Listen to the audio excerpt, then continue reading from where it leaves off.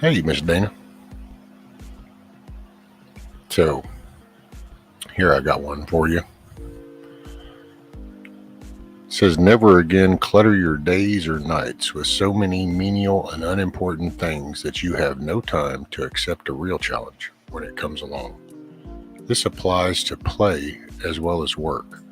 A day merely survived is no cause for celebration. You are not here to fritter away your precious hours when you have the ability to accomplish so much by making a slight change in your routine. No more busy work, no more hiding from success. Leave time, leave space to grow. Now, not tomorrow. Cool. I don't know. Start your day off in a good frame of mind. Good things will follow. Start your day off in the shit, and the smell starts to follow. It's just the way it works. Thank you, Miss Dana.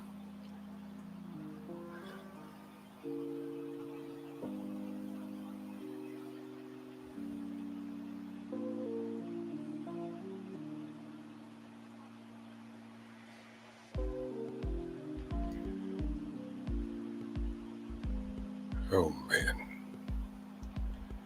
Been trying to... Hey, morning, Huckleberry.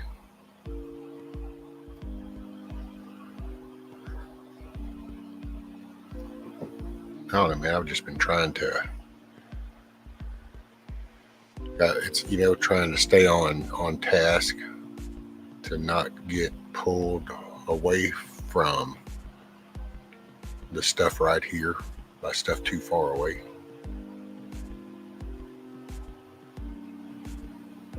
That and the serenity prayer helps a lot, because you got to learn when to accept the things that you can't change. And sometimes that can be a hard pill to swallow. Sometimes we like to think we can change things that we really can't change. We just would like to see a lot different outcome. But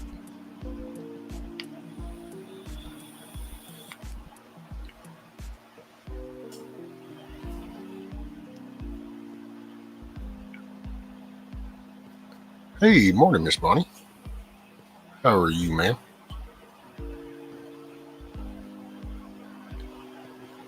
Sorry, I missed your I hate to call them shows, but I guess the panels, the shows. I don't know. I think a show, I always think of something else, but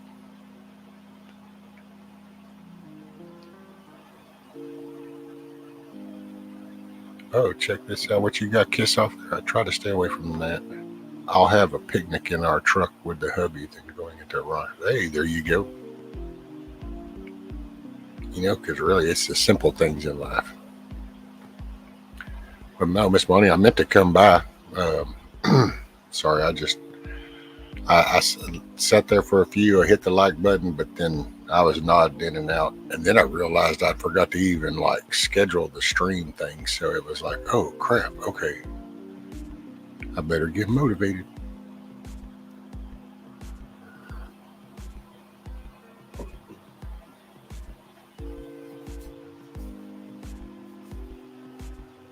There you go, stressing me, don't agree. A rhyme in time.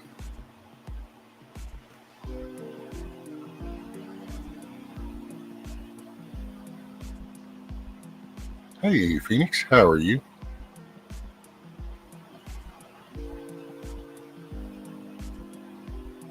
Girl, these two are still talking. Oh, your panel's still going? That can happen. I think way back, me and Vaughn did that to poor Christina's. I think, or matter of fact, it might even been like her first or second little stream she did. We were up there talking, and she ended up leaving me and him just sat up there for, I think, another hour and a half or something. Just talking. I think we were backstage.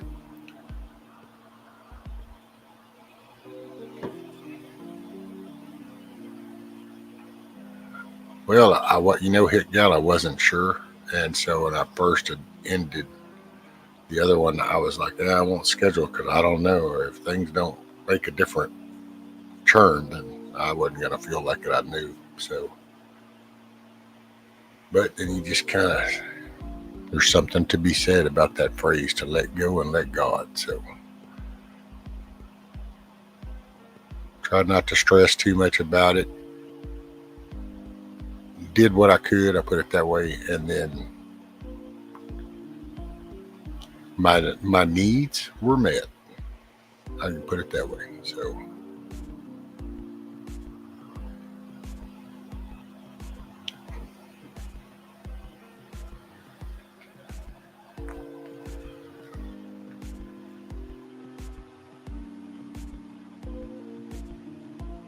bunnies, I got a little scared. So, I should end the stream and come here.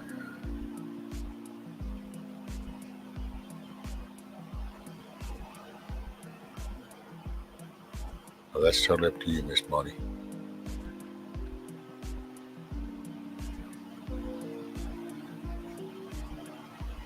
I was praying. See, it's probably in the power of prayer, because you guys, you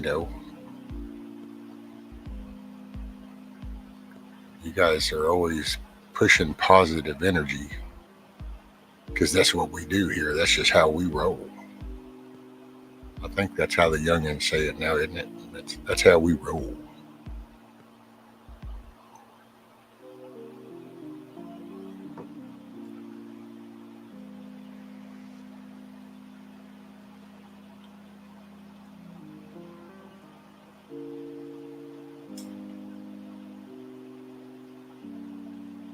Oh, wow, Phoenix.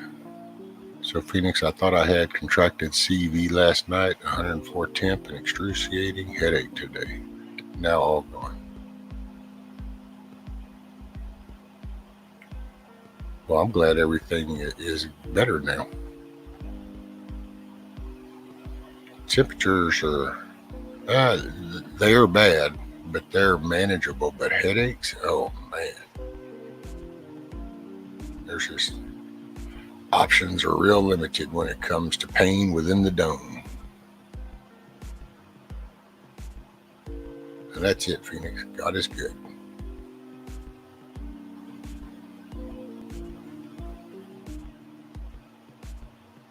Yeah, it's kind of strange. I can look back now and there's times, you get in those predicaments, those events, situations per se. And everybody does that cry out to God thing. But I can see now, when I probably did that in the past, I probably even got an answer, but because I was paying attention to all the noise instead of the message, I missed the mark. That's why the humbling of bringing me down kind of to my knees, I get all pissy about the other things. But one thing about it, it's kind of put me more in touch with the simple things, which gave me a better relationship with God. And it was actually so drastic. I think that's why sometimes I hesitate to talk about it. It's almost like a movie or something, because I was a headstrong person, boy. That's why I used to make jokes that I was like one of those rag dolls. You give your kid that little cloth stuffed doll and they just kind of drag it around by the leg or the arm or the hair, because they're just kind of being a kid. That's kind of how I felt like I treated my life. I just beat the shit out of stuff. What's up, Jewish Redneck Prepper? Shalom, sir.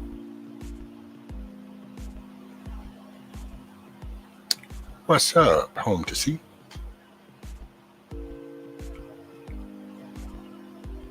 How are y'all doing? Hopefully your day is going good.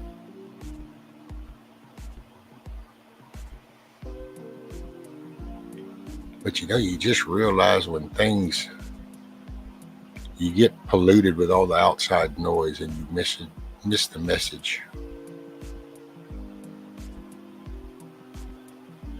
And once you actually you feel the message, it's not just hearing the message. Once you feel that message, yeah, it puts you in line. There you go, Josh, Redneck Pepper. Getting ready for work. Well, hopefully it'll be a good day. Work hard enough, just not too hard. Good morning, Matrix. Miss Tina.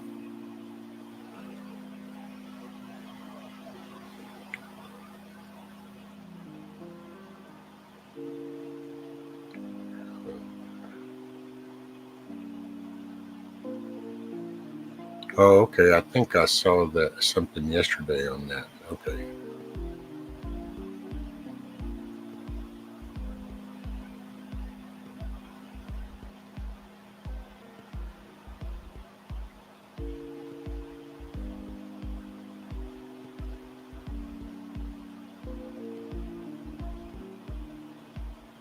Okay, Miss Bonnie. Well, thank you, ma'am.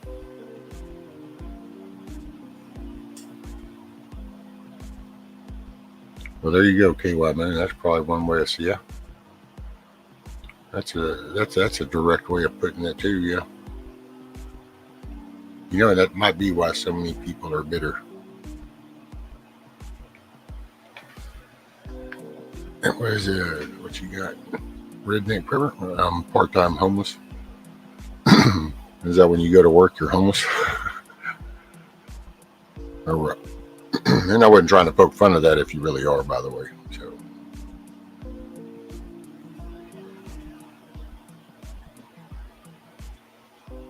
Hey, good morning, Miss Connie. What's up, man? Bug out. Hopefully your night's going pretty good, sir. Don't get beat up by the monkeys.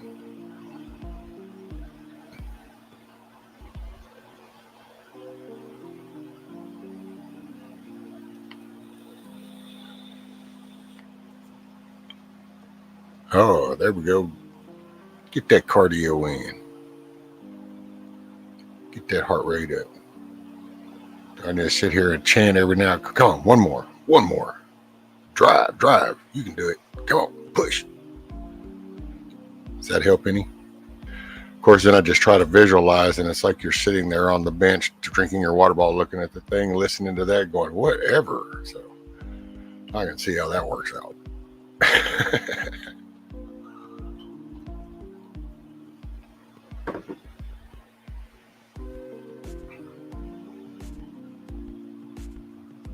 Actually, I have to camp out because of that.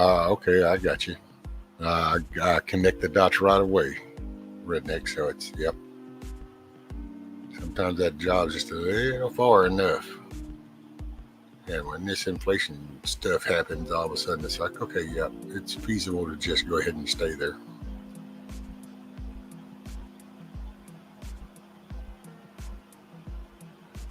Can totally relate.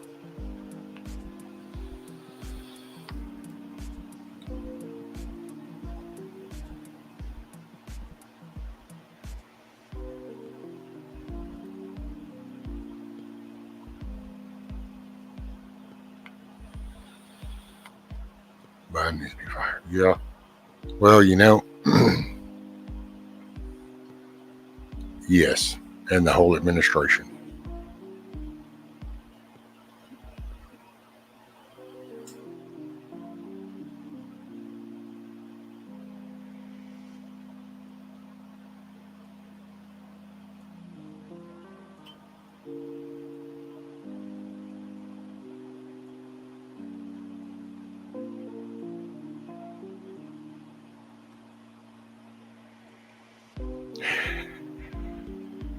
And you're right, Bonnie. We'll get through it. Ain't gonna be easy. That's for sure. So definitely buckle up. Keep your hands and feet inside the vehicle during this ride, because it's gonna be a bumpy one. But there's potential to come out.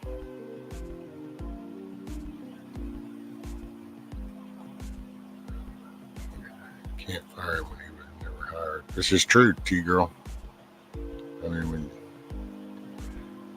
thieving's not owning, so you ain't elected if you steal it. They're all corrupted both. Oh yeah, it's that whole administration and pretty much the whole structure. There's a few good ones. I say good ones, only people that understand kind of that and still are connected. There is going to be a difference. Nothing's ever going to be perfect. But this stuff right here, right now, this is all straight up intentional. There's just no way you can go any other way. Keep your heads on a swivel, T-girl, and your powder dry.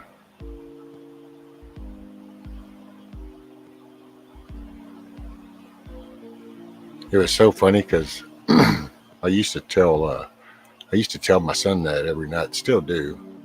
It's just not as bad nowadays. Still concerned, just not as deep. But well, that's what I used to tell my son every night on his way to work. That was how we ended that, was keep your head on a swivel, love you. And there you go. Because you just never know. Which, that's one thing about my kids and stuff. They've already been through this. Hell, we figured out way back when. We make it a point every time we talk. We finish every conversation with that way. You just never know in the twinkle of an eye.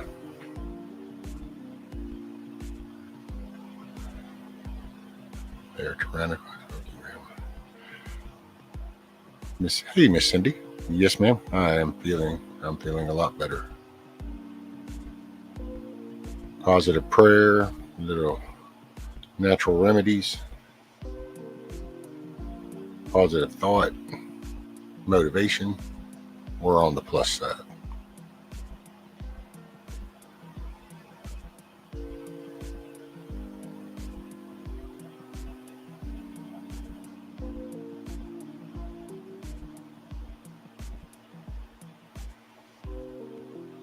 Keep your ammo wet and your powder dry.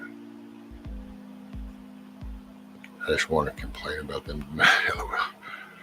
I hear you, KY Moon.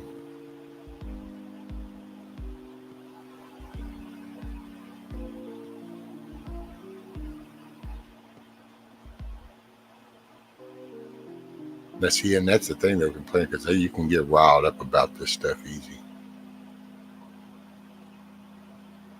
The corrupt Republicans can easily be spotted. That is when they say we live in a democracy. That's it.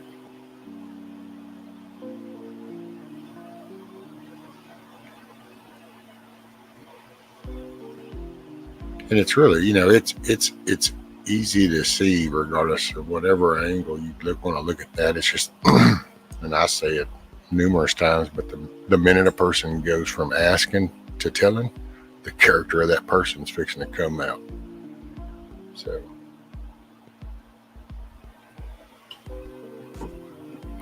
hey, what's up, Mr. Chuck?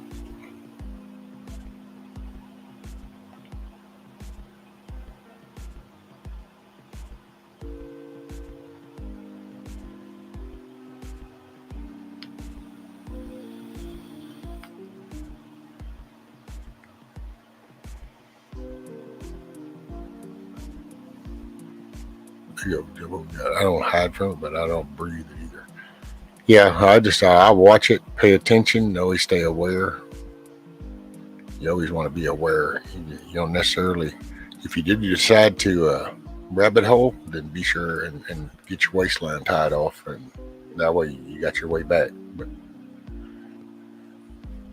stay local, stay aware.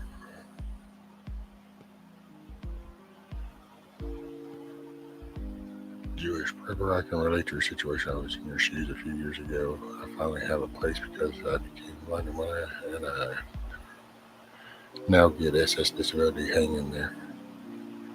Oh yeah, shoot, man. There was a plant job, and gosh, I can't remember. It's been a while back, but I remember I slept in my truck. That's what I did. I camped out in the back of the truck in the parking lot. And then I would just get up in the mornings and go in the bathroom and take a sponge bath. They all knew it. And then it's like, because it was like, yeah, I can't afford to drive back and forth. I think that was back, you know what? I think that was the last time we went through this shit was like 40 years ago or something, when gas was unbelievable. Dude, people were lined up at gas stations and shit. And It was rough.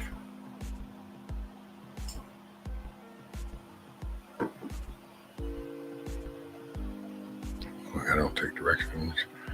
Sure, I'm not gonna miss some info. There you go. Hopefully, I'm not missing nobody coming in. Sorry if I do. Hey, Anna.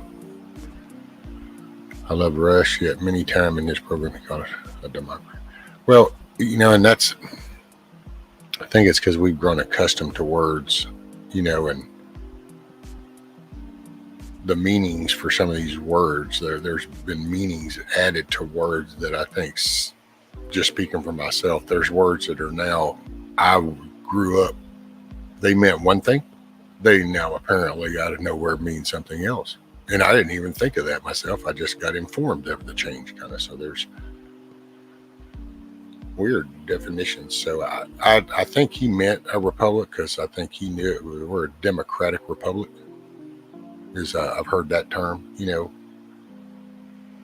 I think most people mean it right there. Now we're kind of coming to but then again, they're both. I like the republic term. The party, I think we already have a decent foothold in that party. Might as well go ahead and try to use that one to clear up the rest of this crap. That's the way I kind of view it. But then I'm not really into politics either. I'm just a damn American, and I just want my rights. Thought this shit was simple. We are the rebels that didn't follow the rules. That's it, Miss Bonnie. We're deplorables.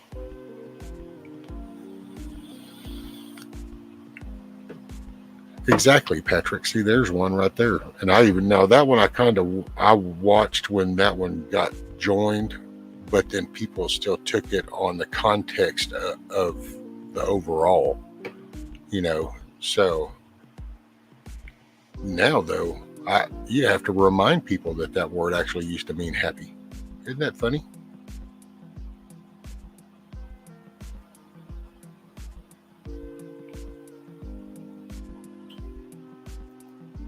That's why I lean with libertarians. Man, it's so weird because everybody has the potential to start out with the right intentions. The problem is the minute they walk through that door, all of a sudden they're just bombarded with little shits that have made that their lifelong career to be a lobbyist and to squeeze in. Now it's just, since we're in this digital world, it's so easy to blackmail people. So I think that's what kind of got the major ball of this started myself. But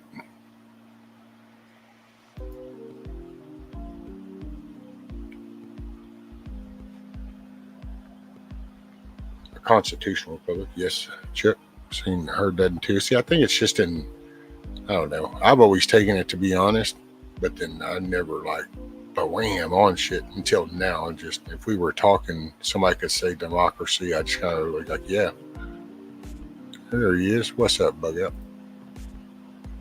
What's up, sir? Can you hear me? Okay. You got you. Yeah, I can hear both. I forgot to turn my my YouTube shit off. Uh-huh. So how are you, sir? I'm surviving, I guess, Well, it looked like you were still sunny side up. Or you were faking it pretty good. Right. Yeah, I'm leaving the gym here.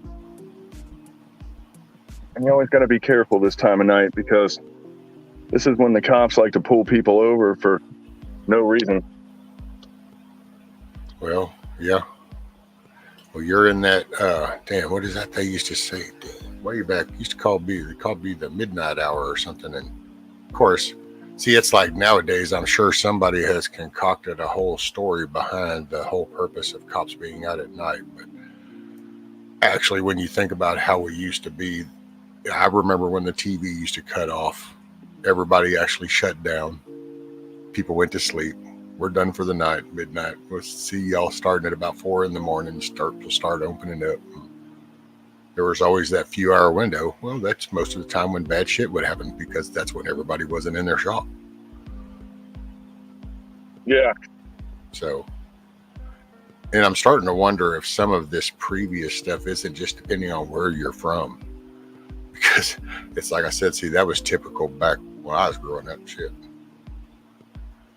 Hell, I can remember falling asleep and then being woke up to the rainbow bar across the TV listening to ee, and it's like, holy shit, okay, yeah, click power button. That was back in those, days when we were designing dirt and you had to get up and change the TV channel if you wanted a different one. Yeah, you're telling me, man. The old It's funny because I remember those days, and it was in my childhood, and this was the dangerous part about being my age, because right when we started going, well, why couldn't there be this? Then it would happen. Like, well, why couldn't TV be on all night? Then boom, cable TV came out. We were like, oh shit, all I had to do was dream of it. Like, I wish there were video games that were in our house. And then boom, and there was Atari, Just thought it, and there it was. Night, Chuck. Hey, brother. What did he say? Sorry, working on the building today to make a solar hydro area for gardening. What's technical? Oh, cool, man. That'll be awesome, brother. Now, are you recording that while you're building this? A solar hydro area. What's he building? A solar hydro area for gardening. Oh yeah, that'd be really cool.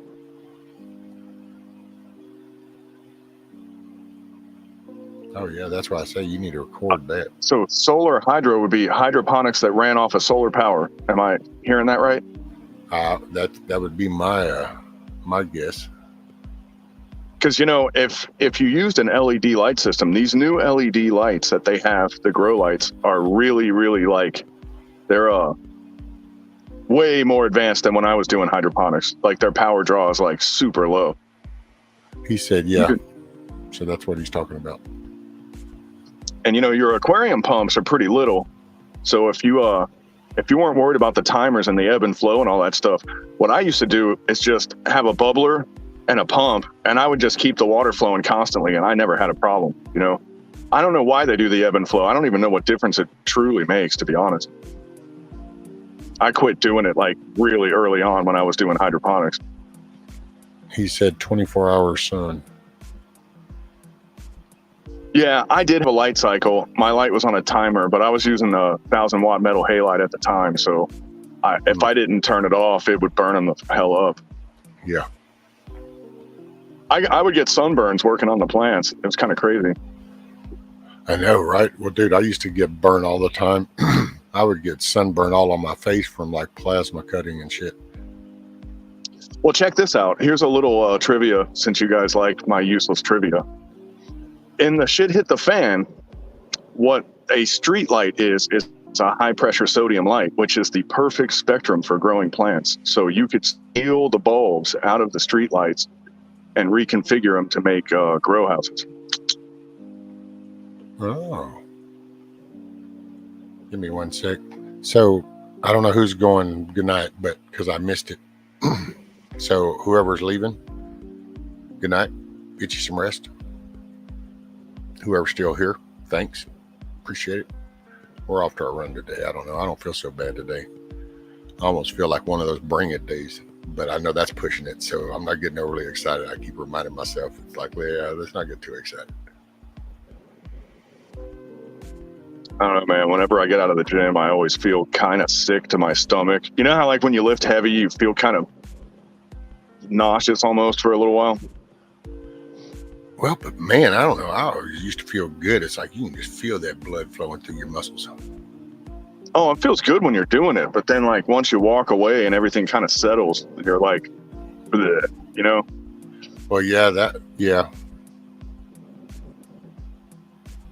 Which I've never been a gym person per se, except, I've had a couple of moments, but then the gym was anywhere you were located in those days. So it's amazing what you can do with milk jugs and shit like that and a towel. Yeah, it really is. And that's why I go to this gym. The only reason why I go to the gym is because I work out at work, Sorry, I turned my navigator on in case I get lost daydreaming on the way home because there's no cars. The traffic kind of keeps me going where I'm supposed to go. Are you admitting that you're following the herd? No, but it's like, hang on. Wait, everybody else is turning left. I think I'm supposed to turn left here. Okay. Fuck. Oh, I'm just scrolling. So let's see what we've got. Somebody just, man, chat just scroll by. Let's see what we got. Kiss off. I remember when I had to be at the mall being the only girl in 7-Eleven and none of the cameras worked. Yeah, buddy. You can get in those run-in things back then. I got arthritis, can't climb the pole. Okay, I just fixed it. It's impossible when I'm driving to turn my maps off. It's crazy, but I hit the main road that I live off of, so I can turn it off now. Oh. No, but see, when there's no traffic and there's no cars or no nothing, I drive and I start daydreaming, and then I like come to and I have no idea where I'm at. It's like, it's kind of weird, man. My spatial memory got kind of fucked up. It's weird, dude. That's all I can say. That's all? I don't think that's all. No, it's kind of a long story, but has to do with, like, you know, PSI and pressure waves and stuff like that. Oh yeah, man. I did a little kind of looking around on that. Kind of goes, and some stuff actually I remembered some stuff, believe it or not. Just kind of, it's kind of scary when you think about it. It's like, damn, why do I have to remember that? That means I already knew it. Wait a minute. Yeah, so I wasn't over a fan of that, but I remember when some of that was coming out. Now, once I saw some of the older footage, read some of the stuff, I was like, oh yeah, because I can remember, and because I actually, weird tie-in, but way back in the day for, I think about a year and a half, when I first came offshore, I didn't really know kind of what I wanted to do, but I was still doing, that's when I like doing my volunteer firefighting, so part of my rural firefighting. And so I knew I wanted something local. Well, that was at the beginning of the whole truck accessory craze, when you get the fiberglass add-ons, the bed rails, window visors were the shit, a bug shield on the hood, all that cool, you know, radios are coming out. Was doing we got into competition audio there at the very beginning. And that's actually what clued me in when I watched one of the guys talk about the resonating frequencies and how that's the changing of the structure of objects. Well, then it was like, as I watched that and I went, oh, no shit. We had a Ford Ranger, and we used to talk about that because we had the bass. I actually could play the damn test thing. I've got the test thing still. The old little tiny Ford Rangers had pretty good acoustics, though. This one had a camper on it. This one, it had a camper. We had a whole custom model second section built in the back behind the drivers. Modified, had Nintendos mounted in, because of course Nintendos was the shit back then. Sega Genesis. Yeah, it was one of those kind of custom deals. But dude, I had a friend of mine that won a lot of audio competitions back in the day. He was real into like car speakers and stuff, which is funny because I never was.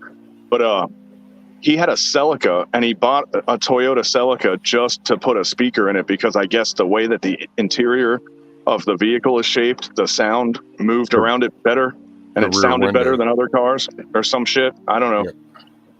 A lot of cars those cars became good because of the curved windows and the reflection of the sound. It actually kind of like the exact opposite of why when people do this stream stuff, how they do the little sound panels to break down the reflection. Well, in there, it enhances your bass and shit. I remember you could pop windows out in a heartbeat. Used to get the law called all the time because the people just within blocks of us would be complaining at night because we'd have some late night install. And I could play the file on here, but it wouldn't do it justice because you wouldn't feel that you can feel. That's why after you said that, I thought, man, I guess I kind of just got in such a zone for a while that I just put that shit in the back file cabinet because, oh yeah, dude, that used to be the shit. after we had finally get it, like one of the real bad systems set up, and then you'd sit in it. And I've got the song we'd still play that goes through the frequency ranges to check so we could set equalizers and levels of shit. And it was such a blast, dude. You'd be in there and it's just like you could feel your face and your body just get like micro shook. You could just watch the wave of the window. You know, you could just watch the flex. Matter of fact, that was the line. You'd kind of sit there and keep cranking it, and you could watch the flex of the window. And it's like, don't pop it. I ain't buying another window. It'd be like, back it down, because you could pop windows in a heartbeat. Yeah, in the 90s with the rave culture in California, we'd go to raves because that's where all the girls were. You know how that goes. And, we'd go, but yeah, that was what the rave songs reminded me of. I was like, they're just going through the sound spectrum, you know. It was just like your tester songs for like a sound system, you know. Oh yeah. Good night, Chuck. Later, brother. Sorry, some of the stuff that people consider music is interesting, to say the least. Oh well, yes, that definitely shows the individuality of thought, because there's some stuff. Yeah, we were actually I used to be a Rockford Fosgate dealer. I was just going to mention Fosgates, man. That's funny because that's one of the speakers that and what was the German ones? There was Fosgates, and then there was Audiophiles. What was it? Say it again. Audiophile. The audiophile. No. Blaupunk. Blaupunk. Those were the two that he was all about. He was all about Fosgates and Blaupunks. Oh man, Blaupunks and the Alpines, that was pretty good combinations back in the day. Yeah, it was actually funny because man, that was at the beginning, you know, and everything was coming out. So like the Rockford Fosgate, when we became a dealer for them, dude, you had to mark. I remember it was so crazy. I was like, okay, I guess, man, but yeah, these are badass, you know, because everything's new, so everything was badass when it's new. But you used to have to get your inventory and literally log serial numbers of each woofer or item, amp, whatever, the serial number of it, and then log when you sold it. And when you reordered, you would have to, you know, they didn't want to know exactly the customer, but they wanted to know what you put it in. And what they were trying to prevent was people going to these flea markets and, you know, because they were trying to build a brand. That's what you did back then. It wasn't, you know, the digital age per se. So you had to build a brand by getting your name out. That's why people give Intel and Microsoft all this big credit. And it's like, you just don't understand how it worked back then. If you had the money to get out there and make your banner known everywhere, every day, then people just got used to saying your name is all it was. It wasn't that you had good shit. Yeah, that was the two ways to do it. Quality and quantity was the two ways to get your name out. That's it. And most of the time, the quality overdid the quantity overdid the quality. Well, because people just got so redundant. You look at let's call it a high school kid. The quality of him installing those speakers is he'll never touch the full potential of those speakers because of the fallibility of the install job. Yeah. And we used to build cabinets, and as much as I wasn't into sound systems, my buddy got into this thing where he got to be known as a guy that was good at building cabinets. So people were always hitting him up, and they were throwing money at him, and he was like, man, can you help me make these cabinets? And I was like, well, why the fuck not? You know, we drank some beer, but we were hanging out anyway, and we'd make a cabinet or two, and he'd throw money at me. And I was like, shit, okay, count me in, you know? But the stuff that we did, like we would, when we put the speakers in, we would put, I was real good at caulking, and I'd put a silicone bead around where the speakers went in. And I guess you're not supposed to do that, but it makes them sound so much better. Well, yeah, it's conductive. As long as you never take them out, it's great. But the second you try to switch your woofers out, then like, you know, you rip all your guts out of your speaker. But that's not my problem. You know, they didn't pay me for the next install. They paid me for that one, you know? Hey, morning, Hoot Owl. Morning, Brian. Sorry for everybody. I've skipped Virginia. I don't know if, man, I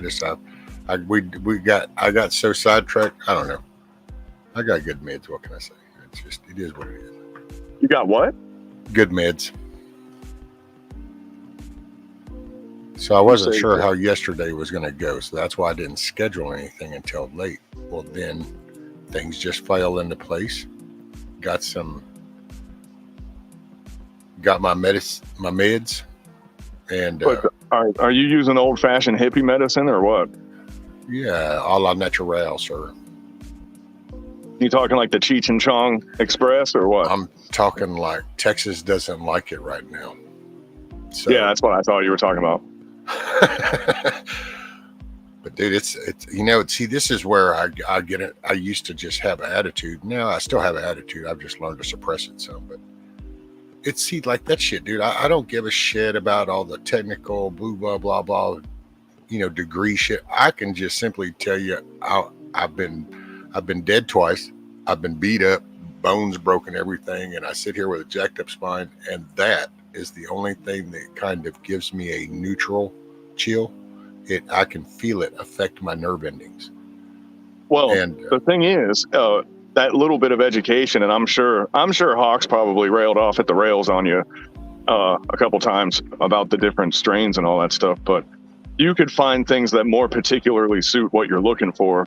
Is the thing. That's the only thing now versus like the 60s, let's say, is there's so much shit out there now that, I mean, you can literally, it's like a configure to order kind of thing with this. Man, this pod place that I worked at, I did security for this pod place, and the stuff that they were coming out with was nuts, man. Hey, I'm going like, what's this for? And they're like, oh, this is for if your dog runs away. And I'm like, huh? I made that up, but it's almost like whatever you can think of, they have something for it. Right. Well, I think some of that, I don't know. That's where now it gets so detailed. I'm not sure. Hey, morning, Carl, T96. I don't know if you heard me, Ghetto, but what's up, brother? Let's see who else. Make sure, man, people just flooding in. Try to keep everybody. Oh, wait, I think I said morning, Brian. Benjamin. God, this road is bad right now, man. It just rained, so the road always gets fucked up after that. Oh yeah, slick as shit. That's not slick, but it's all washboarded out and shit. I feel like I'm on a stagecoach right now. Oh, the Giddy Up Road. That's what we call them around here. We actually I-10 going over in Louisiana. We called that the Giddy Up Highway because they had that sectional concrete shit, and of course every section is 2 inches off from the other one. So as you're going, you get this dun dun dun dun dun dun dun. Oh man, you want to know something hypnotic and actually in a good way? But northern Kentucky and Cincinnati, the city, half of it is in Kentucky. So there's 2 cities in Kentucky that actually are Cincinnati. If you look at the cone of the city, but there's a river that separates it, and then it's got a different name on the other side. But the historic part of Cincinnati and parts of one of those other 2 cities, and I forget which one it is, but they still have cobblestones from like the 1800s. And when you drive on them, it's like tick tick tick tick tick tick tick tick tick tick tick tick. It's this like you feel it in your body because you're driving over cobblestones, but you hear this tick tick tick tick tick sound. And it's like, man, you want to fall asleep driving, just cruise around in the historic district. It'll happen. Just give it time. It's like Rockabye Baby almost. That's the thing, boy. It's hypnotic. I don't care what strain, as long as I get where I need to be, I'm good. That's it, KY. And Patrick, you can tell Patrick's old school shit. Patrick goes, Acapulco Gold is still the best strain in my opinion. Man, it's just like old school days there. Shit was simple. I got there was some friends of mine in Ohio when I lived there. What are you laughing about? KY Moan says shakes your boobs too much. I guess because we were talking about the road. Oh, that's the good part. That's the visual. I just, I never have a girl in my car anymore. So I kind of miss out on that. I just get the dirty car and, Let's see, that means you need to get out on, So y'all don't, how come y'all don't go out? Your wife looked like she's an outdoor kind of person. Well, she does a lot of work, man. So when she doesn't have something to do, she wants to do nothing. And she works for a surgeon, and she's in like not major surgery, an eye surgeon, but she's in a, like, you know how all those medical offices are freezing cold? She works in freezing cold AC all the time. So when I do outside shit, she doesn't want to have nothing to do with it. She can't take the heat, you know? Which is good though, because then when I go camping with the guys, it used to be like I had to bring 3 carloads of shit, and if I go without her, I bring a backpack, and I'm good. So don't ask me why. Maybe the ladies could explain that, but you have to have a tent for the tent to put a tent in it. Right. I did get spoiled camping with her though, because I used to never use cots, and now it's like, I'm like, well, are we walking there? And they're like, no. I'm like, all right. And then there goes the cot, you know? Say no more.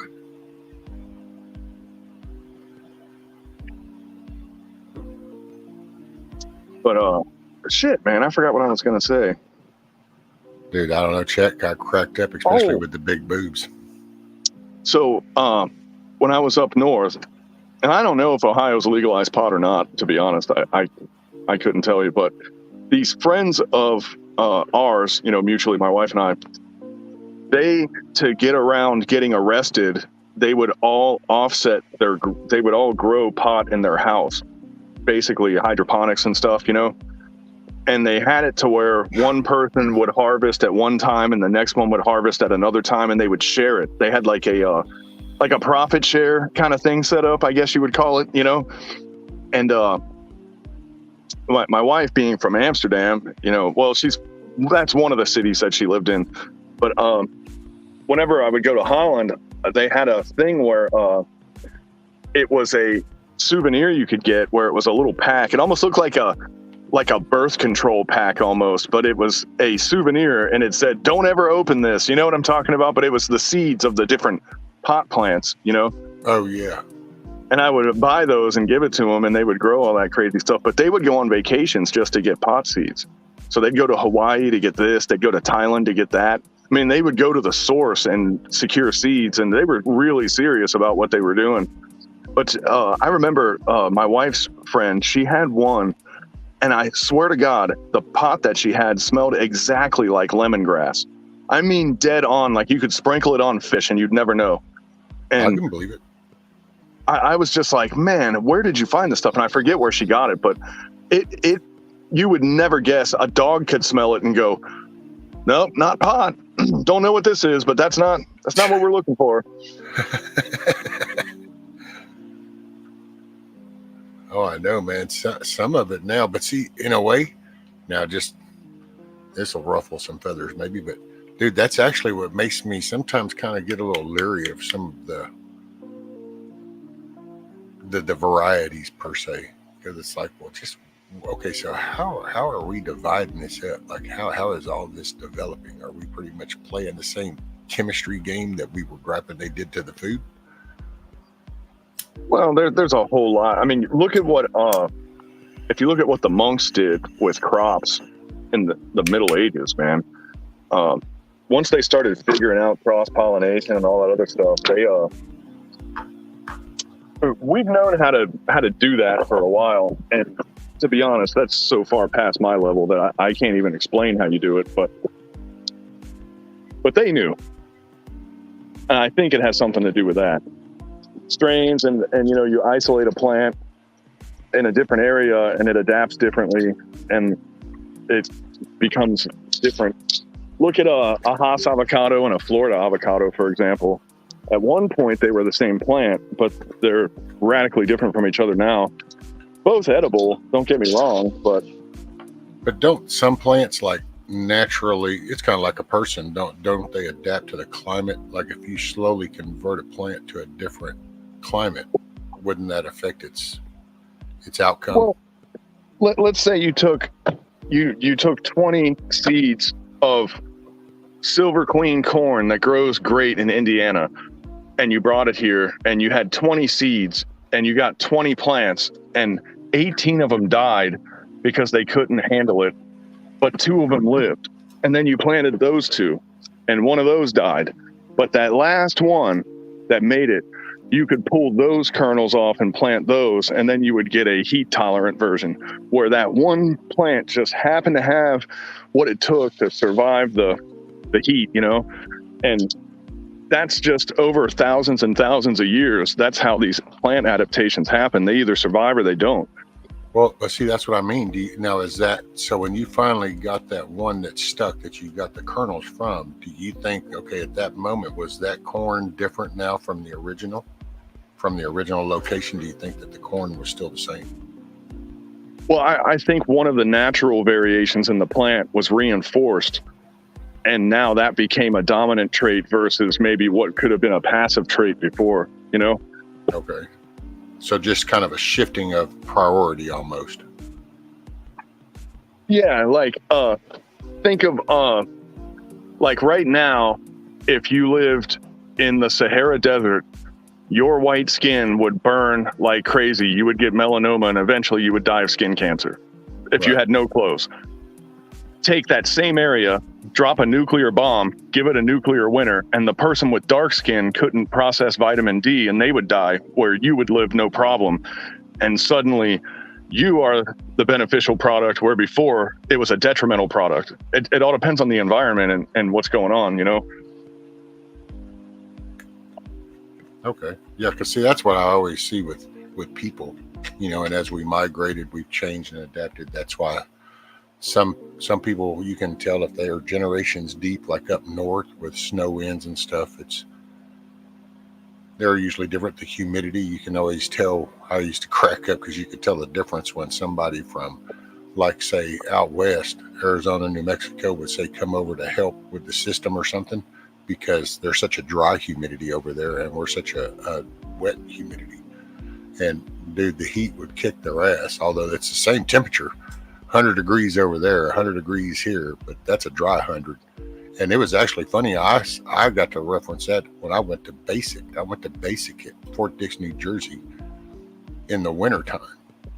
And we were doing push-ups and shit and PT in t-shirts and boxer briefs in snow. We would literally, it was so funny. At one point we would even doing calisthenics. There was a point where we would disappear below the layer of snow as everybody's doing like squats or push-ups or shit like that. But yet it was different down here. It wouldn't even snow and you're freezing to the bone, but it's a wet cold, totally different. Yeah. Well, you know, you adapt. If you don't go in climate control, so you have to stay in the environment. But I know this for a fact because I've done it a million times. We would go from literally the desert to the Arctic, and it takes 2 weeks. In 2 weeks, you will have adapted, as long as you don't cheat. If you don't go into a heated or air-conditioned area in 2 weeks, you'll be fine.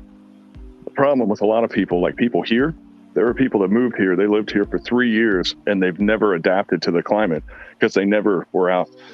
They were never here long enough outside, you know, in the heat long enough in the humidity for their body to ever figure out how to hack it, you know?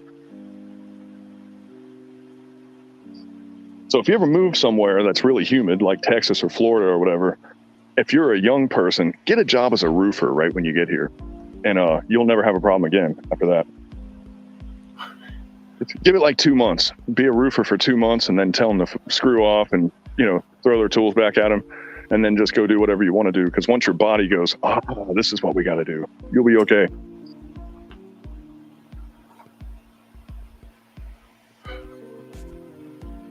It's funny, man. Whenever I would fly back into South Florida, I would walk out of the airport after flying in. Those automatic doors would go whoosh, and it would just hit me in the face like a blanket of water. You know, that humidity.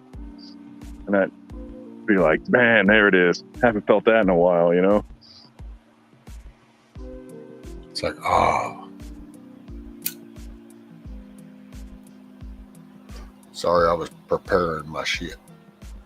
And I reckon, sir, in answer to your question, I reckon.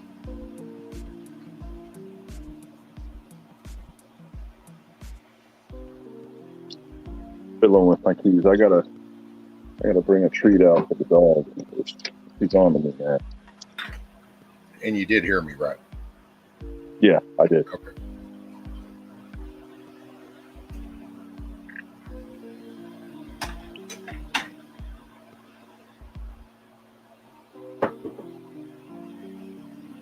Yeah, I just went a little easier tonight because I don't know. I was prepared. I figure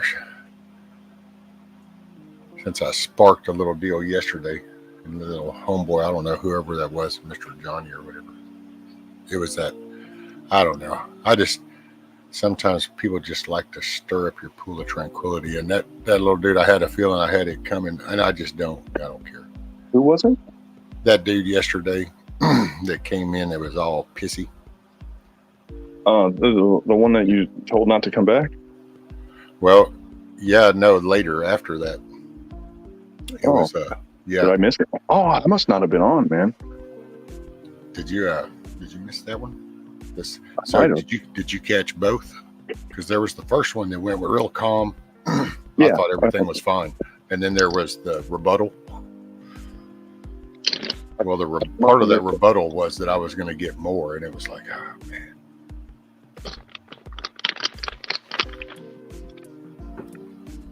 Oh, what's Garrett doing? I think I missed the rebuttal. So what, that same person came back? And No, different. Somebody that must know better than you, I guess. Yeah, it was, I forgot who dealt with it right off, but pretty much said, oh, brought up the whole troll thing. It was like, oh, if you want them, they can be arranged, or I forgot how it was phrased. And it was like, oh, yeah, great. But, dude, I really, believe it or not, I probably shouldn't even have brought it up because I really don't give a shit. It's like, bring it, hell. I could probably be poked in the right way tonight. I'd have one of my moments.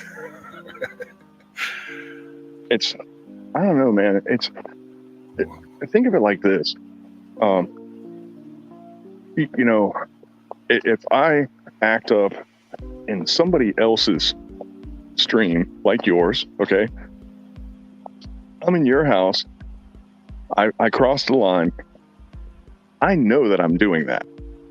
I'm conscious of this, and if you're not going to keep your emotions in check, you at least have to be prepared to accept the ramifications of your actions, if that makes any sense at all. Oh, yeah.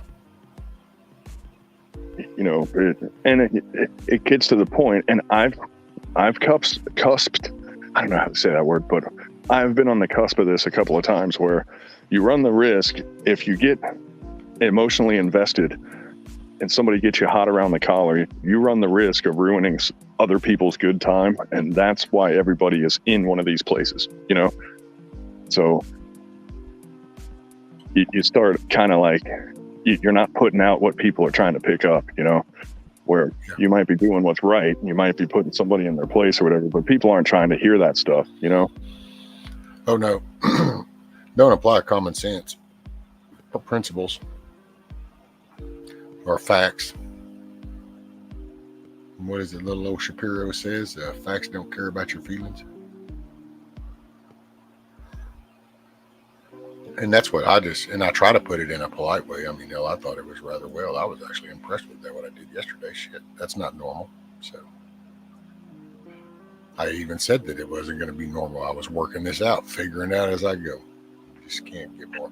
I guess that's why I don't really give a shit anymore, because hell, dude, I'm probably, I don't know, I don't surf all YouTube shit, but somehow I can tell by the reaction that the way I do things is just not the norm on here. But see, I don't give a shit. I mean, I've been there, done that, came back. I just don't matter. Now, I don't live in a city, so I ain't got to worry about all that too. There's one way in where I live, unless you're asking swim a river. And I got cameras all around my place.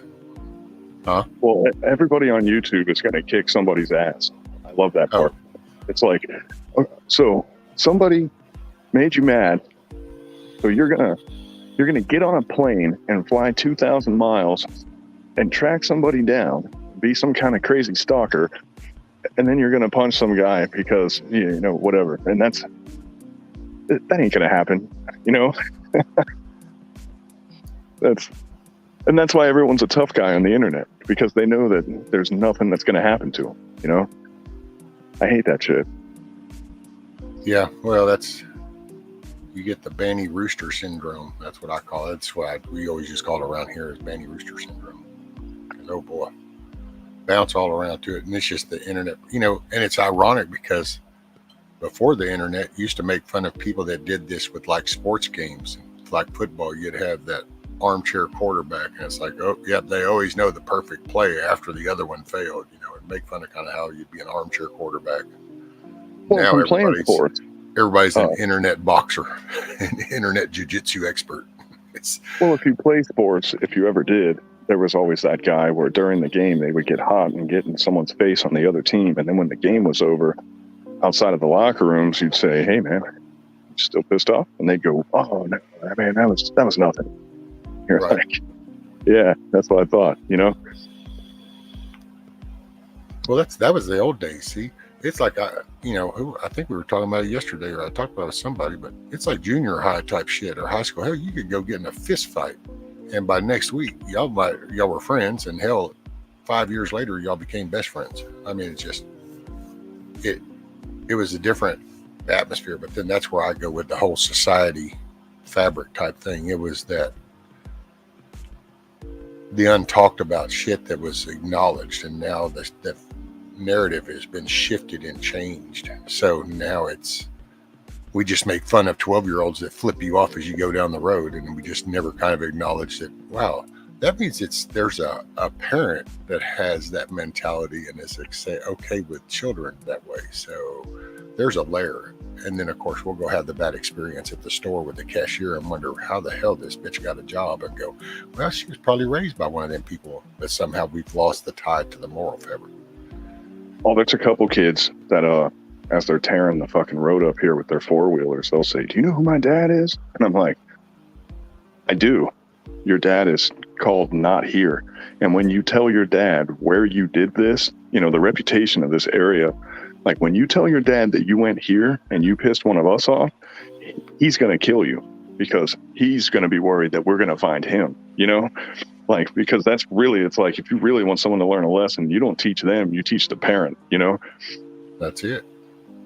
And somebody that's from here, if they found out their kid was fucking around over here, even going over here, they'd probably beat their ass, you know?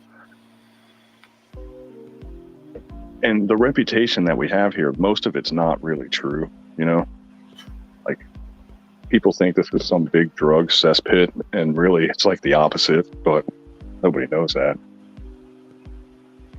Oh, Florida? No, this little neighborhood that I live in. Oh. Well, I guess that was the old tenants set that image, huh? Well, it's the old tenants that made it not that way, you know? Oh. They didn't want to bring heat, you know? So this is true. They did the dominus omis and said, "You're not doing that here anymore." And that stuck. Like, the neighbors all realized that, like, you know, I got a neighbor here, I got a neighbor down here. One of my neighbors is like a part-time preacher, and the other one is I don't know what the hell he is, but he's got every medication in the world, and he's like the stockbroker for illegal medication, you know? But it's all on a small level. Like, the dude's not selling stuff to people. He's just like a aficionado of weird shit, you know? Hey, what's up, Jeep? Breezy? Dude, this is funny. Benjamin said, I got in a fight with some guy in a mirror and he won. Oh, I would hope so. Sorry, I was looking at chat. They've been talking when I was about in high school, figuring out what my limit was. I fell into a refrigerator, but the way I still remember it in my mind, the refrigerator came at me because the way my memory remembered it, the refrigerator looked like it just shot out of the wall right at me, you know? I still think of that day I got my ass kicked by a refrigerator. So were you dropping tabs? Say what? No. I was just, you know, you think you're tougher than you are. The only way to find out is to fail. That's how you learn. You got to know your competition.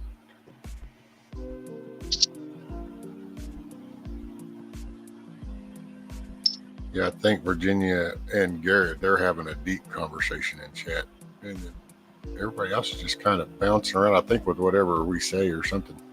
Because then I was reading comments. There's no rhythm to it. Virginia and Garrett are always having an independent conversation, it seems like. I don't know what's up with those two.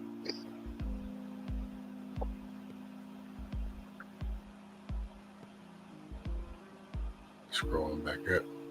Hey, Carl. By the way, I think I said hi to you, sir. I'm sorry if I didn't. Hey, we can get Carl up here.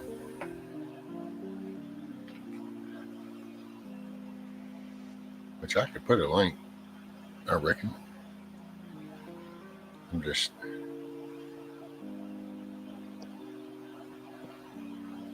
Oh, got my ass kicked by the pavement once when I got drunk in the army. Just once, Patrick? Man, you were slacking, brother.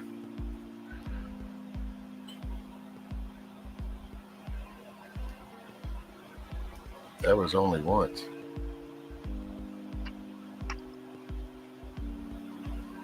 Oh, okay. Carl's trying to get recordings of owls. Hey, JH. How are you, ma'am? I'm so glad to hear from you. Is everything going okay? How's coming along?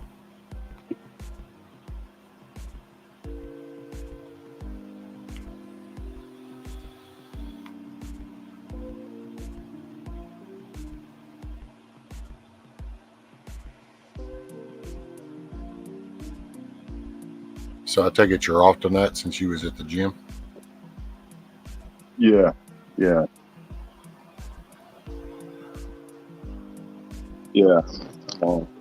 went to the gym, now it's the cat's turn. But we're trying to lose a little bit of weight, you know. Ah. We both been working out there.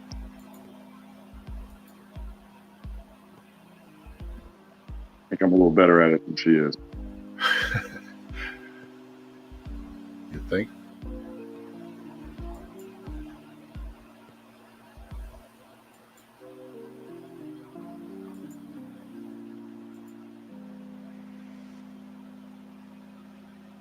Hey, Indy. How are you?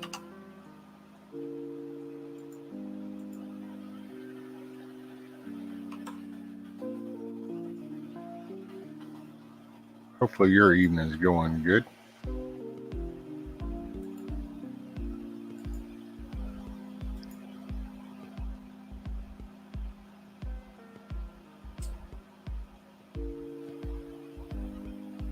Oh, here, I'll put you full screen. I'm sorry, I didn't even look up. I was busy looking at chat.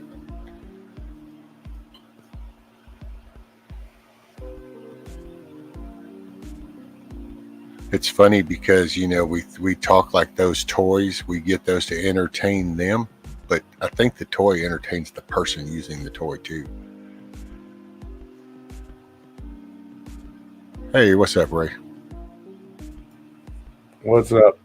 Bushido, I had to come up, and first of all, it's sad that you actually have to email the link to join panel.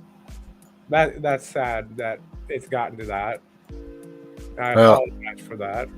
No worries, and it's me. I mean, and it won't be permanent. I just wanted to, since I got my medicine and it was after a couple of rough days, I just wanted a chill moment, and that was the best way to get a chill thing. And I just wanted to say, Bushido, I saw your picture, a picture of you for the very first time, just earlier on chat. And I'm telling you, you do not look way your voice sounds. It's not What do what you I mean? was expecting at all. What were you expecting? Uh, some clean cut, yuppie type guy. No, I've been that guy before too. I was not expecting the full beard and everything, and the Oh shit, this is manly look. nothing, man. I was like, I looked like Osama bin Laden for a few years there when I was working down south in Afghanistan. Man, I'm telling you, it just shocked the hell out of me. I even said in chat, I'm like, holy hell. Bushido does not match his voice. His actual personage does not match his voice. Gotcha, ma'am. Yeah, if I knew how to share a screen on stuff, I'd put a picture up. I don't know how to do that shit though. Isn't there I like mean, I this can't be the big only one. word square tab at the bottom that says share? No, He's on not his on my phone. Oh, I'm on yeah, a phone though. the phone. Yeah, that phone shit. I don't know about all that. What's really gross is Bushy looks like my son's. Like if he was 30 years younger, he looks exactly like my son's. It's a cool story, bro. But you know that's really not true, right? Yeah, it is true. You do. Huck, absolutely, just don't tell Bushido.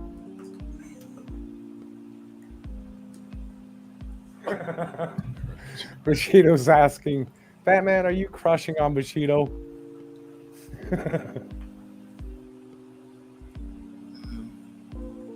Hey, NC Dib. No, Good morning to everybody, and welcome Virginia and Ray.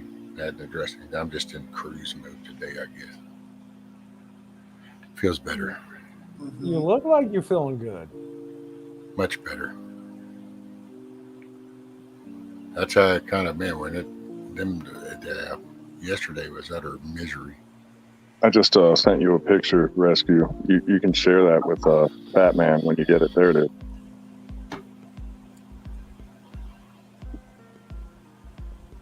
Why don't I ever get pictures? It's so rude. Everyone's afraid of you. For what? Anything. Everything.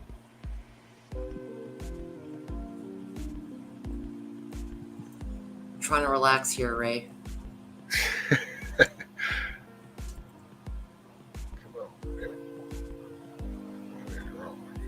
Oh, it's okay. I only have 12 minutes available. 12 minutes. Yeah. 12 minutes of what? Of being awake. Oh. I'm like, holy shit, you're like paying for airtime or something? No, I'm trying to get back into a decent sleep schedule again. Oh, well, dude, it's like 4 in the morning, man. No, it's only 1:19. Oh, yeah, so you still got a shot at being a regular dude. Mm-hmm.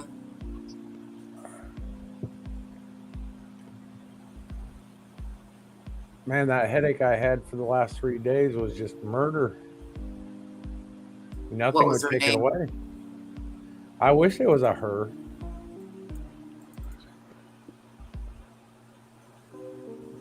Trust me, that headache I can get rid of. Mm-hmm. Did you figure out how to bring that up, Rescue? Yeah, then I realized that I hadn't even looked up at chat, so I thought, oh shit, I guess I better look at it, make sure nobody's saying nothing to me. I do that sometimes. I have squirrel moments. Okay. Yes, you will. Plus, Huck. you ask for a lot of thought process all at one time, Buggut, so just give me a break. Now I've got to set up a stupid ass phone, and it's like, oh, okay. Man, I finally got these little stupid parts in for the rifle that I was putting together, man. I'm like, Oh, really did you? happy with it. Oh, And there it's, you go. I got all the important parts. It's the little ones, because like, I don't have a lot of M-lock parts, and that's what every piece is made in M-lock now on the fore ends and stuff. So if I want a sling adapter or something to hold a light or whatever, I gotta actually buy it. And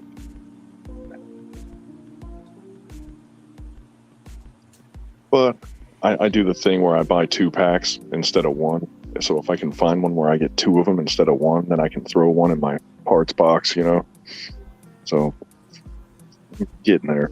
It's just, you know, everything was key mod. Now everything's M-lock. And now it's just like, man, make up your freaking mind, gun industry. But they do that shit on purpose, man. That's how they get you. You know, what is that, Seinfeld?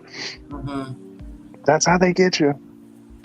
My favorite thing that Kramer said was, "I'm so sane, I just blew your mind."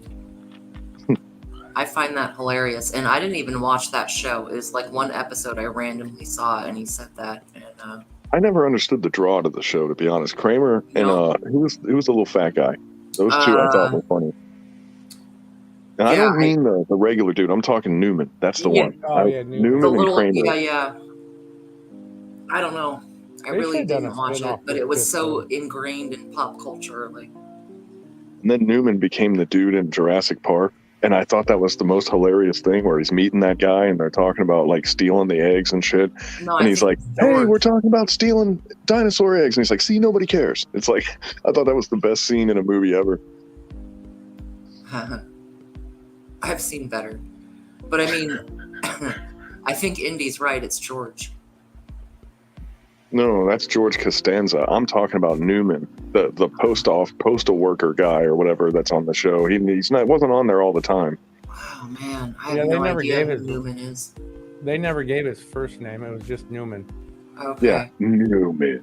Yeah, they always, whenever whoever the main guy, Jerry Seinfeld, whenever he saw him, he would just go Newman because he just hated him so much.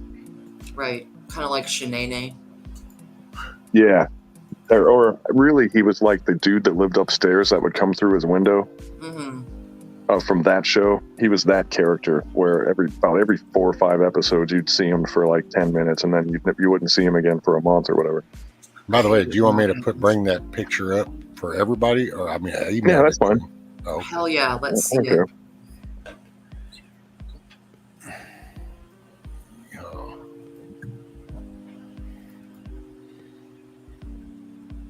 Those were the good old days, man. I miss those days, believe it or not. You're supposed to hate that stuff, but somehow you don't. It's weird. What are you supposed to hate? That's me with my Gandalf beard. Look at you. Ah, la, la, la, la, la, la, la, la, la. He's all furry. So this is where Bushy comes from. I was freaking yoked back then too, man. That's a bug out. Yeah, it's still, your voice just does not go with the body. I mean, Ray, what did you think he was going to look like? like I said, clean cut, you know. What? Yeah, I was thinking clean cut. That's the way he sounds and the way he talks. No, okay.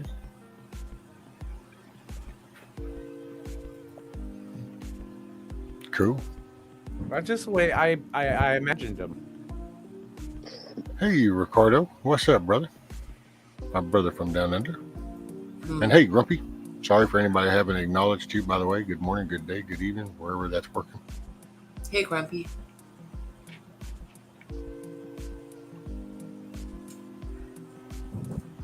Grumpy says I miss cranking out weights while on deployment. Yeah, that was when I stopped contracting, I literally I lost 30 pounds and then I gained 30 pounds back. So I lost 30 good pounds and gained 30 bad ones, if that makes any sense. Yeah. Yeah. I call it melting because it's like a candle. You have all this muscle mass on top and then it gets soft and it just falls down to your belt line, you know?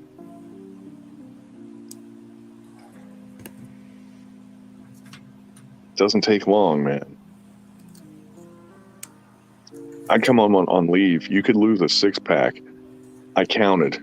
It took me 6 to 8 days of chicken wings and macaroni and cheese and beer. Mm-hmm. I got losing a 6-pack down to a science, you know? Oh, let's see, Indy asked something about anyone else been getting cloning videos suggested by the algorithms? No. No. not cloning. I do get things if we talk on a panel sometimes, any of us, not just here, anywhere, certain topics or certain words, I will get something the next day. Like one day, Doc Mack told us that he hated working on feet. And the next day on my thing, I got videos all day about rotten toes. And it and it was just like something he said quick, you know? So no, not that, but it does happen.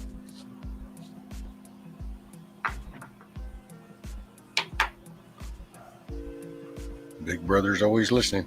Mm-hmm.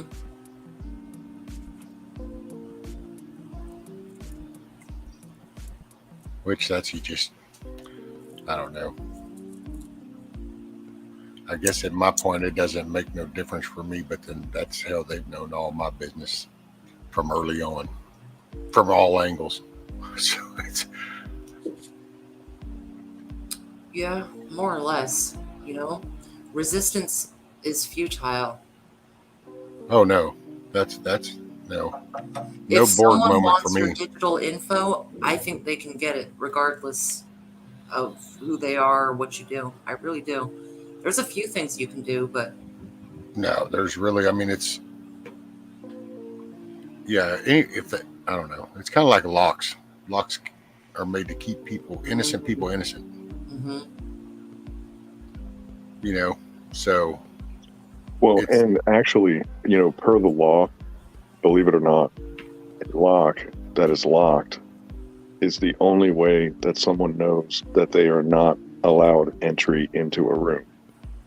So it could be a paper clip wrapped around a nail, but when they open the door and that thing is secured, they, in their mind, should go, well, I'm not supposed to be in here. I've seen in court cases where someone didn't lock their house and they got hemmed up later because they didn't have their door locked.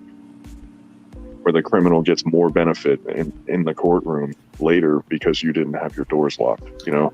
Why do I have a feeling that was one of those cities or something that are controlled by these politicians? Oh, it most certainly was, but I'm just saying that exists is all that I was trying to picture that happening around here, and it's like, I'm just not, I don't know, this is where it's okay to shoot your ass half an acre away because you were in my barn kind of thing. We're that kind of state, or at least my county is. Well, I mean, Texas, at least back in the day, used to have the he needed killing clause, you know? You go in the court and you're like, why'd you shoot him? And you just look at the court and you look at the jury and you just go, he needed killing. And they're like, Right. oh, shit. Well, why are we here? Let's all go home, you know? Let's go have a beer. Right? Yeah. Shit was kind of By the way, if anybody's paying attention, I totally made all that up. That's not it.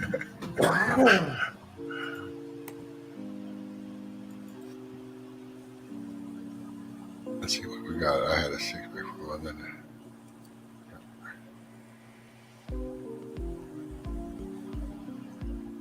T6, I think the depth hearing is a distracting state. Oh yeah, that whole, I don't even know. I don't know. How do the people say that? Don't get me started, but no, really don't, because I really have no intention. So, but that whole Johnny Depp shit, dude, that's, who gives a shit? These are, I mean, this dude is one of these, I don't know. I'll be all getting judgmental and shit, but yeah, this is just, so one piece of shit's jacking with another piece of shit. What do I care? Back in his Winona Ryder days, remember when he was married to her? Oh yeah, Winona forever, dog. That's right. Yeah. Mm-hmm. Which, by the way, you guys can say whatever you want, man. I watched that Stranger Things. She's still hot, man. I don't care what anybody says. I don't even bring it up. But whatever. But So moving on. That court thing, I don't know what, some channel popped up rescue in my feed, and there were 374,000 people watching it. So I immediately asked myself, what are we being distracted from? There's a whole lot going in the world right now, and almost half, and that was just on one channel, was 374,000. So between all of them, all that smut shit, Is there any probably math a million experts? people are sitting there watching that. Can somebody what? tell us what percentage of the population that is in America? Assuming that we know. 330. If 1 million people are watching it across various channels, so basically 1 in 330. Right? So, Yeah. So you were saying it's like 0.3%. That's all it was. Do you Well- see how many people well- are watching real life shit going on? Well, They'll and be then like- just that's only from Virginia's perspective and the one Mhm. that she saw. So giving other media avenues and channels, that could be multiplied 30 times over. So it could end up being 30 million people saw At that. the same time, there's lives all over Europe, all over Yeah. the Ukraine, So- Russia, all over the stuff Right. going on in our government. No one's watching that. They'll have like 1,000 viewers, but there's 400,000 popping up. Yeah. And that's what I'm talking about. I thought the number would have been a little more staggering, but like those are the people that with all this shit going wrong right now, you know, there's all these mysterious fires in every food handling and storage area in the country right now. And they're watching Johnny Depp. Like Yeah. those are the people that are instantly going to die. Like Think about they're what not going Grumpy to. just said. In behavioral arts, they're doing body language breakdowns of depth. This is going to be in college courses. This is so freaking important. It's going to change education, broadcasting, the way we see abuse, all this stuff. They can do whatever the hell they want with it. And if you consider other platforms too, I would reckon probably even if we said 1%, 5% are following this. The priorities of all the things you can get into. Virginia Bushido, great to see you. Rescue, I hope you enjoy your wonderful time in your Minecraft world there. Damn skippy. Trying to, be nice about it. Chat, you guys have a good one. I'm going to try to get back onto a regular schedule. So, night. Roger, Yeah, brother. Fatman. Later, See you Ray. later, dude. Get you some rest. Well, it's just, yeah. I mean, I don't know. I'm at the point. It's just got to open the front door. I wish everybody would just check into their county clerk and their local DA. Just see where they stand. Just at least do enough legwork to find out where do those positions in your area stand. Because, see, that's how they do that. If you keep looking over here, then over here is doing some really bad shit. Well, it starts because we can try to solve the country or solve the world, but that won't matter shit if you open up your door and the problem's still right outside on the front porch. Then it's kind of like, well, but wait a minute, 2,500 miles away, I had this all figured out, but it's right here. Because that's where and I'm not, don't offend nobody, not trying to do that. So if you take it that way, then just pause for a moment and figure out why. But I'm just in a different area, so my thinking and my train of thought is just a little different than I think than a lot, because I can see now a big differentiation in upbringing and area and surroundings, it sounds like. And I think there's probably other people that are like people in my area that's where those aren't the ones watching either. So those will fall in that percentage that you're talking about, Bug Out, that just you don't see them attached to anything because, dude, like I say, up until 15 and 16, I didn't even give a shit. All I did was go to work. It was like, is the system working? What are my kids doing? Does my wife need anything? And how's the dog? Okay, everything's cool. Let's repeat that cycle again tomorrow. And that was life. I mean, Well, we had the luxury of that for a long time, for decades. But that luxury was also what allowed this stuff to grow in the cracks, Yeah, And that's the where I lack feel of vigilance. And what we did was, and this used to be a good thing, we trusted the system, and trusting the system used to not be a bad thing because you just assumed that the system worked and you assumed that everyone was doing what they were supposed to do, not realizing that, like, we've been abusing parts of the system since its inception almost, a lot of it. And that's a mindset easily priority. since the 60s, though, for sure, Oh, yeah. Yeah, Grumpy. Yeah, there's all the little corrupt funding for all the local DAs. Because that's where they're going at next. Because that's where, if this doesn't go out, then if we do end up in an election in November, And there is going to, we still in that's the way they're covering that base. And I mean, if you come from that perspective, it totally makes sense. If you were trying to do this, especially in Texas, you would want to try to go into all these local areas in the other states that are going well. That's how you go in and disrupt that shit.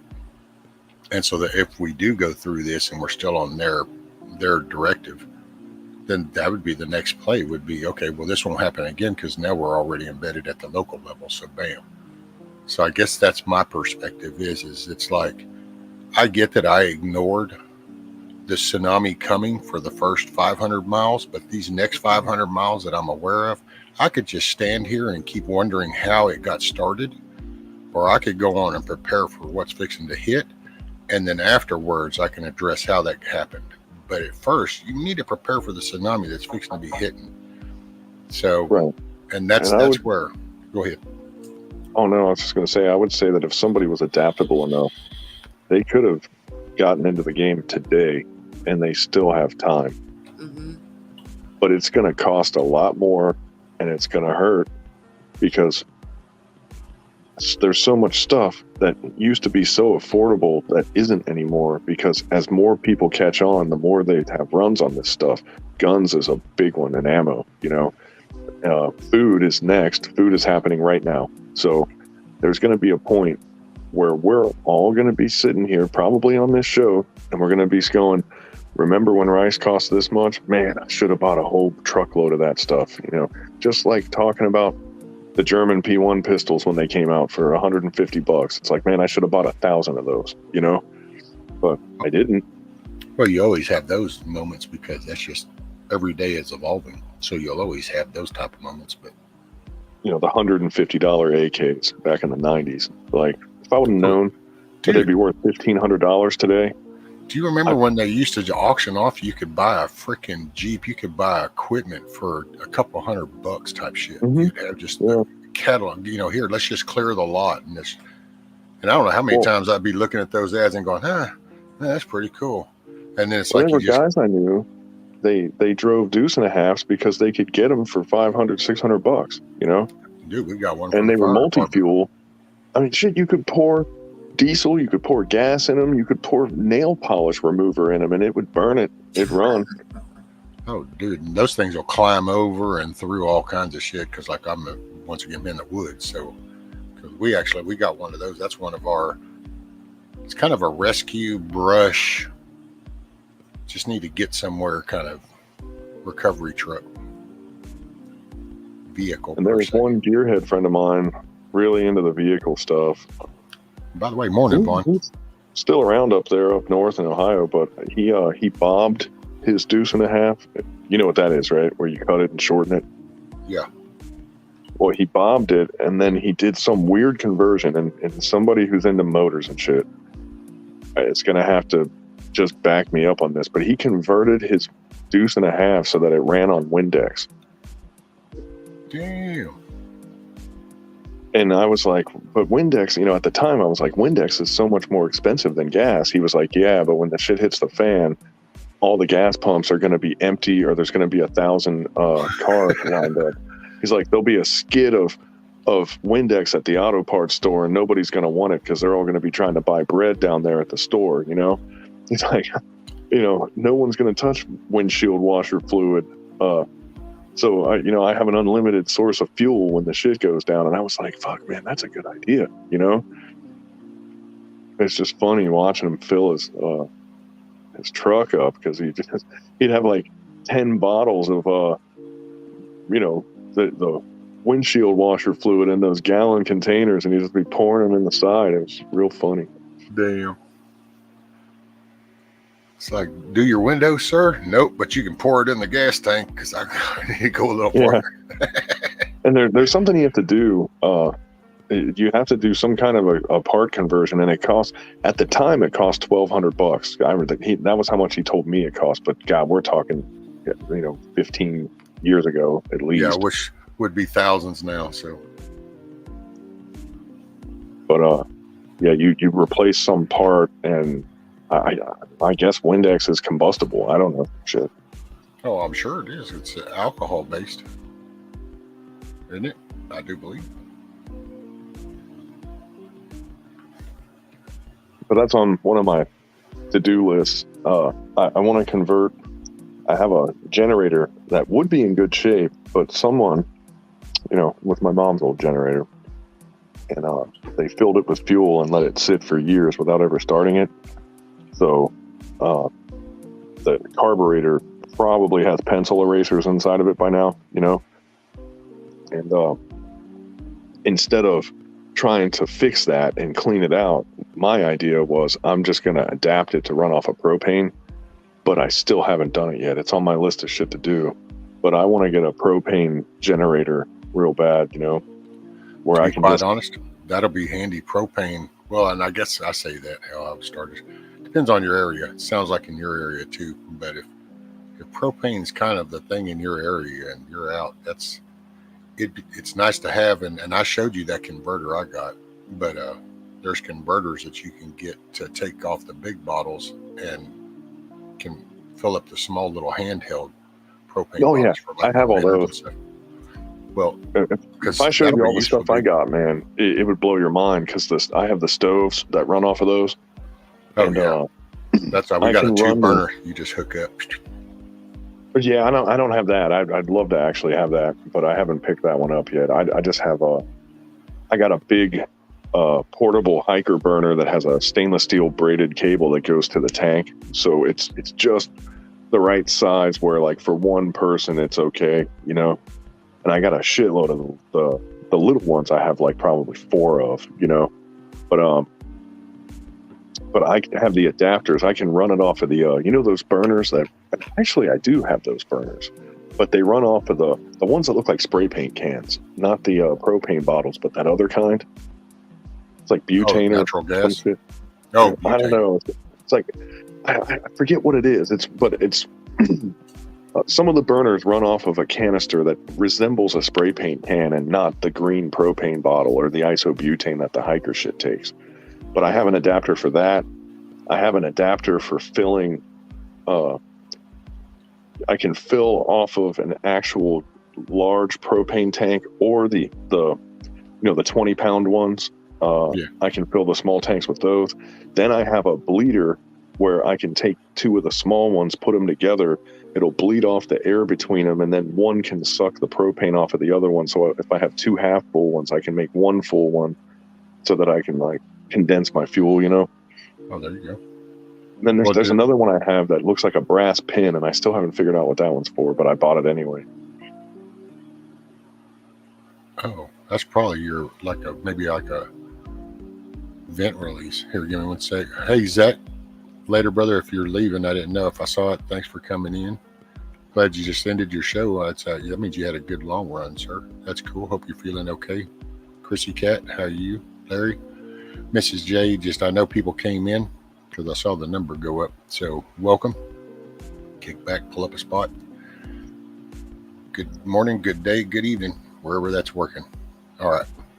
No, so the pin, I think. So is it a brass, like a pin, like a ballpoint pen? Is what you mean? No, it's what it looks like. I had to describe it. It almost looks like you've done soldering before, right? Right. You know those joints that you can connect the metal joints that you can connect wires with? Yeah, a butt connector. It kind of looks like that, but it's like brass, and it's thicker and a little more solid. And what do you? Is it something new, or you've had it for a while? That's it. I've never used. Dude, I could show it to you. Why don't I just fucking show it to you? Because I'm wondering if that's one of those converters. Like, I showed you that converter I got where you can take like the 5-pound, 10-pound bottles, and you can put it into the little handheld lantern bottles. It might be a converter like that where you can fill up those little ones.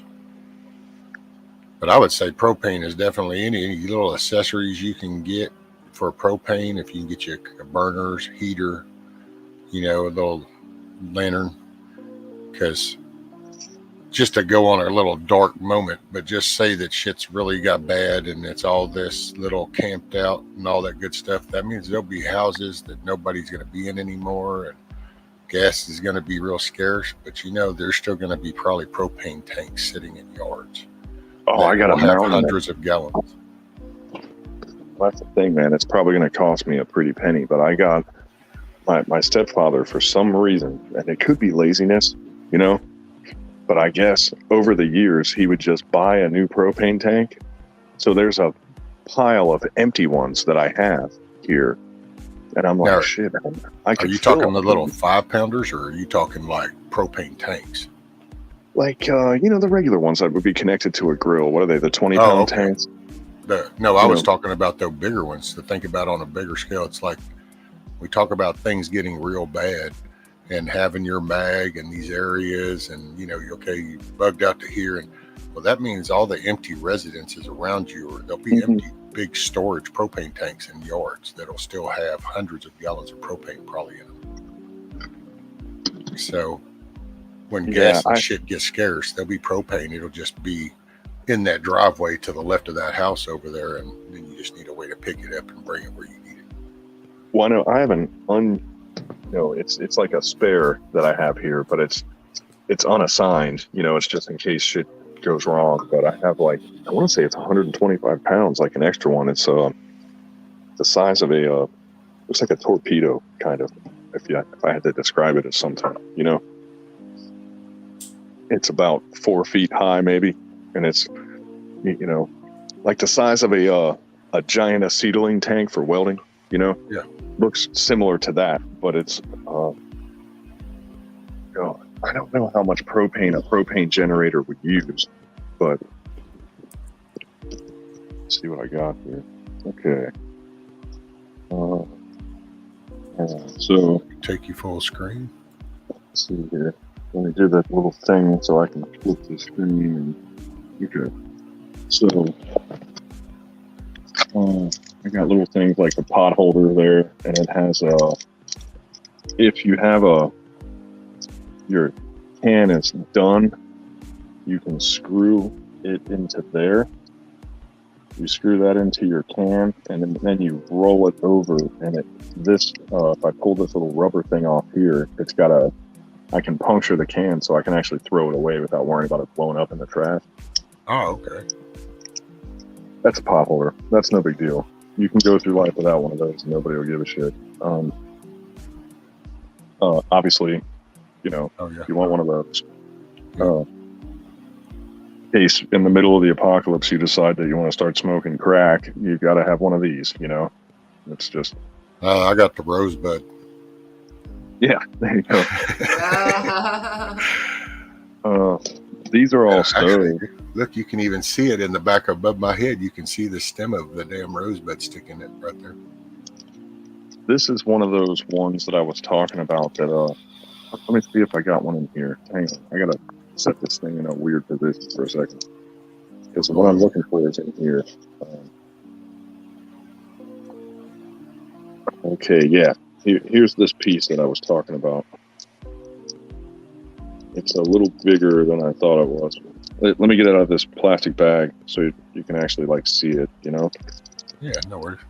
Sorry, chat, not ignoring you or nothing. Just focus. Okay, so I did ignore you, but it wasn't on purpose. I'll put it that way. All right. hang on, let me turn our light on here, man. Because if I can't see it, that means you can't see it.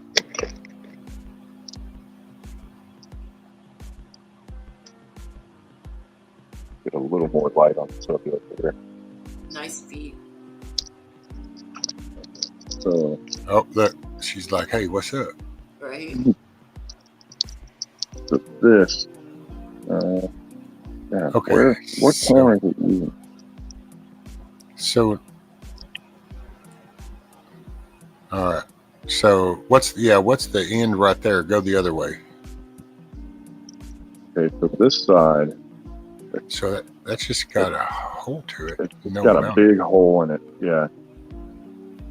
Because the stem, I could see the stem part, because that's going to be your release pin that goes in when you put it in whatever it's supposed to go in. I wonder if And that's the hole is the hole's on the side. well, and I wonder if that goes in something, like that's a replacement valve that would slide to have, like maybe. Yeah, I don't know. Yeah.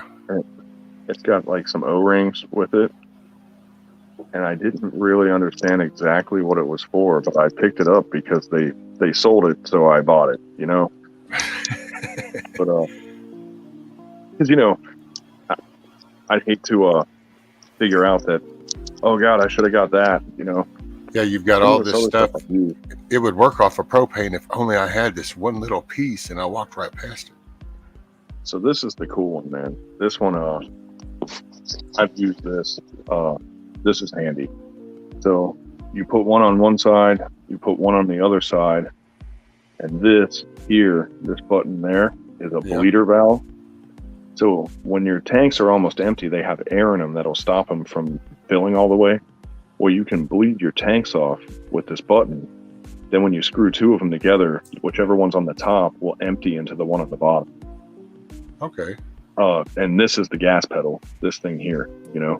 This will open and close the valve because it spins like you know, open and close kind of thing. So this is important. And then the other ones, you know, this is the one you're talking about.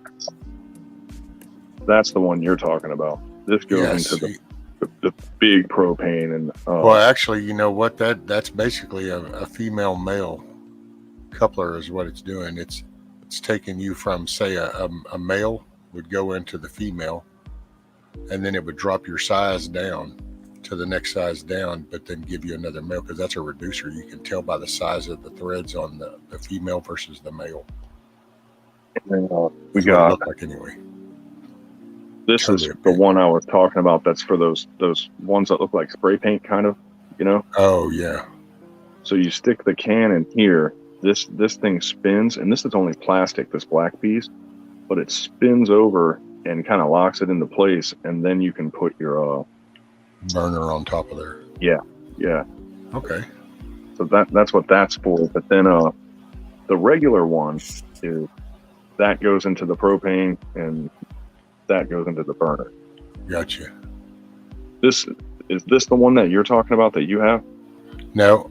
Matter of fact, here I can get mine. Because I think it's still in there. You know, it just dawned on me. I wonder if that other one you got bug out is that for? Well, no, that'd be because changing the diameter of the hose for like going to a smaller, because you know, like some of your cooking stuff will have a smaller thread size. I mean, maybe, you know.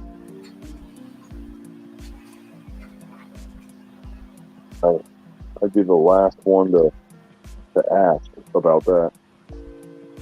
With that particular part, I don't really know what it's for, but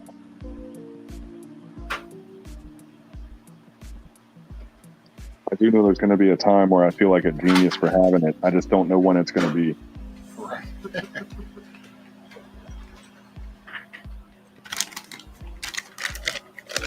So this is the one I was talking about that I got. It's, which I could even take it out of the pack. Yeah, let me take it. We'll go full screen with it. And let me take a look at that. So this one goes on your big bottle. So like your 20 pounder or something, you'll screw this on. This one here then goes on your little Coleman type for the lanterns and little burner stoves. Right. And so what you can do is can empty out from your big one into the little one, or I guess you could actually go the other way because it's a one-way valve through. I mean, once you make the seal, the trick to doing this is kind of doing it a real easy way, I guess you'd say, or it's semi-dangerous too. It ain't all fancy about it, but you hook up your two bottles and then you take your Phillips screwdriver and you push in on your release valve on the outside of your little Coleman. There's a little indent, and that's your pressure release. And by the way, just to go on what you were saying a while ago, there's always air in your propane because propane, being liquefied, will expand and contract given the outside temperature. So there's always room in the air in there for it to expand and contract. So you don't ever want to like fill it totally full. It's not like you don't ever want to try to fill it up till it's actually at the top. You always want an air gap. Otherwise, your shit could pop seals or could actually even blow apart, depending on how full you got it. You know, man, I'm looking at this. I may not have a proper big tank converter I don't think I have that part. I need to find that.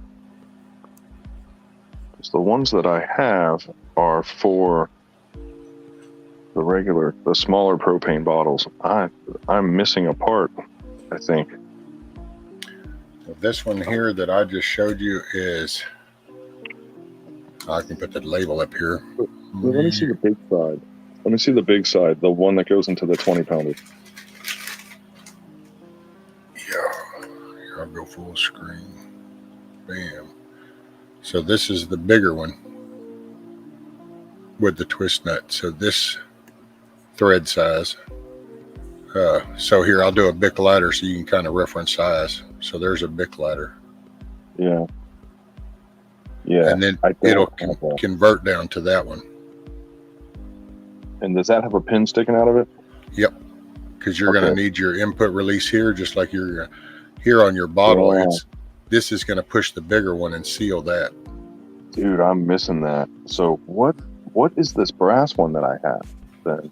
Oh, but look, man. See, that looks like a reducer, like you're coming off of, like you would have a male here that would screw into this size and it goes down, but it's a male instead of being a female for you to join them together. It's like you have a male as that one. This is what's crazy, man. And hang on, I'm gonna here.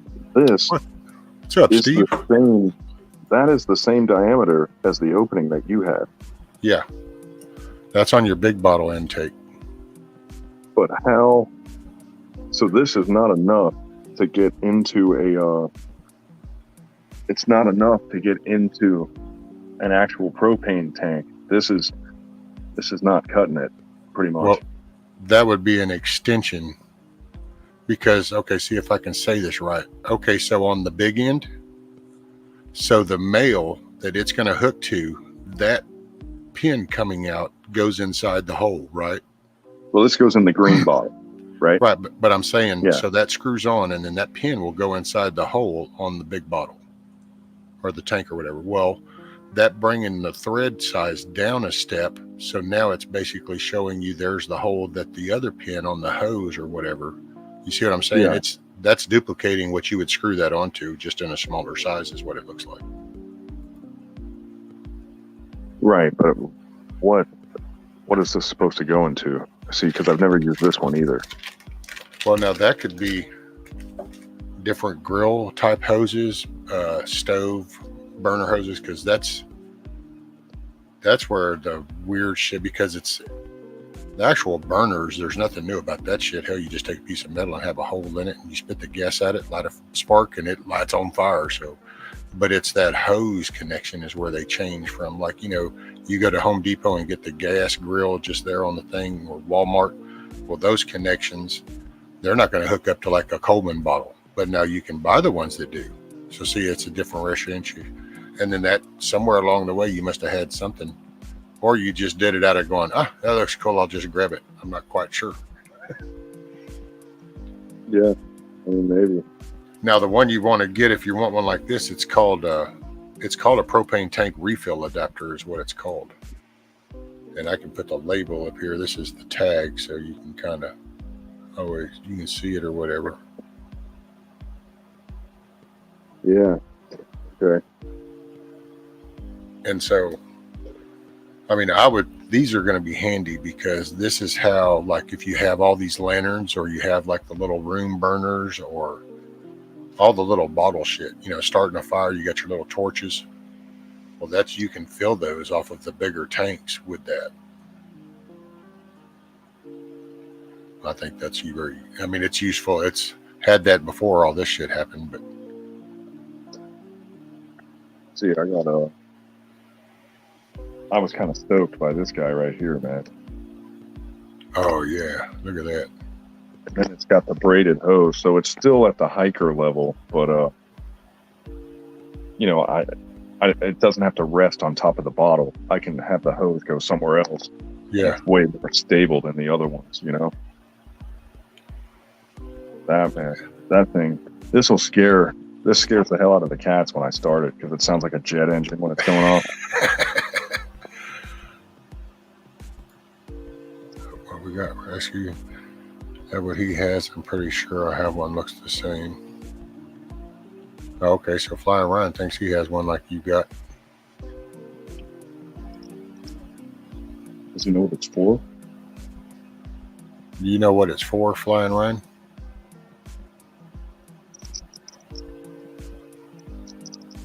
Because he can't remember. Yeah, I can't either. Oh, I think that's okay. Up above, he said that's to fill a 1 pound cylinder. I have one, looks the same. I think that's Okay. is that what? I think that's what he was talking about. I'm not sure because you showed yours, and I showed mine. I'm not sure which one. Well, the one side definitely goes into the 1 pound, the green bottle for sure, but I don't know. I wasn't sure what the other one went into. I'm sorry, I've so missed chat. Bushido's Shit, man. Flying Ron said, Bushido, that almost looked like a butane pencil torch for soldering. I think that might have been your little torch tip he was talking about. Oh yeah, that's what it's for. And then I'm sorry, Steve, aloha, brother. I think I said that. I'm not sure. Kind of in this gray area right now, but I feel fine, and it works for me. Grumpy said Bushido's going to cost me money as I go out and get that stuff from my toolbox. Yeah, dude, I got to run for now, man. My wife woke up, so I don't want to be talking, bothering her while she's drinking coffee and shit. There you go. You got to let her have her calm start of the day.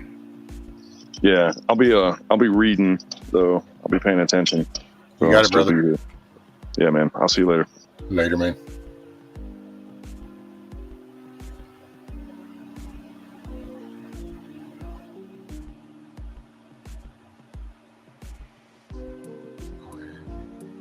Charge. Mrs. J, what'd she say? I'm in a town and can't do things like that, but I have bought solar panels and solar lights. Yeah, but I will say, Mrs. J, you get you can get little burners, and you could do it like on a porch. Because you can just hook up your little bottle and go up to a single burner, or you can get like the little single burner box ovens. So it's like a little metal box, but the propane will heat it like an oven, so you can kind of bake stuff. We've got a campfire version, so you can kind of make your bed of coals and then put your grate on there, put the bake box on it, and had that for decades though. I don't even know. I guess they still make them. Yeah, they make everything nowadays. It's just a matter of if it's worth anything.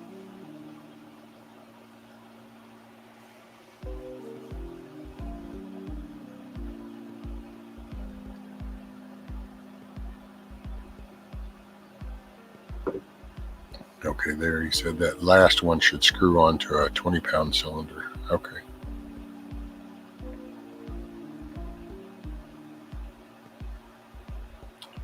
I have a courtyard out back and we plan to build a barbecue there. Okay, there you go.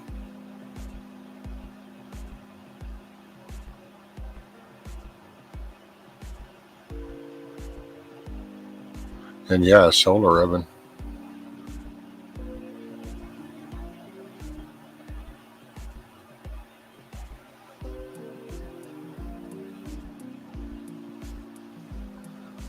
What's up, Auntie Jack? I'm sorry if I haven't said morning, Mrs. J. I just realized I probably didn't even say morning to you. Just morning to everybody.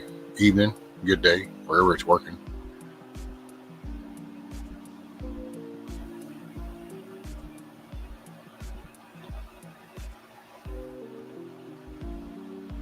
Well, that's true, Mrs. J. Is it real kind of cloudy over there, or overcast most of the time? Or?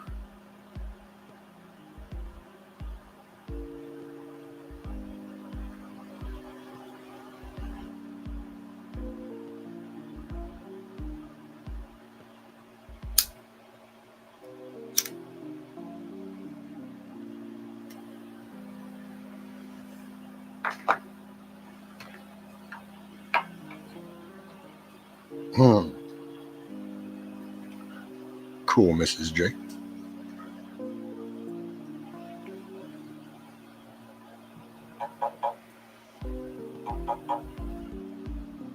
Weather is very unpredictable. Yes, ma'am.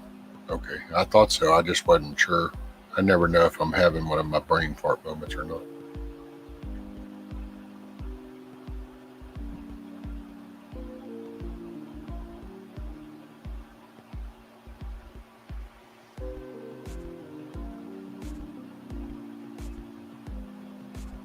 Hey, you know what, Bug Out? I wonder if that little pin, well, no, it shows where it goes. Because I was wondering if that.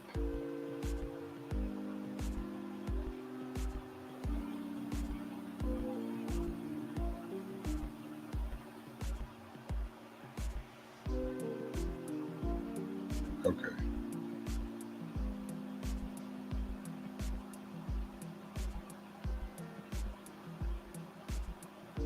And that's it, exactly. Yep.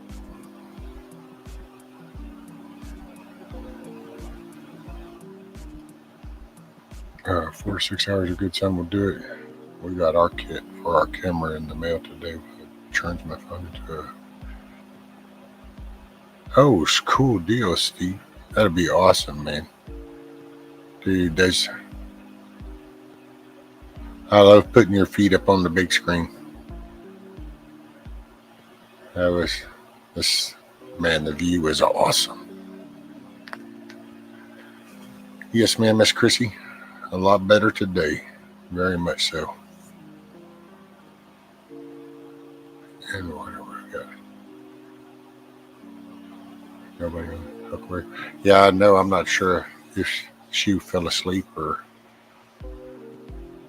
she's napping.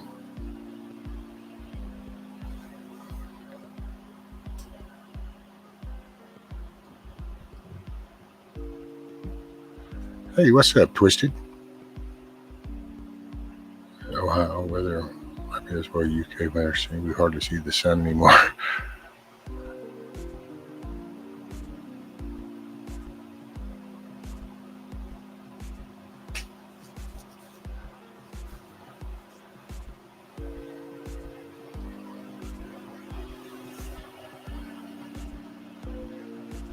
She be napping.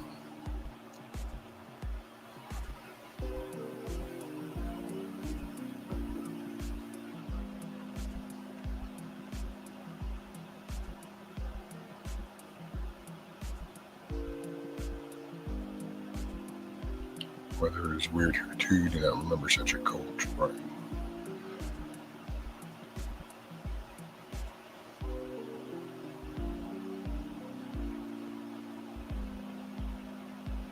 Sorry, rescue.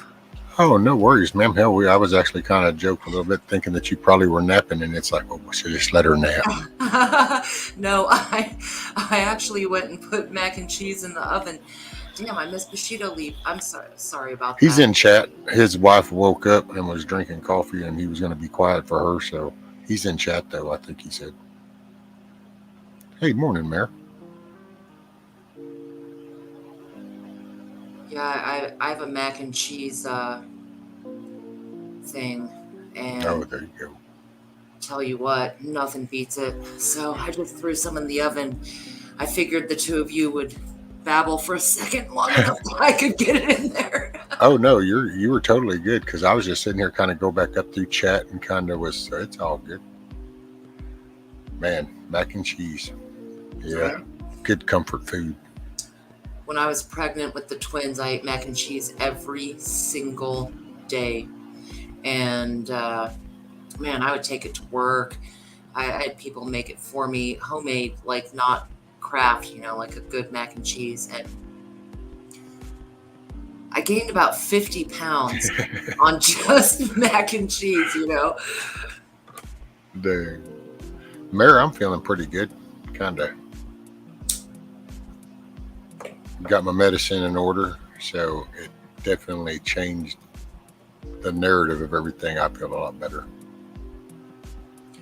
Oh, good. We talked about that yesterday a little bit. Man, whenever it's out's one thing, but to be out and then be out long enough to where basically your system burns off everything. See, that's where I was cresting yesterday. I was on the verge of fixing to start becoming a very disgruntled person, because oh man, it just I hate this shit. I hate to say it, because I'm not trying to offend nobody, and I know it kind of deflates from some people's severity of theirs, but I almost wish I was just paralyzed. Just get it over with. Oh, Just, right, like all or nothing, basically. At least then I can go ahead and move on. But this whole every move you make, it's like, oh, let me turn. Oh, okay, nope, yep, that felt. You feel everything, and it's like, just make that shit go away. Every step is like some little shits are just stabbing you in the back and down your legs. Mhm. I don't know. But I try not to dwell on it, because one thing I have realized over the decades is it doesn't matter how much you bitch about something, it doesn't change anything. Mhm. It's either boots on the ground or it's not. And so I'm kind of honest. I still got trust issues. I'm working on it though. I keep talk to myself, trying to justify going to some doctor or some shit. But Oh, right. We were talking about that too. Like I get it. I really do. I don't have a doctor, haven't gone to one in a long time, and I don't trust a single one of them. My reasons are different than yours, but the emotion is the same. So shit, man. Like I said yesterday, maybe you got to start somewhere, and maybe try with a new one, or someone that you find that checks certain boxes, and if they don't work out, move on. Like, well, just start building up a relationship, because there may come a time you don't have a choice. If something happened that was an emergency or something, that you don't have a choice, that you have to go, you want to know where's the best place, at least narrow it down a little bit. that's how I've been trying to convince myself, and I say convince myself, I've been make myself do that, kind of reach out and try to find, prying a little more. But because see, I was never been a doctor person. It's just not I just wasn't my thing. It's just kind of, you feel bad, you just kind of push through it, you'll feel better. And it's like getting a cold. Hell, I never got the flu hardly. But then I ate like all kinds of, I just grew up with regular homegrown food and stuff. And so I think my immune system is just, I think I have an awesome one, to be quite honest. But Right. They're practicing because they don't really know anything. They call it a practice. It's because they're just practicing. Well, see, and that's I've noticed that, I guess, which, like I said, doctors were never my thing. But when you'd go, you notice how you just became almost like vehicle maintenance. Oh, yeah. It's like they stopped actually talking to you, It was a checklist, just like a clipboard.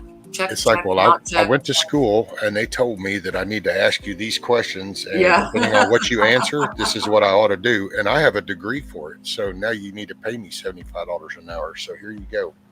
You know what I'm saying? It's crazy. And it's like, that was one thing. And I dealt with it, then I just kind of like, when I really had to go to the doctor, like I had 2 strokes. When I went to the stroke, you need to go to your doctor. After I come out of the emergency room, like, I don't have a doctor. Well, you need to find one, and you need to find a heart doctor. So I just then I would just go to one and go, well, hey, do you know how to do your job? Cool, do your job. This is what's wrong. What do I do? Cool, let's move on. But then this happened, and then you watch people become liars, and it's like, yeah, see, now you make me question everything, damn it. Mm-hmm. You should question everything, every last damn bit of it. I wonder, one way that I broke through trying to find certain info with doctors was patient groups, like people who have the same things going on as you have.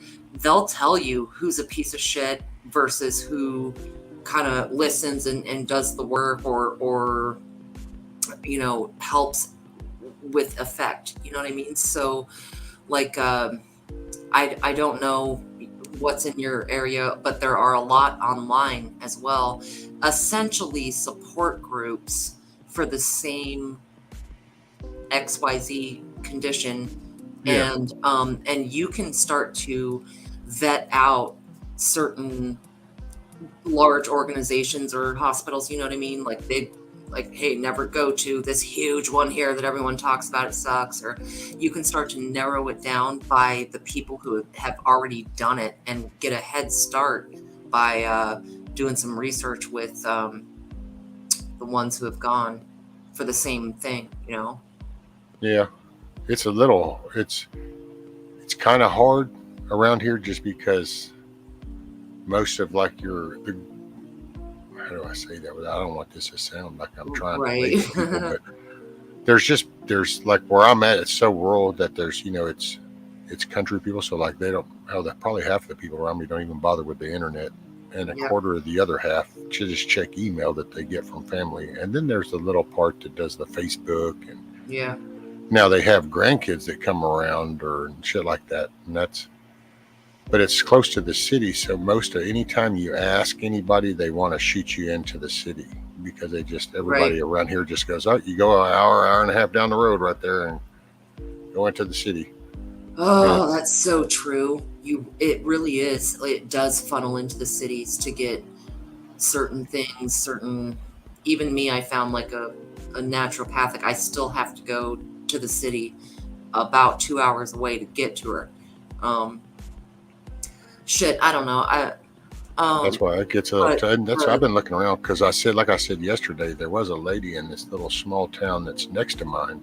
Right. And she was that black lady, I think it was Nigeria or something. She had I don't know, it was a cool accent is all I can say. It's just, I love the way that they articulate the words. Anyway, she was just so inquisitive, and that just meant world to me because it kind of like lets you know when somebody's really into their job. You can just see that, okay, you're really into doing your job and you're trying to do the best you can. And I can see that kind of like a passion.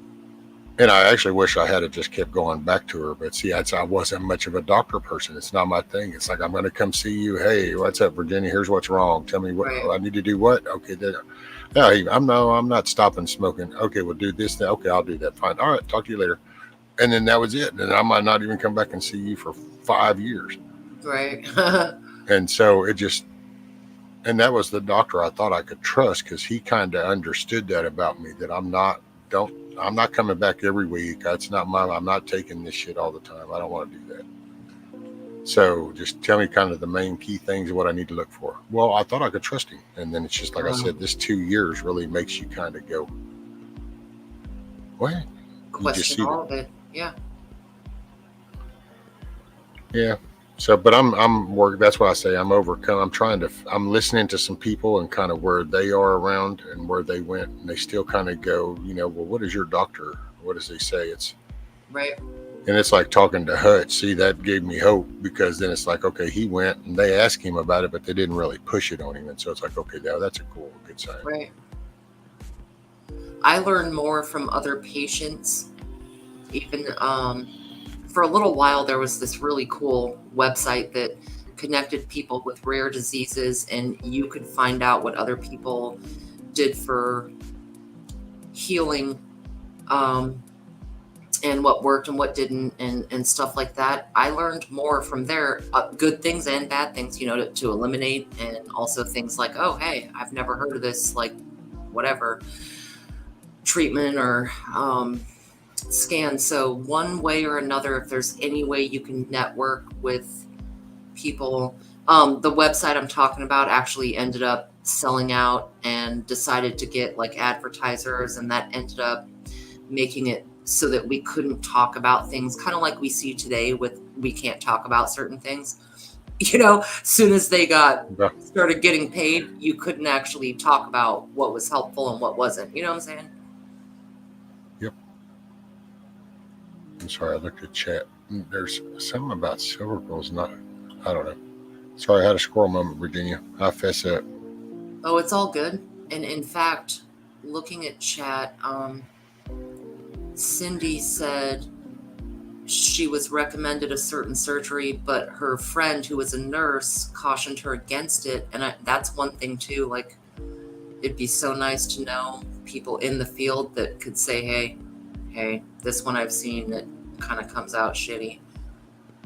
Oh yeah, I see. It's like right now, me and my wife were talking about that because when I had my cervical done, went down into Houston because it's a medical hub down in there. I'll just say that, you go into the medical center is what it's called, and it's got the whole UTMB, the college. It's got all the layers of shit. Anyway, I ended up on the floor, but it was for the cervical type stuff. But I met a guy in the waiting room who had back surgery, and it was so ironic because he had his whole lower back damn near replaced.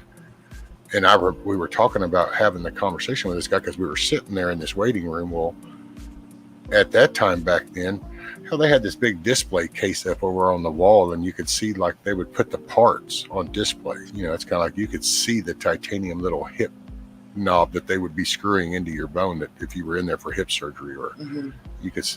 Well, we were talking, and I was like, "Oh man, back surgery. I bet that was rough." Well, hell, this dude's like, "Oh no, actually, after I come out of surgery." He said, I was as strong as I was when I was young then. I was actually better before I got hurt. And I was like, no shit. And he goes, oh yeah. Well, come to find out, that was kind of an isolated, that doctor on the floor above that did the back surgeries was his surgeon. And that dude doesn't do any of that anymore. Of course, that was 20 years ago. But it was that's one of those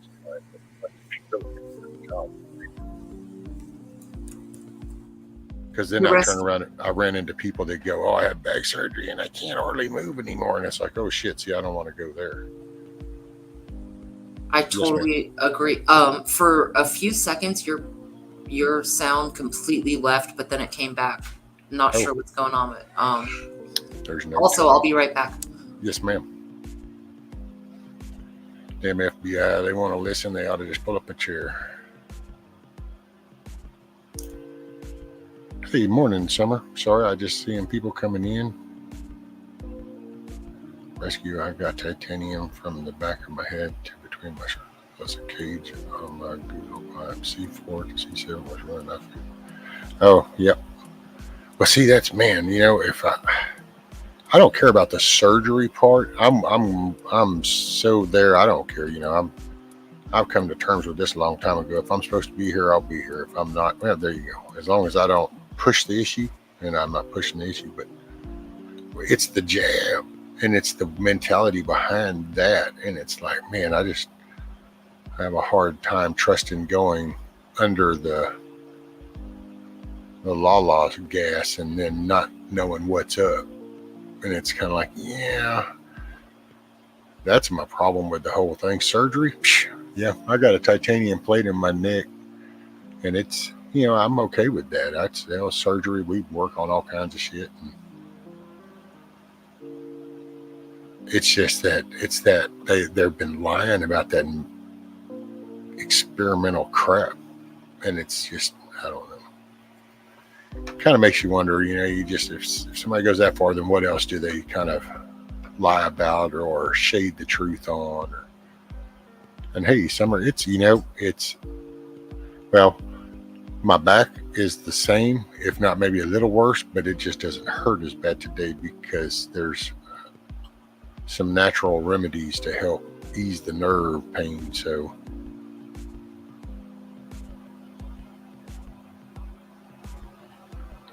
chiropractor doesn't know what I understand.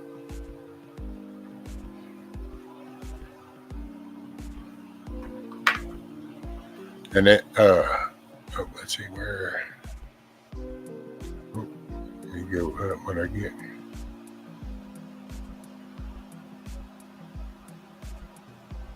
Oh yeah, I see the one comment, Cindy, that you were giving Chrissy about the pain and stuff, and yeah, it gets very unbearable, and I've had those days when it was like, oh, I just don't want to be here.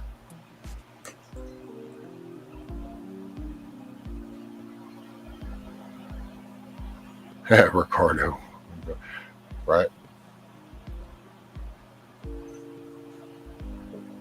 And then Summer said, I've heard they got authorized to give the vax to people who are, yes, who knows? It authorized. What's authorized? They've been lying about everything else. So it's like, you know, they throw that word around, you know, authorization for this, like they act like they're really following the rules. They're not following the rules. They just want that shit to sound good on a soundbite.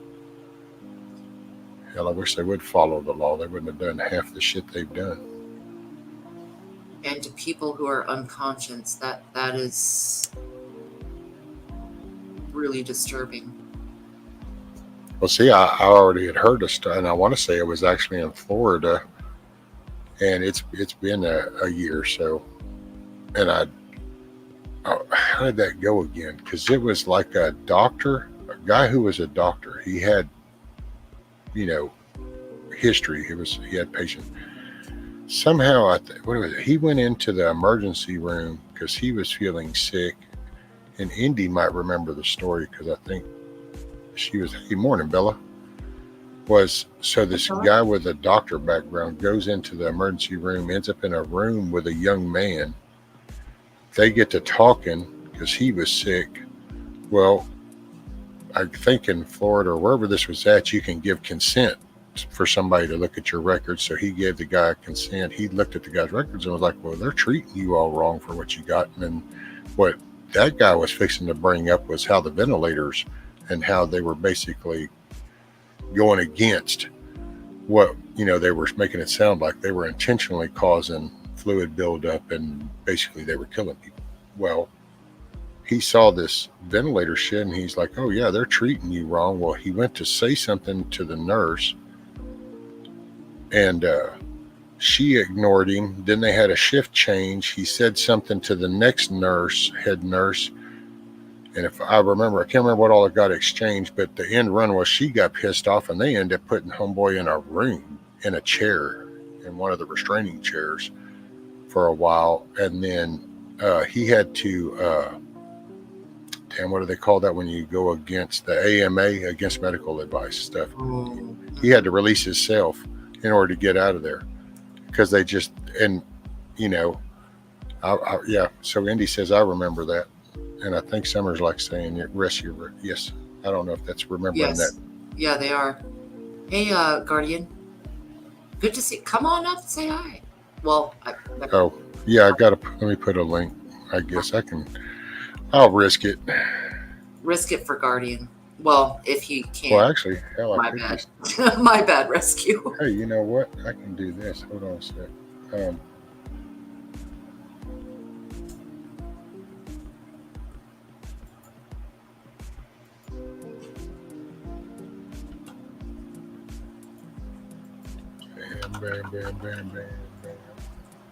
And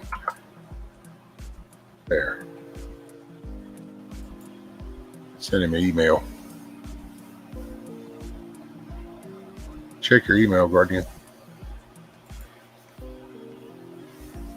Yeah, and I kind of just, and normally I'm not going to be doing this every night. I just did it tonight because I wanted to chill after I felt so shitty yesterday. So I just didn't really want to combat the whole, oh man. So I just that's why I didn't post anything so far. Oh, you do your thing. It's all good. A nice slow pace. Hey, Tony. Man, you know what? If they would give me the option to do my thing, it's like right now, tonight was the kind of night I would have probably just put 2 or 3 movies on and just sat here and chatted away while we just watch a movie or listen to some music. Man, it's kind of like going and when you work out. You got you, brother. When you go work out, you're kind of like, yeah, but at some point you kind of want to just kind of kick back after a hard day of work. Well, that's you feel like shit for a couple of days and it just kind of peaks to the point. It's like, okay, just have a hot tub moment. Hey, Guardian. What's up, buddy? Hey, good to see you guys. Thanks for having me up. How are you in the hot tub moment. Right. I'm good. Work's going all right. I'm always pushing through, It's a very interesting field that I'm in. And sometimes it can be a bit daunting, but all's good. And family's doing well, which is the most important part. And everything's going well. Having a good week. Hell yeah. Cool deal. Hey, morning, Ridge Runner. What's up, brother? So what's new on the home front? Sorry, I'm not very chatty. Topics elude me. I'm just in chill mode. So you gotta. That's fine. I've always got some random topics to speak about. You know that, rescue. Lay it on me, brother. Lay it on me. So the floor is yours, sir. You might find this quite interesting. I bring it up extreme rare situations, but I'll explain just a little bit of a gist of what I do. on technology-wise. So we work with some of the larger corporations, different verticals, such as large mining, agriculture, industrial, logistics, pretty much anything regarding where people have a tendency to potentially get hurt on the job. And what we're able to do is we're able to see before incidents happen via algorithms, advanced algorithms that essentially monitor your current alertness and fatigue state. And because of that, we're able to reduce the incidence of the workforce in large companies and large verticals. And we're able to save lives via technology because of being able to do so. So it's pretty interesting. Huh. Indeed.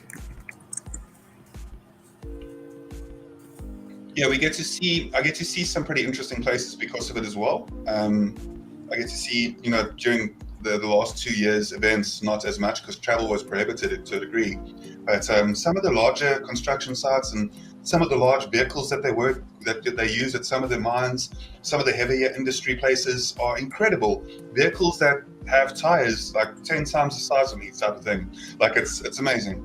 Oh, those are a trip, aren't they? It's like you walk up beside the tire and you're not even at the center of the axle, much less halfway through the tire. Exactly. It's exciting, yeah.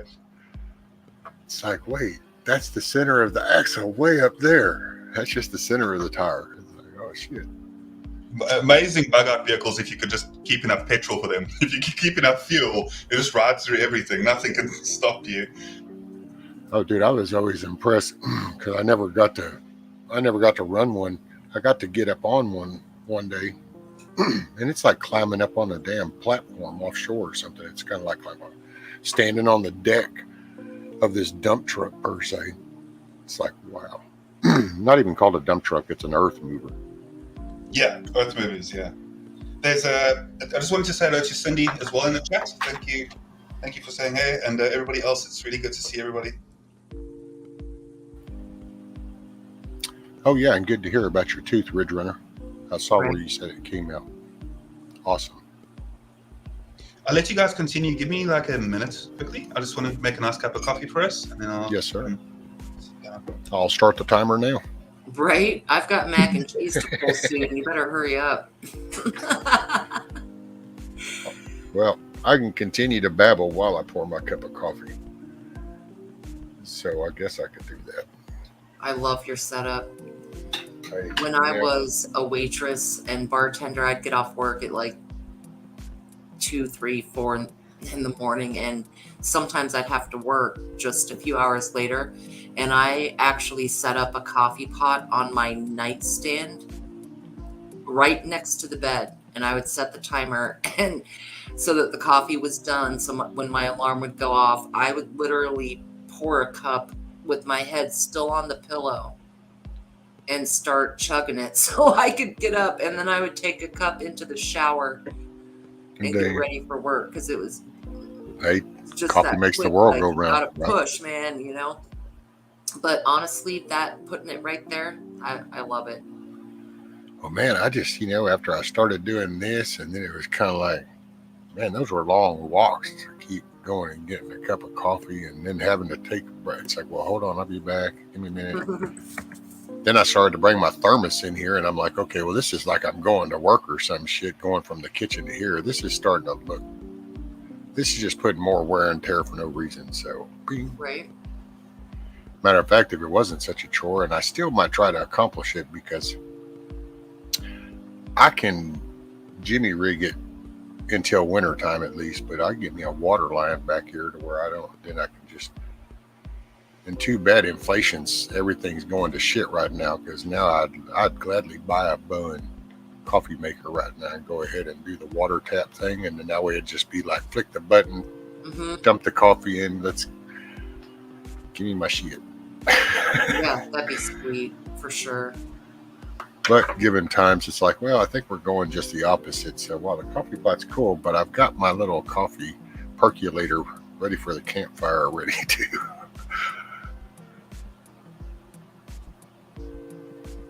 Yeah, Debs, coffee puts some people to sleep, right? I know people that'll have coffee and just go right to bed. Oh, that's me. when under normal conditions, me and my wife would laying in bed watching a movie or something, and I'd have a cup of coffee right there on the nightstand, you know, be drinking and go to sleep. It's not really a waker upper for me, as in it's just, hell, in all honesty, I guess doing one of those bear conversations, my body just wants the damn caffeine. Right. Well, facts. Mentally, I think it's just because, I don't know, it's the habit. It's like smoking. There is and I believe anyway, there's a slight addiction for the nicotine but it's also in food. So it might be like a naturally induced addiction by foods because it's a byproduct of food. But it's the mental habit of hand to mouth, and it's what you're doing, thinking. We get joke about the sex after eating, so that's a mental trigger. Yeah, it's both stimulating. Yeah. And coffee, I think for me, it's the same way. Right. Yeah, coffee is a big one about that too. And I think like the cigarette thing, one of the hardest parts as well is because I enjoy spicy food. And a lot of people, you know, when they eat spicy food, you always get you get used to having like lighting up a cigarette afterwards. And that was the hardest part. And I actually had to, like, when I stopped, I quit spicy food for about a month because of that. So, and it is that hand to mouth, kind of getting a new habit to that. But I think that you can overcome that by like just a bit of exercise on a daily basis, just getting out there, and when you do feel like having a bit of a cigarette, just having, you know, a bit of exercise instead. It's finding something to do. Like I know a lot of people, they go to doing toothpicks, they do peppermints, chew on some gum. You know, it's because you got to occupy. That's what they do. Somebody's got to, you just find idle mind, idle hands. How does that go? It's something about idle hands, wild mind, or some kind. I don't know. Forgot how that little saying goes. Well, your idle hands also get you into trouble, though. It's like a thing about being a thief and stuff. Like if you take what's not yours, you know, idle hands. Yeah, sticky fingers. Yeah. Yeah, I think whenever way back there it'd be the 5-finger discount. I remember that term too. Yeah, I think it's, you know, specifically when people are younger, you tend to go through like a little phase, so to speak. Not that it's a good thing, because sometimes that can end up, you know, ruining the rest of your life if you just end up in the wrong place at the wrong time, type of thing, you know. Yeah. Well, and you can, you know, saying it like that, you can kind of watch as it, like, I'm sure right before me, there was even a younger age, but like in mine, you know, you would hear about the gum piece out the store on the shelf, and, you know, you get caught as a kid, then have to be kind of like, I'm sorry, and I know it's wrong kind of thing. But then now it's like as the decades go by, the age gets older and older and older, and so now you just got grown people just going in there taking shit. And it's like, yeah, there's something wrong with the way we went. We went in the wrong direction with that. Did you see what Immer said? Huckleberry? You said it perfectly there. And there it is. That's the saying I was thinking of. The idle mind is the devil's playground. I knew the word idle was in there somewhere. Dude, I'm just happy. It's one of my nights. It's all good. My medicine. It's good to see everybody in chat, by the way. Song of the South, good to see you always. And it's good to see that Hoot's here. Hey, by the way, Hoot. And I see that we've also got Bug Bushido in chat. I think he was on yesterday when I popped in just for a moment, and then I had to do something else. So I didn't even want to chat, but I was just overhearing, always having interesting conversations and stuff. Yeah, and he was up a while ago, and then he got down in chat because his wife woke up, so that way he wouldn't be talking, kind of disturbing her. So. Yeah, no, I get that. I do understand that.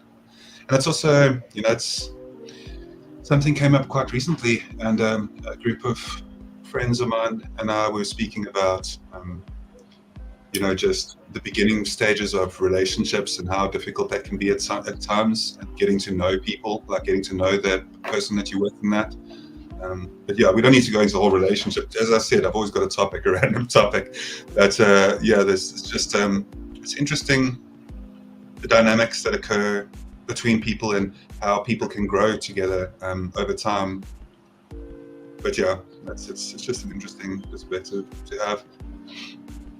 Oh, most definitely. And you see the change in the way that it happens now. See, that's the message that gets sent out, which I don't know. And there's the area difference over here. So much of the, I don't know, I guess to generalize it, so much of the crap that gets put out is basically even anti-marriage kind of thing. It's like you're almost encouraged not to commit.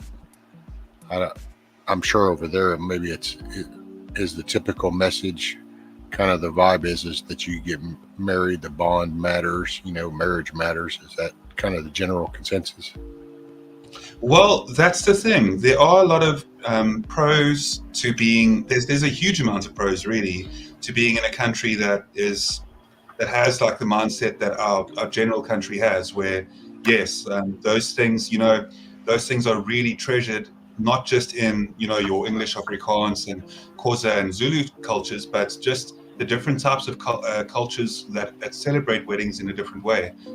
We have some of the traditional isiXhosa weddings that like their culture and the weddings and the outfits that they wear as well, and the way that they have so many traditions. So it's a sacred ceremony, not just within the Western world as well, or the Eastern world really, but there's so much African culture that comes through when they have weddings, and it's beautiful, and the singing and the all the colors everywhere, and just the celebration of happiness and unity, and it's celebrated differently throughout the different, as you might know, we have 11 official languages in the country, so marriage is celebrated through the traditional cultures quite strongly, and it's a beautiful thing to be a part of. And I've fortunately been invited to 2 African weddings before, and it's been extremely interesting and enjoyable experiences. So yeah, I just always think that there's a lot to it.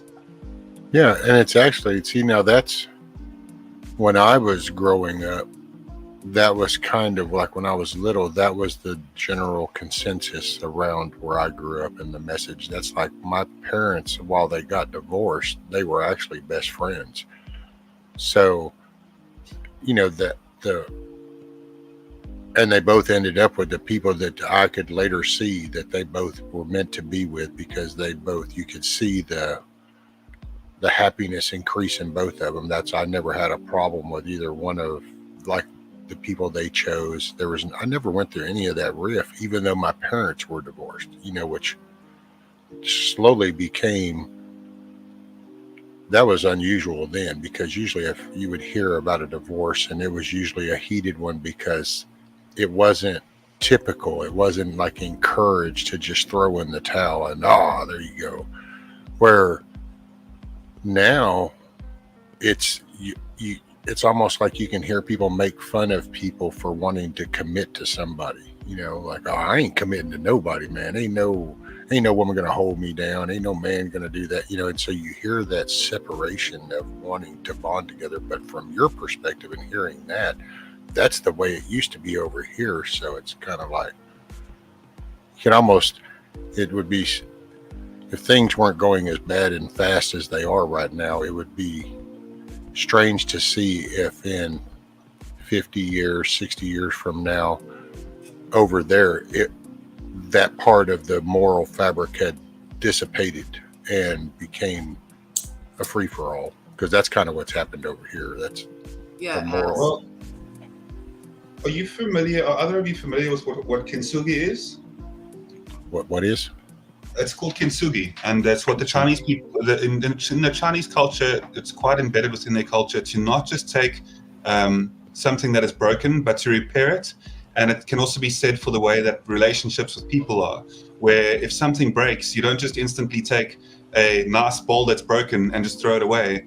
You actually repair it, and it can bring you additional luck, is what the belief is. And it can also just provide a lot more beauty to something, because it was once shattered and it's been able to be repaired. And the restoration within people as well is also something that there's a close analogy linked to that as well, where it comes down to like realizing that there's hope in sometimes the dark times, So I know it seems like such a long-winded way to mention such a an important principle within the culture as well. But the Chinese culture of kintsugi is something that people should really look into, and it comes down to the modern trend of having relationships, and if something's going wrong, just throw the relationship away. Just block the person out of your life. Just go forward and pretend that person never existed, instead of sometimes, like, you know, taking the time to figure out what it is that went wrong in the first place. How you can. Now, there are times, however, where I do recommend that a person does walk away if there's any violence within a relationship. If you're in an abusive or any violent relationship, GTFO. That's not. I'll never be an advocate for people having to stick through it if they feel uncomfortable in that way. You understand what I'm saying? But, well, yeah, you should never even come to that level, to be honest. You know, yes, what I mean? Yes, exactly. If you're a true relationship would never even venture on that path. Walk out the door and just if a relationship's heading, and you know that it's heading for that way, I'm sorry to say, as much as I hold sanctity on the idea of, you know, relationships and commitment, there is no way that people should ever be in a relationship where there's abuse, and I do feel for people that are within that at the moment, and it's easy for me to say because, you know, my relationship is very, we get along like a house on fire. We always like have a lot to chat about, and I'm very happy. But I know that that's not always the case for everybody. So my heart does go out to the people that do suffer through that type of violence, and it's not pretty. So there are people that do care out there for people that are in those situations. Oh yeah, most definitely. But see, that's where it's kind of, I don't want this to sound bad, but it's listening to you talk is almost like listening to history talk over here, because it's like, yeah, you know, it used to be that way over here. Yeah, because it's just, and it sounds weird, and I'm not trying to take away, but because it just, over here, see, you abuse of relationships just get thrown in their own little category, and it's almost like desensitized to it. So it's just, and it just becomes something that gets talked about almost like, you know, oh, the leaves are falling, you know, it's fall. And it's kind of like, wow, how desensitized, because that's what leads to those relationships. Somehow you shouldn't even be, if you can't see your world blending with another world to become one together, well, then it's not a relationship. So it's, you know, you got to, the core of this is that foundation connection. And if you're not having that connection with that person, and if you truly have that connection, then there's going to be an adaptability and a changing and molding together. But this whole, man, I've never understood relationships where either partner, male, female, it doesn't matter which side of the coin it's on, but man, the minute it gets some kind of hands-on shit, or even getting to the point to where, because, you know, it's like we justify getting in your spouse's face. I've heard, you know, and there's no excuse for that. I mean, a relationship should not really go there. If it's reached that level, then you've ignored several layers before, because the minute that emotion got sparked, there should have been a discussion. There should have been some solution offered up then, or an acknowledgement of the problem. So that's, but it's not encouraged. I think something that Ridge Runner just brought up for a moment, and I'll bring up my cam here just for a second for you as well when I answer this question. So the way that I really feel about it, and I'll read out the question real quick that you posed. I agree with trying to repair a relationship. What if you aren't given the chance to repair it? My now ex-girlfriend sent me on Messenger. She was going back to her ex. Now, the thing is, in that circumstance as well, what I really believe, and I really do believe this, is that if that happened in your situation as well, and if that was the scenario, then in all likelihood, her heart was never really away from that person in the previous relationship anyway, and you deserve somebody whose heart will be completely with you, and you're actually better for it having that situation occur, because now you can go forward to a clean slate, to a relationship where you're going to feel as though you're actually wanted and that person has their all to give you, rather than that relationship happening. So maybe it does suck. It's a horrible thing because you've now already committed some of yourself to that person. So it's easy for me to say, oh, well, wipe it clean, whatever. It's not that easy, I know. But what I'm saying is that for yourself, in hindsight, in retrospect, the bigger picture would be that all people deserve somebody that will really, really love them for exactly where they're at. and not have their heart still connected to someone else. The best thing that you can do, which sounds strange, is forgive that person for not knowing what they truly wanted getting into a relationship with you, and rather just understand that, like, if you're actually the type of person that cares enough to that you're still carrying a bit of that usually means that itself, that spirit that you have within that relationship that you have now, is still able to be strong enough that it usually means that you have a big heart. It usually means that your heart was quite involved within that relationship, and that's why it does affect you to that degree, and that someone else is deserving of that big heart of yours that's going to be able to reciprocate it correctly. I know that it's beating around the mulberry bush and everything like that, but all I'm truly trying to say by it is, as harsh as it is, sometimes we need to just like suck it up, buttercup. Yeah, but I do understand that it's harsh, but I definitely believe that you truly deserve better. That's what I'm saying. You deserve better, 100%. The way you just put that, Guardian, should have been like, need to be clipped out and then put into like its own little, because that was like nailed on point. It just, I couldn't even imagine it better than that. I was like sitting here as you were saying, I'm going, man, that is like, because that's it. I mean, the thing is, look here, in every single way, I never, and I really mean this, right? I want everybody to always view me as less than them for a particular reason. And it sounds strange. I'm never somebody that's trying to be on a soapbox or something. I'm truly trying to help from the deepest. And I know that that's not what you're saying, Rescue, but I'm saying that this is extremely important. You're an equal. I do hear you. But the reason why I'm saying so is because if I'm going to truly learn from you and view you as somebody that I can learn from, I need to view you as just a little bit. You know what I mean? Like just, and if you view everybody like that, I will.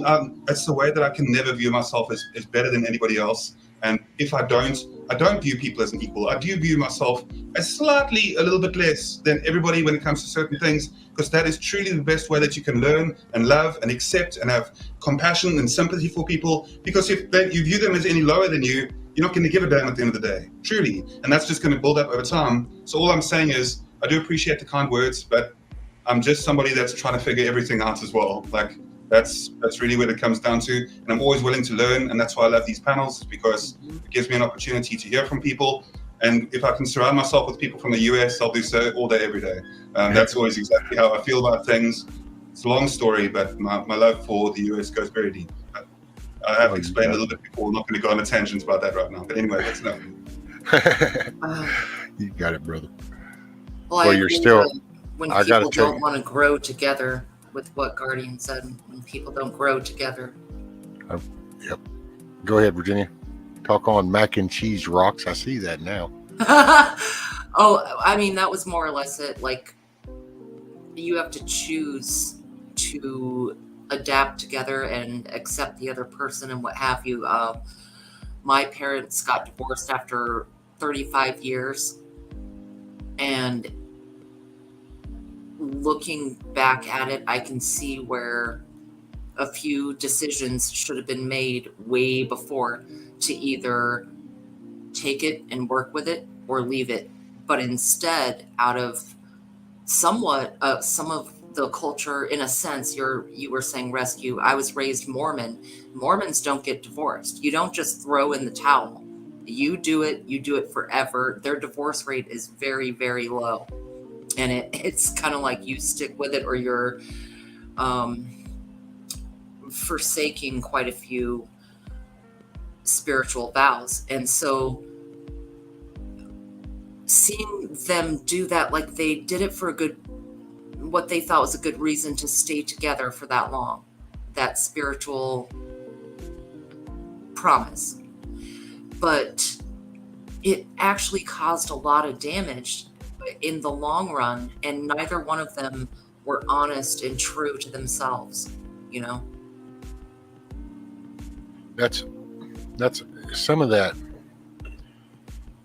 I get the drive under, the faith, religion, people following a way like that. But seeing, for me, to be honest, while I talk about, I believe in God and Jesus, and that's my faith, but And I believe in following, the under that. But what actually is my main thing is it's in the character part, and it's being who you are. And it's like, do you really want to be with this person? And then who are you, and are you happy with who you are? Because that's where I think personally, where I know I look back and at all the different shit over the decades, what I've noticed that until I've been happy with me, I really wasn't happy.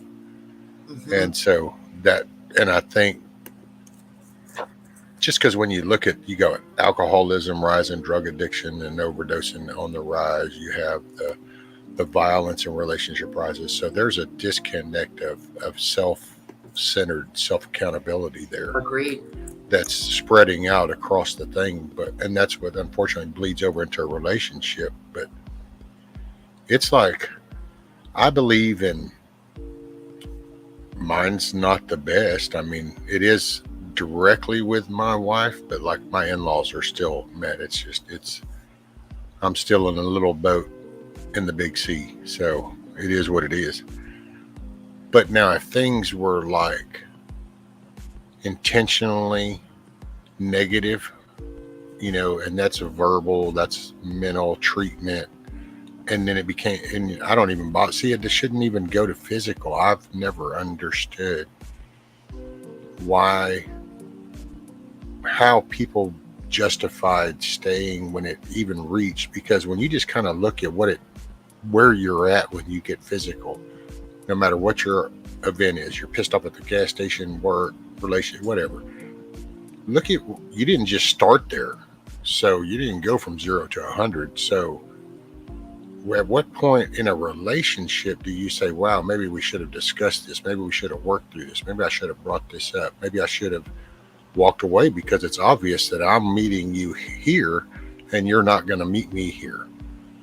And that's the sad part is sometimes, because we don't control other people, you don't get no say in anybody else. So, and you only know about somebody what they're willing to show you and tell you. And that can vary given the situation. So once again, as you enter in a relationship, that can change, and then they can become somebody that you're now not attracted to, or maybe they don't really mean what they said. As it gets so dumbed down to that, but that's where it ought to stop. But it never does. Do you think people change over time, or do you think? Oh yeah, one way or another. Different expectations and then end up getting disappointed.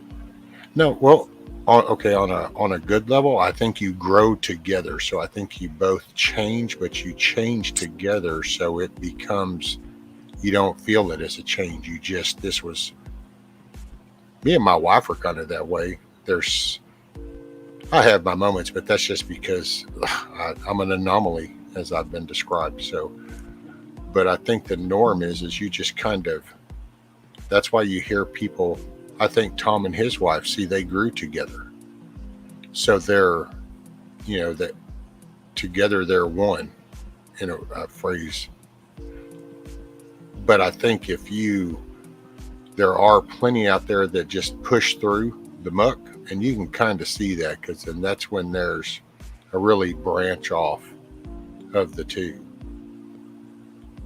And then you have just the dominant, somebody's getting dominant over somebody else, and they're not happy, and one is content with being the dominant bully or something. Rather, that's the belly scratching male guy that beats the shit out of his wife, or the woman that cheats on her husband. I mean, it's kind of like an ebb and flow. I think some people need that balance of personalities, but I think sometimes it turns into a maladaptive feeding each other's sicknesses, Well, I mean, it's like, and I'm not trying to take away from any woman going through a violent thing, but just because and once again, that becomes the norm. We let the social headline, the only thing that really talk about is if a man beats on a woman. Well, how about we address how we got to the beating part?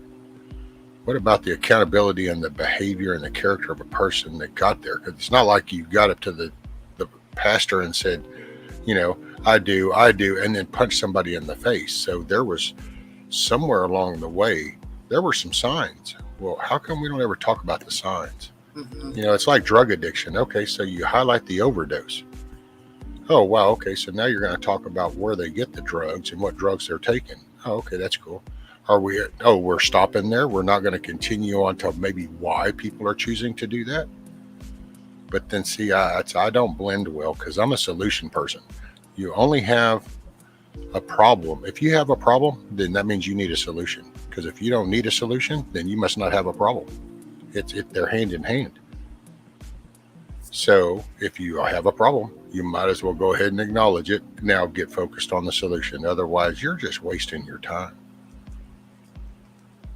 Sorry, I know that sounded kind of probably blunt. And I'm sorry. No, not at all. I have a moment. I'm probably fixing to have to take a couple minutes. I'm going to walk my wife to the door. I think she's about fixing to go to work. See, God, that's the most mental challenge. You have no idea, but then I don't know. I'd like to think that most people here get it, but I don't know. That's just such a hard pill to swallow. And I'm not being some chauvinistic dude or whatever. I should be going to work, and my wife worked before, but then that's irrelevant. That's her call, whatever. But I should be going, not just my wife. So that's where the problem lies. Do you stress about that a lot? Oh, it totally drives me nuts every day if I go to town with her. I hate it if she doesn't get gas before I go into town with her, because then if she stops to get gas, it's like this just does not feel right. I'm sitting in the vehicle while my wife gets out, walks around and puts gas in the car. And females can get mad about that. I don't, it's whatever. This is me. This is it. I don't mean nothing by it disrespectful. It's totally, I don't know. It is what it is. Just drives me nuts. You know, walking up to a door. It's ironic because nowadays my wife holds the effing door open for me, and it's just not supposed to be that way. It never was in my world for the last almost 6 decades, so I don't know why it is now, and it just pisses me off. It's either understandable or it's not. It is what it is. Yeah, I think, it's such a difficult topic to discuss as well. And what I will say is that most, none of that actually. Every single argument and debate takes 2 people. Nobody's debating or arguing with themselves, right? Nobody's fighting with themselves. It's always like in the spouse and the couple and that type of thing is when you'll always find like an argument. And look, my grandfather who raised me, who I have the utmost respect for out of any human being on the face of the planet, he was one hell of a man when it comes to the way he was with his ethic about how he lived, like his routine, his discipline, those type of things. Extremely extraordinary of an example for me as a young kid. I didn't have much parenting. I had a mom that is, long story, my grandfather was a man role model. He taught me that no matter what, I can always run away. I can always, if I can't walk away, I run away. I can literally run away. I can choose to never see that person again instead of ever entering a situation where I was physical, confrontational with somebody. Now, other people raise some good points in chat though, where it's like, and that's why I say it takes 2 people to have an argument, because it's like sometimes you'll be angry in a relationship and then your emotions, because you love that person or because there's so much emotional strength there, you can't hate something if you don't love it. You can't have extreme amounts of anger or angst towards somebody if you don't just want to help, if you don't help them see your point of view. But the answer should never ever be violence. You should always be able to, as I say, walk or run away, do everything you can. If the person is throwing your stuff away, it's material objects, it doesn't matter. As soon as you lay a hand on your partner, and I'm not only speaking from a man to woman, there are men that get abused as well. And I know that we make fun. Go for it. You can do that. Yeah. You want to walk? Yeah. Just let me walk her to the door. Thanks, brother. Yeah. Perfect, man. So what I'm trying to say, you're good. Thank you, Bear. I just wanted to say it's so what it comes down to at the end of the day, and to sum up everything that I'm mentioning, is that my grandfather taught me to always walk away or run away regardless, but there are situations where men also get abused, and in every relationship it takes 2 people to decide to not argue and to rather have a civil debate. As soon as one person raises their voice, it encourages the other one to do so, and then you end up, throwing like words at each other and saying things that you can never take back. Because once you've said something, I mean, live stream even more so, but once you've said something, you can't remove it. And certain things somebody can harbor and hold on to, even if you don't want them to. You can say sorry 100 times, it doesn't fix it. As soon as you've said something and it's out there, it's over. So it's like, how do you make sure that in every way possible that you're always going to avoid any violence? And that is where I'm saying walk or run away regardless. But realistically, people should be more willing to listen. I understand the frustration that occurs sometimes, and you just want to you just don't understand what else to do. But that's where you walk or run away. I'm just saying, like, in every situation, you usually have, if you don't have the options to do so, like if you can't walk or run away, either physical disability or something like that, you should plan to organize with family that they come and all in a non-violent, peaceful way, come and take you out of the situation and end that relationship right there, because nobody deserves to be in a violent relationship on either sides. I'm saying that men and women are both guilty for this at times, and people just need to be much more gentle with each other and have compassion and sympathy, because if you start being violent towards each other, then there's no more respect. And how the hell are you going to love somebody if you don't respect them? Polar Bears Rescue is out of the room. We'll see in a minute. Swamp Ass, good to see you.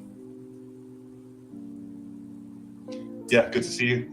2 hearts, 2 minds, and 2 bodies is what Tennessee says. Well, what do you think is more important, that 2 people become one, or they maintain their autonomy and are able to work off of each other? I think it depends on the personality types that are in that relationship, because there's never really a right shoe size for that type of scenario. I think that certain people do better being codependent because of their personality types. But what I've always found works for myself extremely well is that I'm with somebody that is extremely independent. I'm not needed. And I know that. I'm not needed at all, but I'm wanted. And that's what is so much better, is like that she could be completely fine without me. And I know that. And that's what I like, is knowing that even in a prepper mindset, is that she is strong enough mentally and physically. She's really quick in certain other capabilities and skill sets and that. But she's quick enough to be able to be fine without me. And you know what I mean? So we are independent going together through life. And I think that that's my dynamic. But there are people that I do feel are way more like, look, my wife is not a huggy type of person. She's not somebody that's going to be too, too huggy or too kissy, whatever. We do fine in other respects. If you're thinking about that, we're perfectly good. But I'm saying when it comes to like just that physical type of attention and that type of thing, and she's more of a strong, independent type of person, she's not, and that's what just works for us, is what I'm saying. So it varies from person to person and from relationship to relationship. Okay, thanks, brother. I'm back. Sorry, took a little longer than planned. Okay. Mm-hmm. What are your thoughts on it, Rescue? What is your opinion on relationships and couples? Do you also believe, like, I think VA, you can raise the question a little bit more efficiently than I can, more eloquently, really. Okay, go ahead, VA. Ask Rescue the question. It's basically, do couples? I'll try my best at it. Actually, it'd sound better in your voice, VA. Go for it. Well, do you think it's more important that people sort of merge into one and ride along the same trains of thought and ways, or do you think that for couples to survive, you have a sort of a dichotomous set of people who can balance together and make it a rich experience? I guess I don't. So, like, what do you mean by the second part? You need to be opposites, because then if you have 2 hotheads, that is not going to work. So you have maybe a hothead and then someone that can always help you and bring you down, versus some people need to be kind of the same. They almost start looking the same. Everything they do is the same. Their pinky comes out when they sip their coffee, and they share parts of the paper and don't even talk. And no, you know what I mean? Where, Oh, yeah. where they start to actually look like the same person. Can you email? Oh, hey, Save Polar Bear. What's up, brother? Yeah, if you don't mind, if you can shoot me an email real quick, then I'll send you the link, brother. And it's real easy. It's Brian, BRIAN.rescue@gmail.com. It's in the about me too. I got it there. So wow, that's a trip, because I was processing that as you were talking, and I'm like, okay. So now this is now for me, so please forgive me, because this is just my perspective. So I guess what got me was, I wouldn't, it shouldn't, for me, you're going to find the person naturally. So rather it's you're fishing, and I can come from a guy's perspective, but put this in a female's perspective or whatever, but it's put a dot between the Brian and the rescues, Polar Bear. Brian dot rescue. And then yes, sir. Brother, so a guy, you're fishing, a girl comes up, she's got a fishing pole, you all are fishing, you're talking, you decide to go have lunch, and then you decide to go to a movie, and then you decide to go fishing again, and it just starts to progress. Well, as you're doing that, you're gonna, I think, and I see this now with my son sometimes, is there's like a 0 to 60 step in there somewhere that the blending's not really happening, and then it starts to kick in later, but then it's kind of like, well, if it's not going to work, well then, and so then there's a hard feeling. But it's like you start to intersect. Okay, with my wife, hell, I'll just go there. Hell, you can't get more direct, and I don't care. Shared everything else with y'all. So I literally had hurt my back at work and was going to therapy every day of the week, and then got down to 3 days a week. And it was so funny, because when I started getting up and moving, because I had hurt my back then and couldn't walk around, took a little while, got up. Well, cooking was about, okay, I can stay stationary and I can cook, so let me do something. So I started cooking stuff, and my mom would have cookbooks. And actually, I still, to this day, my prized trophy of all time that I brag about is I made an apple pie, and I literally made it just like the picture, the crust and all. I literally made it a point to indent right where all the indents in the pictures and the crust were. I did the woven thing. I did the whole shebang. And to this day, that's my prize trophy. But I used to just bake dishes. Well, then I'm one person, and it was just, then my mom would come and go, because she worked off. And then when she goes on her week off, she would come up here. And, but it was just mainly me. And so I would take all this food to therapy then, and I'd be like, here, do y'all want to eat any of this? Here's, I made this. Well, one evening she just called to go, hey, just wanted to see how you were doing. Well, see, you had this friendship that kind of had already developed, and then it just kind of became, and you're talking and you're starting to share how your day goes. And that's either going to start to merge, or you're going to be like, I don't know, dude, sounds like you waste a lot of your time, or it sounds like if you start thinking negative things right out the gate, then that's a kind of a clue that I wouldn't proceed. Right. But people, there's also this little drive that it's like, I don't want, well, I know for me, there was a point when, even when we went through some of our rocky times, I didn't give up, because I didn't want to walk away like I had felt at the time, like my dad did.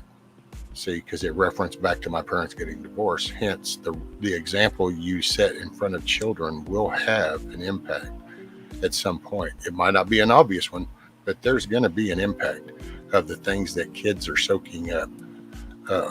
And that was one of for me, and it took me a long time to recognize that. But I refused to give up at the beginning of our relationship because I wasn't going to do like my dad and walk away. So it's not for everybody. I get it. I mean, it should never reach to where we got some, because there were some rocky times, but the in-laws were the main instigators. And so see, you got to fight through. Like hers, most people, that relationship wouldn't have worked. Right. To be honest, most people, that, because the in-laws versus I had no in-laws to counter. So it's like there wasn't much negative on my side. All the negative was kind of coming a one-sided thing. So it was real easy to think about walking away, and but the whole I'm pregnant changed the perspective for me at all. I mean, that was the dynamic. It's, to being totally honest, I had at times even told myself, going, I've been locked up with 2,500 people. If I can do time that, I can do this. This is just one person. I got kids. I need to do the right thing.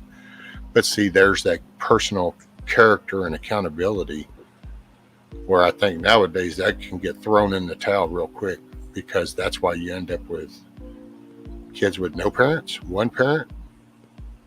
They're so discardable. We talk about abortions just like it's taking an aspirin or something. And it's like, are we ever going to address how that comes to be?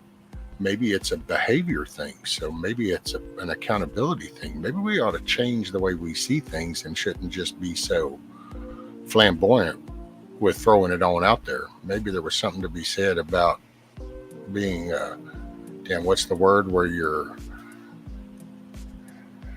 I don't know, where you don't knock boots. I forgot what it is. But it just, not chastise. Oh, chastity? Chastity. There we go. Thank you. I knew there was a word in there somewhere. Mm-hmm.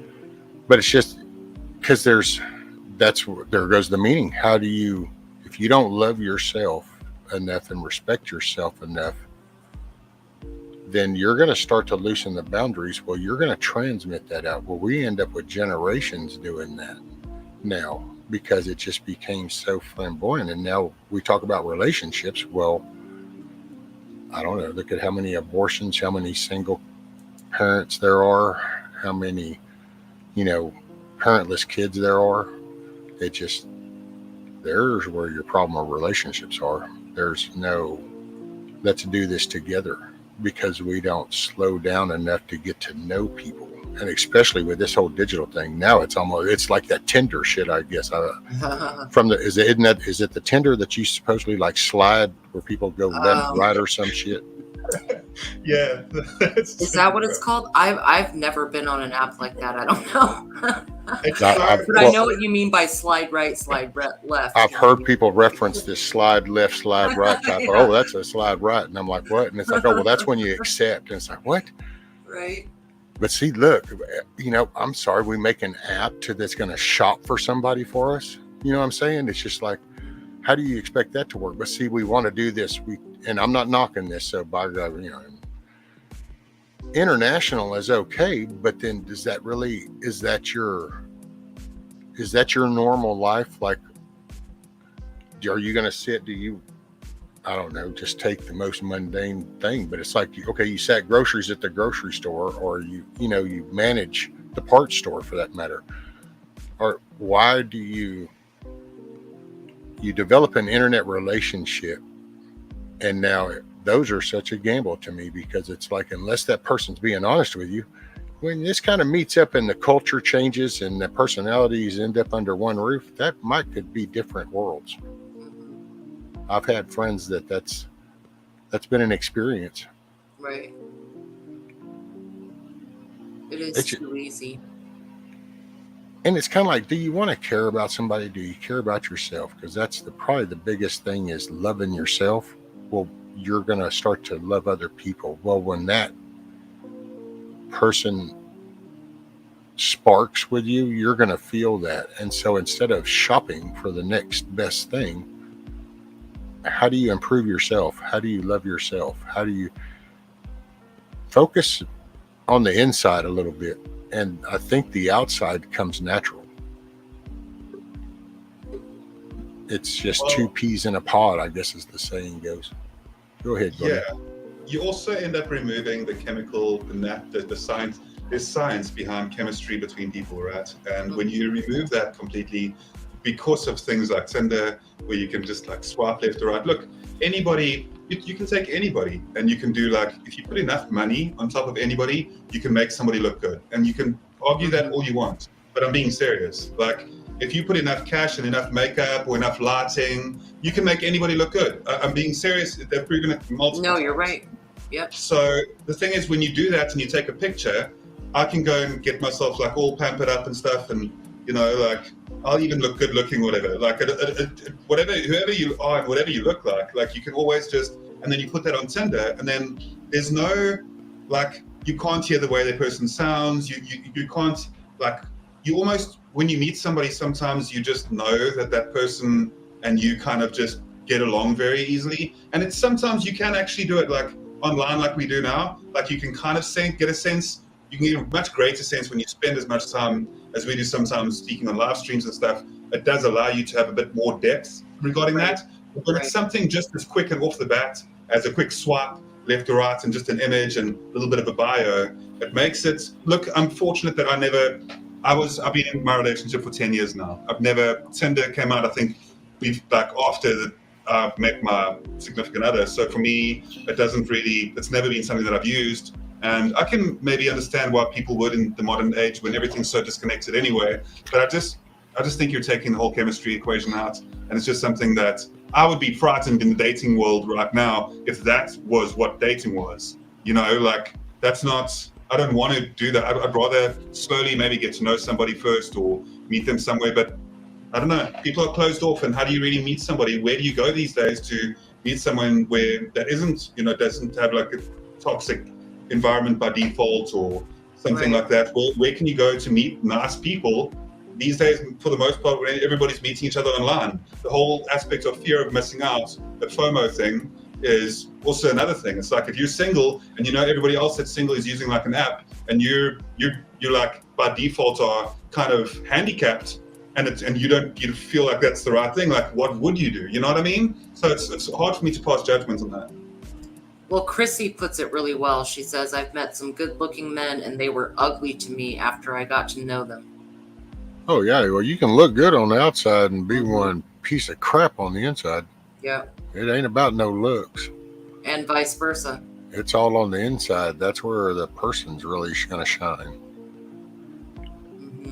Yeah, and quite honestly, there are definitely all sorts when it comes to the wealth bracket. Like there are incredibly awesome people that have just are struggling at the moment. They're in a rough situation, but they're damn amazing salt of the earth people. And then there's some, we all understand this. Like it really does come down to a person's personality type and the way that they are. So yeah, it's just, I don't know. The thinking that as soon as somebody is of a certain wealth bracket that they're evil is also something that is so misguided, because that means that people don't want to achieve for greatness, because they think that as soon as they achieve that they'll by default absolute power craps, absolutely, that they'll all of a sudden become like these versions of themselves that they don't want to be. You can take us three sitting here and load us with cash, and I can guarantee you we're not instantly going to become these like evil people. You hear what I'm saying? Like, I don't wish that upon us. I think wealth can sometimes be a huge negative. I think that sometimes dude, give me a couple $100 million and I'm fixing to go take some excuses off the table, because we're fixing to go into some neighborhoods and we're fixing to rebuild some shit, and now what? That's a good point. That's it. Matter of fact, that's probably why I just keep in checking. I don't ever win the lottery when we play. Because I'm calling people out. It's because we just spend too much money and there's too much. It's just, how about we encourage people to take care of stuff, and then we help them with something to take care of,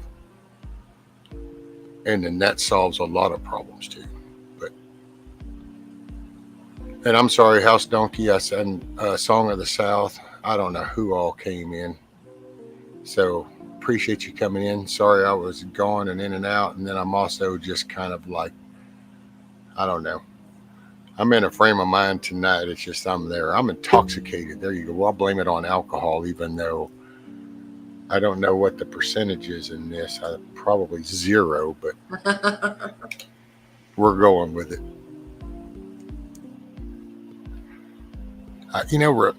The relationships, because that's the one, I don't know, kind of goes into caring, man. It's just, if people would just give a shit, you can still do all the stuff you do, whether it's fishing, dancing, music, ride motorcycles, drive truck, it don't make a shit. You can pretty much do everything you normally do and still give a shit about yourself and the person next to you. And life would change. It would almost be like one of those days when you finally realize that the room is kind of like crappy and you're like, oh man, I ain't opened the curtains in a days. And you crack the curtains and you kind of see the dust through the beam of sunlight and shit. That's kind of what happens when you start to care. Right. It's amazing how that works. Yeah, Rescue, one thing real quick, because I'm absolutely on board, but I just want to bring it up real quick. The house is asking if you can just join us real quick. Oh, I reckon. There you go, Prick.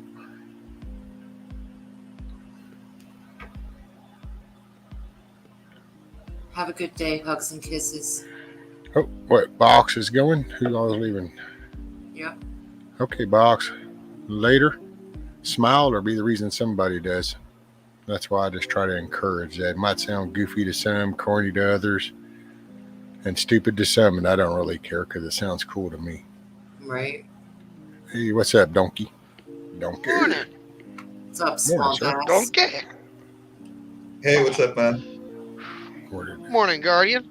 Morning, Rescue. Morning, Virginia. So what do you think, sir, in Oh. relationships? Should people be more alike or should they be opposites to balance each other out? The heart wants what the heart wants. You can't. Unfortunately, when it comes to human beings and relationships, you cannot define who people are going to love by like opposites attracts or this is just something I've learned, because I've seen people that were dead alike, loved all the same stuff, couldn't stomach each other. And I've seen people that were so complete, total opposites and inseparable. I mean, I've seen all kinds of weird relationships. Me and my wife are complete opposites. So just about, we have some common stuff, but as far as like the hobby and computers, anything, fishing, my wife doesn't swim in lakes. She'll swim in a pool. All kinds of weird stuff. She's a country girl, but not a country girl. She's unique in her own way. My wife. But Donkey hit it on the head, I'm sorry, because he reminded me kind of what you were really asking, and that's where I kind of ran into a gap when you first asked me that, because it's that making that decision thing. It should just happen. There's not a requirement, I guess. And so to do that opposites or similar thing, I would think that if you're into the same things, that there would be a similarity right there, unless you're going shopping kind of. And then that's when you would get outside your bubble, I guess, and outside your hobbies and entertainment and stuff, your little. That's why I didn't see it as opposites or the same. That's what got me when you first asked me that, Virginia. Sorry. And sorry if that just babbled out on them. My brain's operating. No, dude, we're all, there's a great conversation sparked in the chat, and with us up here, I love it. Oh yeah. You take my wife for example. Take me and her. We've been married for 19 years now. There's days where I would love to just throw in the towel and say, you know what, I'm done with this shit. I'm tired of it. Want a divorce, I'm going on my way. But I know I'd be miserable without her, because I do love her. But at the same time, like 19 years ago, the funny thing is, normally it's the men that we usually do the one night stand things. where it's more common for the man's side to do it. My wife, I was supposed to be just a one-night stand for my wife 19 years ago.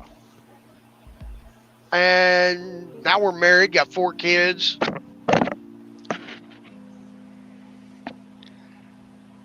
Ow.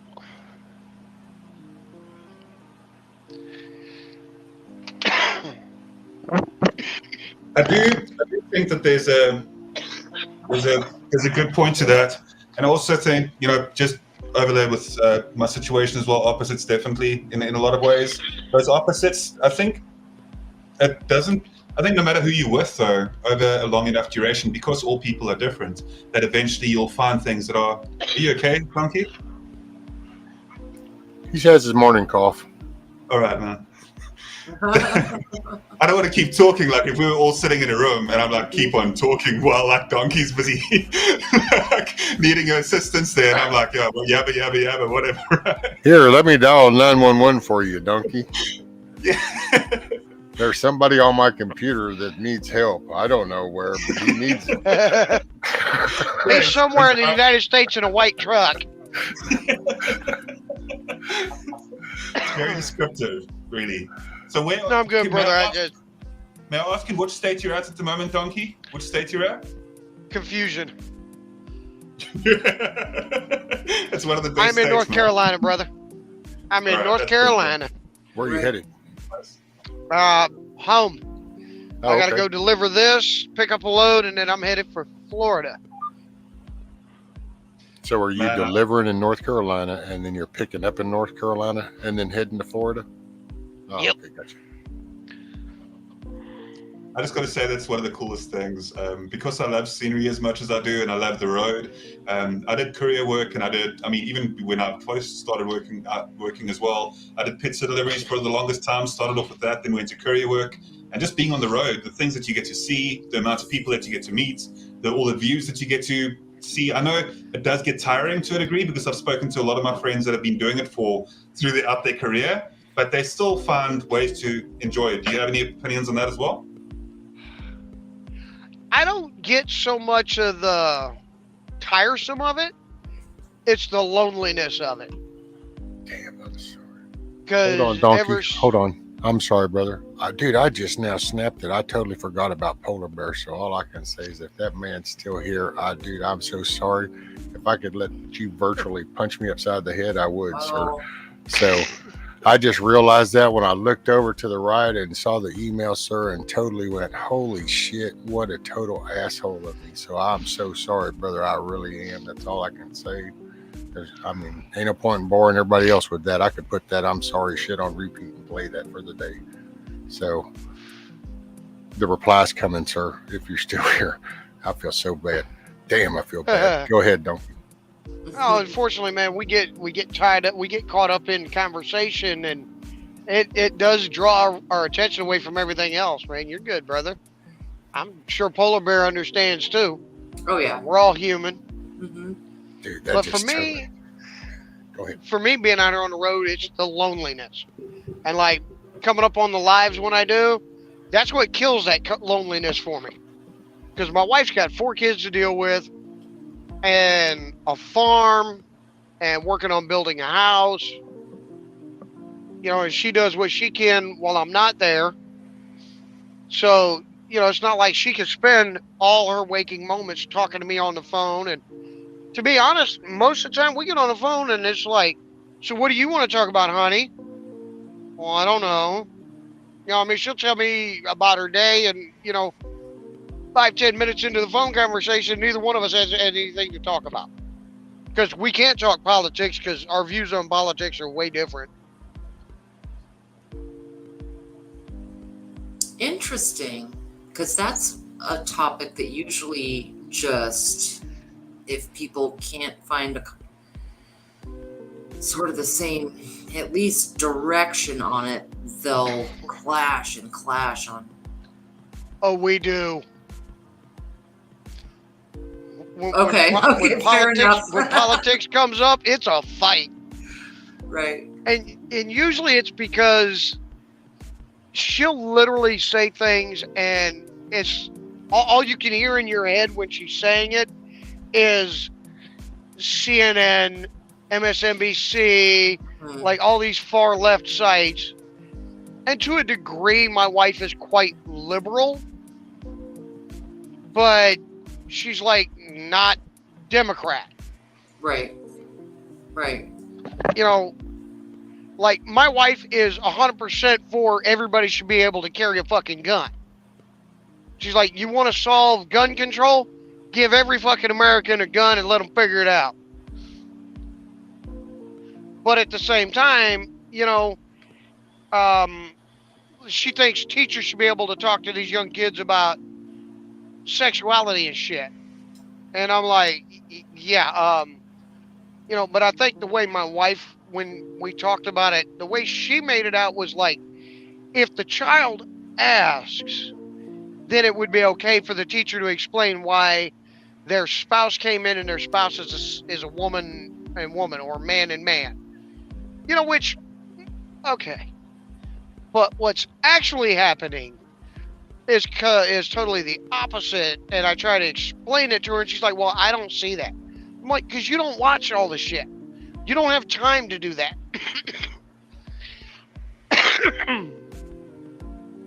You know, it's just things like that. But like if we talk about politics, oh, I'll end up cussing her out.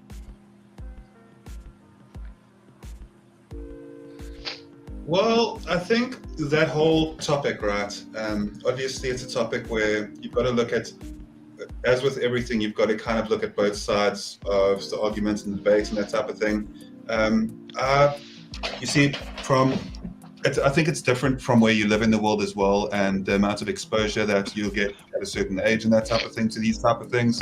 But I think that, like, I'm always, it's very easy for me to say this, but I'm always underneath the impression that kids should still be kids until they're not kids, until they're like in their teens and stuff, you know, that type of thing, in high school, whatever, like that type of thing. Maybe you can teach it through that stage a little bit more, like in high school, just raise the awareness of things in a respectful way to make sure that parents also realize that it's not something that's going to be just like thrown down their throats or something like that. You know what I mean? It's just something that's like during health class, sex ed.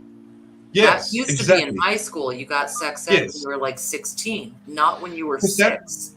Yes, that's the big thing. But like for me, I do understand that it is a bit of the topic can be like divisive to a degree at the same time. So I can understand that, like how you'd have debates about it. But yeah, I hear what you're saying, Donkey. It is down to the person. And it is down to just kids being kids. That's how I see it.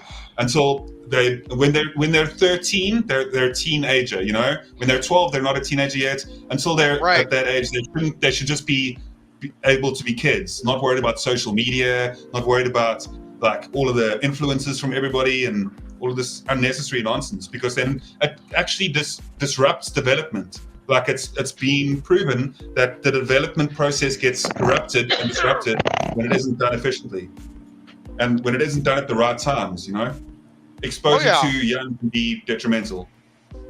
I fully believe that social media has partially destroyed our society. I mean, it's great that we have these things like where you're at. You're on a completely another continent from us. And yet we can still sit here and have this conversation.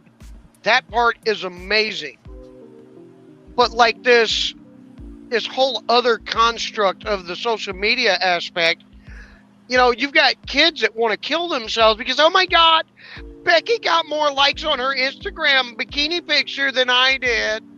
And it's like, and that's worth taking your life over.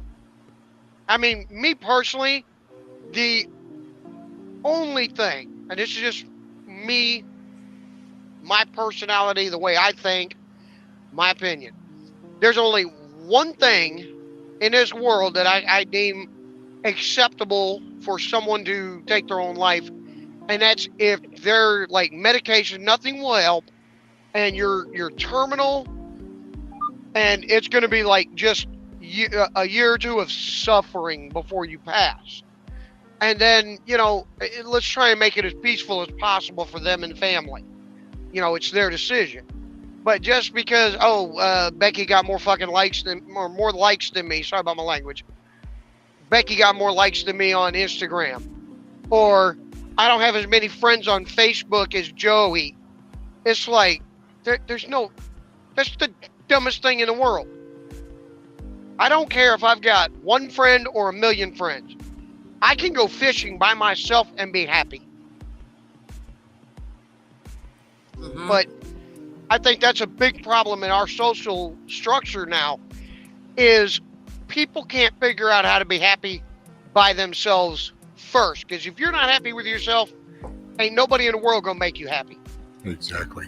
Hey, Vaughn, can you do the camera thing real quick, brother? Thanks, man.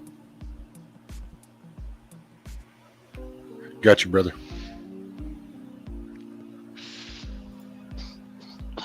What's up, buddy? How are you doing? Hey, blessings, everybody. How everybody doing today? Doing pretty good, sir. Pretty good. That's good. What's up, Vaughn? Welcome to the panel, bro. It's awesome to be on the panel as always. I love it, bro. Really. It's good to have you with us, man. Hey, how you doing? Hey, Donkey. How you doing today? Oh, another beautiful day in the world. I woke up this morning. Right? I was kind of thrown back about one night stand. It better be a one night stand with your wife. I was saying in the chat, I thought I seen your wife on Dr. Phil talking about that. Wait, one night stand. How did she one night stand turn into 19 years?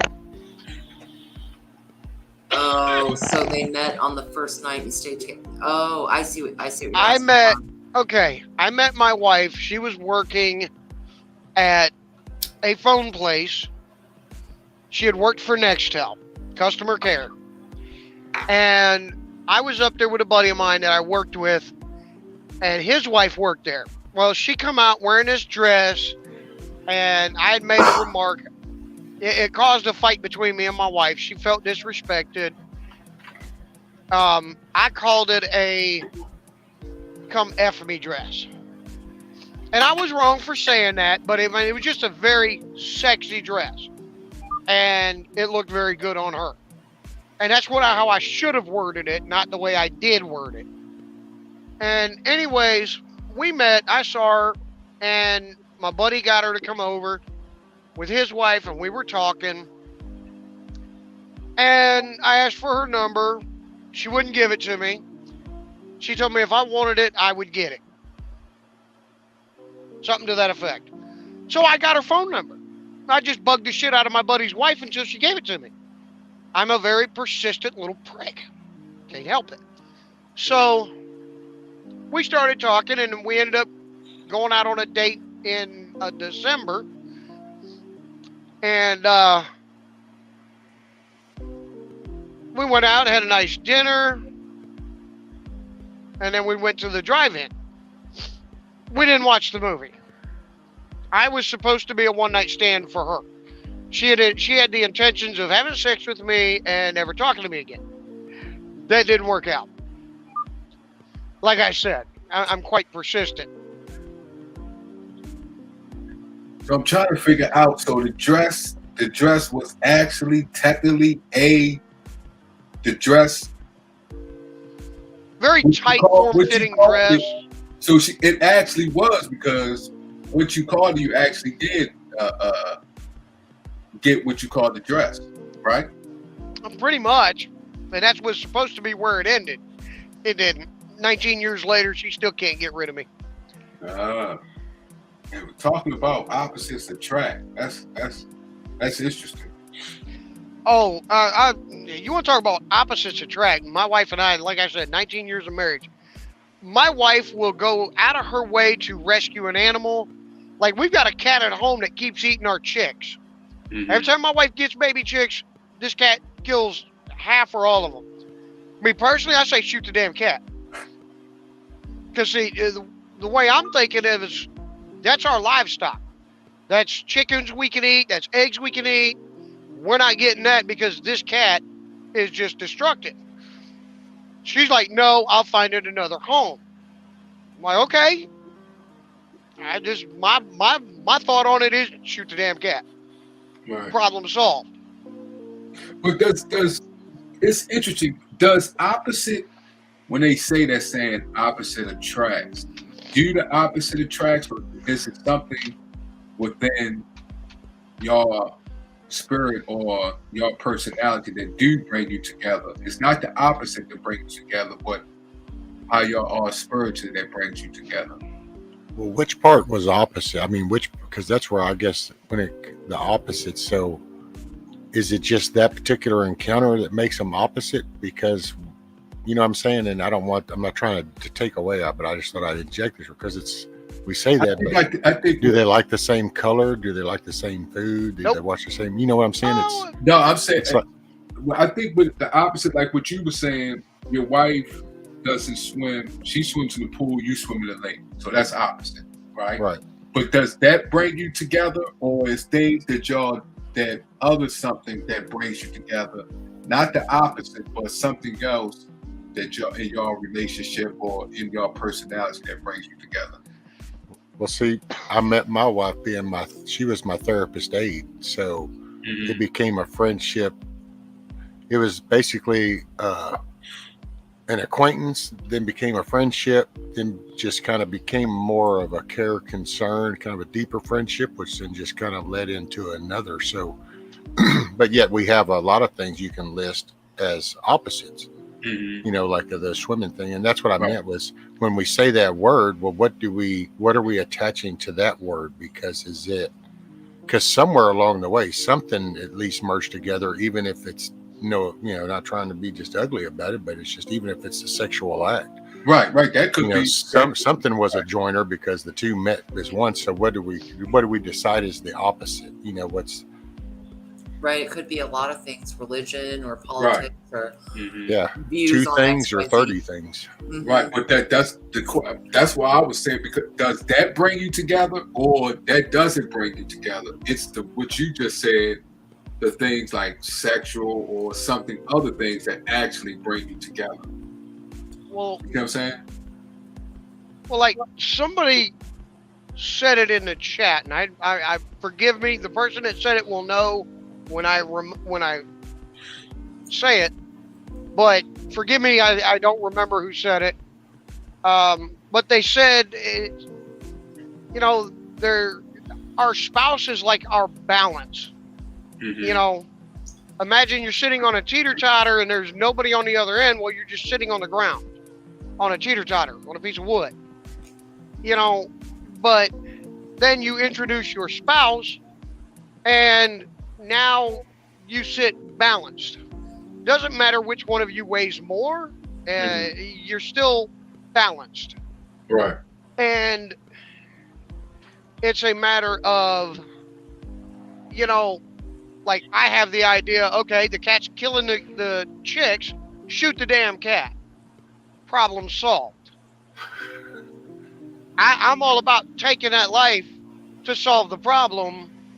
And my wife, on the other hand, is no, I'll find it a new home that doesn't have chicks or doesn't have this stuff, and problem solved. The cat's not dead, and our chicks won't die. I guess it's like maybe Virginia may know this because she's a woman. do some women look at like this? Some women they don't like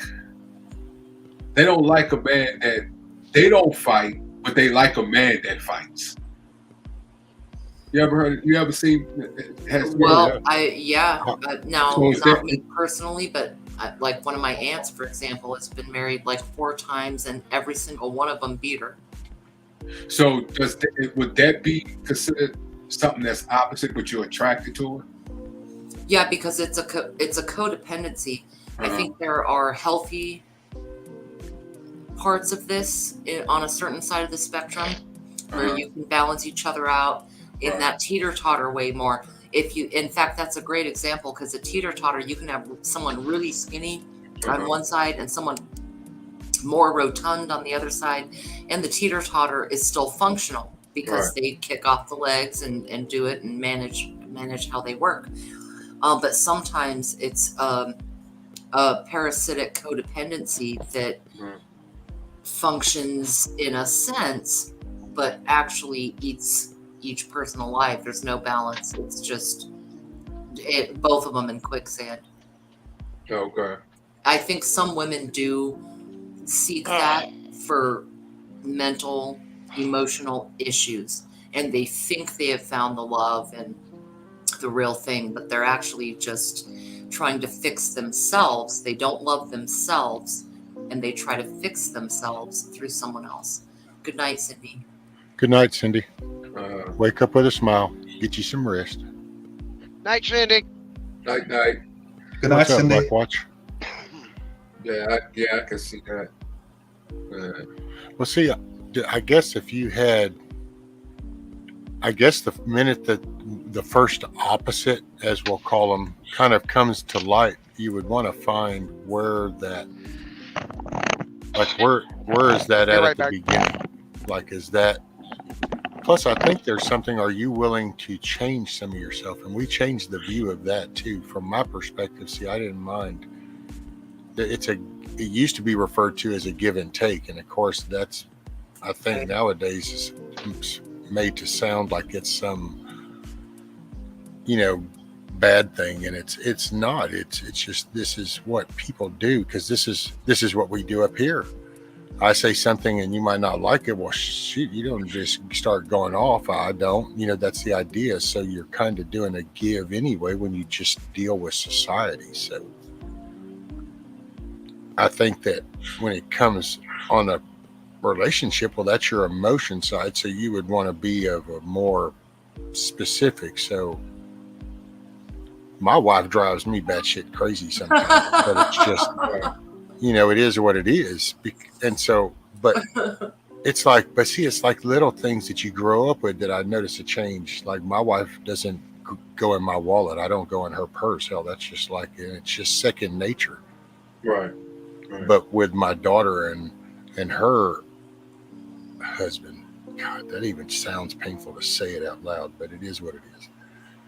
But now they were just like all up in their business, and there's no, well, see, I could see where that's going to end. That's part of the problem later, because there's no identity. There's no individualism, because you have no yourself anymore. And so you'll start to fight that, whether it's inside yourself or amongst each other, because then you don't want to feel like you're giving in. I'm not the weak one. I'm not giving in. I'm not doing. You're not gonna. It's like people that it's like, if you cheat on me, I'm done. But it's amazing, every time the person cheats on the other person and they're supposedly done, they're usually the ones that persistently call the person that cheated, going, well, why did you have to? Well, see, they're doing that because they really haven't let go, because it really hurt deeper than they thought. And then some people play on that. So they like that. They've adapted to a lifestyle that feed on that shit. I think if you feel comfortable with somebody and they're kind of, and somebody said it, when you two are becoming one, or they're your opposite, they're completing you type thing, that's where that comes in. If you're finding peace and solitude when you interact and hang out with this person, then that's where it starts. And I've known people, I have friends that one could have kids and the other one couldn't do the other part, and they were okay with that. And I've had some coworkers that were in that same situation that went and adopted. And so there's people that work through because they enjoy each other, and it usually works if you enjoy yourself first. Donkey said the same. I think everybody agrees with that. I remember years ago. Oh, go ahead, Guardian. No. After you, Vaughn. Oh, that mine to show up. I remember years ago, we friends now, but I was like this lady years ago, and me and her got along very well, but we still did. But she would not mess with me because she thought I was too short. But I was actually like an inch taller than her. But she said since I wasn't taller than her when she put her heels on, I said, oh man, that hurt me to my heart. Oh my goodness. And as Todd went, and I was never thought that a lot of women feel that way. I was like, what? I mean, we got along like brothers. I mean, we really got along. She was like, nah, I can't. You are too short. Once I put my heels on, I'm looking down on you. Oh, you talking about someone was hurt. But we still friends, though. Go ahead, Guardian. So if you give me, well, I'll say it quickly, and I was going to bring up the thing that Rescue was speaking about there about having separate wallets and accounts and bank things. If you give me like 30 seconds, I'll just give you like a whole different perspective on the way that I see that. Alrighty, let me start the timer now. All right. I'll be right back. Yeah, I perfectly agree with what you were saying too. Rescue.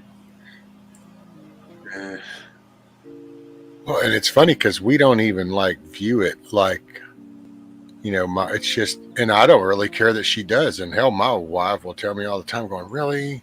And it's like, yeah, we're still doing that. I don't care what our daughter's doing.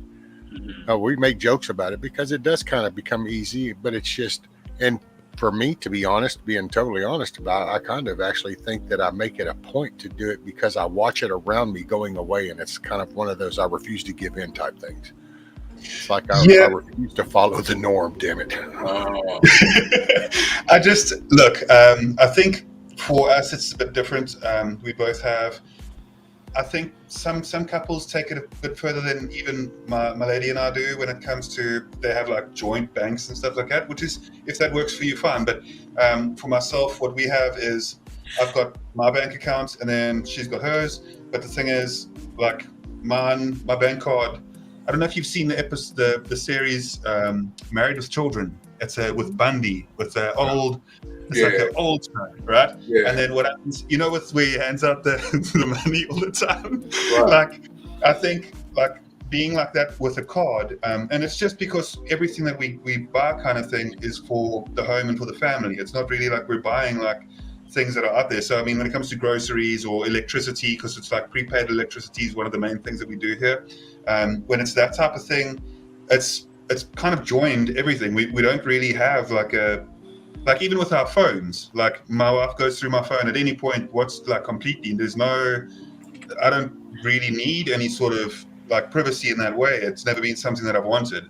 You know what I mean? Like if there's something, like even sometimes some of the groups that I've got on my phone, like she has groups, you know, that she's also interested in and that type of thing. It's just different. So it's just, I can completely understand it from where Rescue's saying, but it's similar in our situation. But what I'm saying is, like when it comes to the groceries and stuff like that, we just, you know, that's like one of our main expenses. And when it comes to my prep stuff, like I'm quite diligent when it comes to budgeting carefully on my preps that I do purchase. I use about maybe 5% of my salary. 5 to 10% of my salary, and then what I do is I'll save up if there's a bigger prep that I'm needing at the moment, if there's something bigger that I want. And when I say preps, that's my expenditure, like my own, like I only really use 5 to 10% of my salary on anything for myself, and that's for my preps, my outdoor equipment or anything regarding that. I didn't know that trailer was here. And the door you got to go to is right on the hole. There. I had to mute you for a minute, Donkey. Just keep with what you're doing. But yeah, so pretty much it comes down to just having like a open, it works for us to just have everything completely open. Hey, what's up, Possum? Mr. 1A, what's up, brother? Sleepy eyes. I think it comes down to trust. I mean, you can have open, shut, a little bit of both, just communicate and trust that the other person is not being reckless, Yeah, true. Well, and like the way me and my wife have always kind of done it was, and oh my God, this is not fixing to go over well, but so I pretty much always just paid all the bills, and that was my check, and then hers would pay for her car, not because it was like a deal. It's just that's what she goes, hey, I'll take up the car. So she did her car note, and I just paid the other shit, and she took care of like some of the groceries and whatever it is she wanted or the kids might need if there were some clothes. And she just, but then again, there's a merging of that versus where there's an underlying problem that I already had, and that's because I suck at budgeting. Because money doesn't have a value really to me. I know that sounds retarded, but it just doesn't. I mean, you pay your bills and you do on. I'm not one to. I don't save money for shit. There's just a need. If it's the person that pulled up at Sonic and you hear kids in the back going, "Hey, can we get a dessert?" Nah, not today. And it's kind of like, "Hey, lady, here's $20. Would you get them a dessert if they order one?" I'm that dude. I don't care. It just money is. As long as I can pay my bills and my house and my family are in order, then it's right. But that's not the best budgeting. Now, my son, he does an awesome job.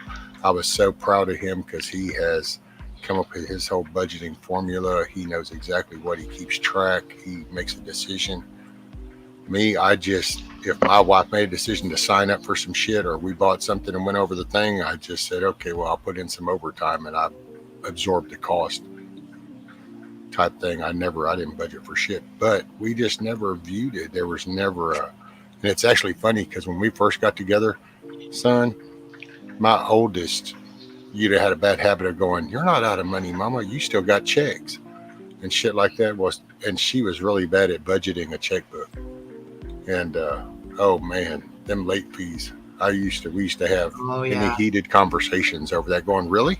So I'm just pissing off $75 because, well, I couldn't write that. I mean, yeah, we would have some kind of crude discussions.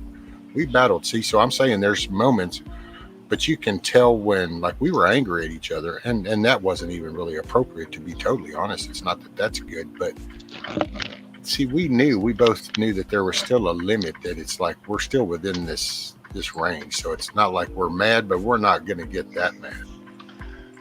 And but you run through it, and then finally she was just, she changed. So, oh my gosh, there's that changing part again, because she just decided that she wasn't going to write any more checks.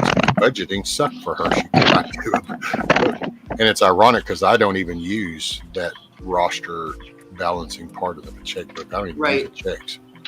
It's in my head, and I always take off more. If this was $18, that cost me $20. I do the same thing. And honestly, I think the biggest thing is simply staying out of debt. Those late fees and bouncing checks and running shit above your means. Just stay out of debt. And look, I don't sit and write out budgets and little boxes and all this stuff. I know in my head, I keep a running thing in my head. But the main thing I know is no debt. Mortgage aside, of course, but you can nickel and dime yourself to nothing. I've got a friend, and man, he's an idiot. He will nickel and dime his entire paycheck on just not thinking about saving in the easy ways and messing up with the patterns of debt, Yeah, because that's the biggest kicker, especially, man, the introduction of credit cards was a mofo, because it's like you had access to invisible money. Yep. And you thought, oh yeah, and all of a sudden, well, here, I can do this, well, okay, yeah, that value. Well, you added, and it's ironic because when I look back now, I go, man, how stupid could I have been? But you literally go get little debts to where each one of these monthly notes actually will add up to one of those items that you actually could have paid for one outright. But oh no, you now have 4 items, and now you have monthly payments for the next 3 years. Right. I totally agree. And it's like, man, I don't know how did I? But then it's you live and you learn, or hopefully. Yeah. I had when I had my business, I made sure I got an advisor, so I wouldn't, because I knew how I could get sometimes when it comes to spending money. So I made sure that I had got an advisor. What my CPA was, So I made sure I listened to him. He's like, nope, you can't get this. Nope, you can't get that. I'm like, God, then what am I working for? I'm sitting there working for if I can't get this. Oh man. But yeah, it was a good thing to control me, to make sure I wouldn't get out of hand. Consumerism is one of the major problems in this country. People can click or swipe or there's so many ways to spend money nowadays. You know what I mean? It's so easy to get your chip read, right? And the desire to acquire more shit you don't need is part of the mindset problem. You know? Yeah. Well, and it's even in their rhetoric, because we noticed that here with like the loans, man, the minute you crest that halfway mark, they're already going, hey, would you like to renew? You know, well, it always catches you at that moment when you got the flat tire or the refrigerator's not working or the air conditioner, there's something wrong. And it's like, shit, man. Right. I don't want to. Okay, yeah, we'll be by. And then there you go. Now you just restarted the cycle all over again. Right. Yeah. It's a different kind of swipe, huh? Like there's the dating swipe. There's the credit card swipe. What'd you say the other day, Virginia? You said it, death by 1,000 cuts. Well, there they are, slicey slice. Right. Death by 1,000 swipes. I think you guys have it way worse than us in those aspects when it comes to the consumerism aspect of things. Mm-hmm. We live a very simple life, and I'm not kidding about that. When it comes to material things, I love my adventure motorcycle, so my bike, and that's the most expenditure that I've done in a very long time at all. And that was bought secondhand, and it was bought and I did a lot of repairs to it myself over time too. But the thing is, when it comes to the things that we kind of buy, we do live very simplistic type of lives, and I can say that it does counter against me in some ways, that what I'm just about to tell you, but I've never owned a credit card. So I've never, another thing that my grandfather taught me was to never owe any man anything. And the reason why it counters against me is because I don't have a credit score to my name. So I can't go and take a loan on a house, not that I need to at all because of the renting situation and that type of thing. And because of the way that my setup is, I'm living in a way that is very much based on long-term stability as well, obviously being a family man and that type of thing. But when it does come down to it, it's just weird. It's like, I don't know. I really like not having any debt to any person at all, and I can say that it does suck for people that are in that. And I think that in the States, it's almost encouraged to kind of be in more debt and have a card where you can swipe and just get access to so much more variety. We don't really even we're not even locally, it's not even a cultural thing yet for us to really deliver online all that often. We don't do that very much. When we need something, we go to the shop and, we go into town or something like that. People do buy online, but not at all is it very often. It's not in the same way, it's different. We live in much more simple means. That's where we used to be.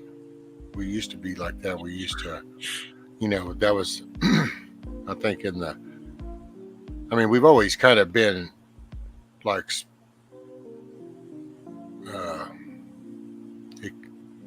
spoilt in a way, because we've always liked newer stuff, because a lot of stuff we kind of developed a lot of stuff. And I remember the 70s, it was the hard work and the owning stuff. And it's my first vehicle wasn't bought for me. I actually earned it, and I built it myself out of a salvage yard. Kind of started with this base piece of a frame and shit and cabin. But that was norm. It was around me. That was other people did that. That wasn't some shock and awe thing. And so it was encouraged to go put in the work. Matter of fact, you would brag about the job you had, kind of thing, and how many hours you put in, because it was kind of like a bragging right thing. And that shifted, and it got so spoiled now to where you got generations that don't even want to go to work. It's just kind of well, this isn't make-believe money. Shit just ain't for free. But somehow the narrative and the whole credit and the debit, and we've just created this fantasy world. And the lights are fixing to get cut off, I think, for the most part in most of the building. And so we're all fixing to kind of go back to the good old days. Yeah, there's also a desire within the youth currently for things that are more holistic and more down to earth and more old fashioned to a degree as well. There is, which is starting to, arise more and more over time, where you are starting to see some of the younger preppers coming up and some of the younger people that are interested in hiking and outdoors, and they've kind of like lived a younger life where they've been like almost subjugated to the technology, and now they're starting to like try and break out to be more in the outdoors, camping, these type of things. Like, and it's awesome to see that kayaking, fishing. Like, there's a whole big like youth movement currently. Well, I can say so because it's local, because it's almost like locally we do try and like fishing is a huge thing here locally. Like everybody knows how to fish for the most part. Everybody like knows basic like gardening, basic farming, like and I'm speaking about all different cultures. Like there's so much of us that are used to being in the woods and in the bush because we've got to. Like it's something that's still a very strong cultural aspect of South Africa. Is if you look at each of the individual cultures that are here, we each have a very close connection to wanting to survive in the wilderness. And it's in each of the cultures. Like you can look at the isiXhosa culture, which is a beautiful thing where it's a rite of passage for young men to have, it's usually 3 to 4 months where they go and survive out in the wilderness with nothing. It's pretty interesting. I see we lost VA there. Yep, it looks like we lost Virginia. Yeah. I don't know if that was the phone went dead or she accidentally hit the wrong thing. I saw the mute button bounce on and off, but then all of a sudden, boom. Probably had to leave for a second or something. Hey, Ricardo, check your messenger. I was speaking on that what you were saying, Guardian, about the credit system. I think to me that's also a controlling mechanism, because you could be late. The way it works, you could be late paying a bill and your credit score go down. You might late a couple times paying rent, credit score goes down. And I was talking to a friend a couple days, and him and his girlfriend got into a little argument. I was like, he was upset. And I was like, what's up, man? He was like, I went out and it was a late payment. I was like, oh, okay, so yeah, it's a late payment. I'm trying to tell her that it's gonna go against our credit. I was like, what? Yeah. I was like, well, you can't call them and say that it was an outage. It's gonna go against your credit. Yeah, she should have scheduled it 3 days or blah blah blah. I was like, wow. I was like, that must be some type of control that they put in place to control people.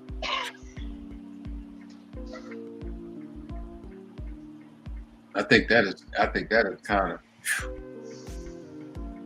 that is kind of crazy right there. Well, it's like when you go shop for a car and they run your credit, it actually gives your credit score. It's like looking around, you even get punished. Right. It's to keep you from choosing. If you stop the thought process of making decisions, then you can slowly dumb people down to just follow the bouncing ball. See? Wow. See? Look at the pretty bouncy boy. That's something else, though. That's like that's something else to just really pay attention to. You get penalized just to go look at a car. Yep. If you go, anytime you go house shopping and they're gonna, you go from realtor to realtor, so they run your credit, you get gigged every time they run your credit. That's something else. And so it's like, well, then all of a sudden we've dumbed ourselves down, because talking with you guys kind of brings it to a different level for me now. But it was before, it was just kind of like, well, you don't want to take the hit. You just never realized that, oh, well, this actually starts to kind of get you used to not deciding shit. Right. You just go with what's put in your face. So when you see Al right here selling cars, you'll just go ahead and go to Al's and just go, hey, I need to buy that car. And if he jacks you on the price, you just got jacked, because you won't want to go shop because, I'll take a hit to my credit. Yeah. That's why really the way Guardian is with no credit is probably the best way to be. That's why their country right now is where ours used to be, and that's hopefully they'll never come to where we did. where they become so complacent. Because that's what we did it for us. We just become so complacent. We catalog shop everything now, and Yeah, that's true. now we want instant gratification. We just want our shit right now, and Right, that's true. Life in debt. Right. Yeah, that's Yeah, true. that's like my wife and I. The only thing we have on credit is technically our property, and that's a private loan through the owner seller. Oh, okay. Grumpy said the best quote I ever heard about debt and wealth was, "They taught me to manage debt and I did it well. I never learned how to manage wealth though." Yeah. Yeah. Well, that's good as far as how volume is now. I know, right? Simple life. Yeah. Like that's the best way to best trail to go to, best path to get onto right there.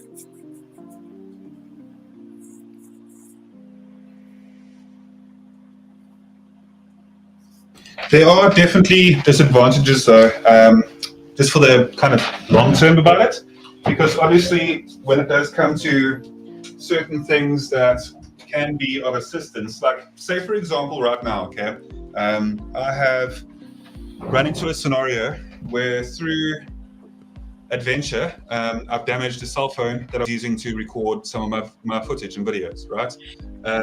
So something happened to the phone, and now I've got to use a temporary phone with a very short battery life. Now, the problem is, because it is using for my channel and that type of thing, right?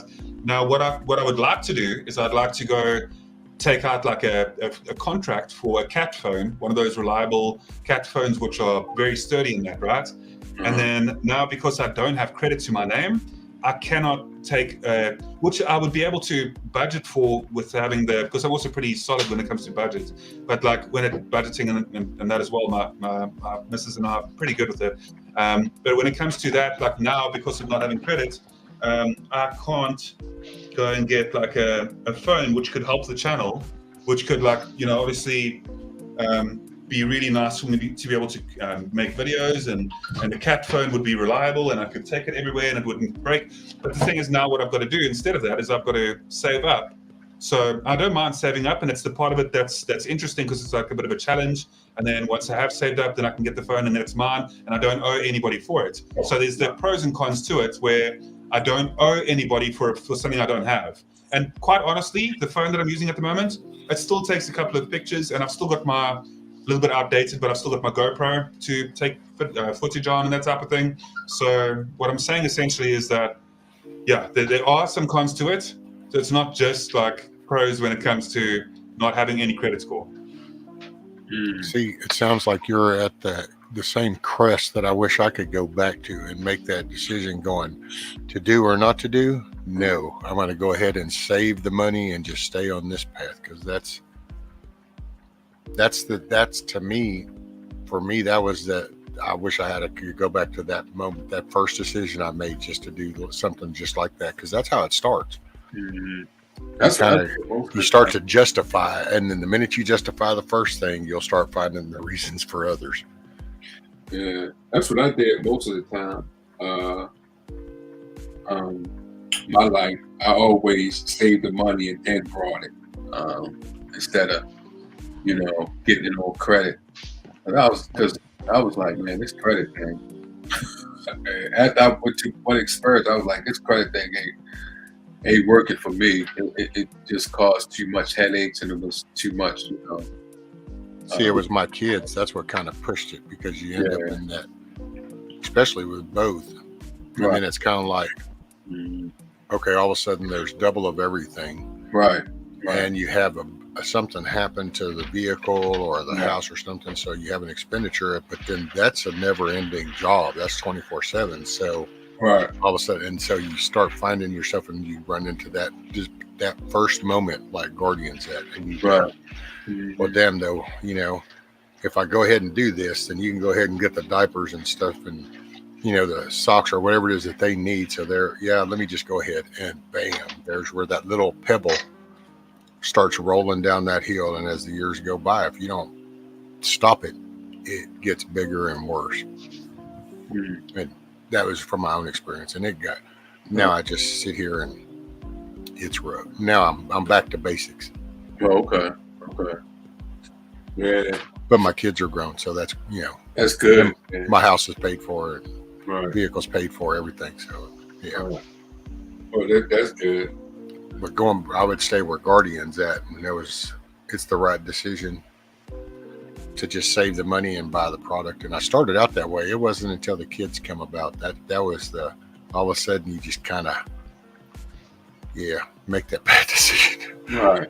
Can't say bad enough on that because oh man. Yeah, my mom was very was with credit unions all her life. NC dad.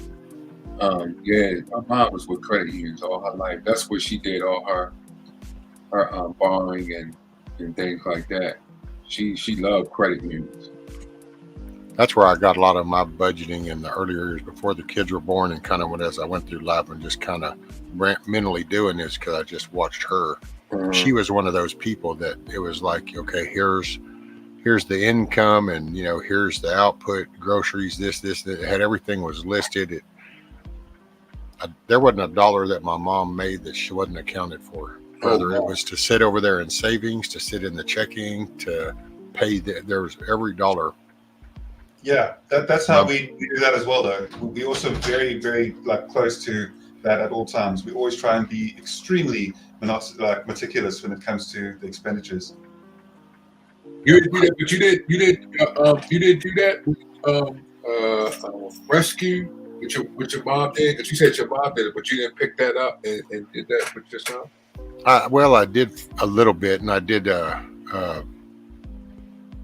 screwed up version of it a little bit because, of course, my whole rambit that I went through, I had a different viewpoint, but I didn't. And when I was getting my shit together, and I kind of went through my first marriage, I pretty much that's how we ran everything and did handle things that way. It wasn't until I was separated, and then my second wife, and now my current wife with my two kids, and the minute it started with my son, when my son was born, and actually just not to on a side story, but just to show you that's everybody has bad experiences with the inopportune times when you have a record. But I got pulled over, and supposedly there was a warrant for me. Well, there really wasn't, because I wasn't even on parole or nothing. It was just an old file that had never been cleaned up. Well, it cost me to have to go sit in jail for 3 weeks. What? Yep. This was when you was young? Yeah, my son was just born, matter of fact. I mean, he was less than a year old. Okay. Oh yeah, man, it was hardcore for me too, because it was out of nowhere. I mean, I was speeding, yes, but then when he called it in, and we were even talking, hell, the trooper dude was even like, "Ren," I go, "Hey man, I'm telling you, dude, I haven't been on paper. I haven't been in no trouble or shit, and I'm coming up on quite a few years now." And he made them call in and put their hands on it. So I mean, it was, but it became a little parole officer over in this whole area.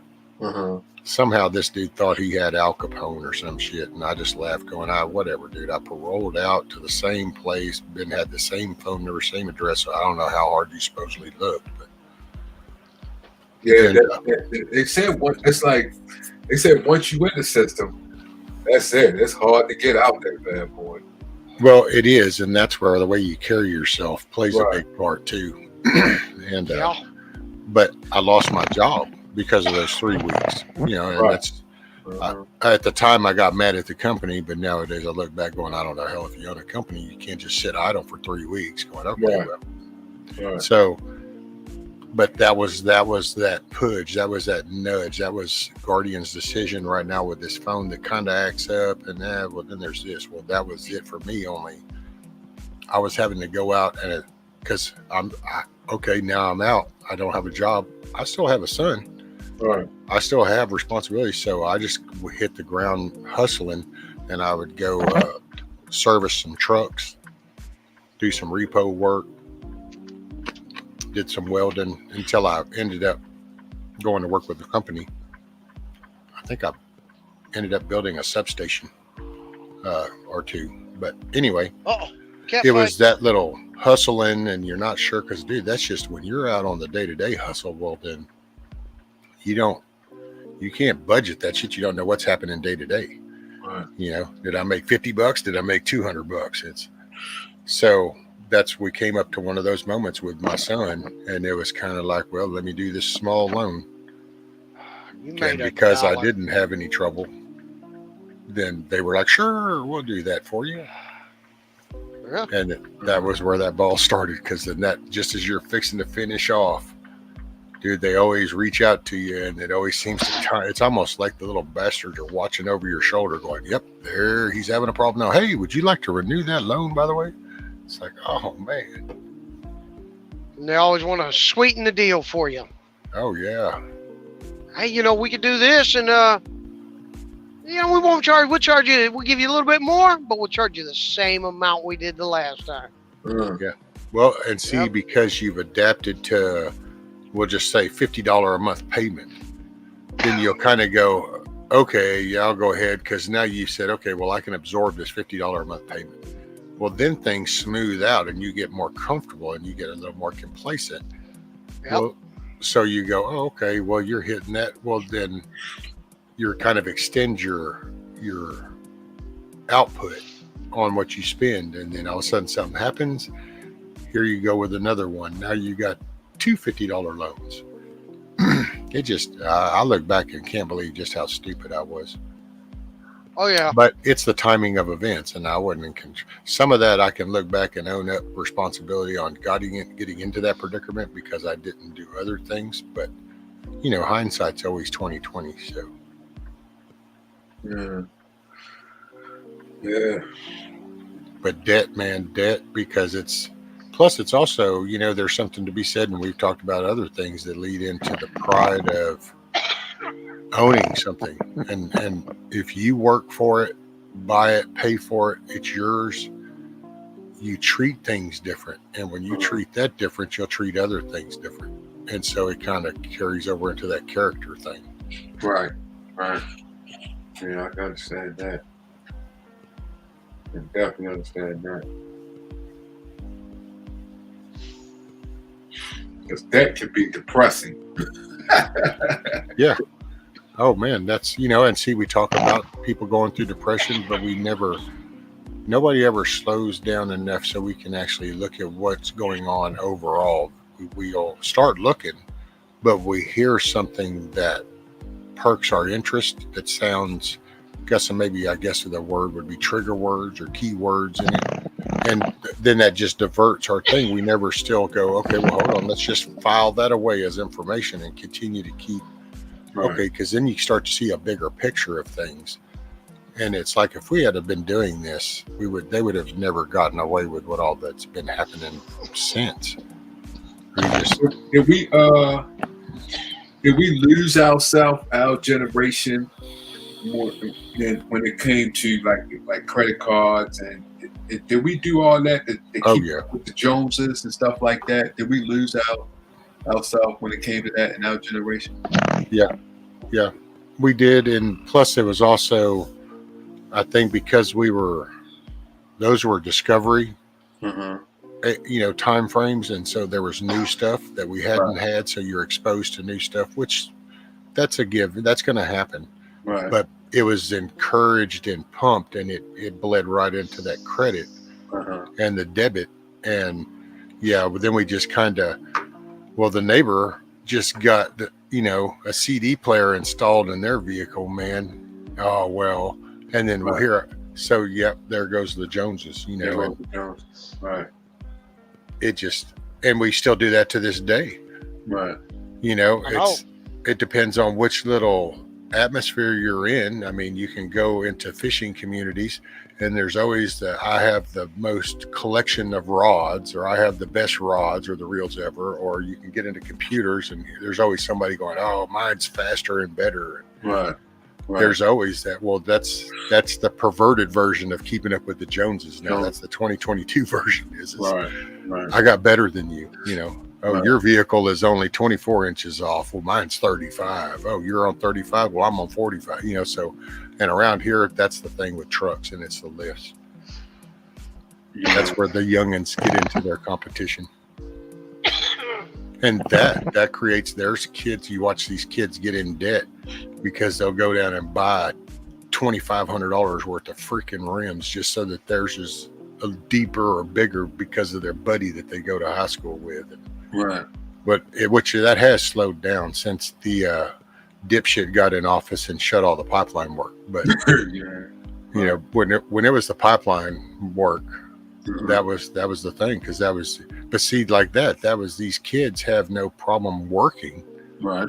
but the way that the area is around here, you know, it's all, you tuck your pants in your boots, you got mud on your boots, that's almost a badge of honor around here, kind of thing, because that means you've been out in the woods or in the field, or you've been out on the job site, or it means you've been out doing stuff. So it's not, it's different, I guess. And so they look at that. It's welding is a big thing. So hell, most of these kids, they go get a job on the pipeline. The first thing they do is go put a welder in the back of their truck, and then they learn how to weld.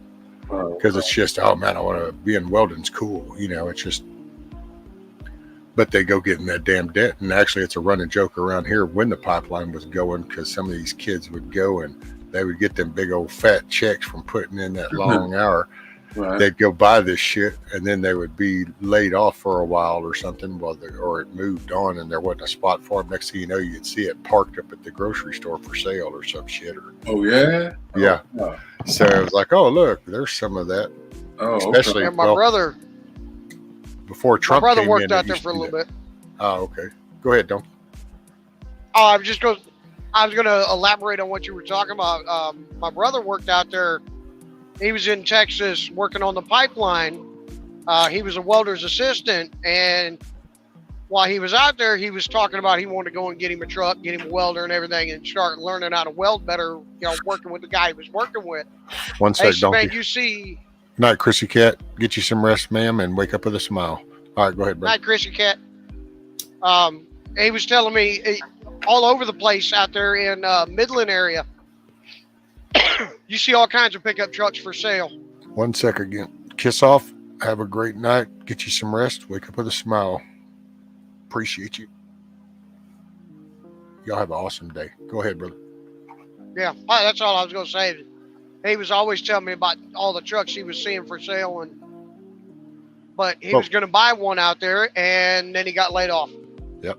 Well, see, like before Trump came in and did that whole thing, it was kind of, because, you know, it was during the typical politics, there was the, you know, shifting of this and that. And so there'd be a rise of it, and then a die down and a rise, but then nobody ever just shut it off like they are right now. This is, you know, all you need. But you would watch these crews go from 35, 40 people down to 5 or 8, because it was just enough to keep the job site active. Because if you don't have anybody on site, then you won't get that government money. So you got to have at least somebody there. But when it would boom and they would be, boy, these youngins that didn't know, they just, all of a sudden, you give them a good few $1,000 check after some work, and hell, They go out and get stupid. there you do, boy.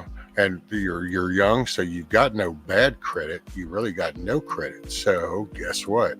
You go out and they go, sure, we can do that. Well, kids don't pay attention to that interest rate. They just say, look, man, this is what I make. And of course, they bring that payment down to your level because they keep increasing that interest rate to bring the payment down.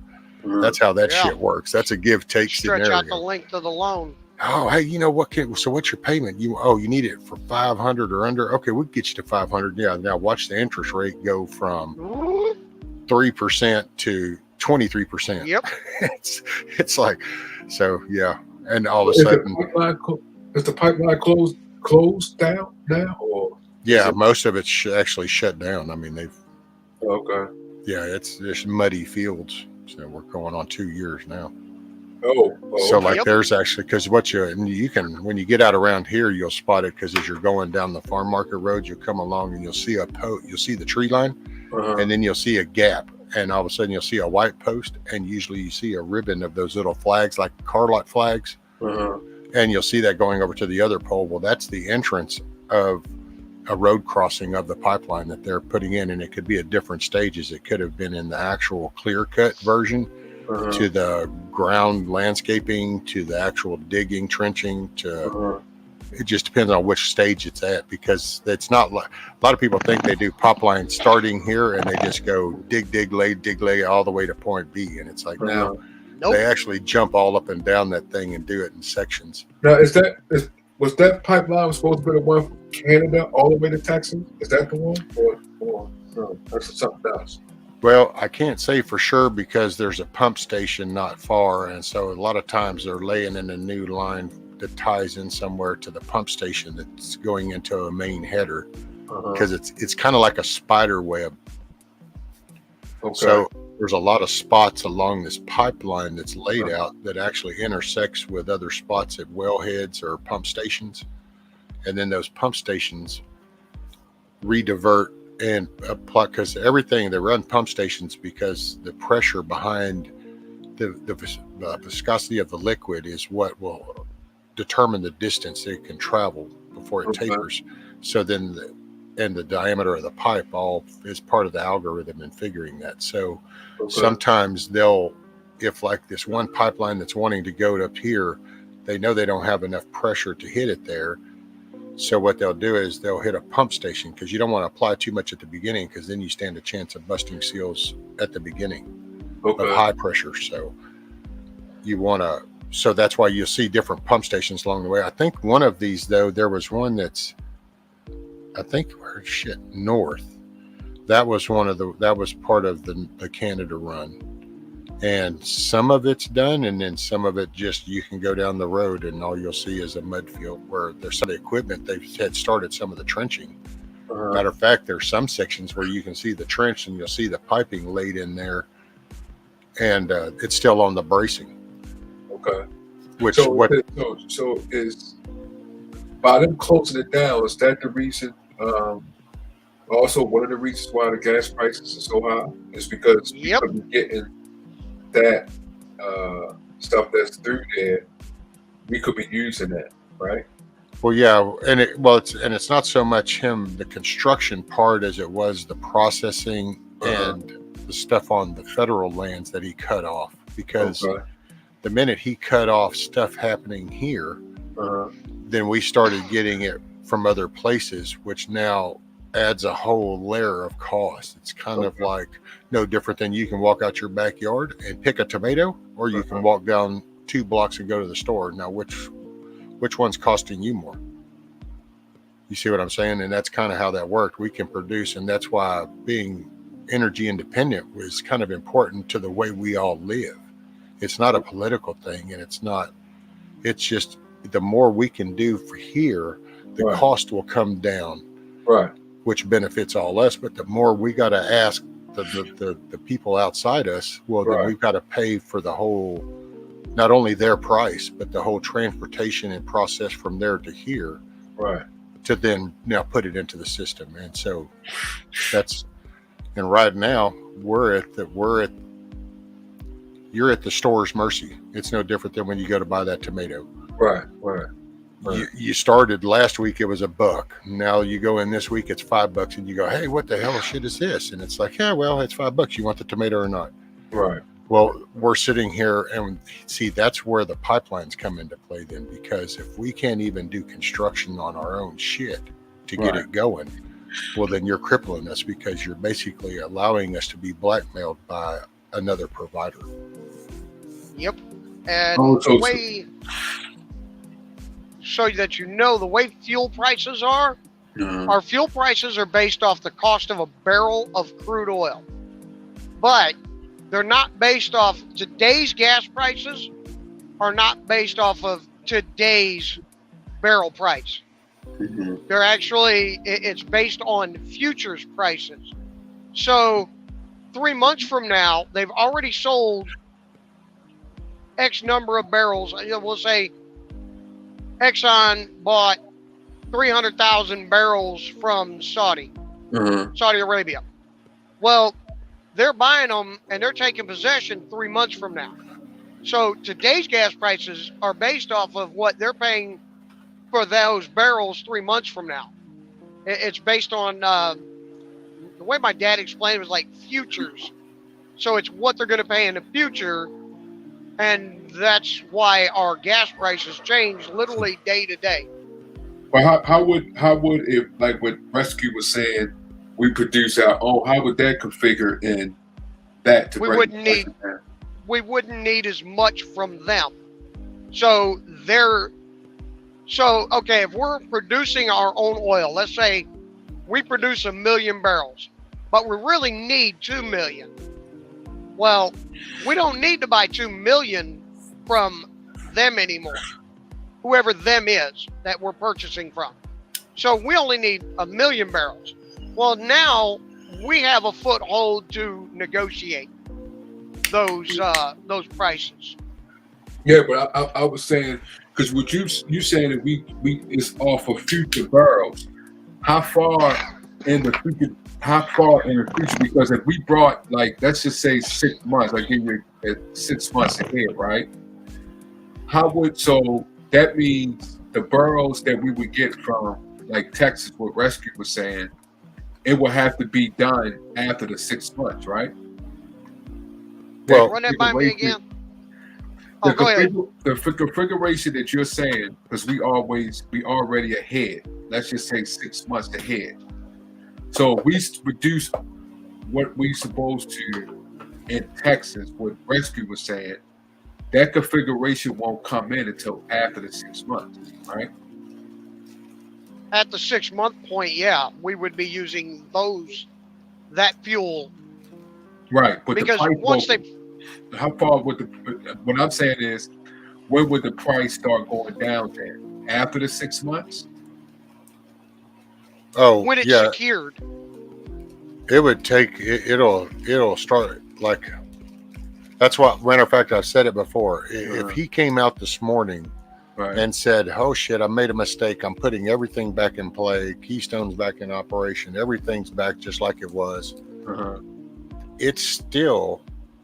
There's a tsunami coming because there's already been things put in play because of just the at the scale that we operate. Right.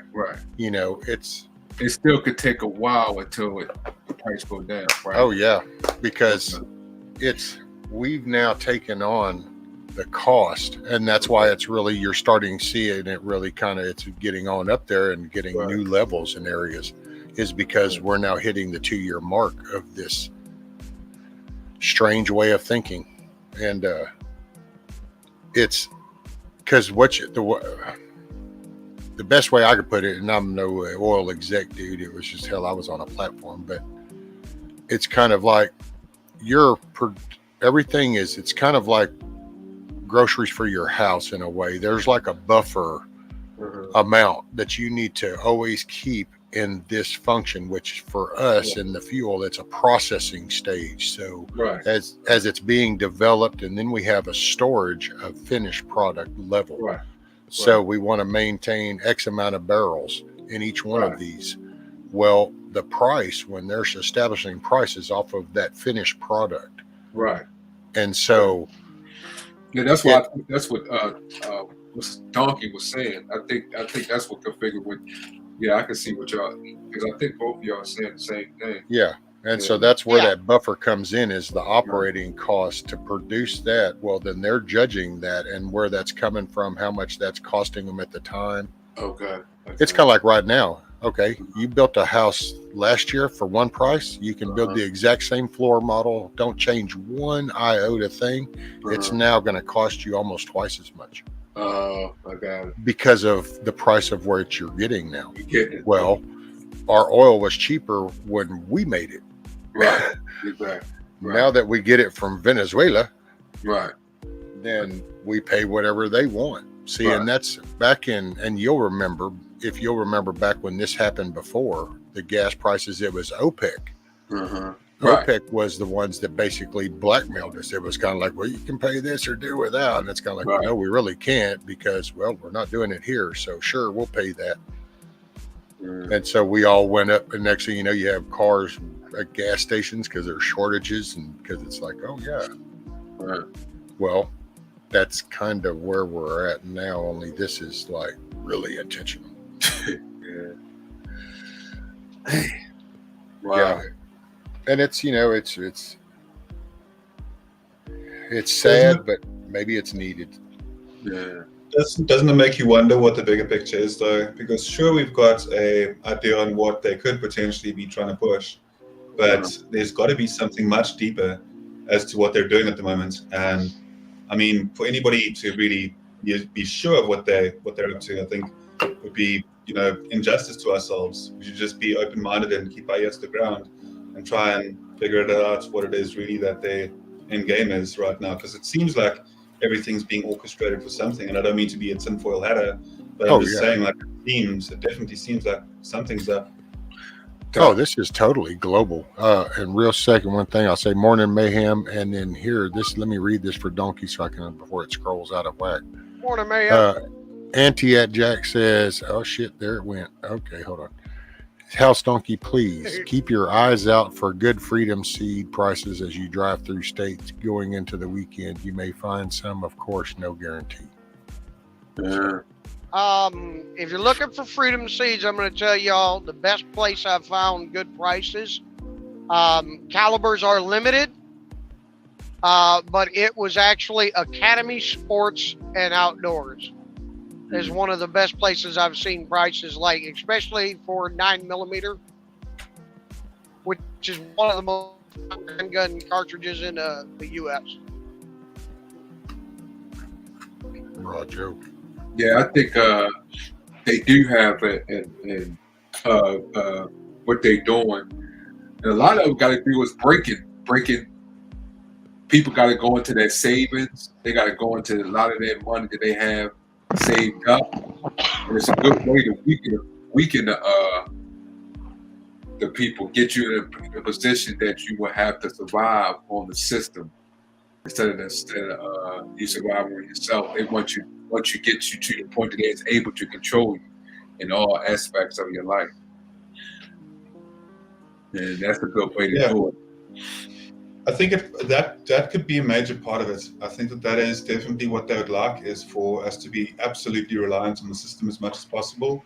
And then it's also just to keep us kind of distracted, to keep us busy, and all of these distractions that come up in the media that has everybody talking about the most, like, about celebrity gossip and stuff. Like, you guys have seen what happened recently with the Johnny Depp thing. Like, all of a sudden now that's what everybody's talking about. When there's so much bigger and more pressing matters in the world. We're speaking about, like, the relationship between two people that will never that will never know us, like, unless whatever you want to see it, if we're lucky or not. But they'll never even give two damns about us. But it gets so many millions of people across the world are right now, like, so invested in something which absolutely does not matter. Like, unless it's them, to them, sure, it matters, great, but it's just ridiculous. Yeah. Later, Christina. Have a good day, man. And smile. Well, to me, and just to type in on the, bigger picture thing, to me, it's just this. It's kind of simple. It's like it's one form of a government is the way we put it, but it's like a board of CEOs. We finally have reached a level to where there's these wealthy elite that have no moral fabric to them or structure. They're in my opinion, in my call, they're just as evil as shit. But they want to run the whole ball of dirt as one, instead of being divided and having these individual constitutions and declarations and all these things that keep separating these countries from one another. Well, if they can just bring this under one, then they can just sit back. It makes their job easier, if that makes sense. I know that's probably dumbed down version, but it's one world order. That's it. Yeah, I mean, you just we view our country, and we have our White House, and we have our politicians, and we have our little structure that we say, and then the UK has theirs, and Canada has theirs, but if you're part of the very top of those, and you're kind of the money banks behind all of this, then you're kind of like getting tired of having all these branched out businesses, and it's like kind of like a Walmart.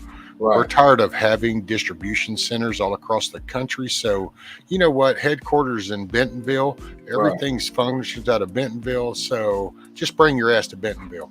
Right. Well, you got the ball of dirt, and it's kind of like, we're getting this is okay. No, we need to focus this. Let's bring it all under one. Plus, our existence changed everything.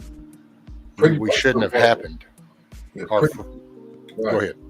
Pretty much what actually they do it like what you described it, what Walmart did. Because Walmart took out a lot of the mom and pop stores, Home Depot too. A lot So of we got, so Vaughn, so you got the coof, you got starvation, you got addiction, you got alcoholism, you got crime. So it sounds like the population's kind of like the mom and pop shops. Yeah.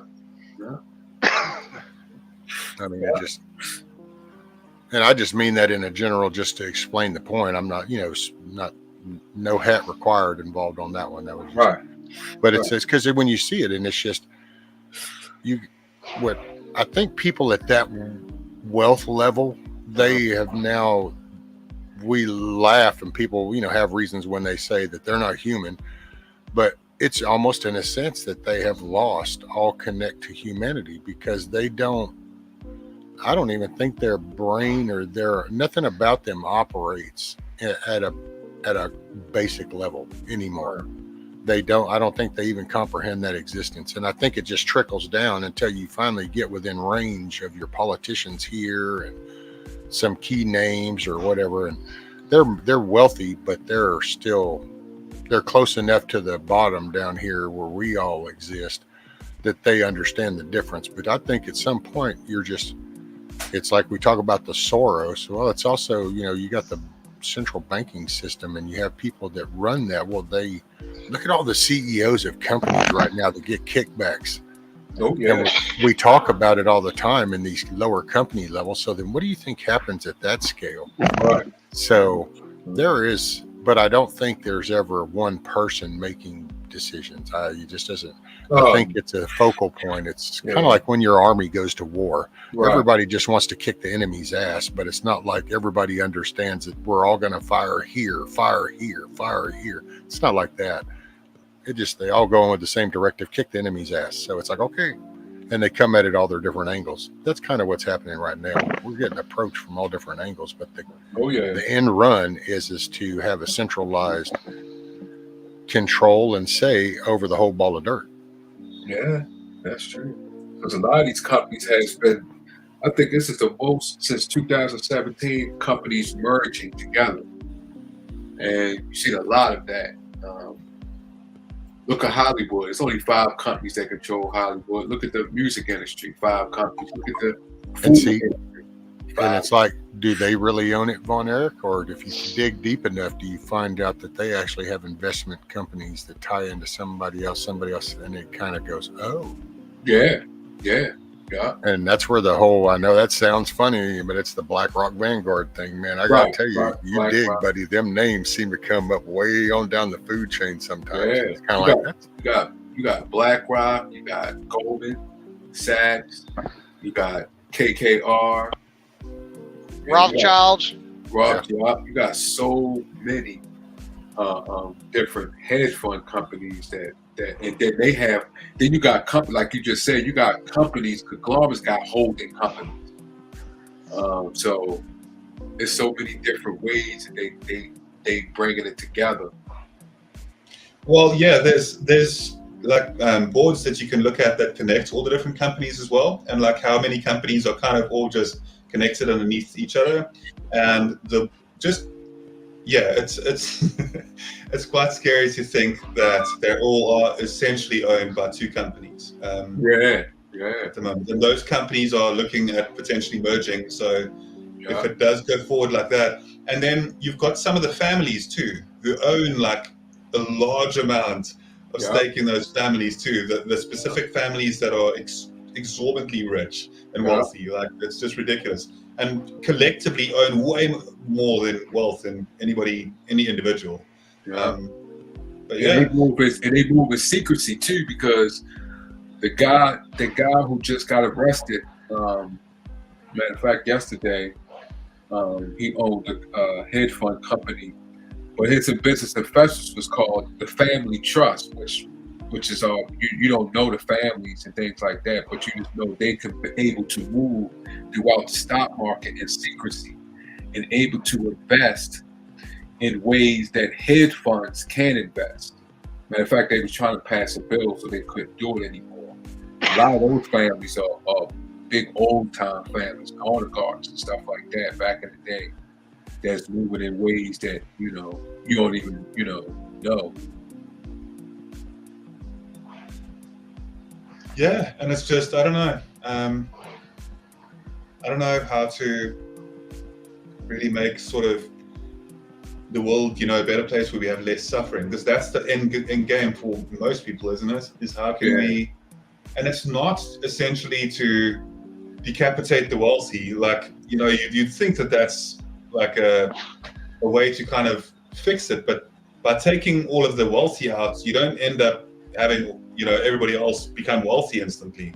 It's not always how that works. Like even in a game of Monopoly, if you play Monopoly with any certain set of people, right, you're always going to end up with like a certain people, like one or two people owning all of the properties with all the money. It's just the way that it works. But you kind of can't look at the disparity at the moment and be okay with the fact that like 1% of the world owns like 98 or something or 97% of the wealth. Right. I think that there's something extremely wrong with that.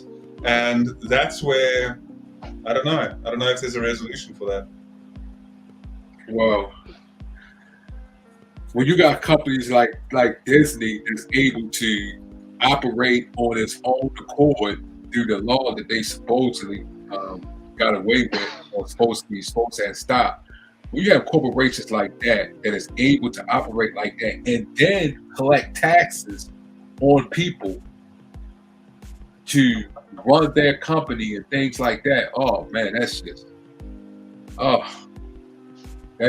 to take a lot of bite out of things. When companies can do that, that's a big hit right there. Yeah. And it's funny because we talk about the 1%, the mega rich and all of them. And it's funny because, we've got some of our politicians that are out spewing this bull crap about how, the rich need to pay their fair share. And the funny part is most of these idiots that come out and say that kind of crap have no idea. They have no clue what the rich, the wealthy, actually pay in taxes, like these corporations. And if you ever notice, they always use the term corporations. Right. These big businesses, these mega corporations need to pay their fair share in taxes. When the fact is, they pay more of the taxes than we do.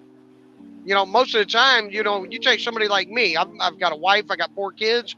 I always get a tax return. If I'm paying taxes in, why am I getting money back? That means because y'all got too much money, and so you're giving some back to the broke people because these big corporations are paying a lot of those taxes. But the funny part is they come out and they say these things, but it's like, I would say to the American people, the everyday working class guy, you really think they're going to raise the taxes on their benefactors?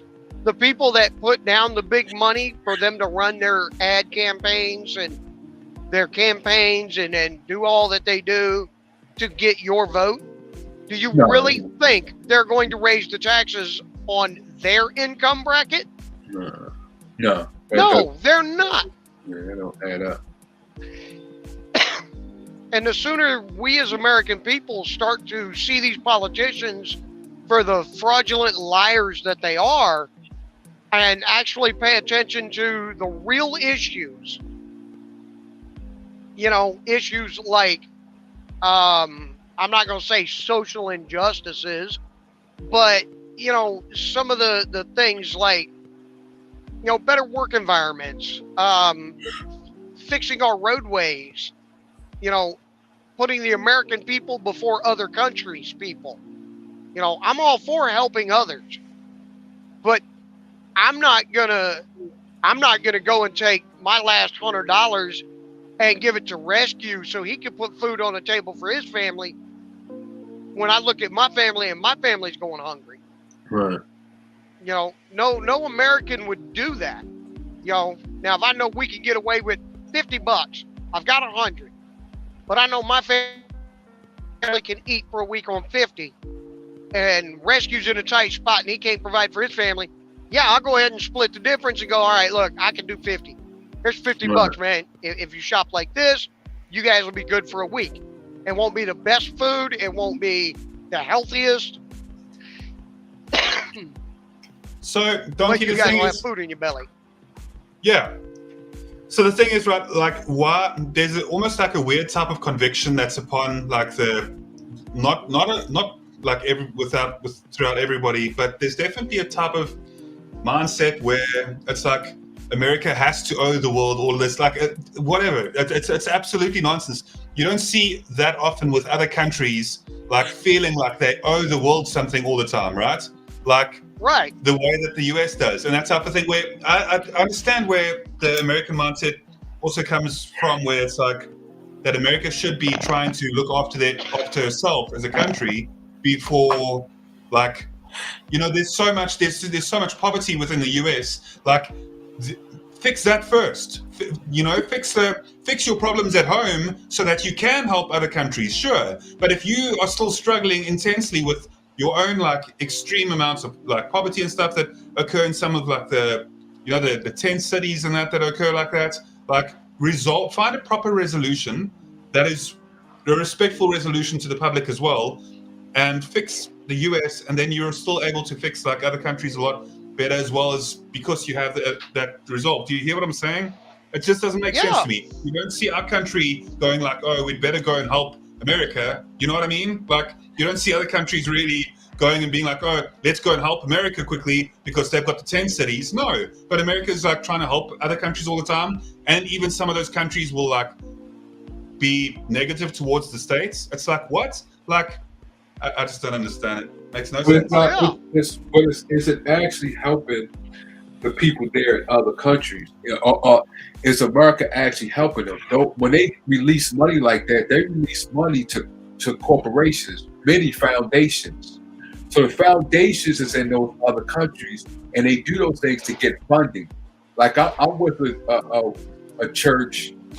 No, it's not a church. It's a foundation called City Fam, and he goes to other countries doing work and stuff like that. He gets funding from America. So he goes over there. They go over there, help out, and they just wait for the funding to come down. So is they actually helping the people, or are they actually doing it to the foundations? And the foundations don't, before it gets to the people, they get paid first. They get the money, and then what's ever left that they use to help the people. So it's just another way for companies to make money off of our tax dollars. Oh yeah. Well, but I mean, I get what Guardian's saying. Mm-hmm. You know, where you look at our country, we've got poverty. You know, we've got kids in our own country that go hungry every day, every night. You know, they can't eat. You know, we've got single mothers that work 2 jobs, can't afford daycare. Mm-hmm. You know, we've got so many issues. You know, look at the inner cities. Mm-hmm. You know, we've got young kids killing each other over what? A gang name, a color, the color of a rag. And yet here we are as a nation, we're running around and we're worried about what's going on in West Africa. We're worried about what's going on in Ukraine. We're worried about what's going on in Taiwan, China. We're all over the globe worrying about everybody else's problems while we literally turn a blind eye to our own issues. But like I said, it's like a foundation. Right. It's like you were saying, it's a business. It's a bit, but they do the same thing here. The Salvation Army, the Goodwill and stuff like that, they do the same way here. Look what happened to the person that was in charge of the Goodwill. Look what he did with that money, how he embezzled it and stuff like that. That was supposed to have been the same thing happened to the Red Cross. how they did with the money, embezzled it, and things like that. So they doing the same thing here in the United States, even in different cities and stuff like that, where they, like what you just described. Yeah, they do those things, and they got people in there that's on the street, but a lot of them won't move unless they get that funding. Yeah. You see what I'm saying? A lot of them, see, like what Rescue was saying earlier, how we was raised in the community and things like that, which I think is what we need to go back to, is how we govern ourselves.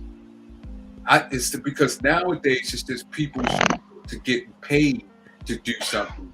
Back in the day, it wasn't like that. We took care of the family structure, we took care of the community, we took care of the town and things like that, and helped each other and brought each other up. Nowadays, it's just people just waiting to get paid to do anything. Oh yeah. Let me hold on one sec. Give me 1 sec. Don't. Okay. Well, just let's, because I gotta say, I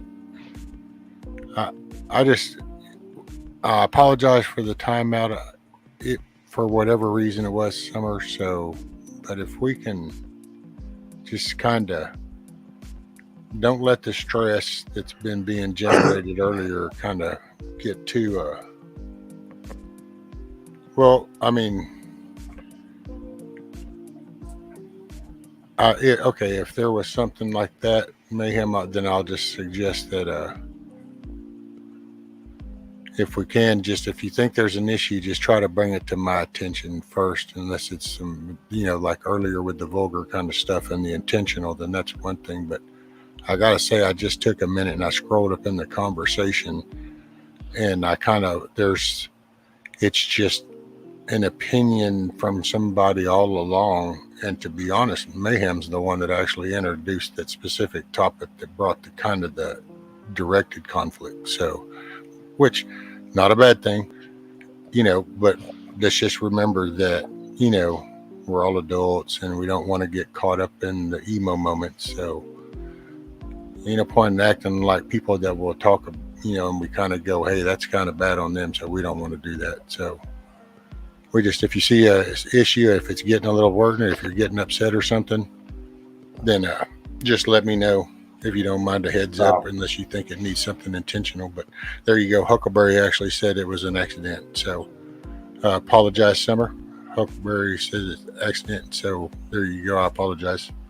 So we'll keep the flow. Don't want nothing to just direct the jive. So anyway, go ahead. And I don't know who was fixing to talk. Was it Donkey or Ron or Ray or somebody was fixing to continue the conversation? Till I interrupt. Morning all. Welcome to the panel, Ray. Hey, what's up, Ray? No, it was Donkey.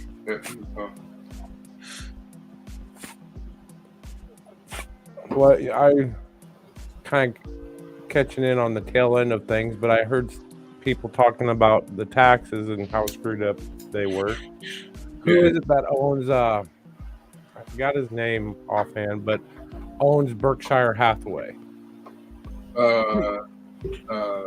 Is your Google, bro? No, my fingers are. Warren Buffett. Yeah, Buffett. He said that, yes, they need to change the tax laws because he himself pays less in taxes than his maid does. Yeah. He's the first one to admit it. His secretary. I think it was his secretary. No, he said maid. He said maid? Okay. Yep, I remember. Okay. And the only reason I remember a lot of what he says is because he's from my hometown. Yeah. What, Nebraska? Omaha. Yep. Hey, Ray. And if you don't mind repeating a bit of that, I missed part of that because my phone decided to cut out. All right. Buffett said that the tax laws need to change. He literally agrees that the rich are not being taxed like they should be. He stated that he pays less in taxes than his maid does. Yeah, I remember that. Yeah, he said. Okay. So even he agrees that our tax system is screwed beyond belief. And when you have somebody worth that much money saying, hey, I need to be taxed more. Mm-hmm. The thing is, they know how to do it. They know how to do it via offshore accounts. They know how to do it via loopholes in the system. They're well versed on the financial etiquette and how to, because that's what, the thing is, the medium class teaches their kids how to work. Right. The wealthy teach their kids how to control the people who work. And I'm not even joking about that. They don't even need. Do you see any wealthy class doing any mundane, regular jobs at all or anything like that? No, ever. No, you don't see that. They don't learn that same type of mentality. It's taught from the time that they're young to have that mentality, Okay, chill for a minute before this just, man, talk about ruining the buzz. Anyway, later, South. Appreciate your brother's smile. I'll be the reason somebody else smiles. Appreciate you hanging out. And no worries, Summer and Mayhem, I'm not blaming you. So see, come on, man. Let's go ahead and let's chill, choose our words. Let's think something before it comes out. There's no point in choosing certain words to try to enhance a thing. So we can just let this go. I wasn't blaming anybody. It was just a misunderstanding. It's like we wonder how things got where they are. This is how they got where they are. We just slow down. Let's choose our words before they come out. We've got to be part of the solution, not part of the problem. So let's just all take a deep breath. This is the decompression zone. I offer up a virtual living room for people to just kind of come and chill. I even brought my own chair. Do you want me to send you an invite? Mayhem, I think I got your email. Do you want me to send an invite or anything? See, all right, brother. Later, man. I got you. You got to do you, brother. See, you're choosing those words, man. So anyway, everybody else, if we can just let that go in chat, let's just, I don't want the snowballs to get out of control. So. Woo-sa! Yeah, it's okay, Brian. We're just okay. So now talk about the weather outside, and everybody can just. If you're upset and you need to go, then I get it. By all means, that's the thing to do. I can't even see chat, so.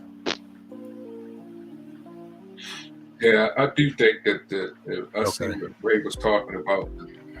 But I think, Von Erich, you're probably more educated on this than me. I'm assuming he's just you are. more educated than you.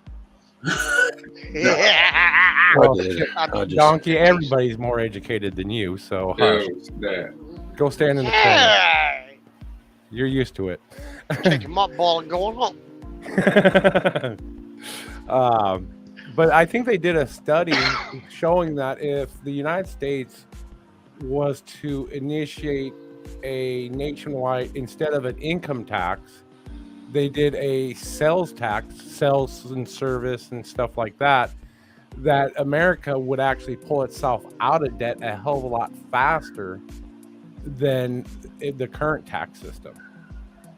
And everybody would actually be taxed equally, because now you're paying for goods and services, not just what your income is, and there's no further loopholes. Oh yeah, so they will have to close the loopholes and do what you're just saying. Yeah, basically what it would do is it would shut down all the loopholes. I mean, very basic. All sales, all services, those are taxed at 10%. Boom. That's done. There's no loophole. 10%. We'll start with 5. No, they did say 10% would bring us out of our economic downturn that we're experiencing with our debt. Well, even Ben, he's that neurosurgeon, that awesome guy. Ben Carson. Ben Carson, thank you. Even when he ran for president years ago, he stated a flat 10% tax, no returns, like you file your taxes, you pay your 10%, everybody, just flat 10%. He said we wouldn't have debt.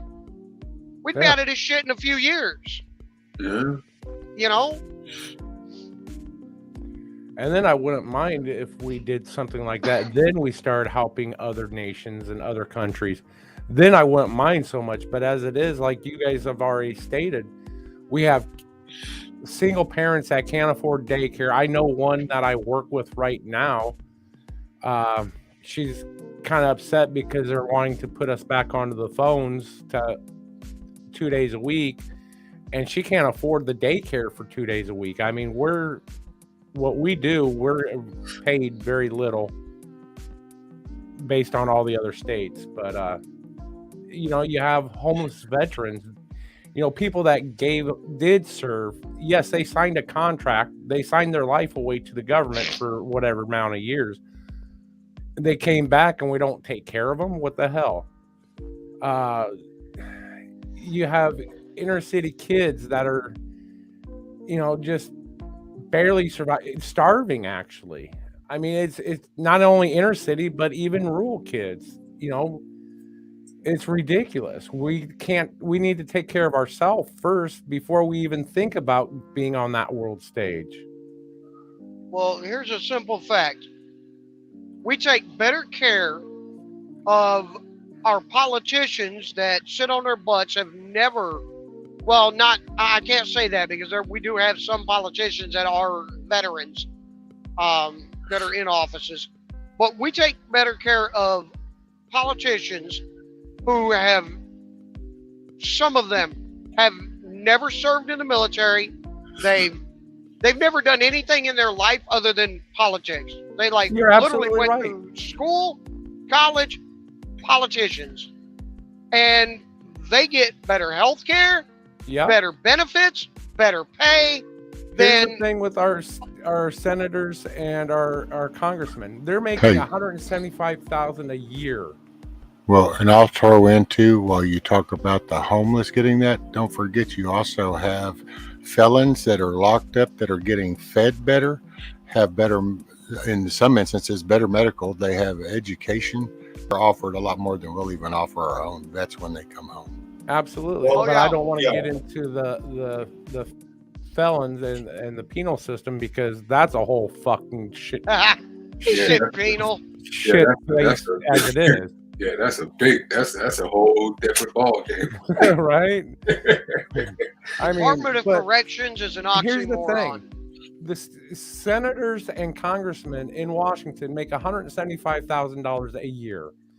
The average American makes $65,000 a year. Not only that, they get free medical that you would just die for. Anybody would give their left nut for that. Okay, I'm like, no, they definitely are treated way too well for something that's supposed to be a civic duty and not a career.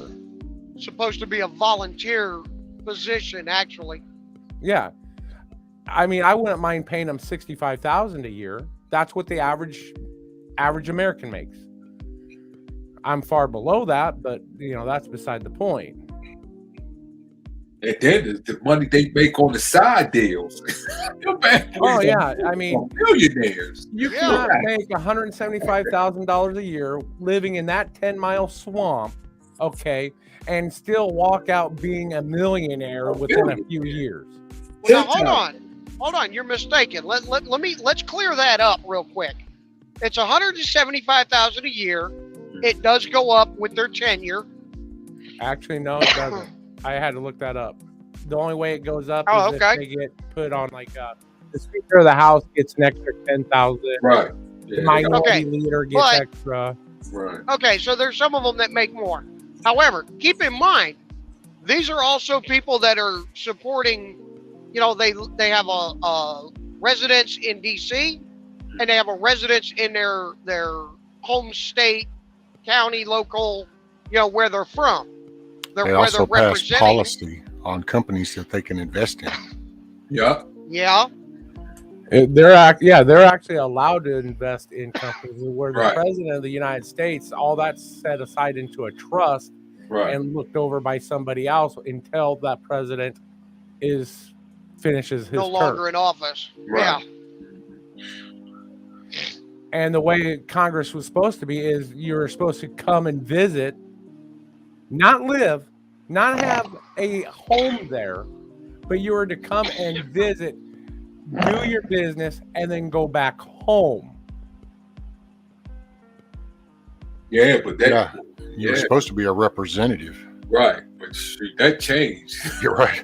Yeah, no. Yeah, it's no longer representative. It's now a career path. That It definitely really, changed. unfortunately, it is. Yeah, And that- then on top of that, they do things like junkets, which is basically nothing more than a vacation paid for by whatever company is sponsoring it. And it goes to somewhere along the way, follow the money. And there was companies that did X amount of things. And then if you followed investment money into that, it would go right back into senators and representatives and staff members of all them people, family members. Yep. It's kind of like if you knew right now the winning horse of a Delta Downs kind of thing, and then there's friends there you would bet the max you could. There's people that you would instantly go tell, hey, this is a fact, dude, I know this is going to happen, and so they could do the same. Well, that's on a really drop of a bucket scale, but you take that on a damn investment scale when you have control of basically the whole market, because it's everything from steel to fuel to product to import to export to everything. You pretty much at the end of the day, you kind of got access to all of it, so you can shift and change it. And we just kind of look at something and go, okay, yeah, but we never know. Okay, so what about the third cousin of that person? Are they investing? Basically, is there a hunter? And Right. now we're seeing that, oh yeah, there's lots of them, and this is the impact of it, and here comes the wave. I mean, this is why I'm such a big supporter of the COS, to maybe rein in some of that crap. Put limits on our Congress and senators. Put pay caps on them. Things like that. Things that we haven't done before that we could actually do by making those amendments. And term limits. Exactly. Major. And I'm all for making politics a career path. Okay, fine. You can retire in 15 years, but you can't serve more than 2 terms in each office. yeah, but what they try to do is, let's just say you do term limits. They want their benefits for life, though. No. No. See, that's the other thing. Oh no. You came in out the normal field, you can serve, we can pay the bill while you're there, not a problem. You're serving the people. Now your service is done. By God, you need to pull up your bootstraps, and I guess it's time for you to provide for yourself again. Hopefully, I perfectly agree. But that's not. Oh yeah, I know that. Yeah, I don't know how we get there, but all I would tell them, Could I there make ain't a- nothing wrong with being a ditch digger. Could I make another suggestion? What's up? I guarantee we could get our veterans, the veterans hospitals and such, the VA. I guarantee we could get it fixed. Okay, Oh. y'all want benefits for life? Use the same veterans Oh yeah, benefits. But here's there one- you go.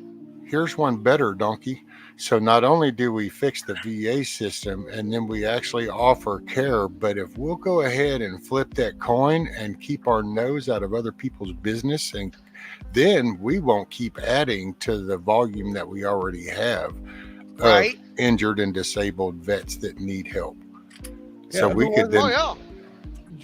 General Yamamoto during World War II stated, "I fear that we have only awakened a sleeping dragon." Problem is that sleeping dragon never Admiral. went back to sleep. He wasn't a general. He was an admiral. Admiral. Oh, yeah. sorry. Yamamoto. No, they woke the dragon. And we haven't But gone then- back to sleep. We went back. We did. We went back to sleep big time. That's All our right, problem. We spanked that ass. We're going back. Nap time.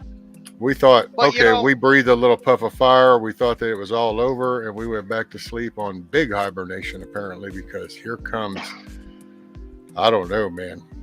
This is going to get rough. I mean, anchored ships, dude. That's all I can say. I know it just sounds so trivial, but that really has a big impact across the board. Oh yeah. But you know, another thing people don't realize is, you know, you look at the idiot we have in the White House right now. He is such a weak, spineless human being that is like, it's absolutely lost, in my opinion. And on one hand, I can't stand the guy because, well, the fact is the fact. He's been a politician for nearly 50 years and hasn't done squat for the American people. However, at the same time, he's now in the White House as president. Personally, I think he's a puppet. That's my opinion. But he like doesn't have a clue what's going on.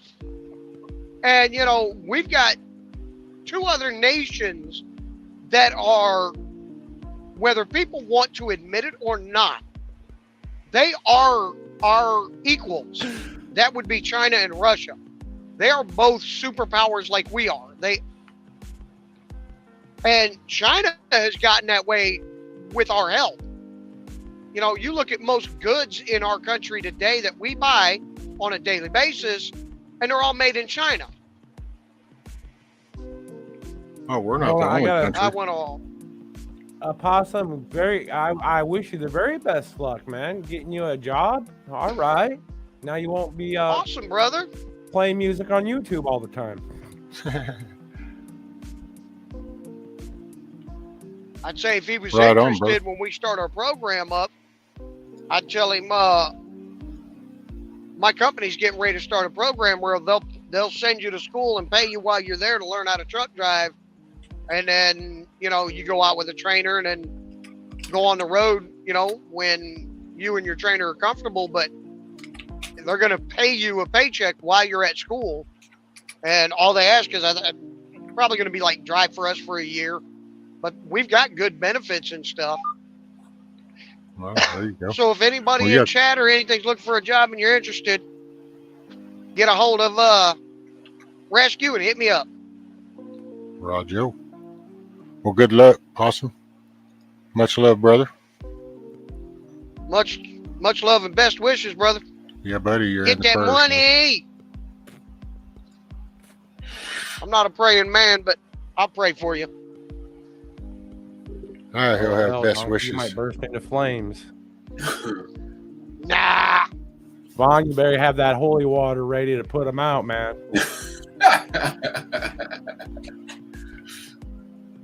Don't worry, Vaughn. I don't need holy water. Says the man who needs it the most. Much love, brother. Hey, you never know. He might listen to me more than somebody that does go to church every Sunday and prays all the time. And I didn't say you did. Enter into an established religious service. I refuse. I don't believe in the establishment of religion the way it is right now. Well, we're not going to get on religion because that can be offensive. Yes. And I like Von Erich. I don't want him getting mad at me. Just so you know, for your own sake, why don't you pray to whatever higher power you see fit? Because when in the end, you're accountable for yourself. So if you wanted to know about my God and Jesus, then I would gladly tell you, but I don't push nothing on nobody. I would just say that there's nothing wrong with a positive prayer from whatever higher power you see fit.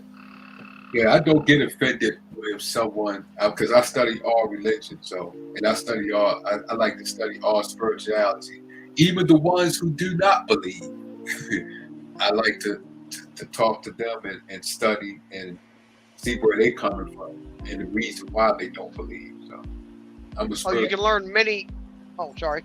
Go ahead. I was gonna say, just when you look at a variety of religions and stuff, you learn so much. Right. You can see where a lot of them actually intersect with each other. Right. There's a lot of similarities between them and such. Right. Yeah. Even the ones that say they don't believe, even the ones that say they worship the devil, I still wants to know why and see why and understand why. See, Donkey believes in the Dolly Donkey. The Dolly Donkey. The Dolly Donkey. I believe in human beings. But Night, Deb. Get So- you some rest. Wake up with a smile. But yeah, America needs to quit sending money overseas and start sending it to the states that can actually do something for the people, for those that need it. Okay, one thing Vaughn, that- I see what you said. Okay, I was wrong. It was Warren Buffett's secretary. One thing that would really greatly help America is if we brought a lot of our manufacturing back. Oh, absolutely. It should never have been allowed to leave. Well, that wasn't just the corporations or the government. Right. That was also the American people. Right. Because if you watch, well, I'll give you a prime example. Hostess, I believe it was. You know, the union was squeezing them for more money. And they opened their books to the union and to the employees and said, look, this is our profit margin. We don't have more money to pay you. We just can't afford to pay you more. We'd love to, but we can't. And what ended up happening? Well, if we don't get more money, well, okay, well, if y'all are going to come off this strike, we're just going to close the company down. Right. So they closed Yeah, it down which and they affected sold it my off Twinkies. to somebody. Right. Exactly. That affected my And- Twinkie count. Right. But, the everyday American, unfortunately, we think our time and our effort and our energy is worth more than what it really is, And I'm not saying as people, as human beings, that we're worthless or our time isn't worth anything. What I'm saying is we have to understand that there is a fine balance between what a company can afford to pay you and what you get. And people don't grasp the concept, the difference between skilled labor and labor. Unskilled labor or skilled labor. A welder, a auto mechanic, that is a skilled labor. Somebody that stands at a machine and pushes a freaking button, I hate to say it, but even a monkey can be trained to do that. As that old term goes. And, if you're doing that and they're offering you $10 an hour, well, $10 an hour is better than nothing an hour. It's Yeah. better than being homeless. It's better than being hungry. Well, see, that's the problem, though, is even with, if it's minimum wage, it's getting to the point where you're still going to be homeless making minimum wage. Yeah. Right now, the way the system. Yeah. What do you think is? The way Well, now, things are which- going, rentals and all that, Which minimum wage are you referring to? whatever state you're in. Well, Yeah. but I mean, are you going because the $15 an hour that they were going for, or because that's Well- progressive, so it's somewhere along the way. But because around here, that's kind of right at existence level as minimum wage where I'm at. In You Phoenix, you're not going to you're- probably care for the place you're at, but you can find a place. in Phoenix, you might get lucky. You Right. will be on assistance a whole lot Yeah. from the Yeah, government. see, out here, you'll find like an older deer camp, or maybe it was an older person's house that one of the kids have, and they don't really come up anymore or come to this area. That's how you can find them around where I'm at. But that's the benefit Yeah. That's of the rural area. Yeah, that's the benefit of the rural. You won't do that in like Ray said, Cities. in Phoenix and cities. Now you ain't gonna be able to do that, and that's on the state level and the federal. Well, and it works even through rural areas. But and here's the catch, though: on rural areas, like in my area, that's only that goes along the highway. Right. because it's highway frontage road, and then that becomes prime real estate. So everything is more, but it's almost like a funnel. The closer you get to the metropolitan areas, the heavier populated, it starts to widen out until it becomes that whole little area. Right. But but that's even, you even have to look at that it's so tough that you will have to go that way to that's what really need to be, because it's minimum wage, but you have to go out in a rural area like you just explained just to make it on minimum wage. That's a lot right there. They just don't. People don't understand. You increase the minimum wage, okay? So you're increasing the amount a company has to pay the person. So the company needs to make that money back somehow. So it's going to increase the cost, what it charges you, because it's got to pay all these other companies for, and it's just a nasty little vicious circle. You can't artificially set wages. No. It's the inflation rate too. It doesn't work. Everything being tied to the inflation rate, and as that goes up, it's like a spigot. But do you think? Okay, Rescue. We worked in the cable field, right? The work that you was doing in the cable field, as far as going up and down the bucket truck and a lot of the lifting and things like that. You would want to be satisfied in payment of the work that you do. You wouldn't want to get less. Would you settle for that? Or would you what would you settle for? Because, it was a long time, especially the cable field, especially the people that was doing your work was angry when it came to the payment they was getting. Well, it's a prime example of that, because not actually where I live, because it's actually ironic where I actually live. I didn't even service this area, but the neighboring area is where I started with them, and around here it was a decent wage, it was ironic because then you could turn around and, like, when I transferred just to the neighboring system, neighboring county,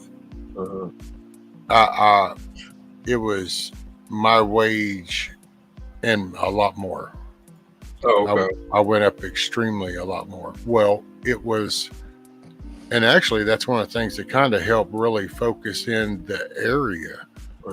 And that's just another importance of why this shouldn't be so federal mandated, because it depends. It's because I lived in the same place, and cost of living was X amount of dollars, but then when I went to work in another system in just a neighboring county, it's not like I traveled far. I just, an extra hour, and all of a sudden my wages made where I was at the way of life a lot better, because it offered me more money. Of course, then I ended up needing to actually transfer because projects got real big intensive over there. Because that was a more metropolitan area. That was based out of Conroe and Huntsville area off of 45.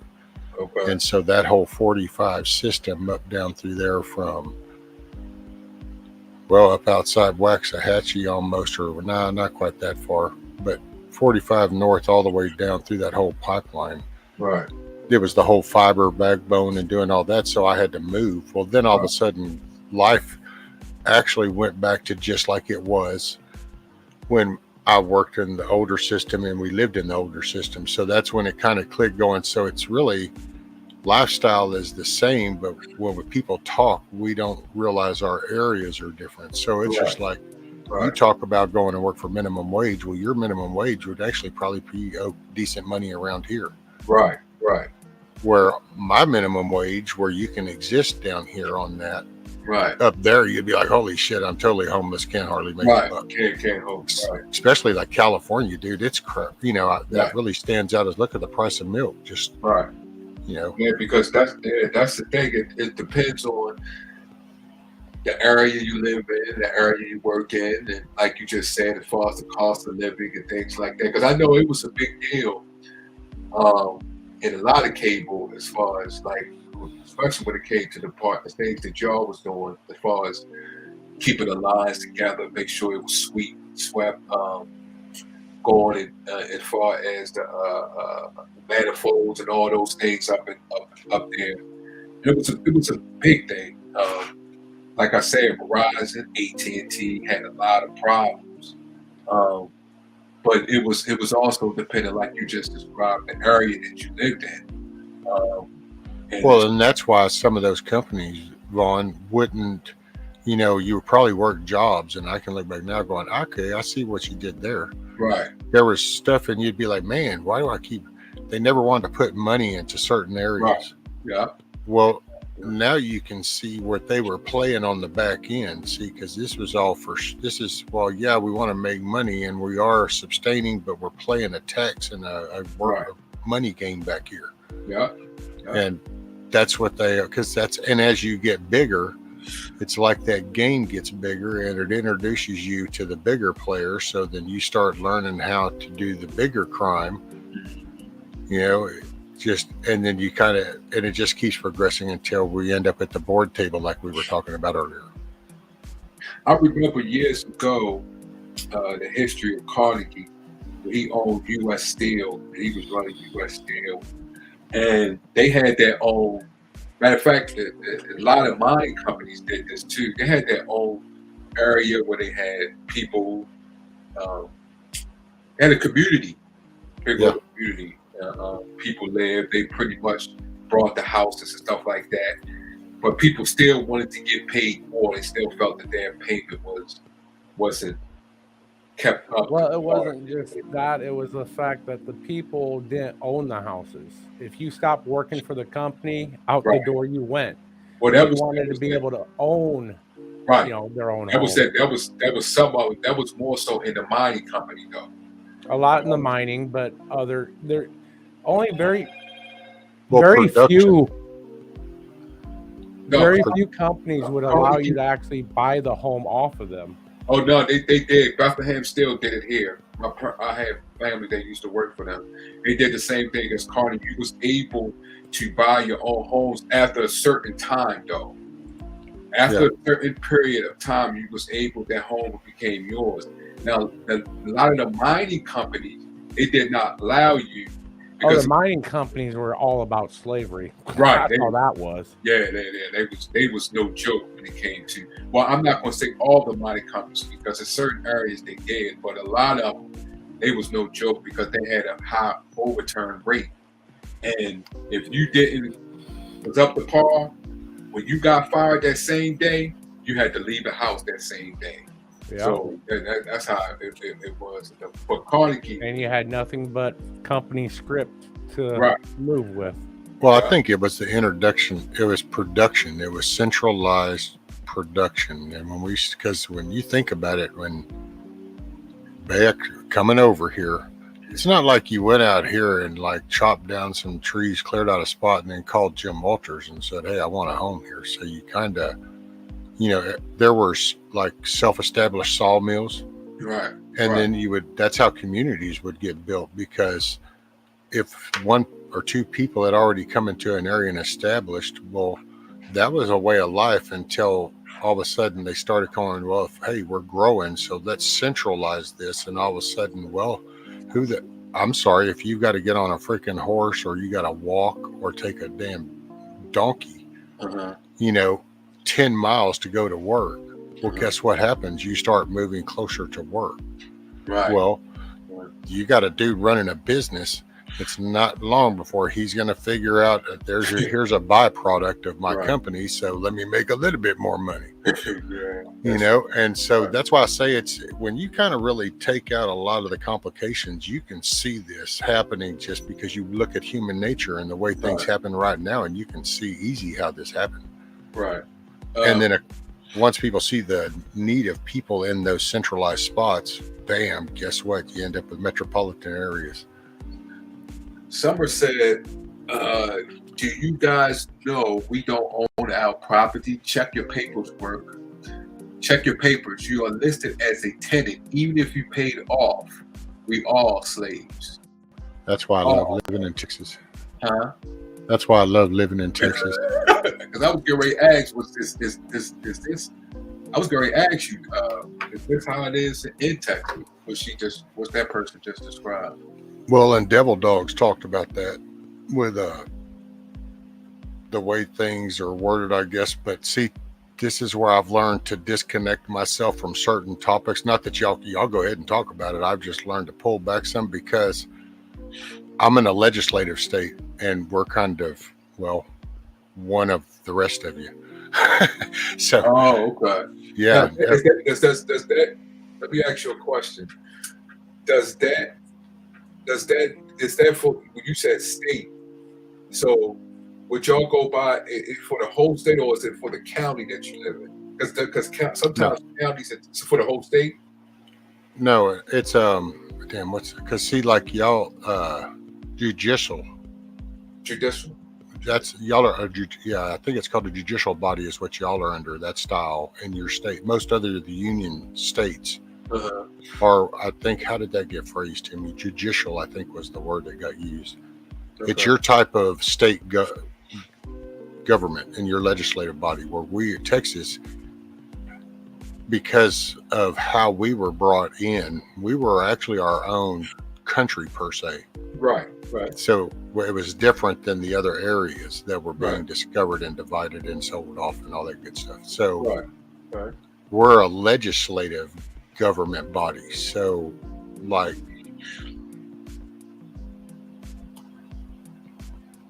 damn, you got me thinking.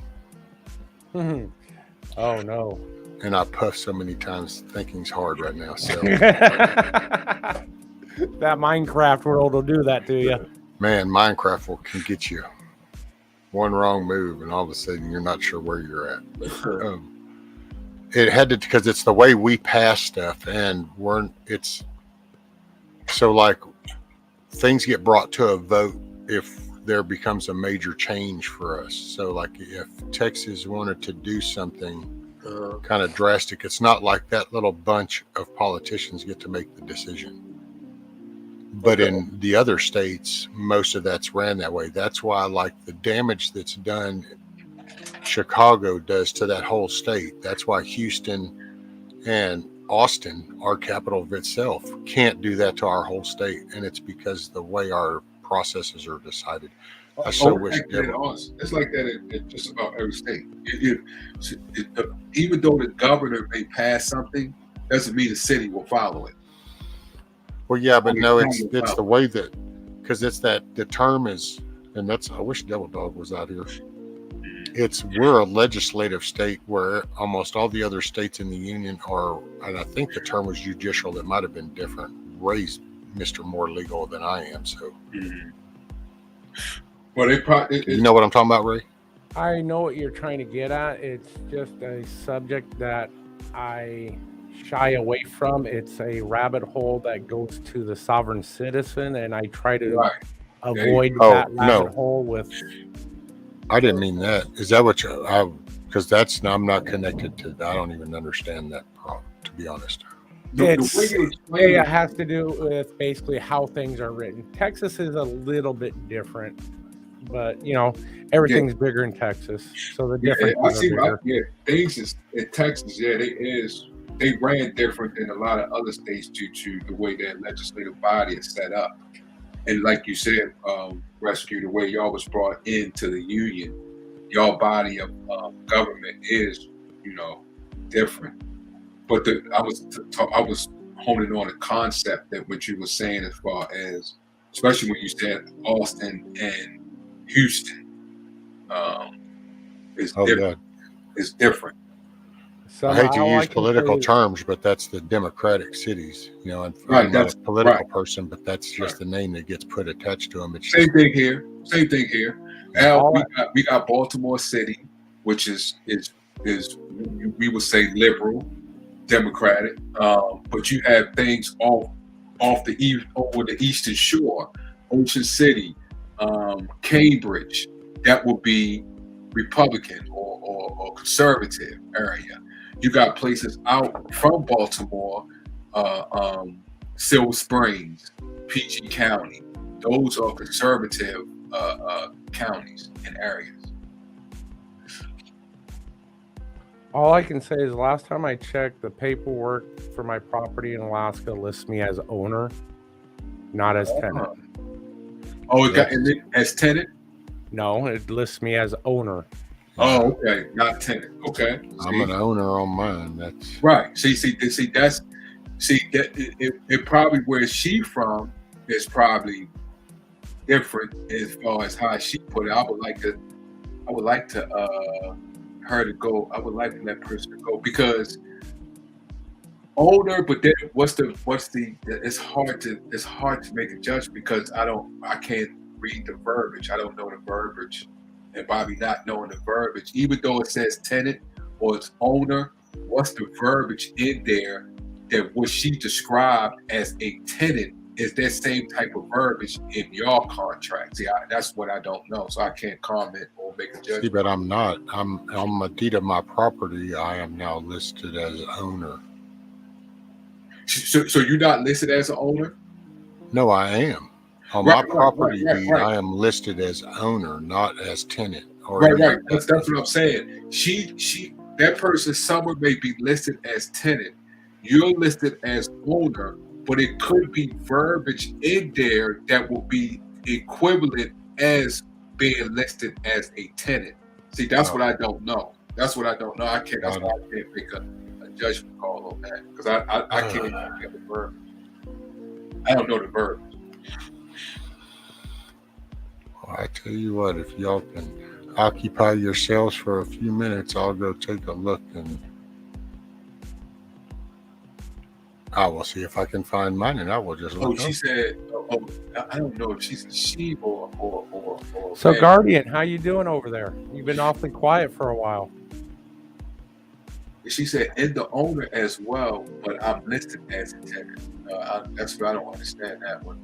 It says in the owner as well, but I'm listed as a tenant. Yeah. See, well, there. Yeah. See, I can't. It's hard to make it because I don't know the cause. Because I haven't looked. I will look just so I can. But I will say, as of right now, whenever I actually signed the owner ones and I got the transfer and went through the whole, I don't even remember seeing the word tenant. So right. That's all I can say. And I will say this though, Yankees, like if you think you own your property, stop paying your property taxes, see where that goes. But that's not the same because you don't lose your property solely because you didn't pay the taxes of ownership. That's called rental. But if you're being punished, and at a certain level of punishment, they say, okay, if you're not going to pay up and we've accrued this interest on this debt, then we're going to use that as collateral and take that. See, that's the way I view that. But then again, it could be maybe a location thing. I will absolutely stop paying taxes on my property in Alaska. Oh, wait a minute. Here's where it gets different for me because where I'm at, I totally have no problem paying my property taxes because like I said before, I pick up the phone and go, hey, my damn road out to the damn highway is a little rough. All of a sudden there's this cool grader that shows up and grades it all down. I call up and say, hey, my ditches are looking like they're holding water. Can you come check them? Bam, here comes a grade all dug out looking good. So I live in a rural area and my taxes are low too. Here's the thing. I see both. In Alaska, my property, in certain boroughs, they have property tax. One sec, Ray. Guardian's fixing to be leaving. So take care, brother. Much love. Appreciate you hanging out with us. Much love, buddy. Damn it. Yeah, keep on. Thank you for having me up on the panel. It's always a pleasure to speak to the three of you. And thank you to everybody in chat as well. Bye for now, everybody. All right. Love you, brother. Love you, brother. All right, go for it, Ray. Yeah. So only in certain boroughs in Alaska are there taxes. The borough that my property is in, there's absolutely no tax. Okay. No state tax, no borough tax, no tax. But you got property tax though, right? No. Oh, I thought you said you did. I thought you said earlier you got property. Yeah, I'd be more than happy to pay my taxes. My taxes is zero. Oh, okay. Well, that's I stop paying that too. Yeah, well, that's that. See, I see what people are saying when the way they look at it, as far as paying taxes. You got to pay your property tax. I see that point in that, but that's interesting about what Summer said as far as she's an owner, but she's also listed as a tenant. I would love to see that verbiage in there because that's very interesting how that's set up. Very interesting. And I would like. It would be. I would like to see the legal context of it. Yeah. What's up, Deez? Graced with your presence, sir. Pretty cool of you. What's up, buddy? Ain't seen you in a while. Yeah, that's And Yankees like, yeah, they'll sell my property. But see, to me, it's no different than you get your car repoed. It's just that the one thing about the property is that where your car will get paid off when you reach the certain value. Here you pay your property off, so then that all is over. After that, it's a tax. But see, here's where I differ. That's all. And it might just be an area, but if the taxes start getting too high here, then we vote for a different tax assessor, because then somebody's not applying common sense. And so when that rate gets too high, the mass speaks for itself in my area, kind of deal. But then maybe that's a rural thing. I don't know, because I never even thought that deep into it, because it's just the norm. But I think what he's saying is he's saying when you pay your car off, you're not charged a tax on the car that you paid off. You're not paying you to pay a tax on. Yeah, you paid it when you bought that car. When you did that whole deal, that tax was already all included. Right, but you don't after you paid. He said after you pay the car off, you're not charged a tax after then. No, but then again, that your county does no maintenance to your vehicle ever. But now, if you want to have continuous maintenance done, then I believe that's referred to as a lease, and then you're on leasing the vehicle. Oh yeah. Well, I guess you could see it if you wanted to take a darker perspective and say, well, since I'm having to pay taxes to get this, well, I just really don't own it. Well, I just say, no, I own my property. But right now there's the taxes that for this, and they're supposed to be applied to this. So I'm going to be involved in my community, and we're going to pay attention to who's doing the tax assessing.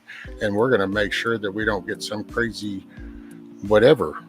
And so ours doesn't go out of check. But see, now watch the shock. I only pay a few $100 for my property tax because I'm in a rural area, so I don't have concrete sidewalks. See, here's the catch, and this is what I've told people that have moved into this area, because they start wanting the paved street, they want the street lights, they want the stop signs, they want, this, that, and it's like, okay, well, as you do this, you're adding to the bill. So it's like walking in the store wanting a loaf of bread, and you commence to throw in the steaks and the beans and the drinks and the proper towels, and all of a sudden that couple of bucks of loaf of bread ain't a couple of bucks. Well, this is what happens in your area, and this is the variation between rural, and as you get more metropolitan, you're adding more toys to the toy chest, so the cost of that living is going to go up in order to sustain that way of life. It's got to be paid somehow. Yeah, concrete ain't free. See, that's I understand what you're saying.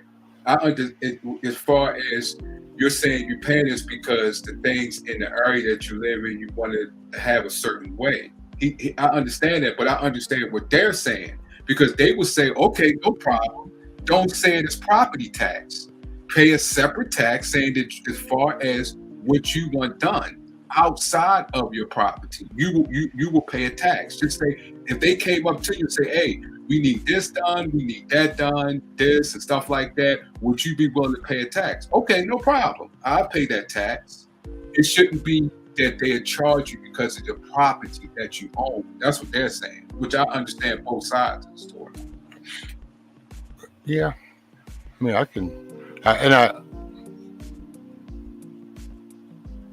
damn, too much thinking. I give. I succeed. It shouldn't be it shouldn't be what they said. It should be applied to your property to the point that if you don't pay it, you'll lose your property that you own. What? To that point. But if you're buying your car, I don't know. See, that's why I don't know. I guess it's just I like Yeah, my you county probably guys, so my already did. taxes actually serve me a purpose. So I don't see them as like a negative. I see them actually as like paying the landscaper, so I ain't got to go out and mow the grass, kind of thing. Well, no, yeah, tax when applied correctly and appropriately is a good thing. I mean, that's what allows you to have a flat road without potholes in it. Right. Yeah, that should be, paying tax for that, yeah. But they're saying that it shouldn't be applied to your property, because if you don't pay the taxes, you could be penalized and other things. It should be a separate from your property. Your property is yours. That period. Outside of that, if you're willing to pay, they say, well, you should pay this. No problem, because I want those things done to keep my community at a certain, I can't find a word, but certain place that I want my community and my town and things like that. I'm willing to pay that tax. I'm not against paying that tax. So I completely understand you want to play that, because you self-govern yourself. You want to keep your community at a certain criteria or guidelines. Hey, no problem.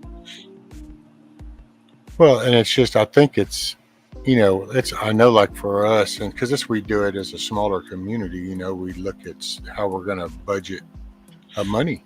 And it's like, well, we don't want to pay more. So then if you're having to look at raise stuff because equipment is breaking down, well, then it's like, okay, well, hold on just a minute. Let's look at, why is the equipment breaking down? Is it the model that we're picking? Is it the lack of training on personnel? And so and that's what you do. Well, and then you make a decision based off of that, but it's what should be getting anybody's attention. And I just, it's worth it, somebody looking into their area. Because like I said, I don't live in a metropolitan area, so I don't know how. Maybe you need to get more people involved the bigger your area gets, but it's look at the use of it. It's like we talk about the election and stuff and the votes and all that. Well, it kind of goes even into your taxes. Look at how they're spending that money. We talk about how they spend millions across seas, and that way Palestine can figure out what gender they are. But okay, well, we're talking about how taxes. Oh man, that's because you got a bad taste in your mouth for taxes, because you're not seeing results from what you're paying in, because they're abusing it and they're not applying it. But if you could see it from where I see mine, because so knock on wood, heaven forbid I say this out loud and watch it all change, but as of now, you can see a benefit of paying the taxes. So from my viewpoint, you see it as almost like paying a person to mow your yard. I got to ask this question directed towards Summer, and I'm not trying to be facetious or anything like that, but you're stating that the IRS is not a government agency. It's an agency, the IMF.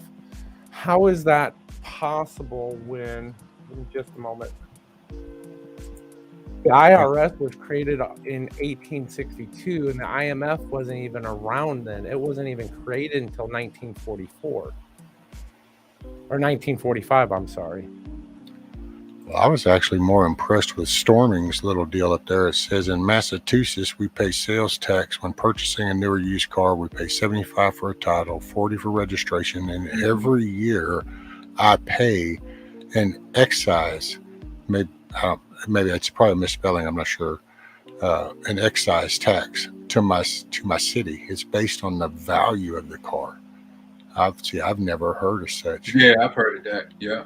See, there's Arizona has something similar to that. Wow. See, now the whole registration and the tax, yes, you do tax, and here you purchase it, pay the sales tax, then you every year, actually, if it's a new vehicle, for I think it's 2 years, you're actually exempt for registration and inspection for 2 years. And then after that, though, you get your vehicle registered and inspected every year. Of course, inspection's like $10, $7, I think it is. Not much. And depending on, here's a catch in the state where you live. Where I live, there's no emissions test. You go over to the next county, there's emissions test. So then it raises the cost of things a little. But after that, there's no any more tax involved. It's just the registration, the inspection. It's your vehicle. Yeah, they do that emissions test in this county but in the next county they don't. So as long as you say that you live in the other county, you don't have to pay to get your car emissions checked. She said the IRS is what again? I think what she said about the IRS. Well, she said that the IRS is an agency of the IMF, but my question is, how can the IRS be an agent of the IMF if the IRS was created in 1800s and the IMF, or International Monetary Fund, wasn't created until 1945?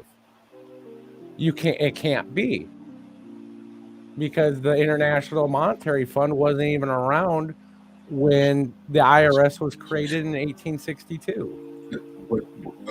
I think she's referring to as far as when they changed when it came to the IRS. The one you speaking of in 1800 wasn't the same way as it is today. I believe that's what she's talking about. I'm not sure, but I believe that's probably what she's talking about. And it did come a part of as far as the IMF on the way the system is set up, because the IRS is not actually part of the government. It's separate. Just like the Federal Reserve is. It's an agency that does work for the government, for the executive branch. That's what I think that's what she's referring to.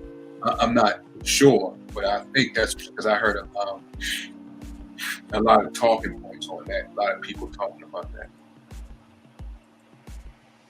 Well, then I'll also point out real quick. See, TJ Katz, she lives in Texas, but where she's at, the inspection's $25. So see, that's like triple where it is from where I'm at, because it just. But then again, I think the larger the area gets, basically, the more people lose control of the power that they have. Where in a rural area, because it's less the population gets smaller, so you kind of keep it more focused. It just can stay that way naturally, because most people, hell, I don't, like I said, worked around here, and you don't even talk politics or anything. You just shit around here just makes common sense kind of thing. But yeah, and people attend the meetings, the county things. So it's just, man, it's like the larger, and you just kind of add this with all the other stuff going on. And you just kind of realize that you just see a staircase all the way down to right out your front door. Because like for me now, I guess it's kind of like, well, yeah, I guess it doesn't matter how comfortable I am if the neighboring counties all around me kind of start flipping or giving in or going, then yeah, I'm doomed anyways. It's all about the local, it sounds like. Because look at that crap, Storman pays $30 for inspection. Like, yeah, it's no joke. That inspection stuff and registration is no joke. I'm like, golly, they get you all the way around. And I wasn't diverting from y'all's conversation. Go ahead. I was just chiming in on that one, because I don't know what. Happy to change the conversation. Okay, because I don't even know nothing about all of that. So. Oh, what's that about the? What y'all were talking about with the whole reserve? Oh, yeah. That's because again. Yeah, that's the Treasury, I guess. I went, I looked into all that when I was going head first into that sovereign citizen rabbit hole, and right. I don't like it. I don't want to talk about it. You know what? I will deal with local issues more so than that issue. Yeah, that subject. It deals a lot with the laws and the changes and things like that. It really, you have to really go deep into it. Like what you said about the 18th, when it was, yes, that is true, but you have to go into the way it was formed from it, and then it gets, once you go into that, you go into a whole nother ball game and legality and stuff like that. Yeah, you're right. You just. Yeah, I mean. I was so headstrong into that stuff at one point in my life that, I tend to have forgotten all of it, because I don't want all that clutter in my brain. Yeah, I had to clean out the filing cabinets. Yeah, I do agree with some of what to a point as far as now that as far as knowing the laws, because knowing the law, I mean, it's against the law not to know the law. So, but to know the law. Well, it's not against the law; it's just no defense. Morning. Well, then What some law? people look at that as against the law. No, it's just not a defense. Okay, well, You can be ignorant. There's can, no law saying you can't be ignorant. There's no Oh. law saying that you can't be stupid. Yes, it is. There's some places, yeah. But you just can't use that as a defense. Okay, but then some people There's Wizard. Some people look at that as against the law. I understand what you're saying. If I can't use it as a defense, then it's against the law. Some people look at it as that way. If it was, then I would be able to use it as a defense. But I just think people should know the law as far as, I'm not saying as far as I think people should know the law as far as what they need to settle disputes and other things in life, or to move a certain way that you want to move to get to a certain place in life. It is good to, I do believe it's good. Like that person says, it's good to know the law. Even like if you're like my CPA, even though if he did something to broke the law or did something wrong, I'm accountable for it. So I have to know laws or know certain things, because no matter what, it still falls back on me. And that's why I think sometimes it is good to know your rights or know the laws and stuff like that. And then of course you could always try to go after your CPA at a later date, but right. Good luck with that. Right. He's done living in Barbados with your money. Exactly. So you still have to know certain things because you're accountable for it. So certain things, certain laws that I had a friend that he was driving fast in Virginia, and I think it was over 90 miles. It was over a certain limit that he was charged for manslaughter. I'm like, what?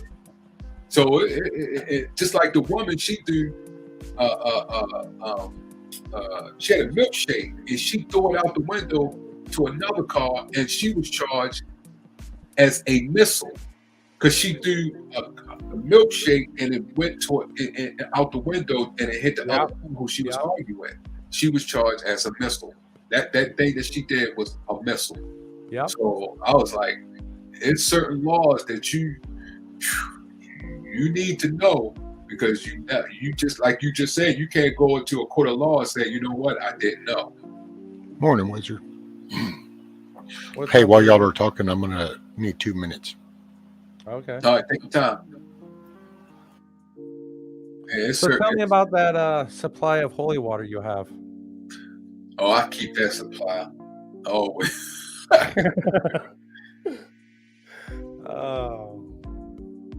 I think you might be running low, buddy. Right. Some of the chats I see you in, we get involved in. That's got to be busting into your stockpile. Right. Summer, which one you want to email me? Which one? About the I mean, if you want to email me, that's fine. Hey, information is power, so. But yeah. So people just get way too involved in things that are too large for them to handle, and they should actually be concentrating locally instead of trying to be an international person. You know what I'm trying to get at. Yeah, I see your point of view. Yeah. I see your point. I see both sides though. I see some people want to educate themselves on local, federal, and international. I think that if they're able to consume all of that and keep it in, I mean, they could go for it. But I don't think it applies to everybody, because everybody is rather, like you said, just like to know what's going on local where they at. You see what I'm saying? So exactly. That's not the path that some people. You can't change anything from the top. You got to start from bottom. Right. Start from the Right, I got you, and I believe and that. chisel Right, away at it. right. Because I when it came to like my foundation, I had to start from state, federal, and I would like to do international, like what Summer is talking about, is knowing about the international part of of that part as far as my foundation. So, but like you said, I had to start from the local and then work my way up to the top. Oh, Shamrock Shake, where you're talking about a Shamrock Shake in chat, and there's a fat man on panel. Yeah, no. Let's talk about that Shamrock Shake, shall we? All right, appreciate it. Welcome everybody that's here in chat. Glad you're starting your day, ending your day, going through your day. Actually, What's up, Deanne? I'll be back in a few minutes. All right, buddy.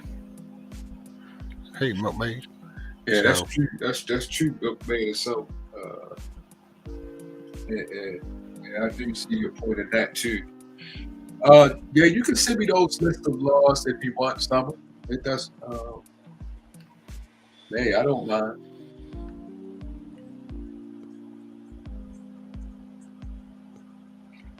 Well, that's it.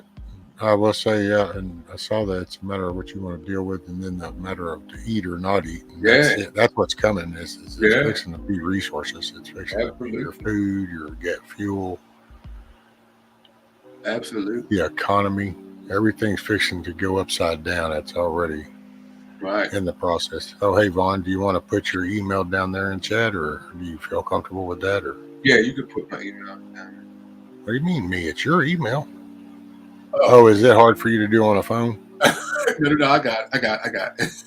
I see what it is. Sure, the host will do it. I'm like, man, sorry, this is my living room's one of those. Hey, you need to get your own drink. I'm that kind of host. It starts off with, hey, you want me to get you a drink? But after the second one, oh no, now it's time you can go ahead and get your own drink. So there you go. You can delete it right away. Okay. So, and I was trying to keep up with Hawkeye and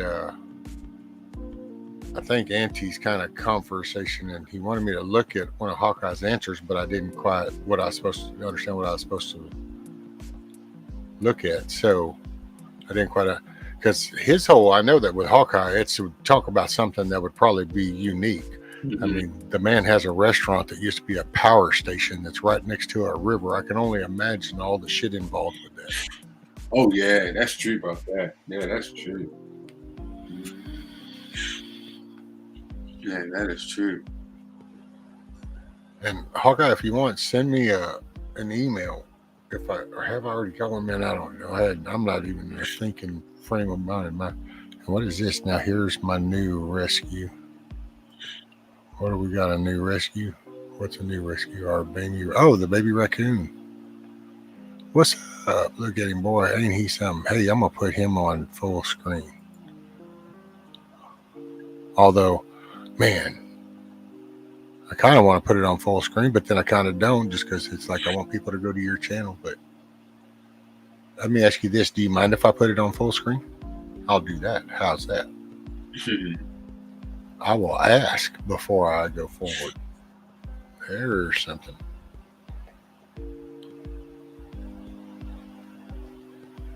I know. Look at you, Yankee. I see you. Like, hey, it's your. Go ahead. Thanks, Summer. Go ahead. Oh, no worries. Okay, Melmaid. So, are you gone? Or are you still listening, or what? But if you're gone, don't work too hard. Just hard enough.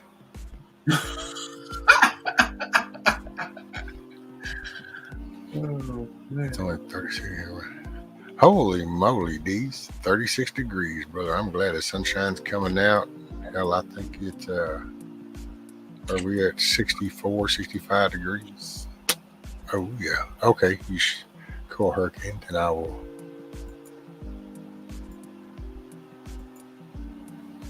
Little raccoon, he looks so cool.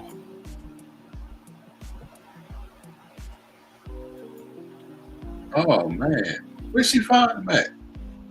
He's sleeping too.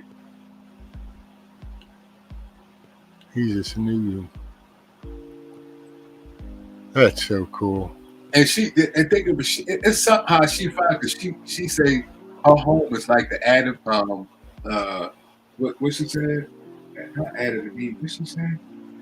It's like where Adam and Eve stayed at. What they call that? My mind is messed up right now. What do they call it? See, beats me. I don't know. Mine was messed up before yours.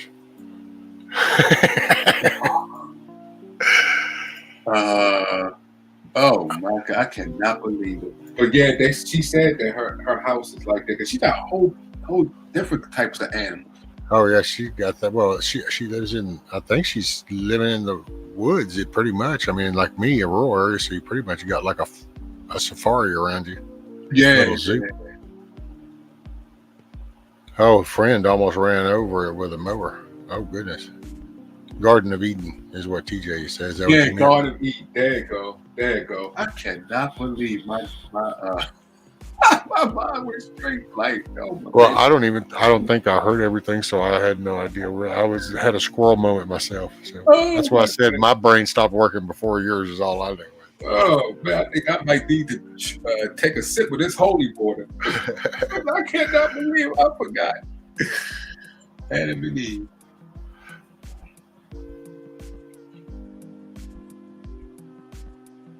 Hey, Summer, do you know, have you heard of Devil Dog? You know Devil Dog, Summer? Just out of curiosity. If you don't, we can drop somebody. You want to drop Devil Dog's link, if you don't mind, or...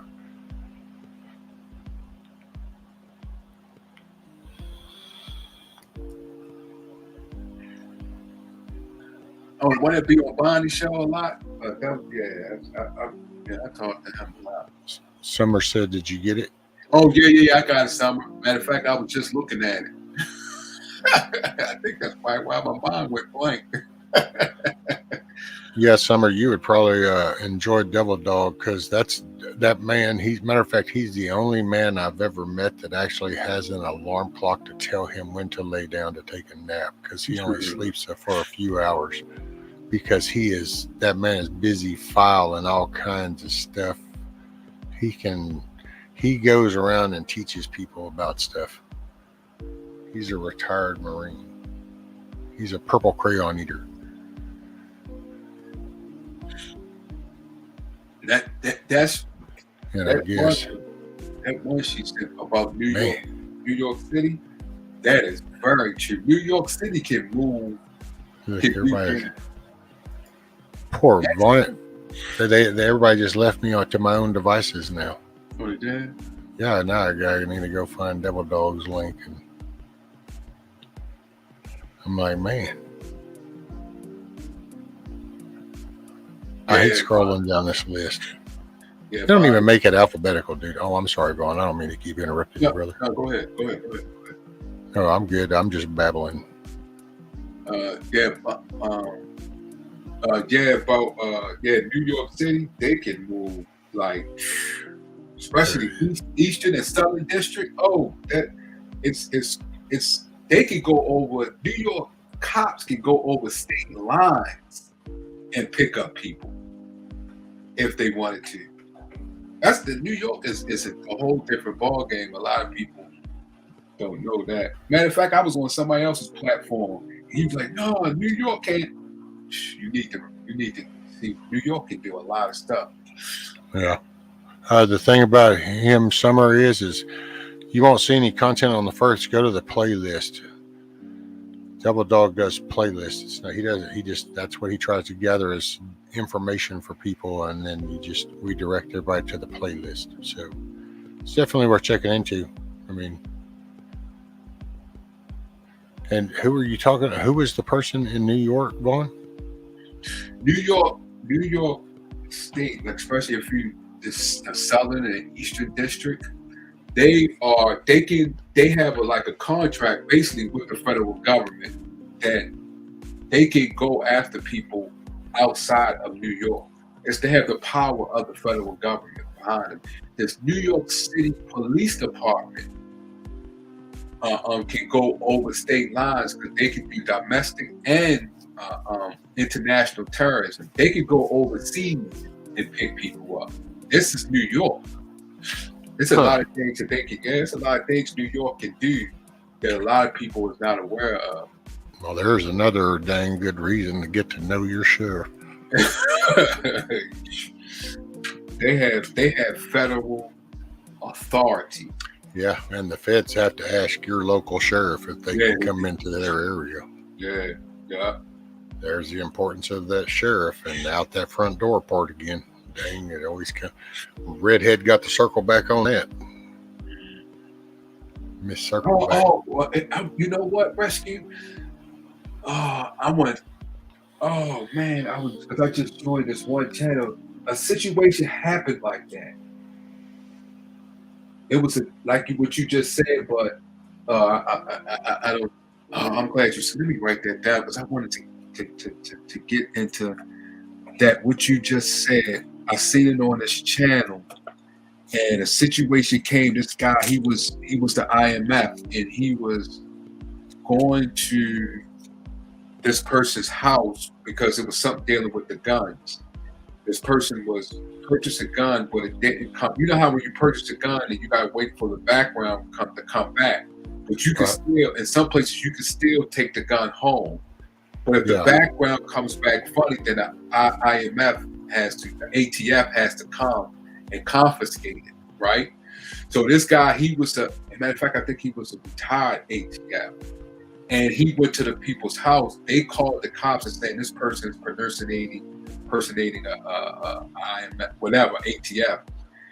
And the cops came and they drew their gun on him, and he wouldn't get down.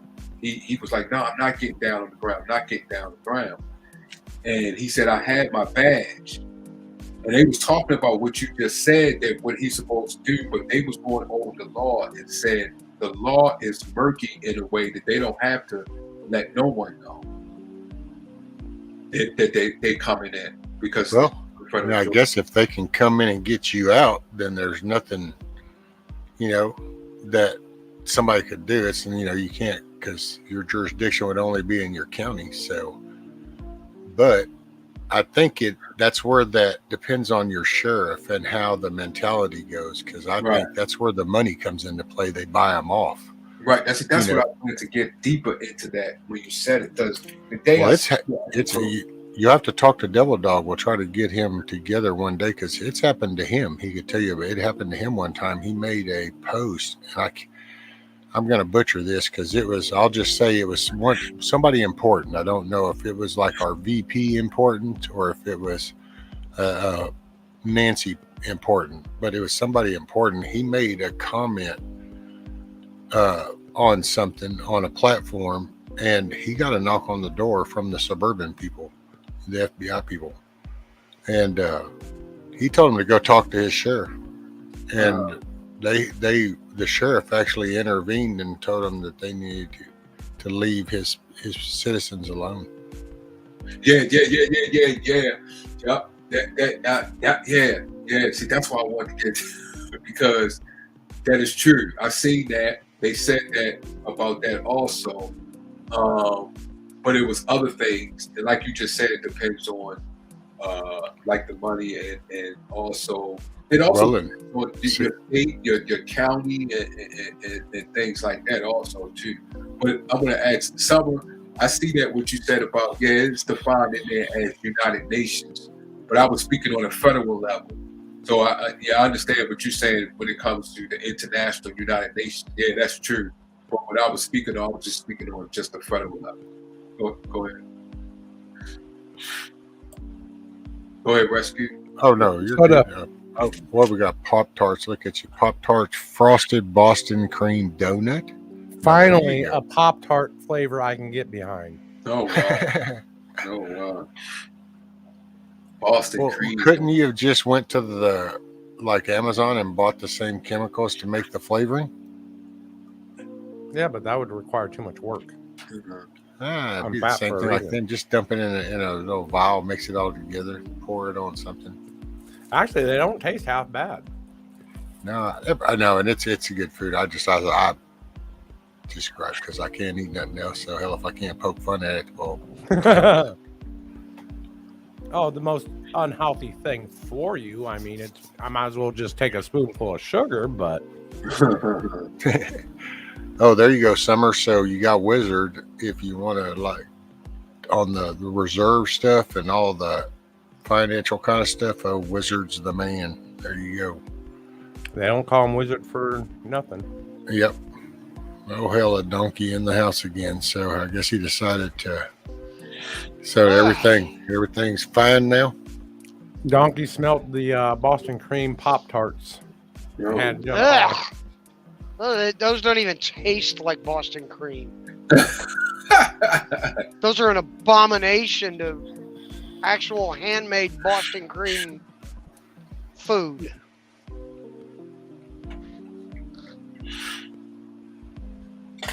I don't know. I think they're pretty good. Besides, I don't really eat Pop-Tarts. They're fattening.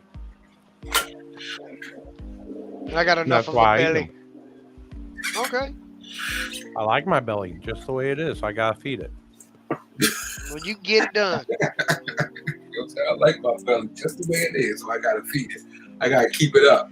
Right? By God, it's the one goddamn thing that I own that they can't take away from me. So they can take it. I was gonna say, Oh, are yeah. you sure? I mean, they can lock you up, put you in 8x10, and don't give anything else. You won't have it no more. There's some water and bread. Well, I ain't taking it. That's just changing it. Oh no, it'll go away. Oh yeah, your it'll body go will away. start to They're eat that changing it. belly. That's it. Yeah, so they're taking your big fat belly away from you. Yeah, It won't be by your choice. yeah. That's right, because you won't have access. So in a Oh, sense, just that. Look at the J6 people. Then I just gotta quit being We won't forget about them. active. Oh yeah, man. That situation. If Indy was here, she could post them links to everybody can remind themselves about J6. That situation is I'm sorry. That situation should have brought out every damn patriotic American, and we should have stood on the lawns of every Capitol building in this country and told them, no, you're going to release those people. At best, you've got them on trespassing and malicious destruction of private property or of government property. They've got now a case that sets precedent that the trespassing wasn't there because the first case got dismissed because the judge even stated going, well, with proof that the police are removing barricades and opening doors, then I don't see how you can charge somebody with trespassing. So, yeah. And so a lot of people don't think much of that one case because it's like, oh, it's just one. But it's like, no, that sets precedent then for all the other trespassing charges. So that makes a big difference. There's my sister. Which it baffles me that, well, no, it doesn't baffle me. It just proves the point is that, you had BLM and Antifa like causing serious financial destruction and damage and everything for all year long. And these people, you don't hear of any cases actually going to prosecution, going to court. But yet people went into our Capitol building, a building we paid for, that our tax money pays for. They were let in by law enforcement. And now you're going to tell us that they're terrorists and all this? Yeah, okay. I'm sorry, but at this point, we should show them what terror really is.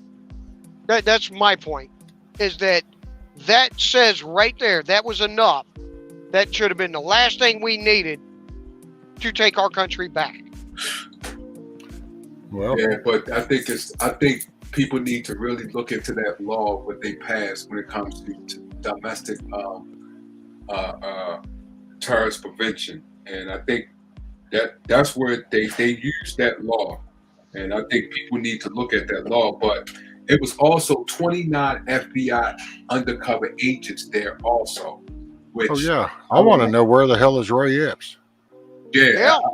Where's Ray Epps? I swear to God, if I was driving around and had if I would had my owner operator, I would probably have that on the side of my freaking box. Would be, where is Ray Epps? Well, and the thing is, I think people need to pay close attention to. Okay, one person that got off, he was released, right? He was released, and he went into the building. He was into the building. Matter of fact, he was the contract. He was a federal contractor. He was charged for a misdemeanor. Okay, the person that was charged for a federal offense, right? Let's think about this. He was charged federally. He didn't go in. He did not step into the building. But the person who was inside the building, he was charged with a misdemeanor. The person that was outside the building that did not go in was charged with a felony. People need to understand what's going on here and really need to look at that law. Because look what they got him on. Look what the things that the conversation he was talking with his kids. That's where the attention needs to be focused on. Because that is not adding up. 29 FBI agents, which was FBI agents also with the people that they were saying that they was trying to kidnap the governor of Michigan. Oh, I know. FBI influence.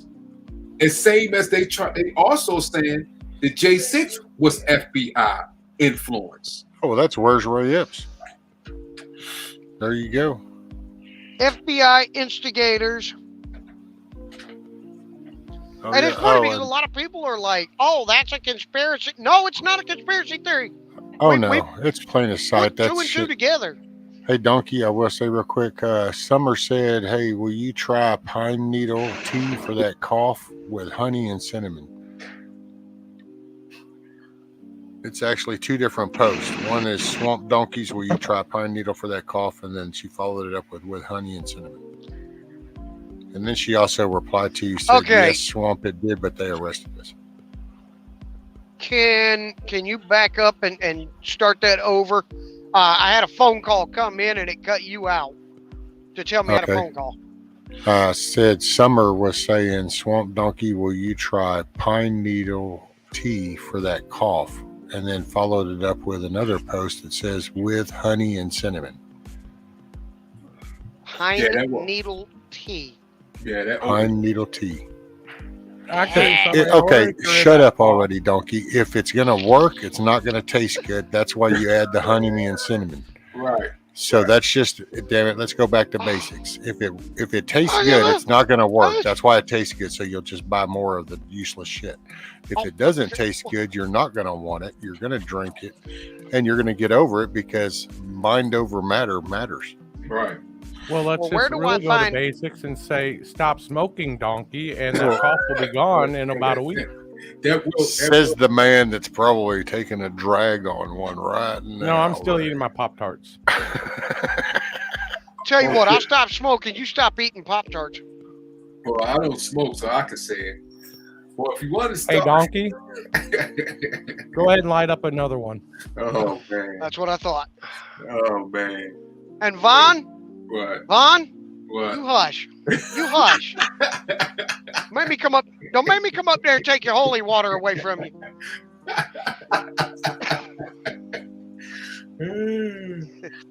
Yeah. Careful, Vaughn. He might start talking about dinosaurs and iguanas. Oh my gosh! Don't do that.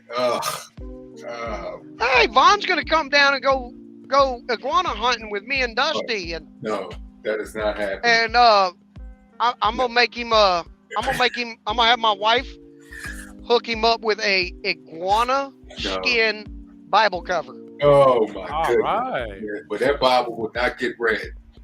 Oh, come on, brother. It would not get read. It would not.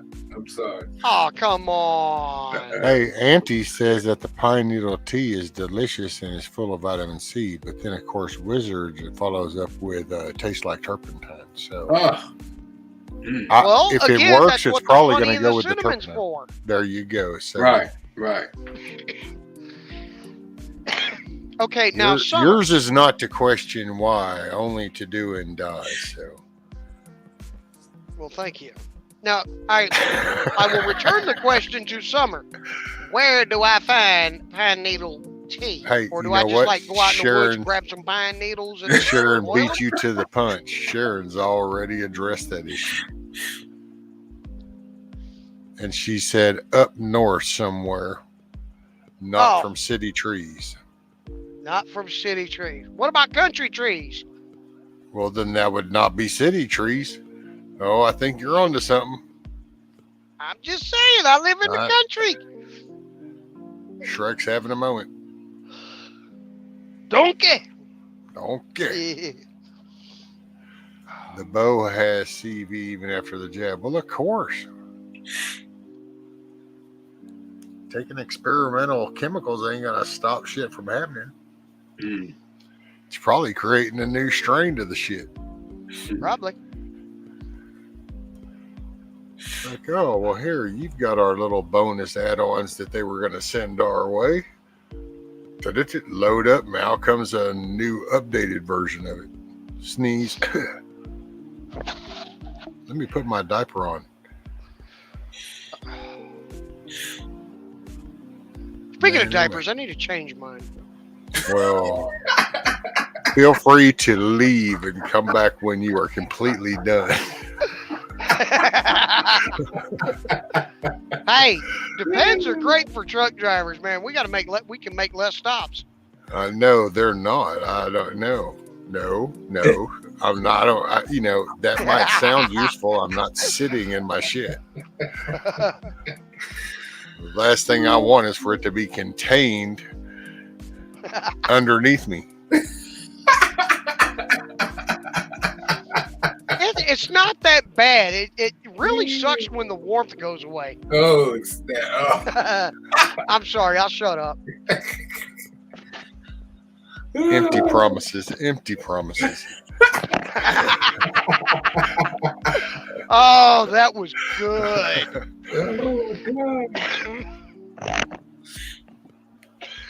Oh, there you go. Auntie Jack says, be careful because you want to be sure and pick as many pines as you can. Actually said picking yourself some pines are toxic. So, okay. Yeah, I couldn't with good conscience. So I should. So be careful and make sure you only pick white pines. So I should look for pine needle tea that's pre-made. You could always probably just Google white pine needle tea. Now, Summer says she goes up north to pick her pine needles. So, and she said, yes, you want to make sure the tree produces pine cones and the needles are long and thick. Look it up under the plant identifier. Okay. And there you go. If you're lost in the forest, they'll help you survive. Which I personally, there are thousands of uses for pine needles as far as out in the woods, but then that's because I live in the piney woods. Yeah. You can also use pine needles for bedding. Between pine needles and oak leaves, man. You know what would be cool would be, how come nobody's ever planted like a forest of freaking magnolias? Can you imagine if you had like 200 acres of magnolias? The breeze that would broadcast across whatever state you were in, it's like, man, you could like really make areas smell a whole lot better. Yeah, that would be, man, magnolias are awesome. Yeah. They smell so good when they're blossoming. Oh, they do have a pretty smell. Yeah. We used to have a magnolia tree right outside our house. What happened to them? We moved. Oh. You didn't take it with you? Right. No, something about me cutting it down with a chainsaw. My wife didn't agree with that. Oh. No, not steel magnolias. That's movie stuff. Look, you're stuck in Hollywood. They still got you suckered into the glass tube. I was talking about the outside woodsy stuff, the real deal magnolias.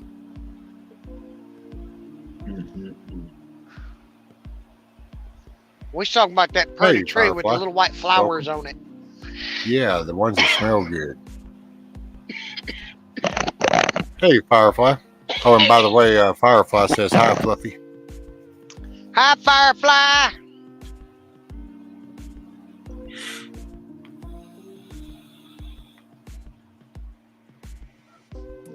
Firefly's awesome to hang out with too. She's got some really cool stories about some of the sets and stuff that she's worked on for like movies and musicians, because that's what she used to do. Was she's an artist. She would paint and build the backdrops and stuff for plays and musicians and stuff, I believe. Oh wow. She's got some really cool stories. Oh man, that's wow, that's something else. I would like to hear some of those stories. Excuse me. Wizard, what the hell do you mean? Do-it-yourself products touched by humans are usually a poison? That's so what? I go touch a peach, all of a sudden it's poison? Right. I mean, what kind of? Right. I don't even understand. Yes. Sometimes Yes. I think you haven't had enough coffee in the morning. Even employees on a grocery store call the stuff in the middle of the store products not. What's he what? I know I had a spare one. I don't know. Hey, morning, Karen. How are you, ma'am? Morning, Karen. Oh, Yankee, you gotta go to work. Pay them bills.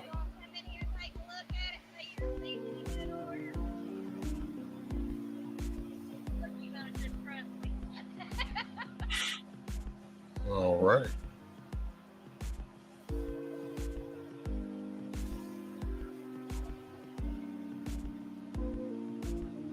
And what do you need to okay. And then what do we got? Oh, well, I won't say it to him now because he can't hear me. I'll tell him Firefly when he comes back to the headphones.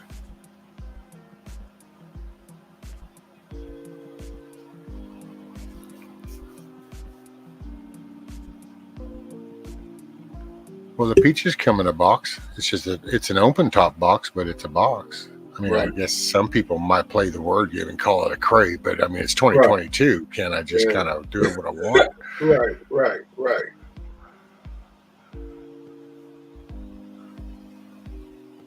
Uh-oh, wait a minute. Do it rescue. I'll help you. I'm sorry. I see I had a squirrel moment. What was I going to do? Ruh-roh. I was going to do something. I just forgot what it was, I guess. Morning, Benjamin. And Anna, I don't know if I said morning to you, ma'am. Morning to everybody in chat. Thank you for joining me, kicking back. Welcome to my virtual living room. Maybe I ought to make some kind of intro video too. It's kind of like, okay, look, welcome to my virtual living room. You know, I'm just, please come in, enjoy yourself. But please let's all remember that we are adults. And before we go get mad, that we want to take a deep breath and think about what we're fixing to type. Thank you and enjoy your stay. Maybe I need to do something like that. Yeah, you sure should. Yeah. And emergency exits are located on your left and your right, in your front, and in the rear. Or it's located in the top right-hand corner. All complaints can be filed in the top right-hand corner. Right. Yeah, because I think Ray got a. I think he got a. Don't you got one? A beginning and an end, right? On your. Don't you have don't you have something that you lead with and a beginning when you start your show? There's a couple things. I have my disclaimer that I own the contents of that live. I have a song that you open up with, some type of intro that you open up with. I open up with generally the Pledge of Allegiance, and I close with the Pledge of Allegiance. Oh, okay. And then at the end, you have something too, right? The Pledge of Allegiance. Oh, okay. It's so important that it's got to be played twice. Oh, okay. I don't think Donkey should have ate them extra burritos. That put him overweight, maybe. You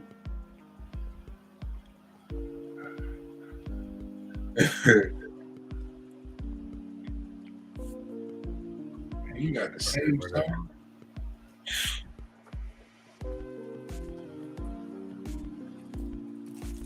Oh, I have no idea, Miss Karen. I have no idea. What song? The background song? I guess that's what she's talking about. Or if you're talking about my song at the beginning, so okay, she might be talking about it's called Breathe. Breathe Underwater by New Breed. Where she was thinking Pizza Pockets, but probably both. Oh, yeah. Summer, that's because Von Erich is busy talking to God about the dinosaurs.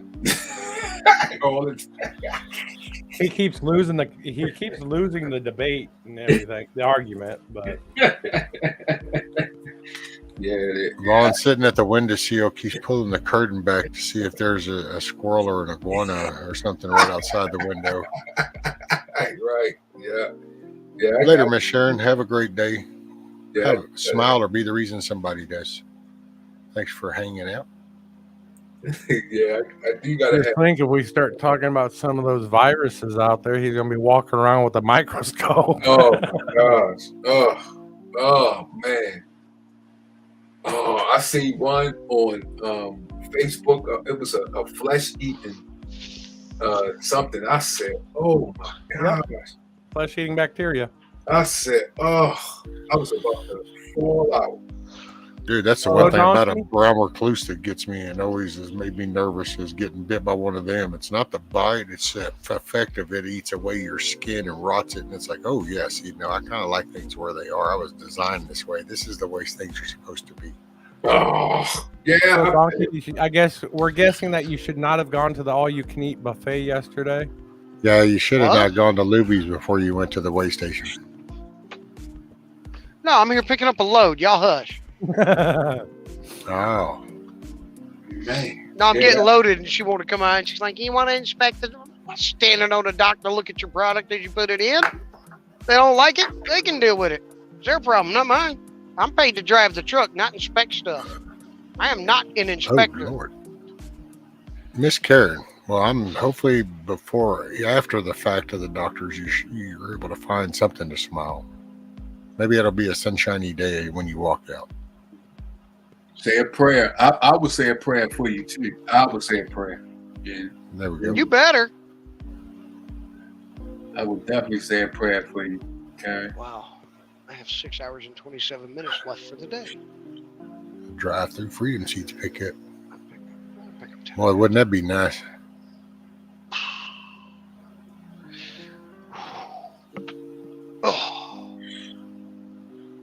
That's it, Summer. Not giving out medical advice. It's for entertainment only. I'm not a doctor. I don't play one on TV, and I didn't even sleep at a Holiday Inn last night. So, wow. Holiday Inn Express. Wow. Ooh. Wow. But I would say, just a recommendation, if people remove their head from their ass, they will breathe better. So I am not a doctor, though, and I don't play one on TV.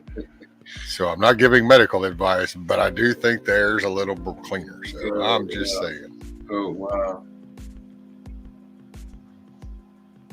I know. See, it's like you got to watch what you say or how you say something that just used to be common sense. It'd be like, hey, man, I've been having a headache. Oh, well, here, what I do is I take 3 aspirin or something or whatever. And oh, no, if you use the wrong words for the wrong topic, all of a sudden it's like a big, misinformation. It's like we talked about not wanting you to think. Well, there's another thing. So you don't know, don't. And I will say this whole Twitter thing kind of cracked me up just because I do kind of enjoy the spin and the rhetoric that they're coming up with for the Twitter thing. Because it's like they literally describe the very things that they did as like a bad thing now. It's like, they could keep a candidate off the platform. They could put people over in their own category where they couldn't see there. And I'm thinking, what kind of crazy shit is this? And y'all just put this out on TV? And the masses just, the problem is that all these stupid little glass tubes are everywhere.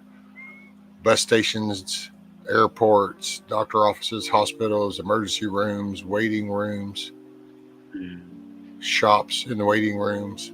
Almost anywhere people have you waiting, they always put one of these damn glass tubes up, and they run typically MSNBC or CNN, unfortunately. And even Fox is full of shit. Huh? I don't own any more glass tubes. They're square and made out of plastic now. Oh, there's some glass in there somewhere. Otherwise, it wouldn't project such a clear color spectrum to the back of your screen to show you this cool picture of me smiling at you.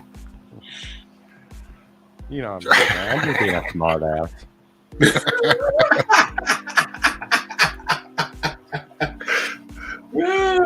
God damn it, leave it to rescue to overanalyze everything. Are you sure you're not a doctor of psychology or psychiatry?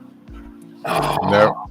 Man, did someone just say anyone else heard they found snake venom in vaccines and in water supply? Oh my gosh. You haven't seen that Watch the Water stuff going?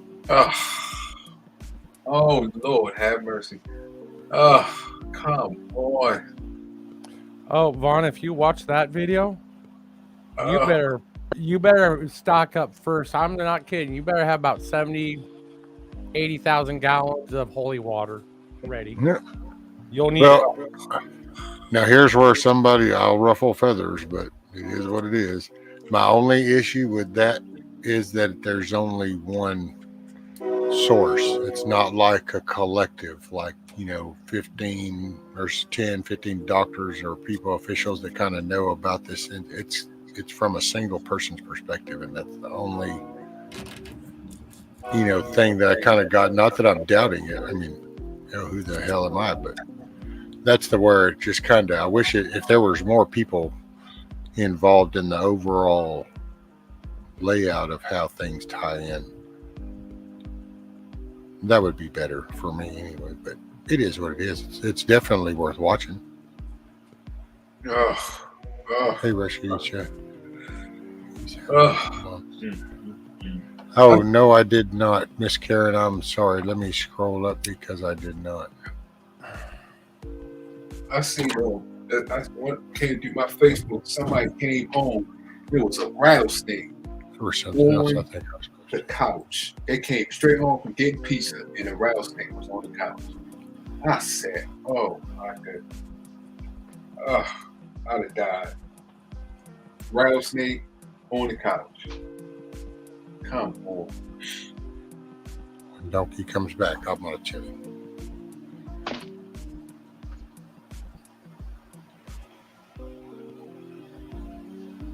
He looks like he's deep in thought, boy, I tell you. Hey, Donkey, Karen said, "Hey, Rescue, did you tell Donkey to say she's having a Kamala instead of a Karen?" So I think she was talking about the lady that come out, and you said she was having a Karen. She was having a Kamala instead. Oh, the lady that came out here to talk to me? I'm assuming, is that what you referred to as a Karen? No. I said hi to Karen on here when she came in. A real Karen? No, this lady, Miss Karen on here. Well, that's what chat. she said. Oh, okay. Well, yeah, the lady that came out, she's sweet as could be. Oh, they thought you was calling her Karen. No. That's a young lady that was taking care of my paperwork and getting me loaded and everything. She's awesome. I'm getting out here way earlier than I should be. I wasn't supposed to be here till 11 to 2. Oh, wow. There you go, Auntie. That's a good way of looking at it. Auntie says, "You know what's beautiful about Donkey picking up and trains in the background of another? It's America moving."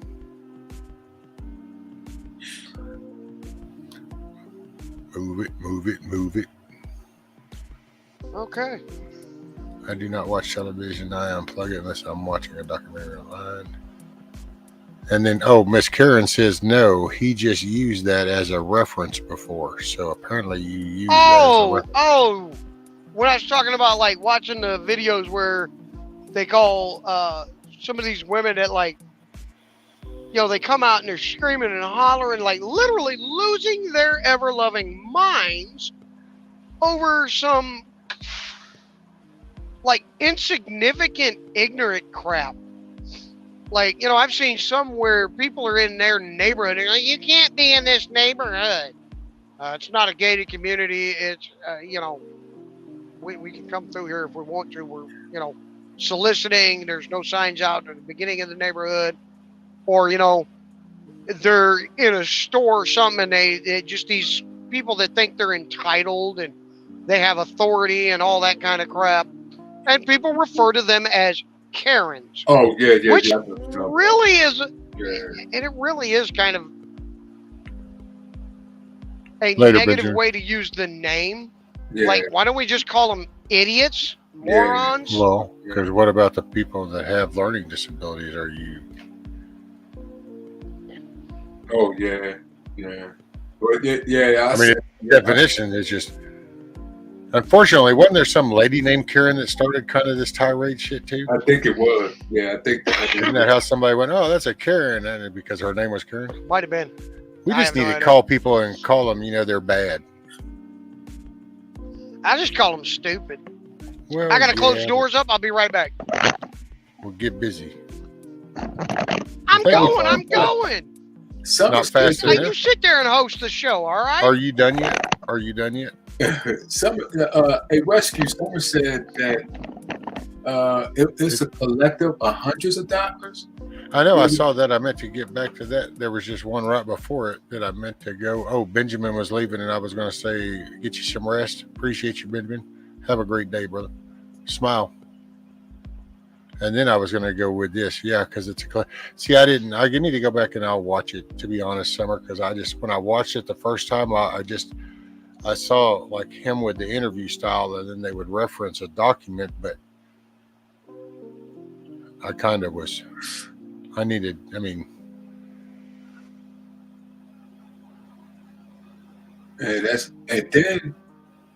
they said, what's that one with the venom something? International venom. She put international. I never heard of that one. That's y'all with this venomous snake and all of this. Auntie, the problem with that word is then you're insulting dogs, and the canine species has not done anything to us to deserve that. Dogs are loyal. So, see, that's why you don't want to use that word. I'm just saying. I call her Mancala. Oh, okay. Because she is gender fluid. That's some evil ass people. Oh, synthetic. The venom theory makes sense, but there are other things that can cause the same reaction. I wouldn't doubt there's the same cause. Well, yeah, see, and that's, I will say that's the,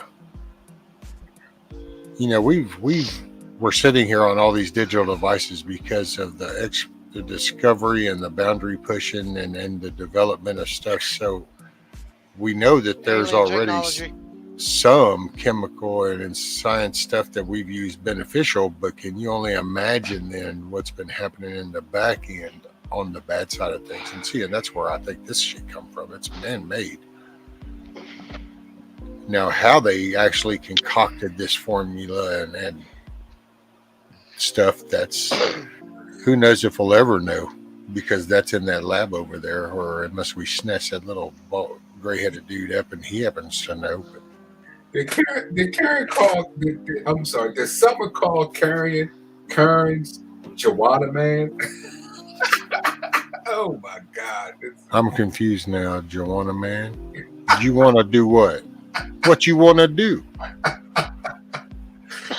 Yeah. Y'all got some issues, man. Right. Oh my goodness, Jawada man. Von Eric, you done lost your mind. Hey, I didn't. You want a man? That's what someone said. Someone said she called it Karen's Joanna man. Sure. There you go. Blame it on Summer. She did. It's Summer's fault. That's disrespectful. Joanna, man. Joanna, man. You want a man? I don't want a man. You want a man? No, I know Joanna, man. You want a woman? I know want a man. But if you want a man, No, I want a woman. Oh, pine needles. Look at her. oh, there you go. Drink it up. Oh man. Ooh, those are berry bushes. Oh man, look at the size of them monsters. God, that's a tenth of an acre right there. Ooh.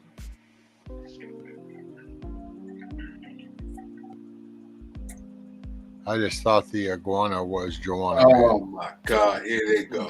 Oh my God. All right, Von Erich, don't be knocking no iguana meat till you try to use some iguana meat. That won't You got happen. to try it to not like it. No, that won't happen unless somebody force it or do something. No, that's not happening. No. Yeah, we just won't tell you it's iguana meat. Oh, see, I'm not eating that. Little Joanna iguana? Joanna iguana? I like that. Joanna iguana? Joanna what? What you say to me, man? Von Erich gonna come to a meetup. Von Erich gonna come to a meetup. We're gonna be having a cookout. He's gonna be like, I brought a bag lunch. I'm good. Oh, dude, get Von Erich to show up at one dude, and as he's kind of walking up, just start chunking out some plastic spiders around him. And Oh, go. Just need several angles of YouTube cameras so we can have that YouTube moment. Plastic cockroaches. A squirrel or two.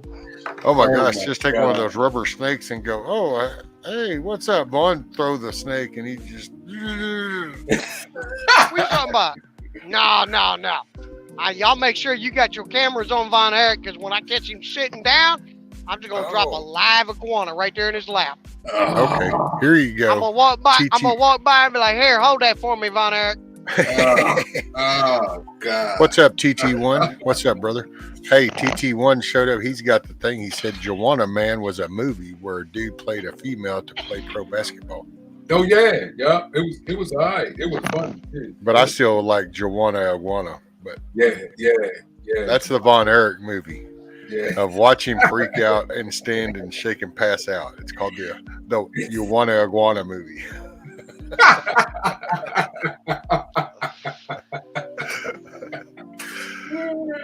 Man, Von Erich gonna make a dance out of that. He gonna have that as if he comes to a meetup and we drop a live iguana right there in his lap. Oh. And he gonna make that a dance and a TikTok. That's gonna be like a TikTok challenge. Oh, Can you sit still with an iguana in your lap? Oh. Hey, Miss Sharon, you have a great day, ma'am. You smiled or be the reason somebody smiles. Much love, lady. Thank you for hanging out. Okay, Von Erich. Just for reference, in case we ever do meet up and we do like a YouTube meet or something, we all get together. Are you like deathly afraid of iguanas? Yes, he's passed the smooth out and had to go to the damn ER. So yes, I'd have to say go yes. to the ER. I will. It's in that case, okay, never mind it. I wouldn't do that to you. I thought it was just like you're uncomfortable. Well, no, with it. hold on now a minute. Now, slow your roll a minute, donkey. Now, damn it. So when we're going with solutions, every piece of data is useful, sir. So here's the way I see this breaking down. So Von Erich comes because we need the fellowship. We need the meet and greet. We need introduction. Okay. But we just need to hold him. no, hush. Our medical team is going to need some practice. So we have them on standby. And we throw a rubber iguana at Vaughn. He goes into pass out mode. They can respond and they can practice resuscitation. My God. Yeah, we got CPR down now. Cool. Do we can stop hearing him now? Yeah. And then we'll go ahead and we teach him, we all interact and do some other shit. See, it works out. Oh my God. We just have to have plenty of charges on the defibbers. And I can just see it now. They'll be like, why didn't you just get one of the CPR dolls? Do you know what one of them costs? Do we Hell no, look that's no rich to fun. you? They don't move around. They don't make funny little don't squirming flop. moves. They They don't don't scream squeal. real high pitched. Yeah. We need the whole interaction. Wait, We're not gonna- we needed a we're not- real life scenario. Okay. That's it. We're not And going to on get a top of million that- views from one of those CPR dummies. Yeah. We want to grow our channels, damn it. Oh my god. And I just wanted to test out my taser. I mean, defibrillator. Well, that y'all would be the one that you tested out because you showed me the water. You will have that test that day. So I do have a new name for every time I see Von Erich on panel. Iguana. Joanna Iguana. All I know is when y'all resuscitate him, I'm gonna be at least 2 states over. We all know I can run some states now. They're gonna be like, hey, anybody seen House Donkey? Oh, he gone. You don't have You to woke him run up. from Von Erich. He's done, man. That dude is like the you can just literally pick up a plastic spider and just kind of go, "Hey, watch out, Eric, Von Erich," and he'll be like, "Oh shit, I'm out, bam." Yeah, exactly. So I mean, I will be able to outrun. I will be able to outrun insane bolts. his kryptonite is way too broad with the whole reptile animal aspect, so he's just too susceptible for anything. Right.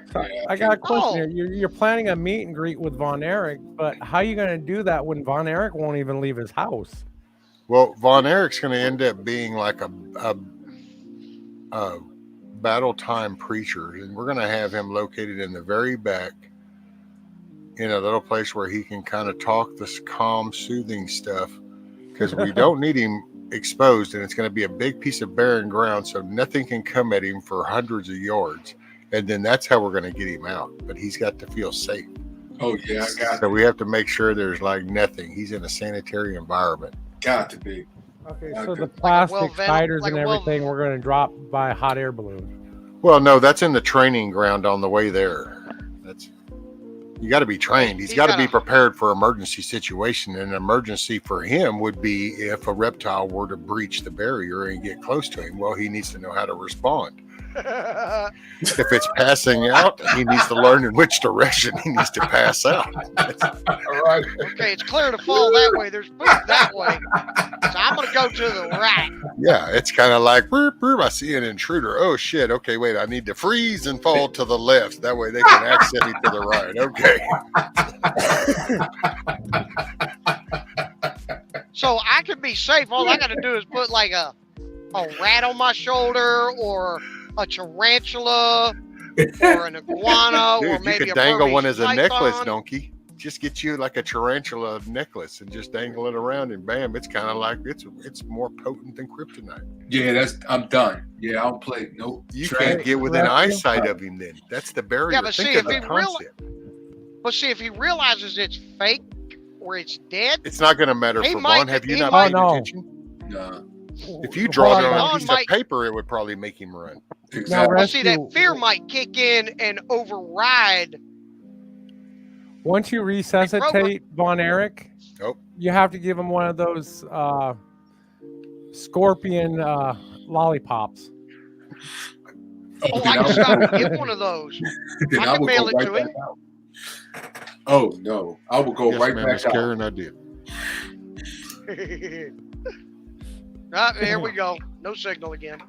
What the iguanas Ron, are like what's your address? I can send you some.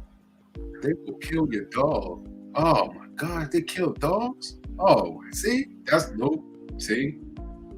They kill dogs? Oh my god. See,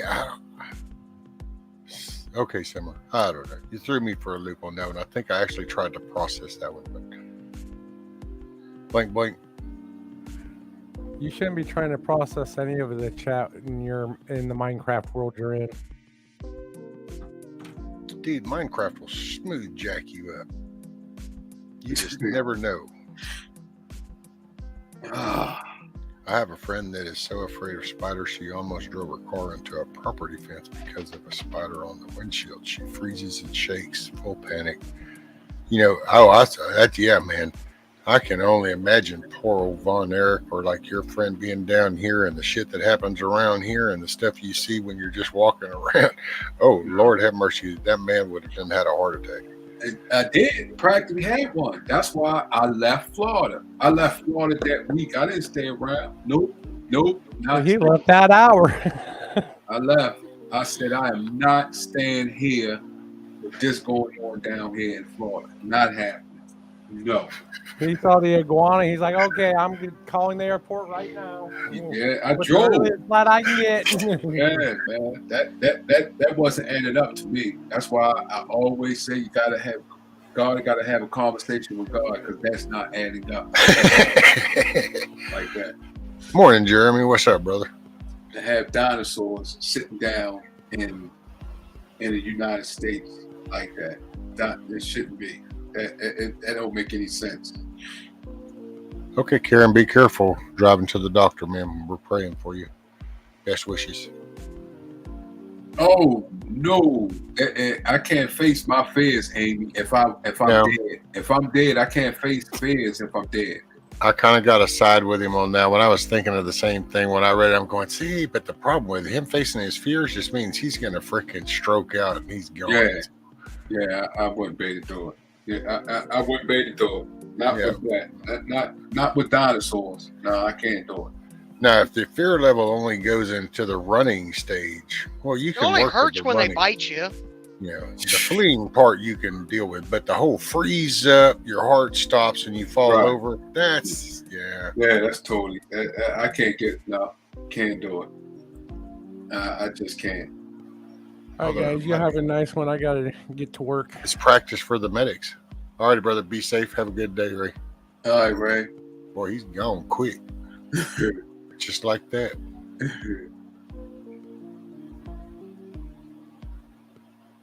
Flint would eat Joanna Man and Juana in 3 bites. What? Who's Flint?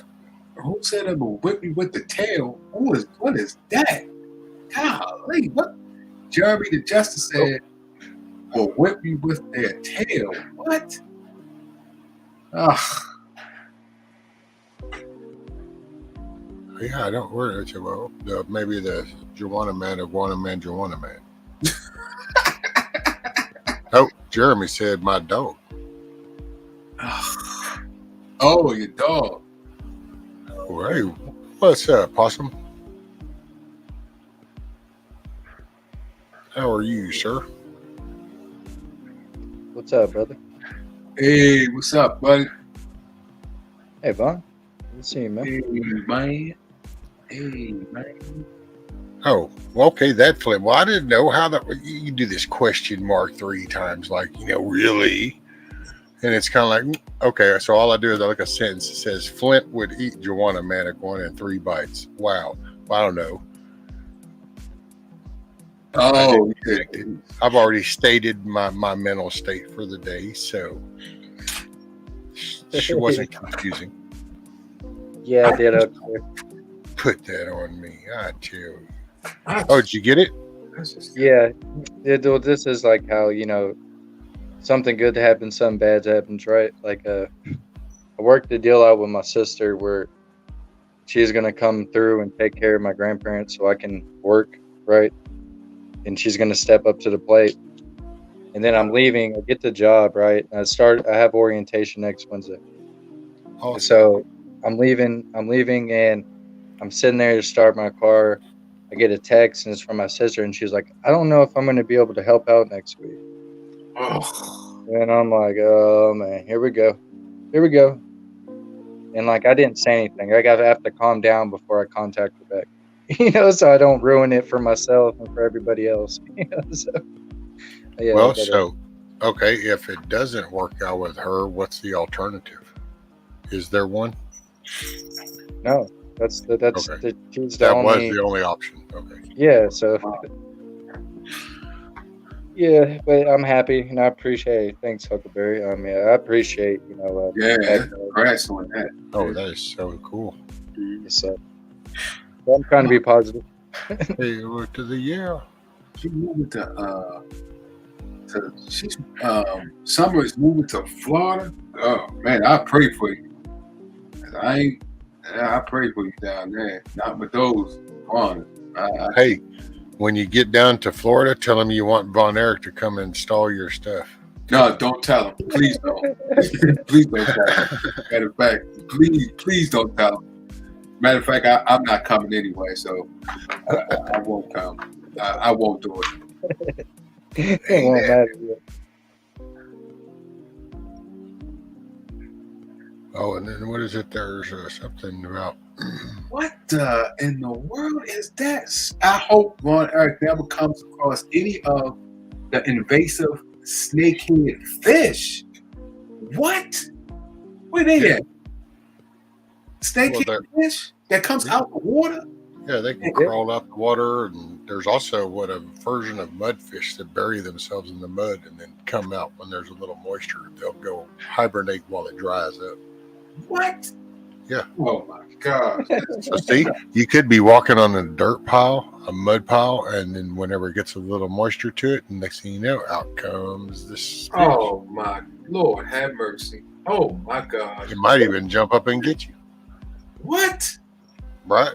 Oh. Man, unbelievable. Oh my gosh, man. This is what state is they in? I can imagine Vaughn like deciding one day to get on a river, right? He's like, you know what? I'm gonna kayak. I'm gonna do it. And then a big old alligator gar swims up, goes up to the water, see what's going on, and swims back down. I don't think you would enjoy seeing alligator gar, Vaughn. First of all, I'm not gonna get into a kayak. No, I won't. I won't even get into it because the thing. Oh no, I can't. I think they're mainly populated. It's what, Maryland or Baltimore? What? Oh man! Oh my God! Oh Lord have mercy! This is. Oh man! I'm moving. I'm definitely moving out of Maryland. Well, that means you got to come out that house, and that means you're going to go through them to get out. Oh shit!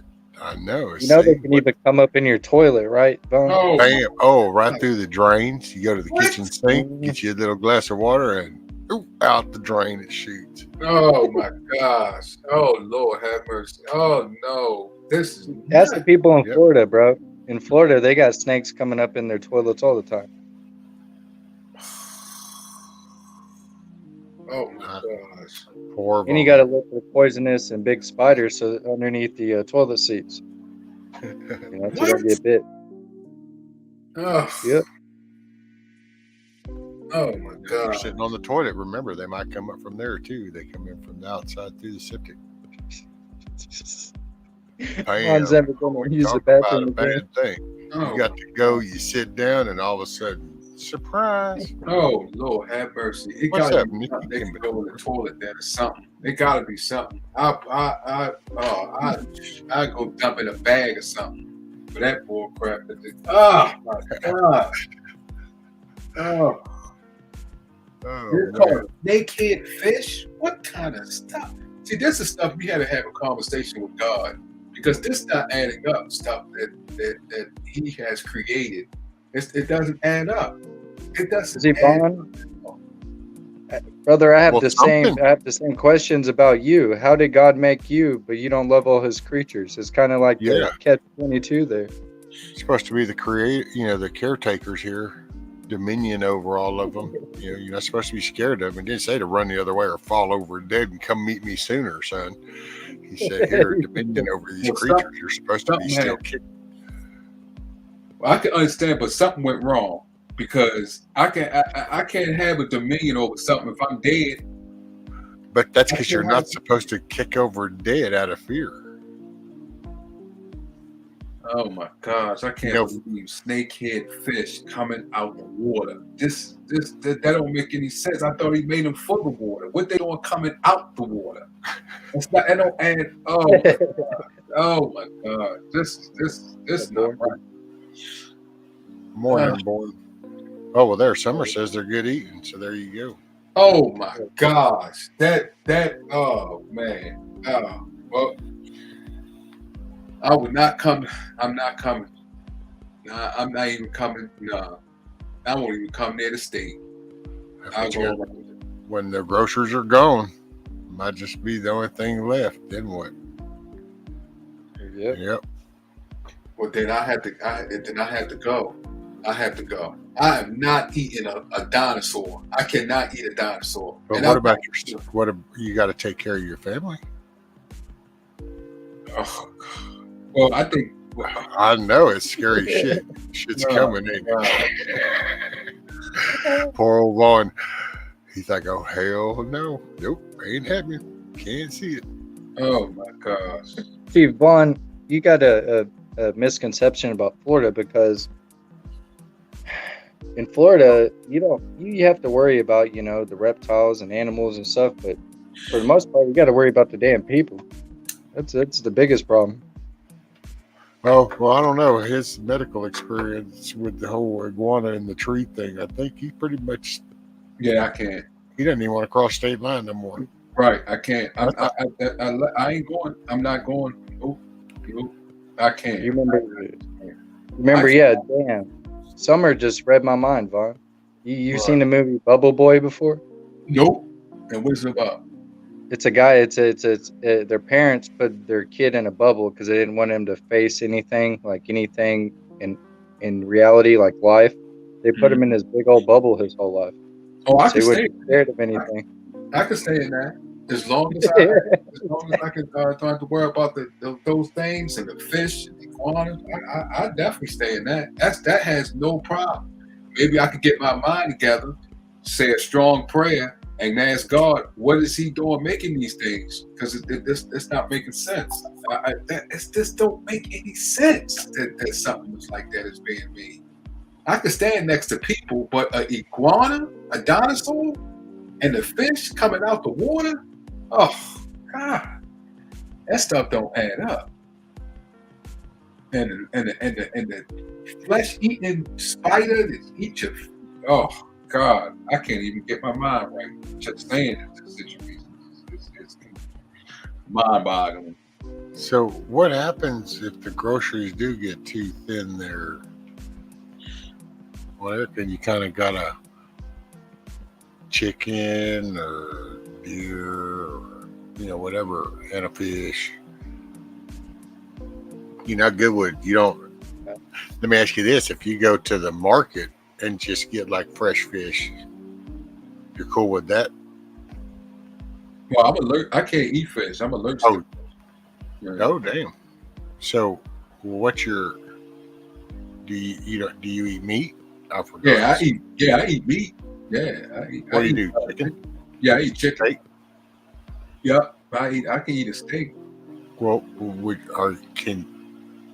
but how's it going? If you had to go get the meat yourself, no, it's not gonna happen. Not gonna happen. What's the plan then? It's that I don't. I have to pray somehow, something. Ask God to send it down from the sky. Because I ain't going out there. I am not going out there. Nope. Mm-mm. Have you been canning? Yeah, I have been. No, I haven't been canning like I see them do it. That's what I've been looking at that, seeing how they doing it. Because it sounds like that might be a beneficial thing if going and actually gathering from the source might be an issue for real. Well, I got tons of beans. I got a lot of beans. TAC 1, TT1. Yeah, I have that. I love beans. But I would Can't not eat fish. He can't eat fish, though, dog. He's allergic to fish. Yeah. All fish? A skinned possum. Oh, wait a minute. Who skins possums? The people that are going to eat them? Oh God. Oh my goodness. I know people that eat I've known people around here to eat roadkill, man. They see a possum, a deer, anything that's edible, that's been hit and it's not been smashed too much, they pick it up, take it home, and eat it. Anna, you said it's a part of life. That's what I have to have a conversation with God. Why did He make those animals a part of life? That's the conversation that we have to have. See, Vaughn, if I had any questions to answer, or excuse me, ask God, I wouldn't be asking about that. I don't know. I'm not making this like, but I don't know, man. I got so many other things to ask God than why did you make these creatures? I know why He made them. Oh well. Hey, wait, what he made it for? To scare the hell out of me? No, to keep nature in check, because without those animals, we wouldn't be here. Every single thing God put on this earth was for a purpose. Whether we see it or not, whether we know what it is, they're there for a reason. Yeah, I believe that. That's why I would like to have a conversation to know what's the reason. I need to know that, because that right there is just not adding up. I don't see the reason. They I ain't gonna question that, man. Well, there's always going to be things you're not going to understand. But you just have to trust that there is a reason. Man, there's a reason. The reason is to scare the hell out of me and me to have a heart attack and just go straight on out. I guess that's the reason. He also says he won't give you more than you can bear. So, okay. That means you need to pull up the bootstraps. Oh my God. Yeah, I know.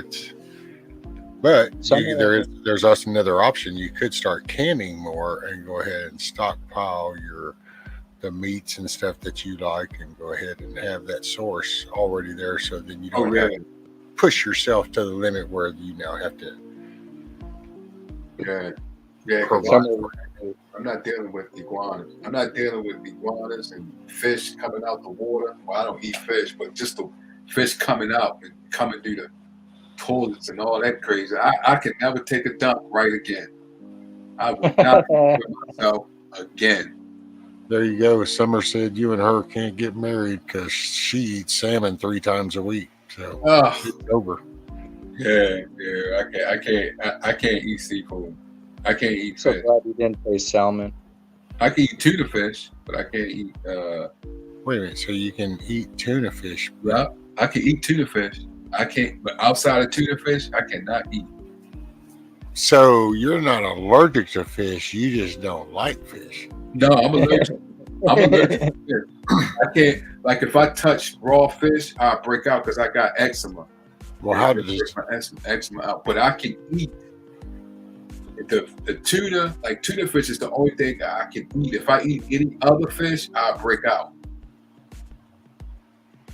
Well, that's pretty wild.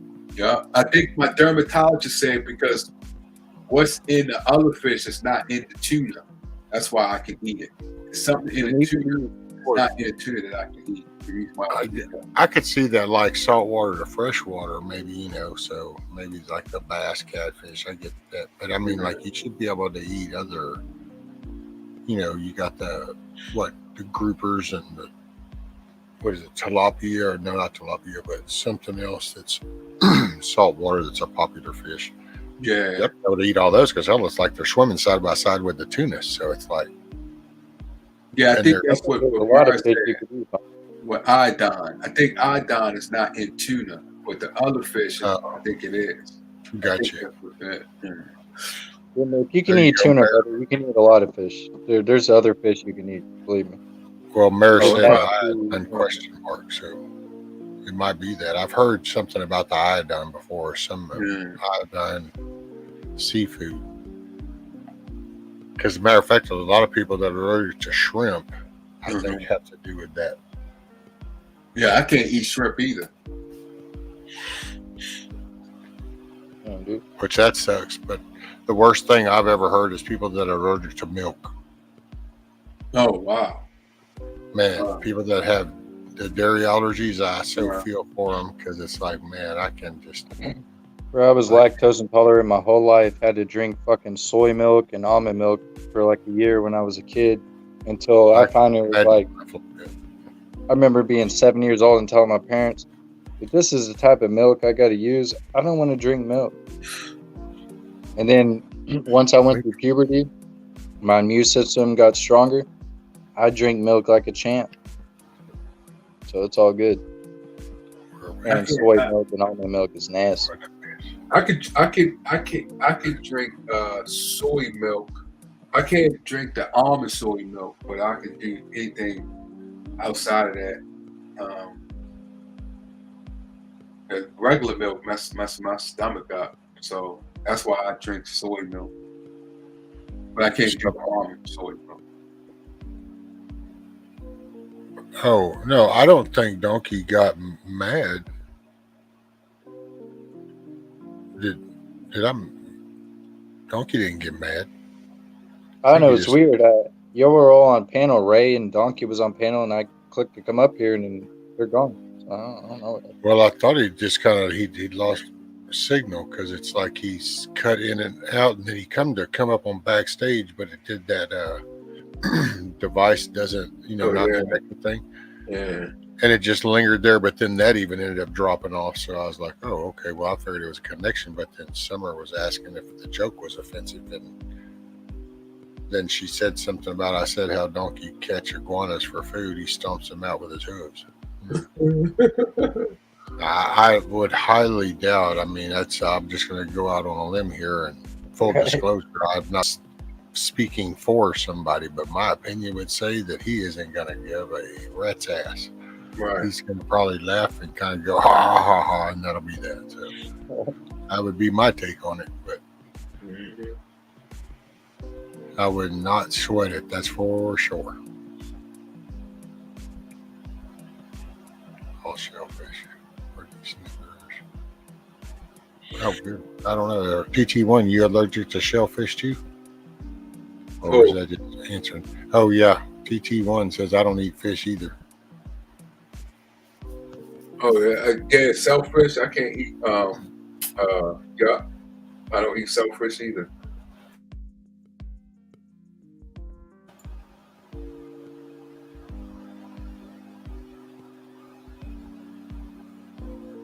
Yeah, But y'all want to know what I'm doing for work?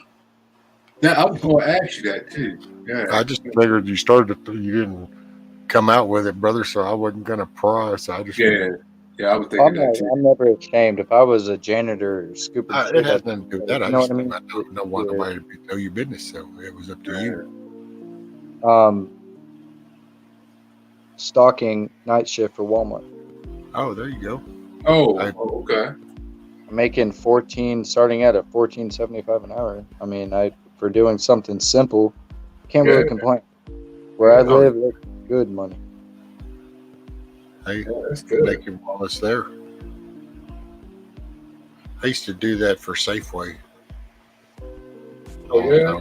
Well, yeah. There was a time whenever I was one of the. I think when the first time I got out and I paroled out, kind of deal, and that was one of the first jobs I got was stocking at Safeway. I actually liked that. That was nice. It was mellow. I just get shit done, and then it's kind of cool because it's one of those kind of things that you can see the finished product when you're done, because you kind of at the end of the aisle turn around and look, and it's like, yep, everything's all nice, fresh and full looking.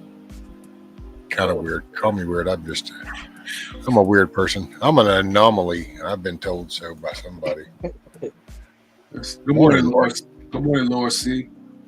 Bro, you know how easy I see people that quit that work night shift at Walmart all the time, and I'm like, you know how easy it is to make almost $15 an hour and to stock shit on a shelf all day or all night? There's nobody around. You don't have to deal with customers asking you where things are. Like, how could you not? I mean,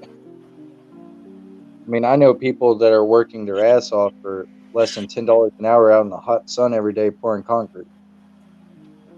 You know what I mean? Like, yeah. I don't know the joke, Summer. No, if you weren't talking about the other one that I was just talking about, then. Yeah. I guess some people some certain jobs just don't. People, I guess, just don't like. I would like that, chilling at night, like you said. Put my headphones in. You know? Yeah. I got lucky, man. I shaved today, put on a nice, polo. Right. Nice, put my boots on, went in there, with no hat on, and they were like, "Well, where have you been?" And I'm like, "Well, shit, man. I don't know. People just don't have that type of self-respect anymore." It's like I see people going into interviews and they're dressed like they would if they're going to hang out with their friends. I'm like, it's not really a good look. Well, you got to play the part. That's because that's the work environment, the work ethic is just going to shit, I think, or at least around here it did. It's just, man, in some of the basic jobs, it's changed a lot. Yep. And when they were like, they actually asked me, they're like, before we do paperwork, they're like, can you guarantee that you're able to do this job? And I was like, yeah. You're telling me all I have to do is stock stuff at night, have a pallet jack, and like, what? I don't know how somebody could turn that down. I mean, I was like, it just blew my mind. Like, you're really looking for people this hard? Like, I don't know. I guess if I had a couple kids or something, and I could just live off the government, yeah, that's why people aren't working. Because they're,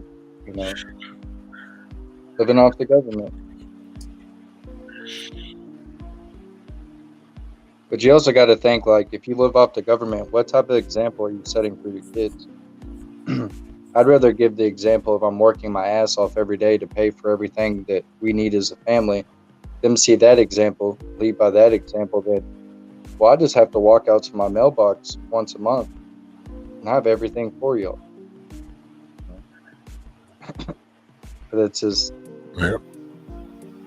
Somerset Walmart is paying their truckers $100,000 a year. Shit.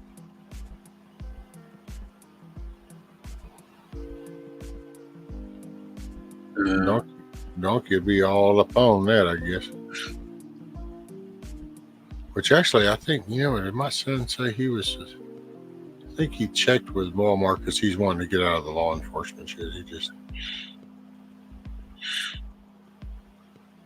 For Walmart's this is the only problem I have with Walmart is the turnover rate is so high. Oh yeah, they don't care about employees no more. They stopped doing that a long time ago. Yeah. When Sam died, it totally changed. It totally went to a full-blown corporate thing. That's it. Don't give a shit about how you think. Just do this for this amount of dollars or get out of the way because there's 10 people that want that job right behind you. Why? Because we've done squashed all the little businesses in your area. Because that's what they do. Shitheads, man. I hated that 24-hour thing when it showed up. We had the best meat market around here, dude. You could get custom cut shit just the way you wanted it. And no. I mean, you kind of still can now. It's just that it's more isolated and a little bit more expensive, and it takes a lot longer. I'll post that link for you, Risk. Well, I was sending it out. I haven't put it in chat yet. Okay.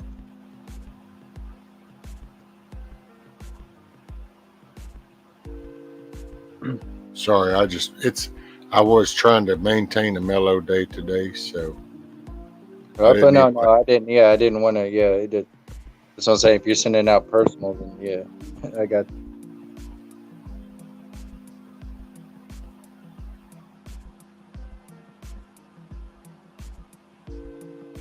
Yeah, so I'm just put on record. I didn't. I'll be honest with you. I didn't get a job because I need the money. Because I saved a lot of money in the last 3 to 4 years of my life. But the way I look at it is, being 31 years old. I sent you a link, Double Dope. All right, I need to get out there and really, and just have a normal life. If that makes any sense. Yep. Gotcha. I got enough money to last me in the bank for almost 2 years. If I'm just looking at myself. But that's not important. It's just the fact of being a human being and being a productive member of society. And it's driving me crazy, brother. staying here all the time at my house, not having any social life. It's driving me crazy. You know what I mean? Don't say. You Yeah. think? Yeah, it's like, I you know what I'm totally. saying. Man, that's what it is. See, that's what gets me is dude, I can't even like work on the shit that I want to work on. You know, that I know could need fixing. Hell, after the storm, shit still was jacked up. Pay people, they don't do their shit. I can't even check up on that. You know what I'm saying? Just, oh, dude, this whole isolation thing is. That's why I said earlier, no offense to nobody that's going through any physical ailments, but for me, myself, at this point, I would rather either be fixed or I wish something where I was just go ahead and be like paralyzed from be done with it. I could move around, I could adapt. This whole every move you makes is just, man. Right.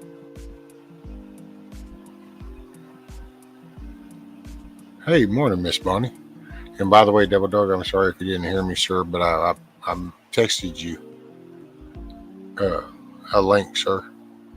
And no offense to anybody else in chat, it's not that, you know, I mean, you can email me if you want to come up and let me see. I'm just trying to make my job as easy as possible tonight because I just wanted to kind of relax after the past few days of feeling like mortal shit. So there's no hidden shit to that. So don't read more into what. Take it as you see it. The more opportunities you give, the more opportunities you give other people to give you BS. So that's just. Well, I just.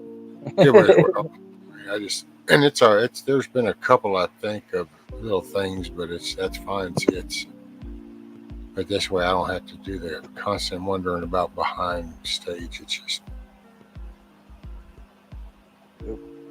If you say something, if I got the contact info, I'll send it. If I don't, well, can't do what you can't do. Absolutely. Everything in Walmart is made in China by American patriots. Oh yeah, oh well, yeah, that's a good. I've been talking about that for the longest time. That's another one of those you could watch it if you just most people didn't see it at the time it kind of happened, which I know there's people and they go, yeah, I knew it, but I know I didn't. But noticed after a little while going, well, that's kind of weird, but just figured it was a word game thing. And but it went from made in America to assembled in America to just sold in America, and it's like a ha ha ha.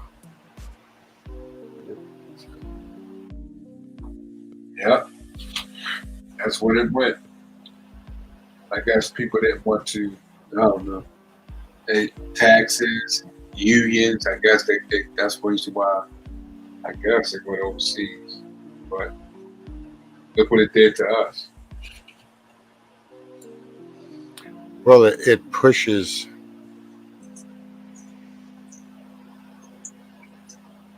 It's the money. Yeah, it's the money. Yeah.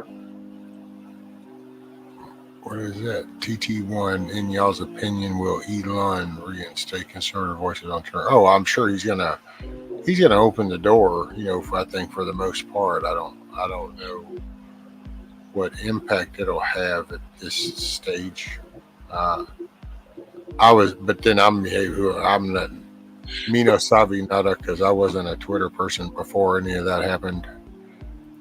What's up, D-Dog? And what happened after that, so I'm not a Twitter expert. Hey, Steak Sauce, how are you doing? No, he's possum. That's possum sauce. That's possum sauce now.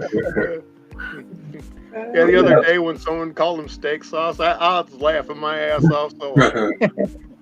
So that's what Crystal she'll slip up and call him one. A1, and when she said that the other day, I can't. As soon as you say A1 to me, I just think of all the restaurants that that's your steak sauce. It was like steak sauce, right? But then I think Ray brought it up, going possum sauce, and it's like, well, this is true since he's Mr. King Opossum there. Right. Same shit, different difference. You know what I mean? Yeah. So Vine, you can't have fish. Nope, can't. I can eat tuna fish, but I can't eat other fish. Well, Obviously, you haven't found the right fish yet. Yeah, that There's might always be. Swedish fish. Yeah, I can eat that right there, though. I can definitely eat that. Yep, I always have a bag of them laying next to the computer. Yeah, I can eat them all day. Yeah, definitely eat them. Hey, T girl, how are you, ma'am? What's up, Never T been- girl? Beautiful girl. I call her. Hey, TT1 said he hadn't seen you since Dangerous Days. R.I.P. Ron. Good to see you, Devil Dog. Who hasn't seen me? Tennessee Tactical 1. Oh, wow. I haven't seen that person in a while either.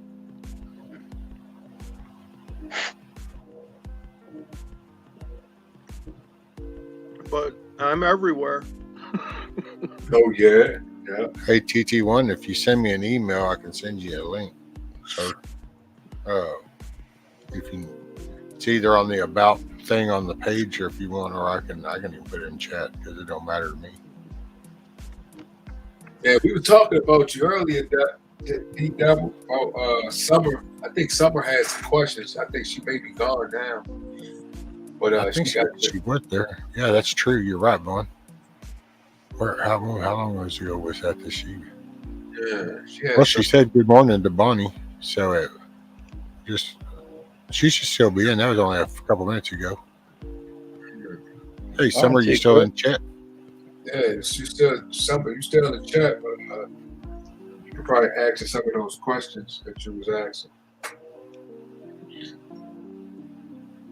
Yeah, and I have to get through January on my emails, and then sooner or later I'll hit Sharon's email.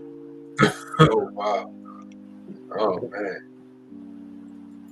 Hey, you still on January, and you still got court cases you working on too, right?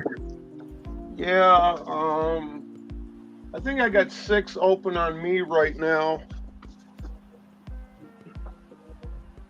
Oh man, just on you, 6 just on you, right? Yeah, I was down to 2, and then they decided to charge me on 4 different ones, different counties and stuff. It's like, whatever. I'll kick your asses too. I don't mind. Right. Alrighty, TT1. You got it, brother. Yeah, before it even gets to arraignment, a lot of times the cases are gone. Just, Oh, okay. I have to know how to write the paper. Oh, okay. All right. Because I was going to ask you, that could be, wow, 6 cases, that could be. But like you said, since you know how to write the paperwork and stuff like that, it really wouldn't, well, you know. Or they're taking the presumption that I'm a person, and I'm not. Okay. So I'm a man. I'm a flesh and blood person, or flesh and blood human with a soul. Oh, okay. Yep.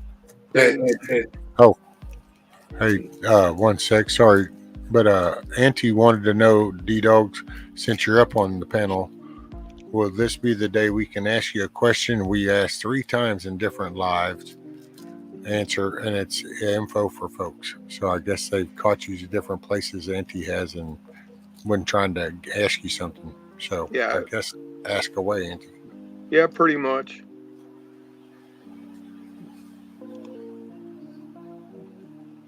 Make salmon patties with rice for breakfast. Oh, well, no, thank you. But my wife would be like, oh, yeah. What? Salmon for breakfast? Ugh. I eat salmon croquet like salmon patties like 2 or 3 times a week. Yeah. My wife loves it. I don't. I haven't done My it wife since I does. came What do from you offshore. expect? I've turned away. I don't like food. The fish too much. I got burned out on fish offshore. I just became. There was a phase one year of nothing but beef, steak. That's until it was kind of like, man, I just, dude, I'm so tired of the steaks every night. So then it became fish. Well, got burnt out on fish. Fish, I can't do it. I'm still tripping off of the fish coming out the water, and I just can't get with that. I would never take it down. Cool, TT1. So just to check up, hopefully everything, prayers, brother, everything's gonna be good. All good in the hood, sir. Okay, so Auntie says, is there a link to your own info on federal income tax? Is voluntary that can be shared? Your own write-up on it didn't find on your page. Yeah, a lot of people have been asking me lately about the IRS being a voluntary membership that you join. And, well, just on YouTube, I think there's 4 different videos of 3 different department heads for the IRS in front of Congress stating that the tax system is a voluntary system. And I'm trying to remember who really gets into it real deep. I know Rob Ryder is one of them. That's ROBBBRYDER. He's a YouTuber. High Frequency Radio gets into it. He's more like a Moore. And then you have God, what's his first name? James C. Lovett, Lovett. All 3 of those are YouTubers, and they get into that your W-2 and your 1099 are Class 5 documents, which states that it's nothing but compensation or gift. And under compensation and gift on your tax form, you're allowed to accumulate up to $5 million. The only income that anyone gets would be on a W-3 form. And if we're on YouTube, there's a good chance we don't make that kind of money.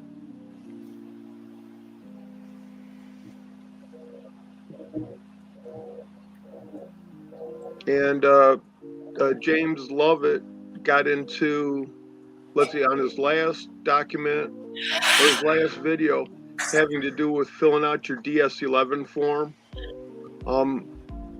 Towards the beginning of it, he gets into validating your birth certificate or your certificate of live birth, and also to redo your status for your social security number.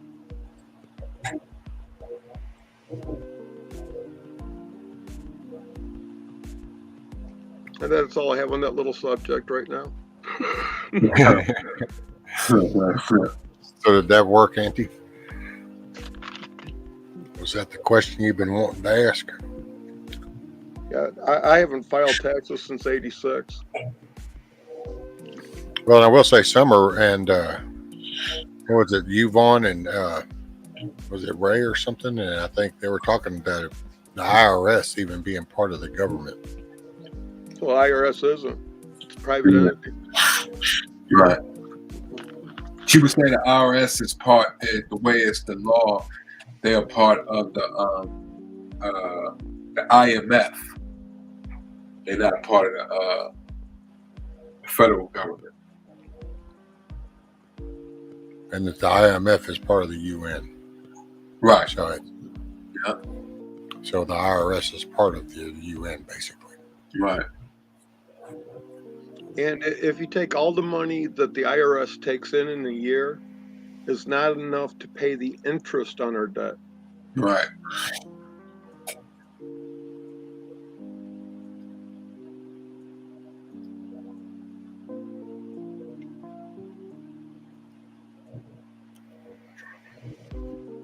So thank you, Mary, for the compliment, but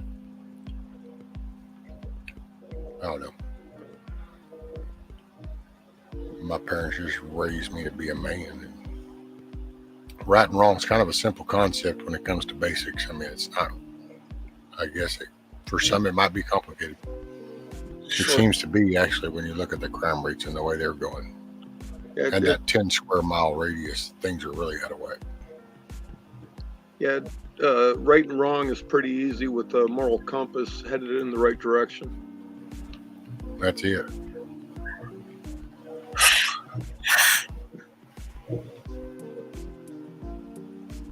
Oh, well, thank you, Mayor.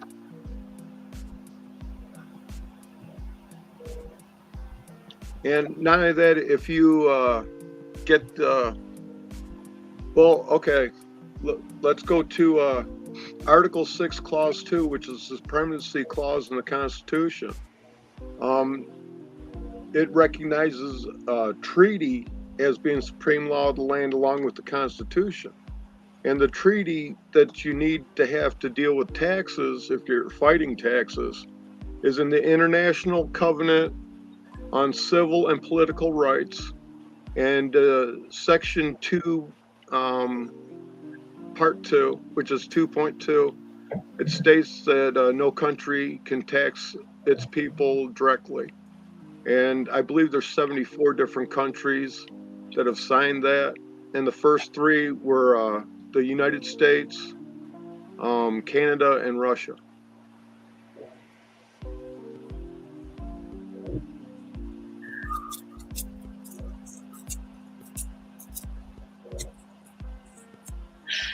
Well, if they don't have the moral compass, either point them in the right direction or just ignore them. Yep. That's all you can do is try to show somebody, and and I guess it depends on what level education they need, because I guess it depends on exactly where this interaction is taking place. But address the education level based on the situation, because most of the time this shit, that's the thing that gets me here, but I don't really let it get me. I use those words real lightly, but the group that we refer to as trolls, and it's like, okay, just go away. Summer said, D-Dog, are you familiar with the Constitutional Law Group? Well, there's a whole bunch of them, and the problem is that the constitutional law groups are trying to do too much stuff through statutes and codes instead of sticking with the Constitution and the Bible.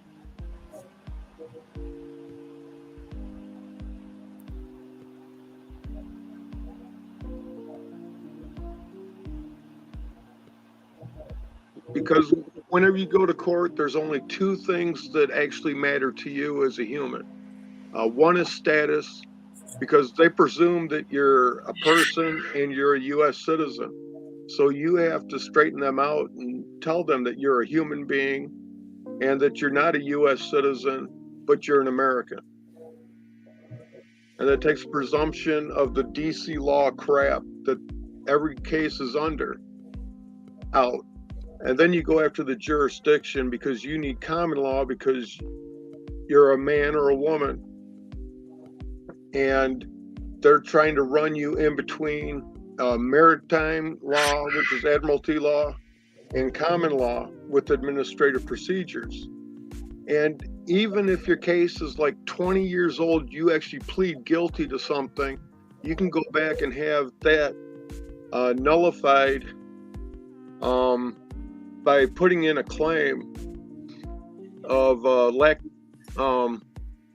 of due process and of jurisdiction unknown. Morning, Rocksteady. Good morning, Rocksteady. So believe it or not, even people who cut up people in their backyard and got caught and videotaped, they can get released from prison today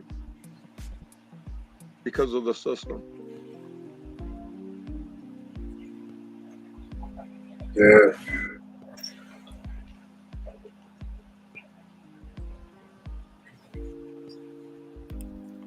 You're saying to you they have to start doing this.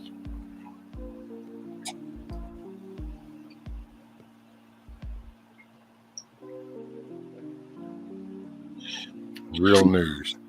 Boy, there's a, who would have ever thought real news would become an oxymoron? Right. Ain't that something? Right. Well, the reason that the news is all screwed up is because the Smith-Mont Modernization Act, when Obama signed that, it made it so that the news can just be listed as entertainment and doesn't have to be factual. Oh yeah, I think that. Yeah, I remember that. Yeah, I do remember that. Because they changed narrative. Yeah, they changed it. They changed the verbiage as far as what is factual. The language on there, it's not what it used to be before, but then they changed the verbiage and the language as far as how we definize factual and how we look at factual. It's like, wow. Well, over the last 2 years, they've redefined, let's see, how can I safely put this on the channel? Vax compliant for health.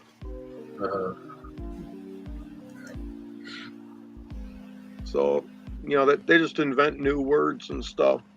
And like I've been talking to a lot of judges lately, not only on my own stuff, but I'm also counsel on 12 other cases.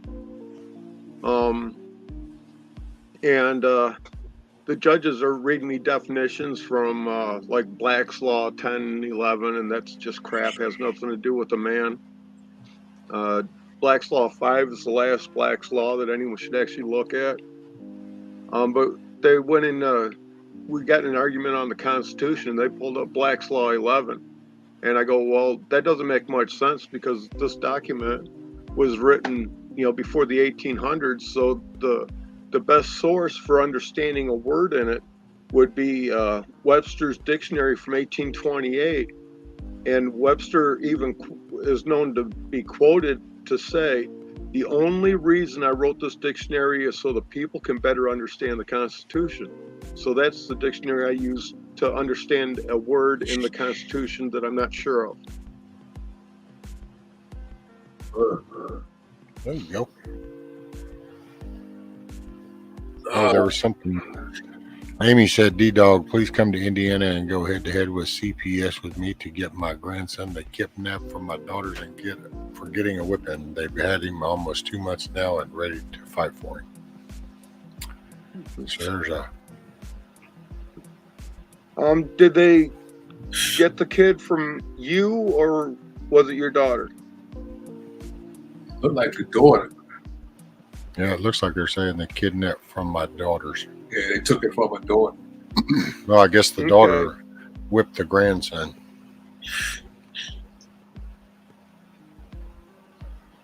Right.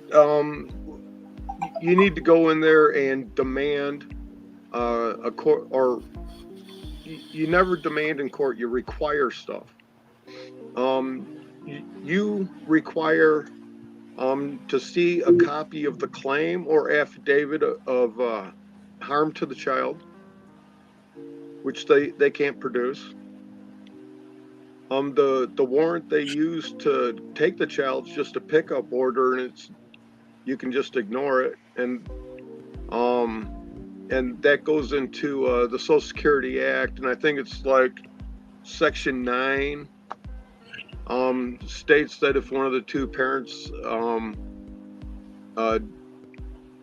doesn't want to give up custody of the child, then whoever authority has to stop, because they actually need a federal warrant to take a liberty interest, and there has to be due process before. And you also require a court of record, because you're not even in a court, you're in a legislative tribunal, and the judge is nothing more than a hearing officer.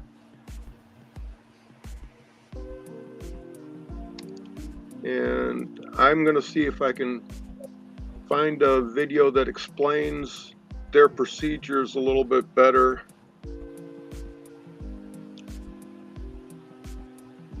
Yeah, I see that one video you said. What was the Dave? Yeah, Dave Jose. Yeah. Yeah, and it's what, Dad versus CPS is the provider. Yeah. Let's see, you sent me two of them because I looked at both of them.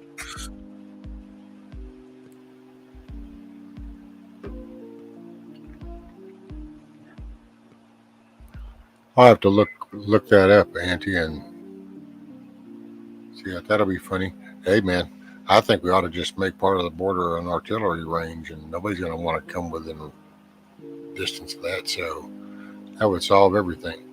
Get a little practice in, keep things calm. Bam, works out.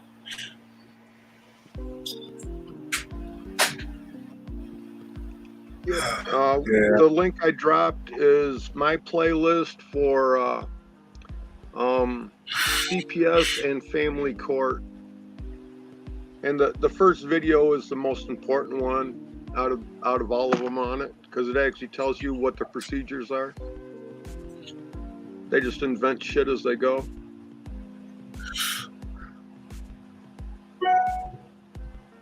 That's what's really come to light through all this. I just This saw. is true. Go ahead. Wizard said that a judge is merely an administrator. Absolutely, and the thing is that a lot of judges that operate don't even have jurisdiction in that courtroom that they're operating in. And I don't know. I've been big on this stuff for years, D-Dog, and it's going to take a lot of people to get this corrected. But the biggest thing is educating people and letting them know that this is what's happening to them. I mean, I don't know how many times I've seen people go into court and get something dismissed, even though they had a public defender. And I'm like, well, you shouldn't even have had to go to court for that. I mean, they're, like they had no charges on you. Anything, like I don't even know how to explain it at the moment because I'm a little stoned, but yeah, you get destroyed in every courtroom across this country because we don't know how they operate. They have rules and policies just like any other corporation does. But the problem is that a lot of these courtrooms, judges, police officers, no matter where you want to, place the blame at, they conduct what they're doing on policy only and not law. Just like the first time I saw a ordinance that said you can't come in this public building and record, the first thing I did was talk to the city manager and go, well, what law do you have to back up that policy? Well, there's no law to back up that policy. Okay, well, you have to, because there's no statute on that ordinance. Therefore, I don't have to follow it. I mean, I know I've butchered the hell out of that, but not really in the right frame of mind right now to really talk it, but I just want to add my little 2 cents. I apologize. Oh, you're good. You're all good. Amy also, Bonnie was pointing out that Amy, David Cares for You, and Affidavit Mamas on YouTube, they all help with stuff too. Yep. And as far as a police officer these days, just in their daily business, they are violating 18 USC 24 and 42. Yeah, 18 USC 42. And as part of that, they're violating 18 USC 912 and 913. And they lose their limited immunity through 18 USC 241 and 242. So you can take them to court and sue them just like any other man. And that's just if they say hi to you. Absolutely.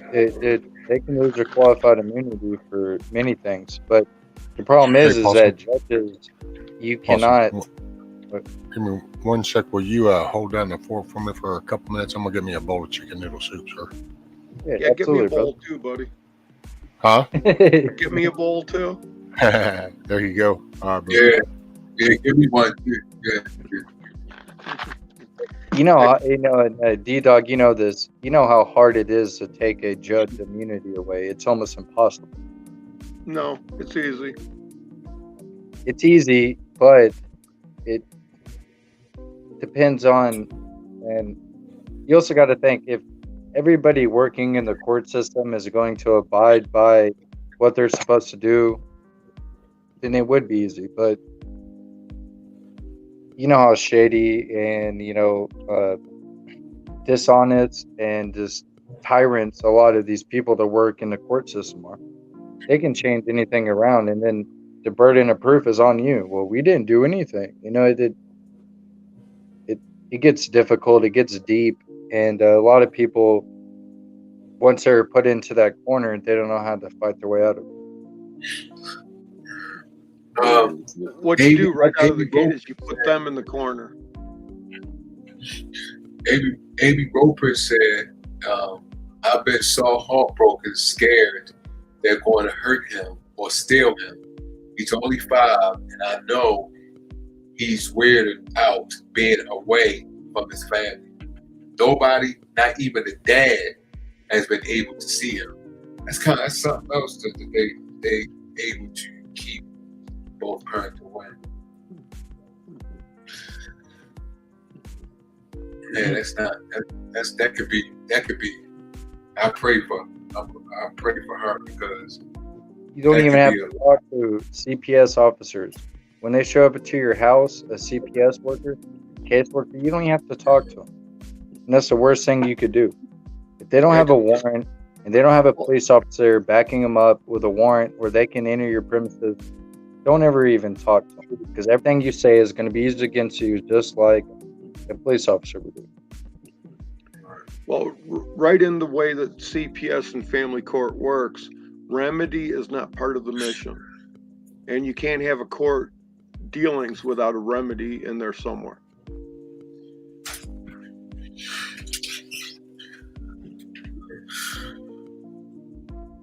That could take a lot of toll.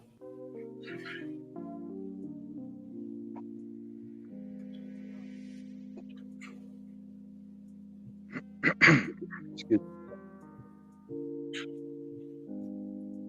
The way I look at CPS is CPS is eventually going to get deputized like every other agency under, whether it's state or federal government. And they're going to have a lot more power than they do now. They can legally lie in court, and unless a judge decides to call them out on it, it flies. So I don't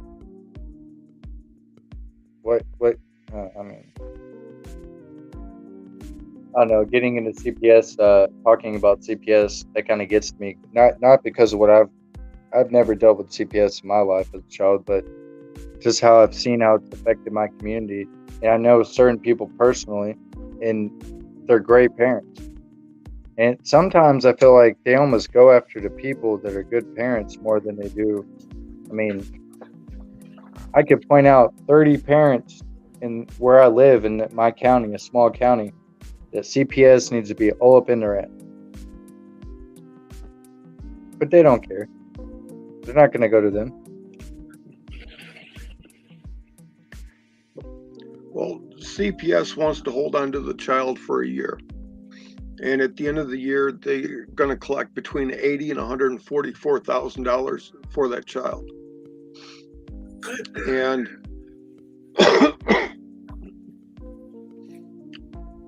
goodness. My T-girl said my granddaughter was taken.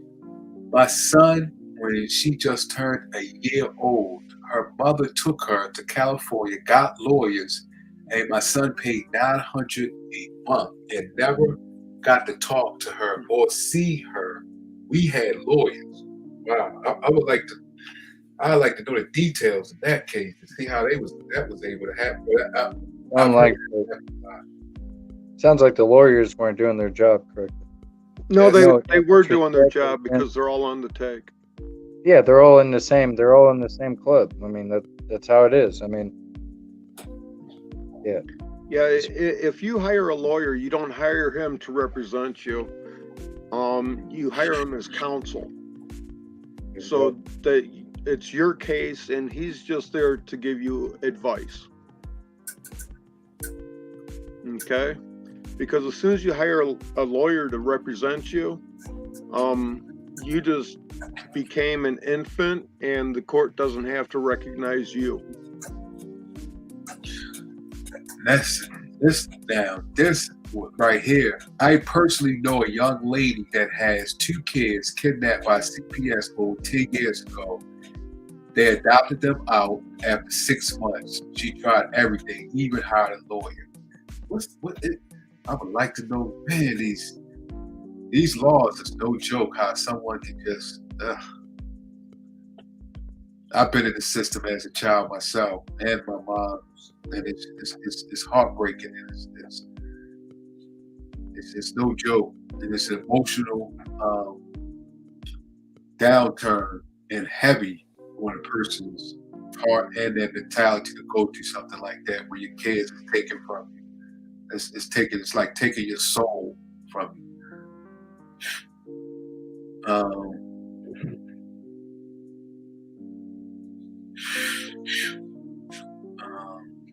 He was placed, Amy said, he was placed with my daughter 5 months ago because my son and baby mama were dumb and put on drugs before him. Wow. They only took his money. He had to also provide insurance for her. The only reason she kept her away from my son was because he wouldn't marry her. Oh, man, that's ridiculous. Well, family court and any court like that they're favored, and people don't want to hear this, and it's okay because it's a fact of life. You need to understand it's reality that women are favored when it comes to family courts. 100%. It's just a fact of life. Unfortunately. That's a good point too. And also Matrix said people trusting an evil system and voting for a lesser of 2 evils. Yes, I see the point of that too. I do see that.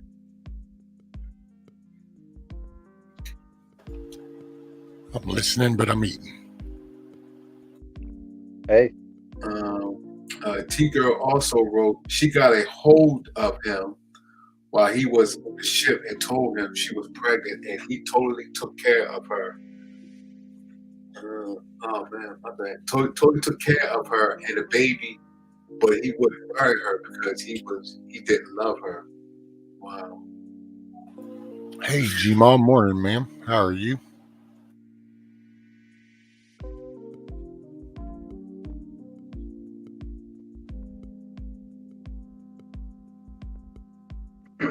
You late, D-Dog. He's got the soup ready. Where you at?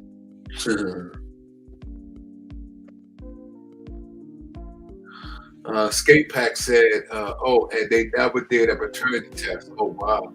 I've heard T-Girl, if this is wild, I heard if it was a lot of guys that even though the test can come back negative, well, this is rappers, and I know some guys but they didn't go to court when it came to paternity test. And even though they didn't go to court, and by not going to court, the child was automatically theirs, and they had to take care of it. I heard that's a lot in a lot of states too. That law. Men and women need to back to being decent and not sleeping around. There's a lot of consequences. And yeah, it's sad. Yeah, that's true, Skate Back. It is true. It's a bit simple. If you don't love somebody anymore, you don't want to be with them, just tell them and move on. It's very simple. Don't make your situation any harder on you or your family. Just move on. Be honest and move on. And a lot of it's like to hold on to shit because we think we're gonna find this silver lining that pushes us through. And it don't happen. Yeah, that is true. I cheated one time in my life, and I feel bad about it because I felt like that even though that person put me through what they were doing, doesn't mean that I should just enact revenge. I should just stopped it at that moment and been like, you proved to me that you're not worthy anymore, and move it on. But I didn't. But that's a life lesson, so it's all good. Yeah, that's true. You're right. There's been multiple times that I've just told women in the last 2 years of my life, hey, I'm not ready for a relationship. We're more than just friends, but I got to keep it pushing. Why drag it out? It only causes problems for you and everyone else. Everybody that has a court case, and I don't care what court case it is, require to see a claim or an affidavit signed under penalty of perjury of the harm you've caused another. And if they can't produce it, the case is gone, because they are required to have that information to start a case. T-Dog, have you tried to pull bonds lately?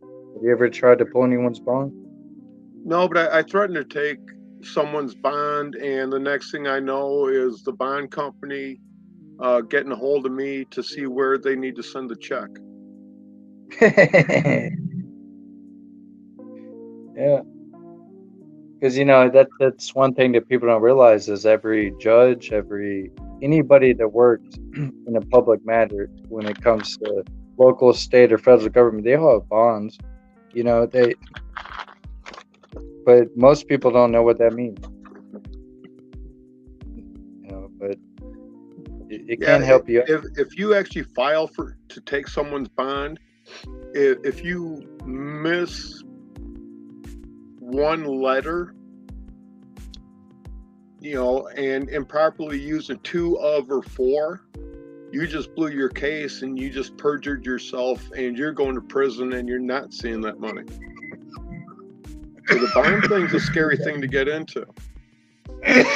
Should we hold them to that high standard? You know how many court records I've got back, transcripts, the discovery, that have so many different mistakes in it.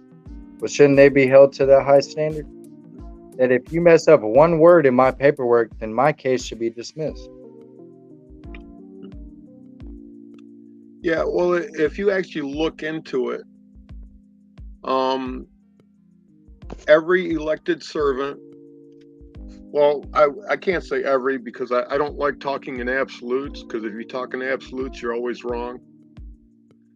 Most of them improperly did their oath of office. They use an alias instead of their full legal name, because almost all of them have the middle name, just the middle initial and a period, and that's an alias. That's not their middle name. And a lot of them that are supposed to be signed by a federal judge just have notaries on them now, and they can't do that. And a lot of them aren't even posting their bonds anymore. And the Supreme Court, on 6 different cases, the opinion of the Supreme Court is there's no such thing as a law license. So every judge, according to the Constitution of each state, is required to have a certificate of oath, a bond, and a law license. But there's no such thing as a law license. All these clowns are running around with as a bar card, and that has nothing to do with nothing.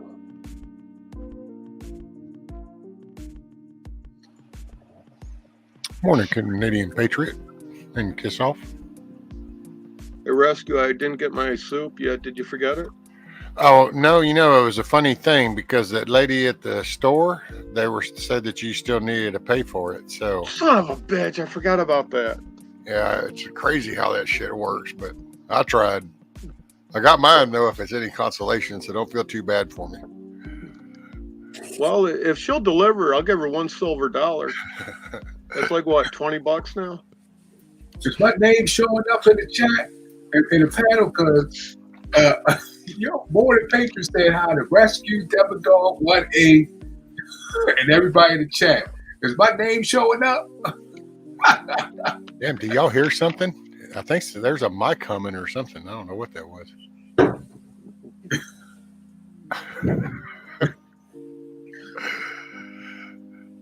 Oh, snap. Oh, Canadian Patriot. Man. Just singled out Von there. Was like, nope. Yeah, that Canadian Patriot one, that one's trouble.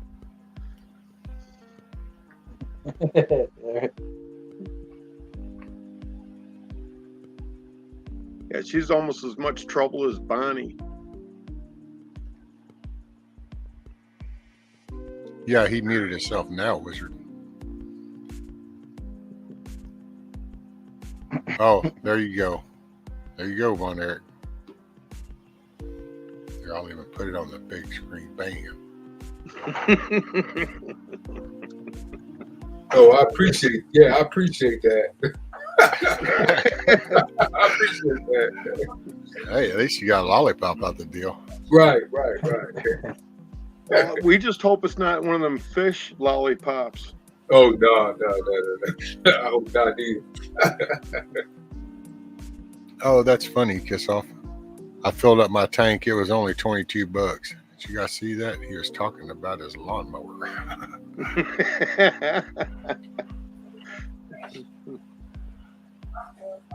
Damn. Yeah, $22. That'd be like a garden tractor with a 3-gallon tank. Yeah.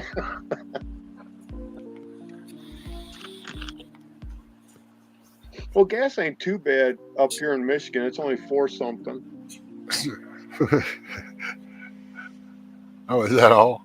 Yeah. Well, compared to California and New York, my gas is almost free. What's the rest of their cost of living out there, though? See, that's like our shit hitting $4 something. It's like, oh no, wait a minute, no, this is usually 2 something. What the hell? Right. Yeah, we've already exceeded historical levels, so we're reaching. Even though it doesn't seem high to everybody else, but for us, I mean, shit, dude, I'm only like a couple hours away from damn storage tanks of it, and yet. Oh, yeah. I'll remind me to tell you about that.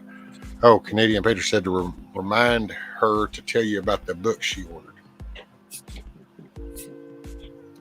So is that book written in English or Canadian? Hey? Hey? Hoser? When you hold the book up and smell it, if it smells like back bacon, it's written in Canadian. Oh, wow. Ah, damn. And if the cover looks like a waffle, that's Canadian too.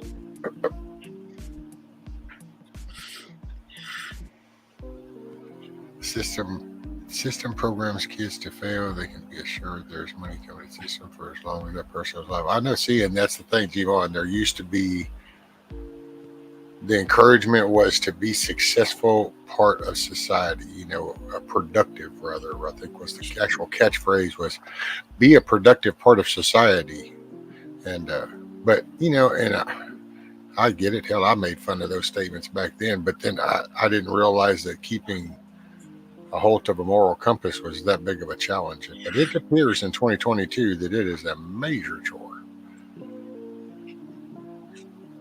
Well, I remember when I was going to elementary school, way back, right before they took the square wheel and made it round. Right outside the principal's office was the 10 Commandments. And every morning we'd say we'd pledge of allegiance. And every day before we went home, we all got in a circle, held hands, and did the Lord's Prayer.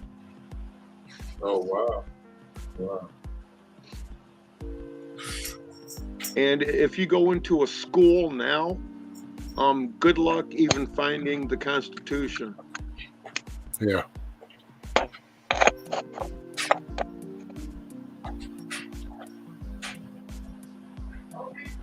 Canadian Patriot says, Devil Dog, you got to hear the write-up from Amazon. Oh, and book smells like maple syrup. Yeah. Yeah, there's a good chance it's a Canadian book. There's a good chance. T girls, thank you. Thank you for men. You all are awesome and no drama. Oh, yes, ma'am. No, that's. Yeah, drama. Man, oh, yeah. Been there, done that. Had the t-shirt, got rid of it, tried it again, decided I still didn't want the t-shirt, and now I've moved on. Now my t-shirts get made, so it's still at the factory. Yeah, all I know is today it's real quiet. My brain is going. There you go. Well, that's a lot better than those three son of a bitches arguing all day. Yes, ma'am, Miss Cat Pack. I sure did, ma'am. I did. Very much so. Well, I was getting ready. I was like, I see what Scat Pack put in. I was like, yeah, make sure you take your medication, bro. Oh, yeah. For 8 hours. Wow. Wow. That's how, dude, there's no way. That's why I didn't schedule one until the last minute was because I wasn't even sure. At the rate things were going without any kind of medicine, then it was like, yeah, this is not going to happen. I'm about at my wit's end again. Right. Because all I can say, people, hey, everybody's got their own level. All I know is for me, but when I feel like I got 4 little midgets on my backside and down my legs stabbing me with little shivs as every move I make, that, yeah, that shit. If you think the waterboarding is rough or water drop shit, oh, yeah. So I was about reaching my end, dude. All my shit had dissipated. It wore off. It was getting frustrating. So I was, but then I was able to get my medicine, and man, the impact on the nerve endings is unbelievable. That's makes it so doable. It's tough because that's the thing. It's not that it goes away. It just becomes a custom. You can tune the shit out and you move on. But right. You just got to keep the volume turned down on it. That's all. But that could be an emotional downturn in itself. Just going through that. You know what I'm saying? Just to have to always. So.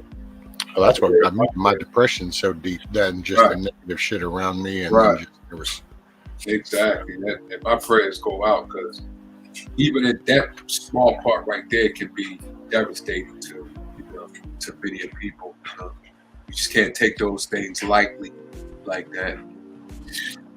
Well, that's why I say this virtual living room. This is what kind of has really brought the energy back for me. Gets my head into something doing, and just don't sit in your own shit all day. Right. You don't want to stew in your shit, and you're still going to smell bad. So just the way things work. Yeah. And if you have kids in school and you're not scared to fight for their rights, you can get Bibles put back into every classroom like the school that my kids go to have. And they are in a public school. Well, I've got the blessing. Mine are grown. And as of now, my granddaughter hasn't started school. She's too little. And I think I've talked my daughter into going with a home school, and not her, but around here, there's groups kind of like the Affidavit Mama kind of thing, only there's homeschooling groups around here. Kind of like having indie people that know how to teach, but didn't, they're not going along with the system, which ours is not bad, but it's still, there's, we talk about the shit that gets highlighted, but even on a lower end, there's some things that are missing, and it's not that it's the bad stuff like in some of the cities, but they're still not learning the core history or basic social study type thing. And because the general narrative is all this newer type exposure of bullshit instead of basics. In all honesty, man, a child goes to school for 12 years. You should learn your basics: addition, subtraction, multiplication, division. There you go. English, social studies, some history. some little PE to get you some physical activity, get your blood flowing. And then you can pick a sport, not pick a sport. Get into your senior years, your ass should be in a trade class after lunch. You should just, by the time you're in your, what I'd say 10, 11, and 12th grade, you should really, half your later days should be on some trade that you're picking. What are you going to do? If it is in some college form, then fine, you start taking college design courses or something. But it's like welding. Shit, man, can you imagine talent that could come out of them schools if you started getting them directed on, you know, welding, building, farming, agriculture, you know? I just, in the 10th grade, and that's all they had to worry about from after lunch on for the rest of the day for the next 3 years. Shit. You'd have a different young man society, I can say that. Yep. Oh man, What's up, Eric? Kissoff have something. They took our grandkid in November, and we haven't seen them since. CPS has a lot of power. Grandparents have no rights in PA. Wow, I didn't know that. That's right beside me. Wow, man. Oh man. Eric, what's up, brother? Hey, watch this shit. Let's see if it works. You know? Now it's 3. I don't know. We'll give him the. Are we talking about bug out? You know what I'm saying? Shit. You know what I mean? You know what I'm saying? You know what I mean? You wanna? You know what I'm saying, Vern? You know what I'm saying? You wanna? How many times did you hear that growing up? You know what I mean, Vern? You know what I'm saying, Vern? No. Yeah, that's why. Man, my kids were growing up. I hated the what if phase. What if? What if? What if? What if? It's like, I'm sorry. What did you just say? Oh, what if? Oh, okay. No, either say the whole word or just shut up. Don't say anything. A lot of my parents, they hate the word eight. What's eight? Devil Dog said he had to go. Thanks, everybody, and have a blessed day. Take it easy, brother. Take it easy. Good seeing you, man. What's that? Thank you for I being got a up question here, for everybody on panel. Rescue and Vaughn. What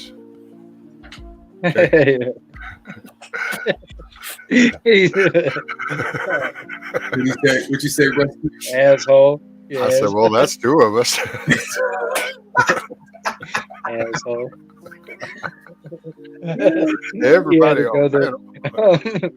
But what's your? I know people don't like to use the word hate, but everybody hates something on the face of the earth. Even the most peaceful, pure person that says they don't hate something, there is something that they genuinely hate. But most people don't want to talk about it.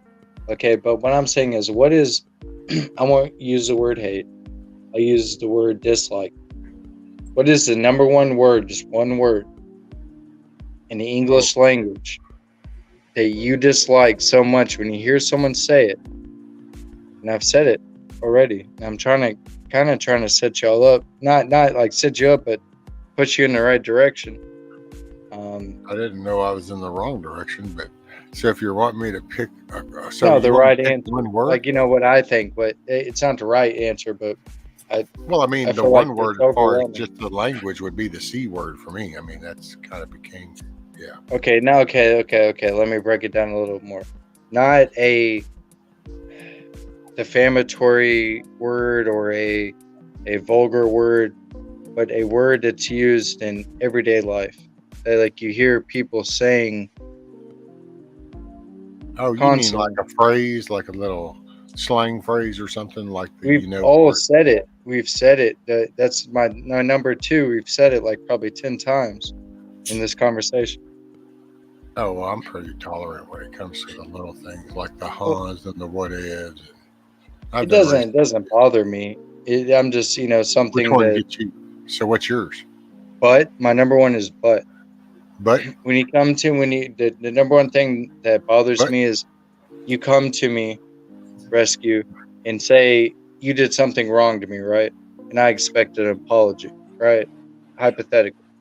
Okay. You come to me and you go, well, man, I feel horrible about this. You know, I But can't believe I said that to you, but, and then you tell me why it's justified. oh well, You know, yeah, you're that, justifying, you know, then that word but takes away from the complete reason why you're even talking. ah, well, see, Okay, here's that the bothers issue I got though, because I like big butts, and you cannot lie. I do too. I didn't say double T, brother. I said single. It's all in Yeah, perspective. It's single, in how it's single. delivered. That's all, you know. Because you could come with an apology and it'd be like, hey, you know, 1A, I just want to let you know I'm sorry about this, that, and the other, but I got really distracted and, you know, I'm not trying to make excuses. So there you go. So see, I mean, you know, the but can work. I don't you even want gotta to hear wait the for the but whole though. delivery. But the but is like the Well, you're just kind of going with found. a certain narrative of it being the excuse version of but. Right. But what does the word but mean? What does but mean? Well, I mean, it's kind of like a oh shit, what's it? Like an RE, like an attachment is kind of, I don't know, somebody in English language is fixing to like totally chop me up. Thanks, Adverb. you just threw me out to the wolves. I'm fixing to get chewed up on my technicality here, but What is No, it? no, I think no. the adverb. Is it an adverb or is the adverb? beat the shit out of me. I wasn't going to become a liar. I was just going to fess up. I was making this stuff up. That's what I'm saying. I feel like a real apology is you don't even have to like go in it. You just it's the part about being humble.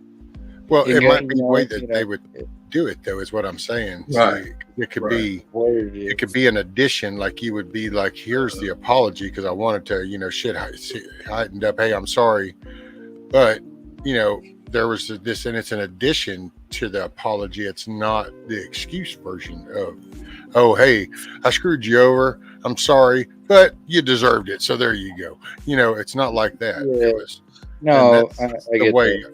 I think that's how the most people get agitated with the but word.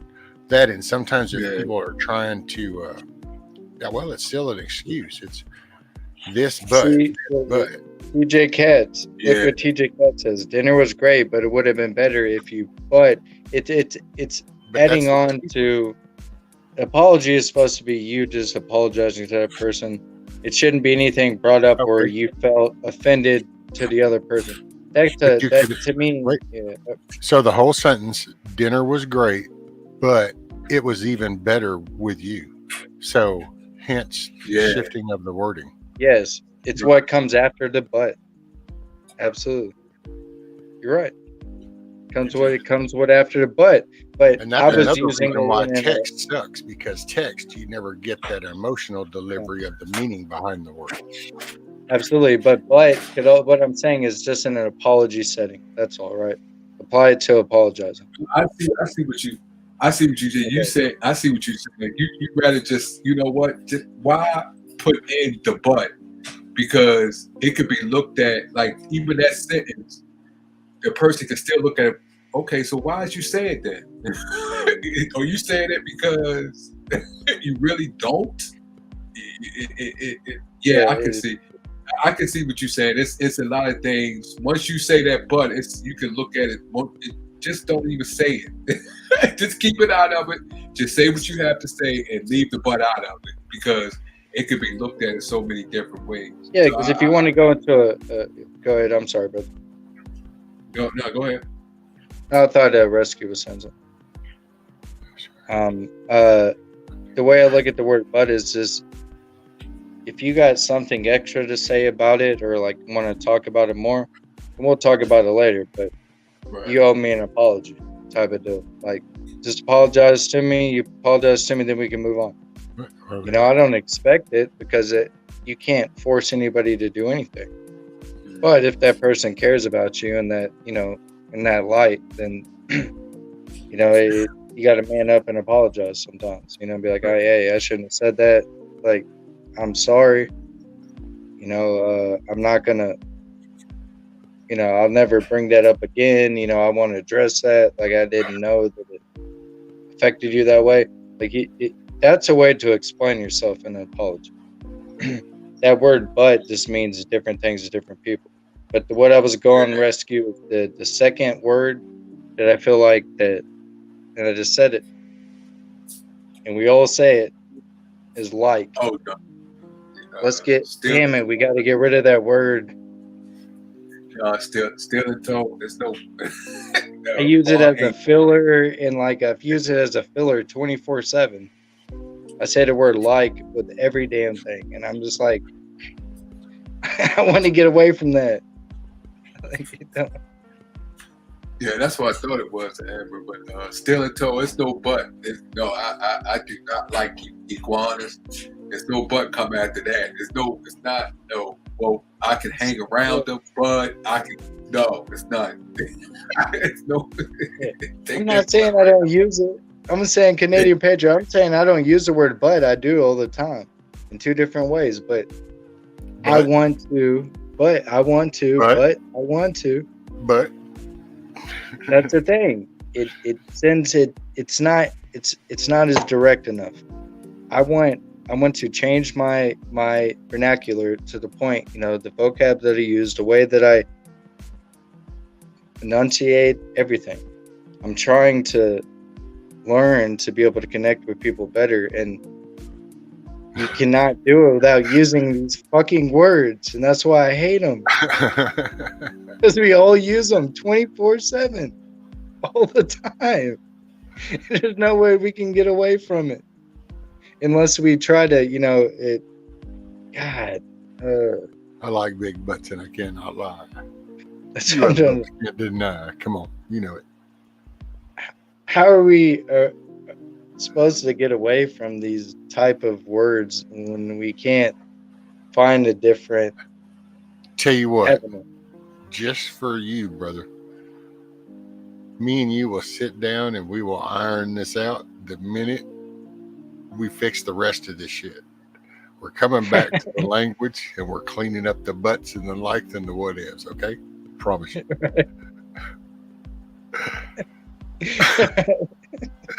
we can really do some damage, you know what I'm saying? But I'm just kidding.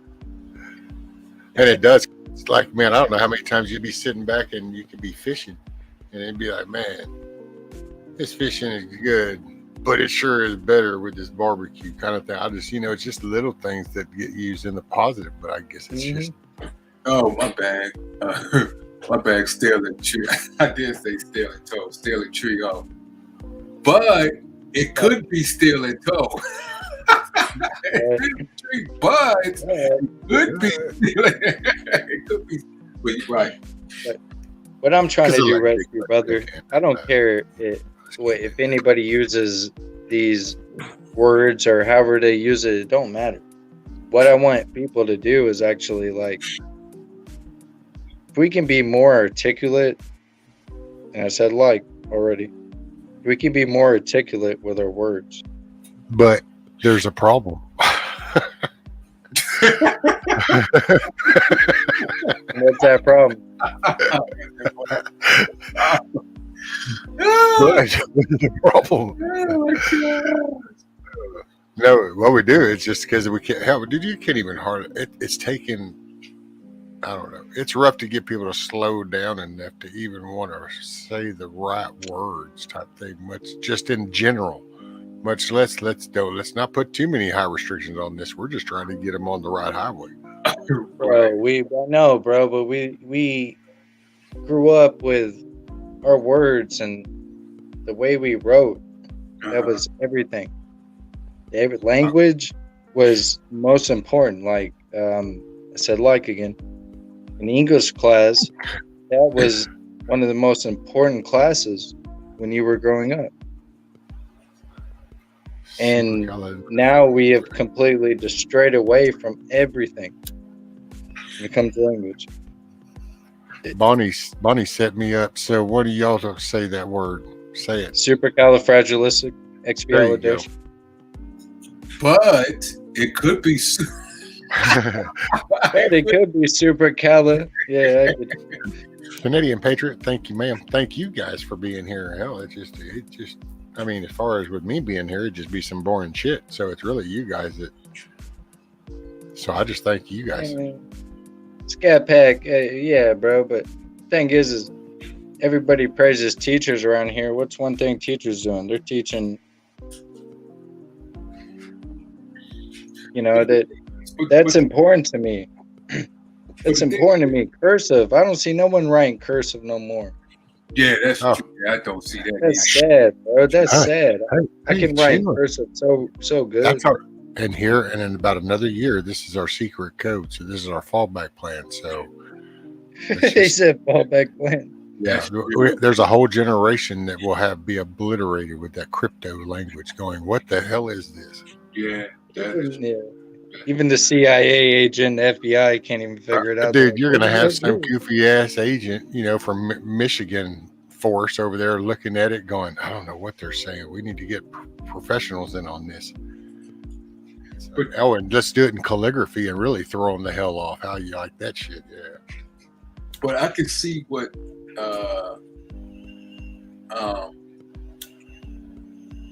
as far as the language and things like that, I can see it on both, because it's changed so much. Even when we was growing up and we was in school, the English language and terms has changed, and now it's changed.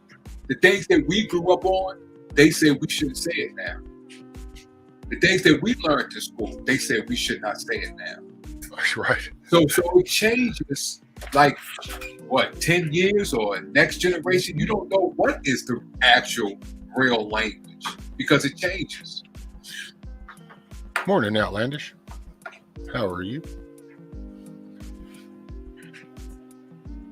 There got certain language that I see on YouTube. Oh, if you're a manager, you need to talk like this. What? Okay, so if I work in a warehouse, how should I talk? Or if I work at Walmart, I need to talk in another way? I'm like, God, what? Or if you work in a corporate world, you need to talk like this. Oh my goodness. So I have to change what I've been raised and what I've been taught to talk something different because of the position that I have. It's just... Well, that only comes into play because we have lowered the standard and the bar along the way, but we've let it position title still be lingering. So it's kind of like, oh, you're a manager at this level. Well, then you should be talking like this. But if you're on a worker level and you're over on this side of the plant, you can talk this way on this side of the plant. Since you're closer to the offices, you don't talk this way. So that's how we justify as is what we do. But I'm just kidding. Like,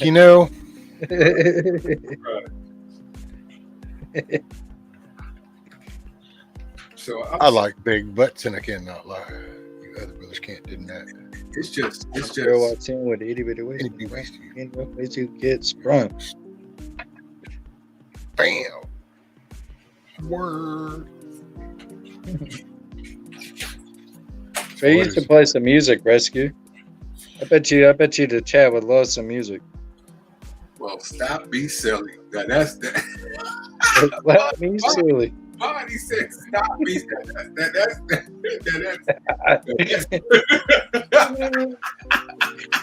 You just came right there out of nowhere. Dude, what? Stop being silly. Yeah, that's something. That's down.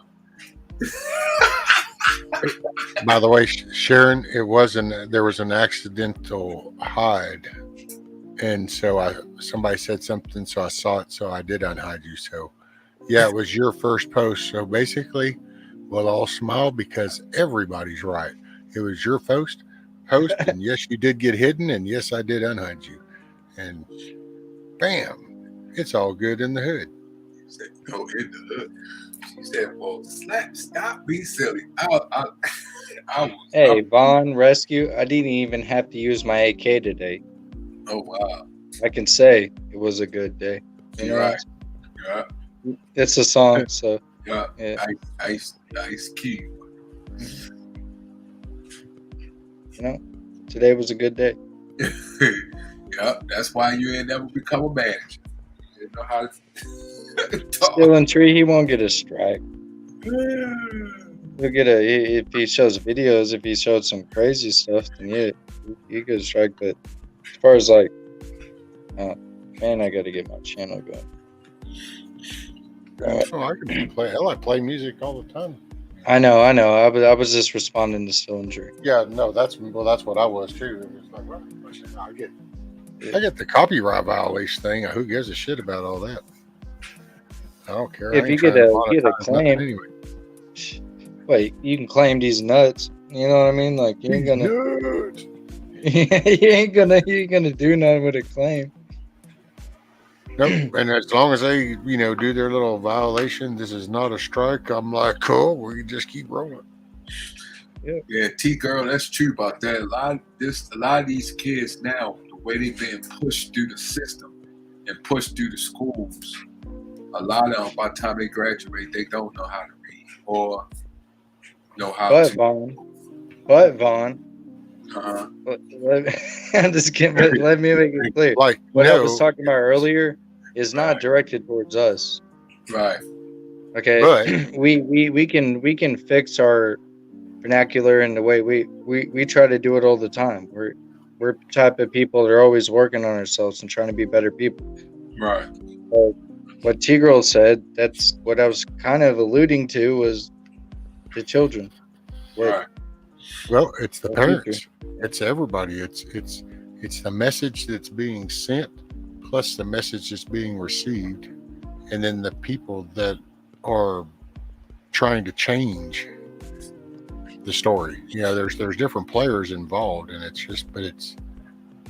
starts at home. It's that local thing again, but yes, you're right. Because it was this lady here in Baltimore, and she was mad because her child was reading at a third grade level. I think he was about to graduate, and she mad at the system. But I was like, well, hold up, because the school said they sent her paperwork, they sent her things and stuff like that.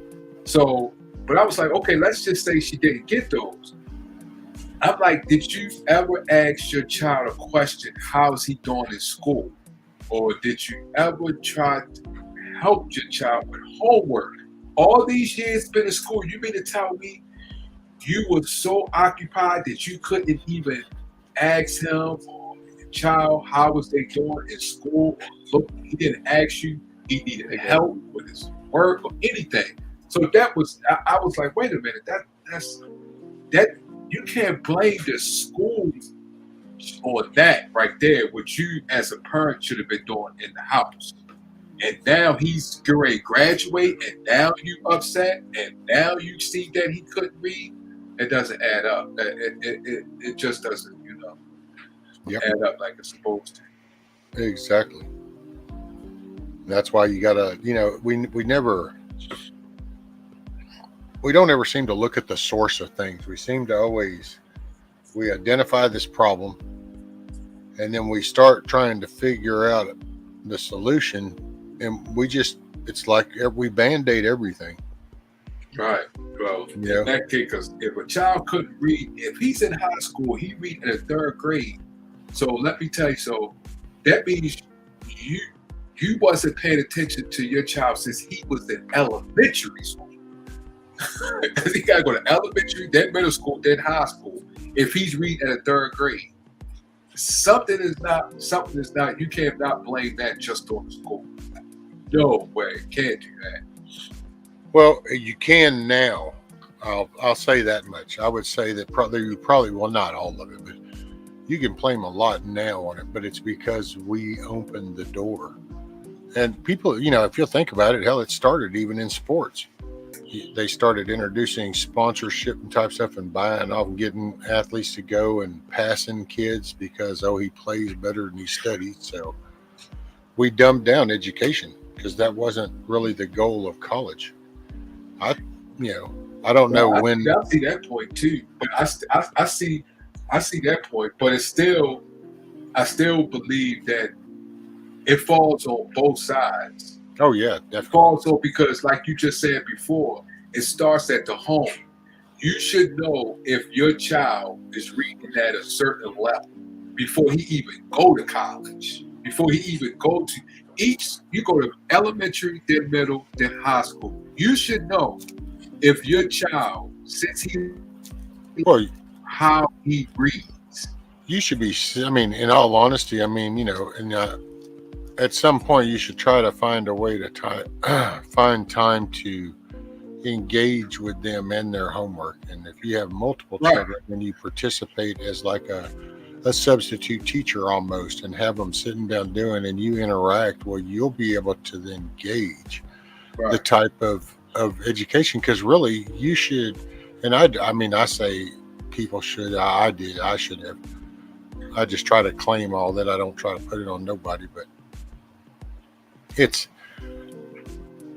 I got distracted, and you just kind of let some things go, assuming the best, but not really looking at it. And in all honesty, had I realized that there was an outside narrative pushing a different story, then I would have probably been more interactive. And which I had already established when I raised my kids. I always knew I was carrying myself in front of my children. It's like I tried to pass on to my son, you know, respecting women and basically being a man per se. Sorry if that offends anybody. Well, not really. It's just that you misunderstand it is all. But but I watch him with people, and I'm proud. So then I know it worked. But then I also know that there's things that he's picked up on his own that I'm proud of, but then there's things that I know I dropped the ball on, and they're not aware of now because right. But like you said. But the thing is, it's still you knew about it, and it came to you first. Well, and my kids are in their 30s, and I still feel that way right now. It's like if I saw some kind of behavior that stood out as I'm visiting with them and they're coming by, then I would say something. I'm still the parent. They're still a child.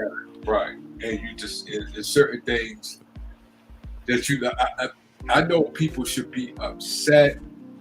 And like this lady she was upset, but it was like the way she was putting it on the news, she was putting the entire blame on the school system and not taking some of that herself. You see what I'm saying? The school system has the duties and they have to do that. That is true. But also, because homework is homework, you doing it at home. Now, if you was occupied, okay, I mean, I get that, I understand that. But like you said, there's certain things that you see and you just let it go. Even though you let it go, it's still that ball still falls in your court, or that parent's court.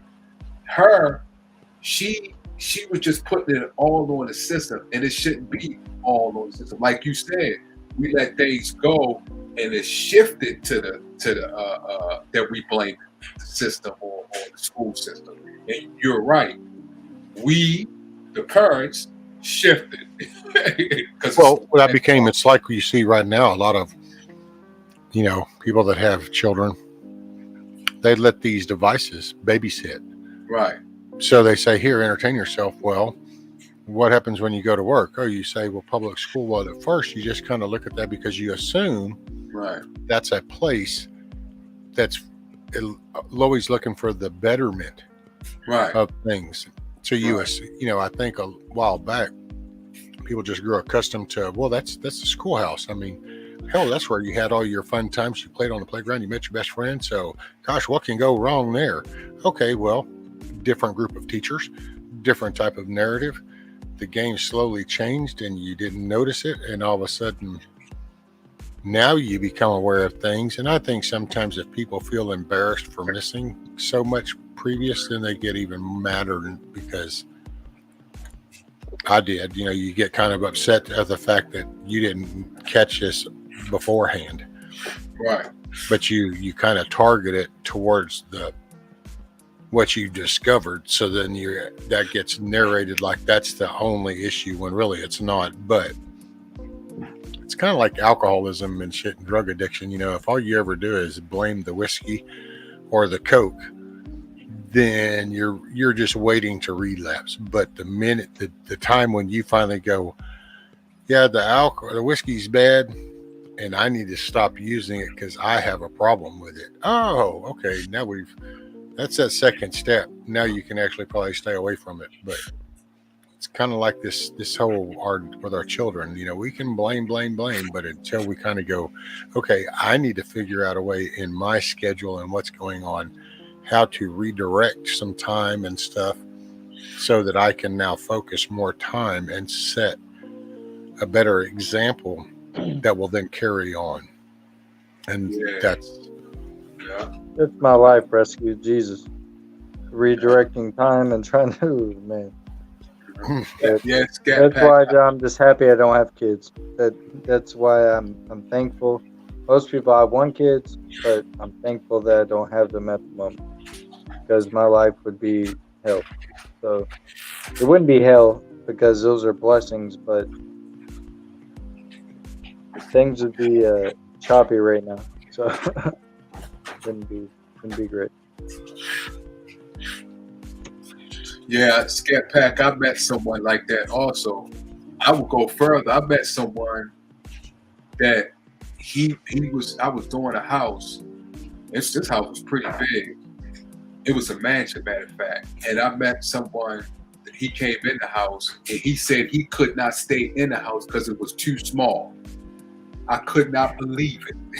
He had to leave the house, and it was a mansion. It was a mini mansion. It was too small. I was like, where did you grow up at? Oh, cool, Karen. So Karen said that the doctor's appointment went better than I thought. Awesome. See, prayers work. Yeah, prayers work. Got some of that positive energy headed your way while you were there. See, that's all right. It works. No, it works for me. That's all I can vouch for. Now, there you go. Oh, I was going to read this. Nikki, in between prepping, put this up from the Little Rascals. It says, actually, I have had a rather extensive vocabulary, not to mention a phenomenal grasp of grammar and a superlative command of syntax. I simply chose not to employ them. Oh my goodness! You see how she put that together? Oh, well, that's the quote from a movie, the Little Rascals movie. Oh, okay. Okay. Yeah, Nikki didn't do that. Oh, I was going to say. I'm just picking, Nikki. Oh man! Here I am fixing to stir up the shit. I was like, whoa! She put that together very well. Oh, I know. See, Canadian Patriot, personally, I mean, I know everybody loves them shows, but they were not for kids, and so many kids, and all you hear is, oh, it's just cartoon. It's cartoon. It's like, okay, here we are, 2022. Yo, this is what's up. That's one of the steps we got her. See, I feel like that's I agree that kids shouldn't watch those type of cartoons, but then in the other sense, I grew up watching nothing but that. I owned the DVDs as a child. I watched them, and it never affected time that you had to help you got yourself out of. So what about all the people that can't get themselves out of that spot? Right. But see, bro, that's the problem where I have a problem with a lot of those people is I did it myself with no help. Okay. But that's not the norm. And I don't want to put any person in a box or try to judge them in any way, but you're not ready to do it. You're never going to do it. You have to slowly work yourself up to that point. And it's hard. Absolutely. It's the hardest thing I've ever had to do in my life.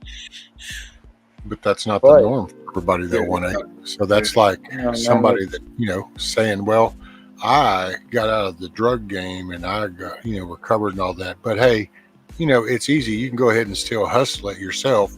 You might use it a little bit and you might end up in a dark spot, but hey, you can always get yourself out of it. Don't worry. You know what I'm saying? And I just, I would rather try to, my kids didn't watch those when they were little. because it didn't fit the message that I was trying to teach my kids.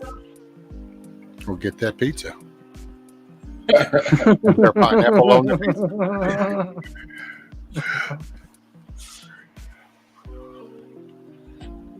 That's funny.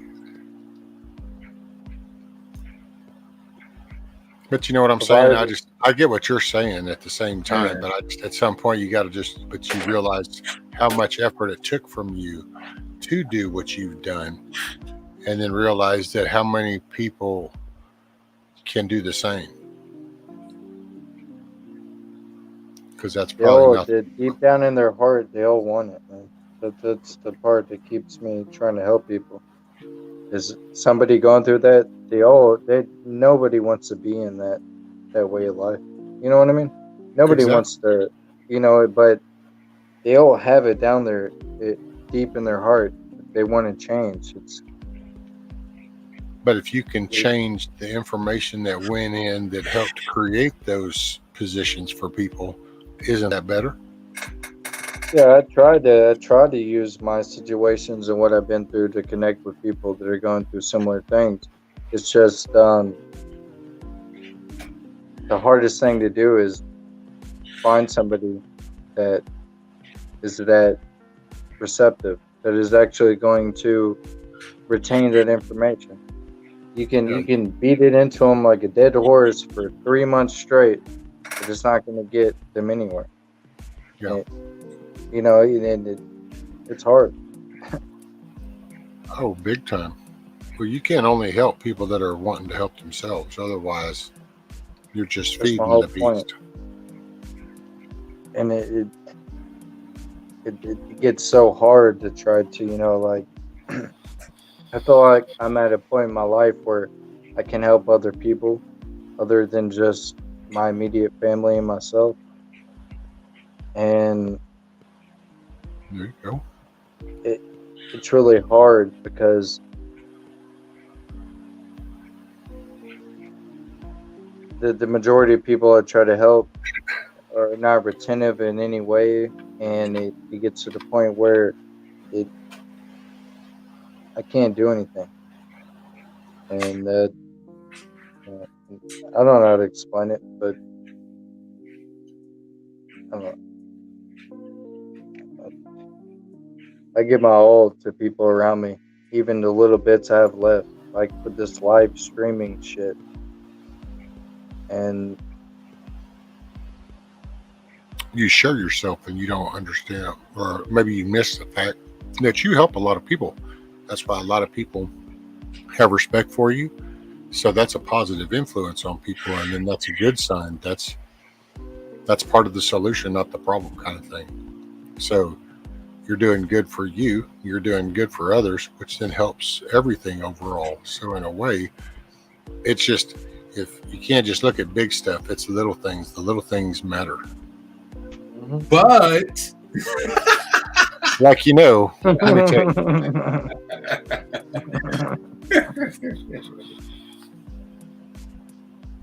My kids look sweet and nice, but they are very strong and depend on themselves. Thank goodness. That's it. I'm very appreciative of what all of you do. See, Canadian says it's why it's called programming. Television. Yeah. I don't know. Hell, it was called the boob tube. You're right. Let's change culture, y'all. The culture of the United States right now is ridiculous. Let's change culture. Let's change the things that make people think a certain way. That's what we have to focus on. Well, American culture is freedom. But what we do need to change is the administration. That's leaching our shit dry. The culture is not where it needs to be right now. Hey, morning, Billy. Best life. Yeah. Would you say the culture should go back to where it was years ago? Yeah, like 20, 30, 40 years ago. Oh, okay. Like, that was the best time in our country. We we made so many strides in the 50s, 60s, 70s, 80s that that it's unparalleled, and we need to get back to America first. That's what Look made at our there. country great. Bonnie says 1A, I wish there were more like you around her. So see, Right.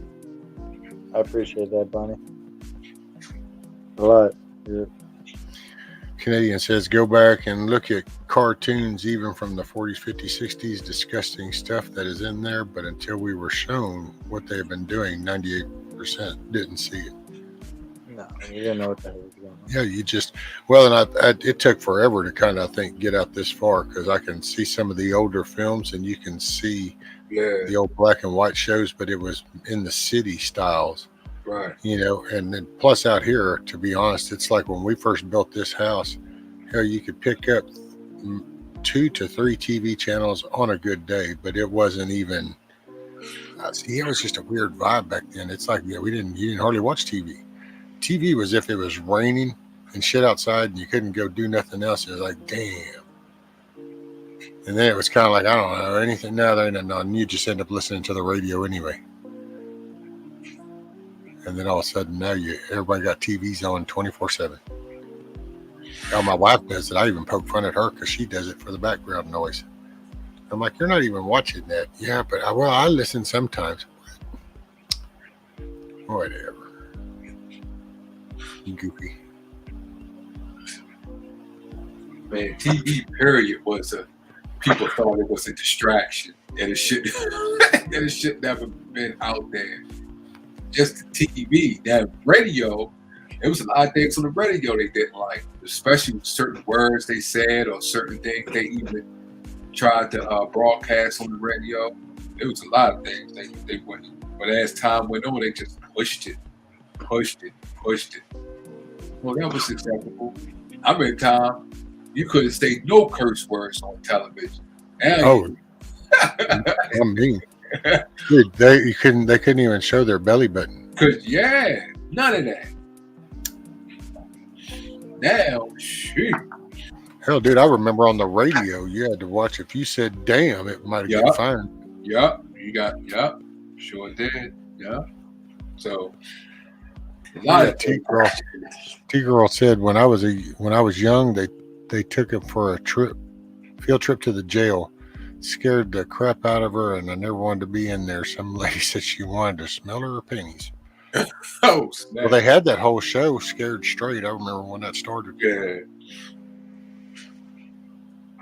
And see, I remember that was actually a mistake. I love Scared Straight. It's funny as hell. I think it was a mistake in a way, just because I think they went from 0 to 100 too fast with some of them, and so it's like you let them reach over there and touch the line, and they realized that the line still had a lot of way to it. So right, they just that's because you can watch some of them and even see that it's like, okay, you're really not having the influence you think you are right now. Right. Matter of fact, some of them just go, this is the next challenge, then, is to come here and show you I'm a badass. And it's like, you got the wrong message. Yeah, what's it not want to come back here? Hey, Moonchild. How are you, ma'am? Hey, Moonchild.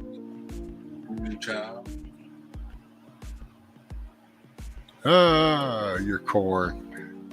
The deer came through and ate the tops off the young corn. Nikki, isn't there? Wait a minute. Wasn't there, like in one of your videos, a roll of chicken wire or something propped up, and there was some like T-post or something? But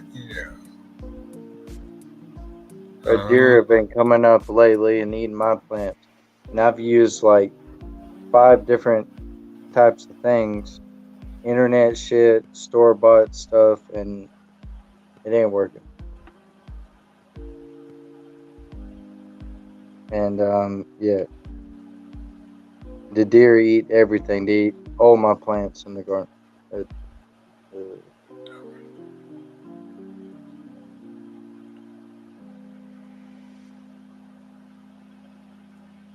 Oh, okay. I didn't even.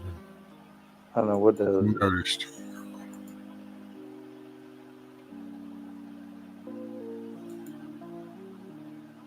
There you go. Fix that. That was around my asparagus. The rest is in fact.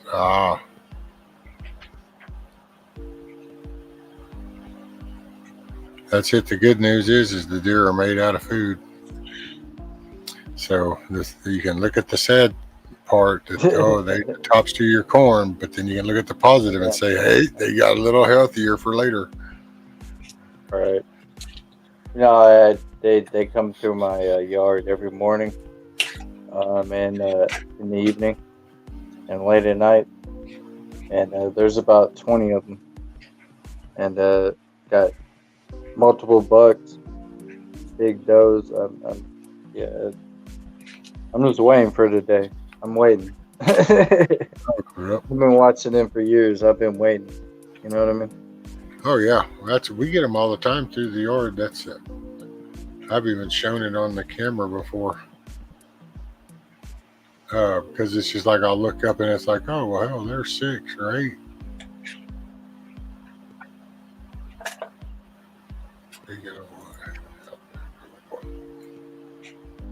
How long have I been going? Damn, 9.5 hours.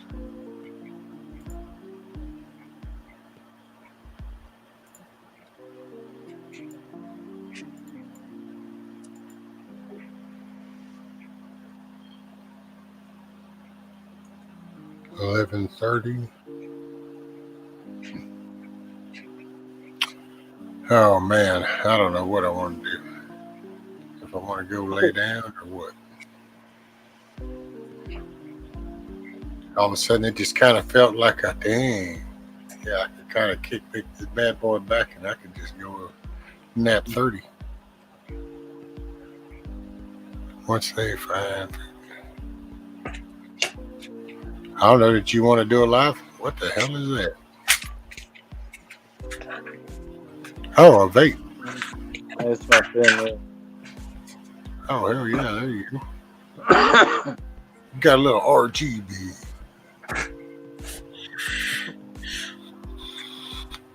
So, I mean, do you want to do a live? Do you want to just carry this one, or?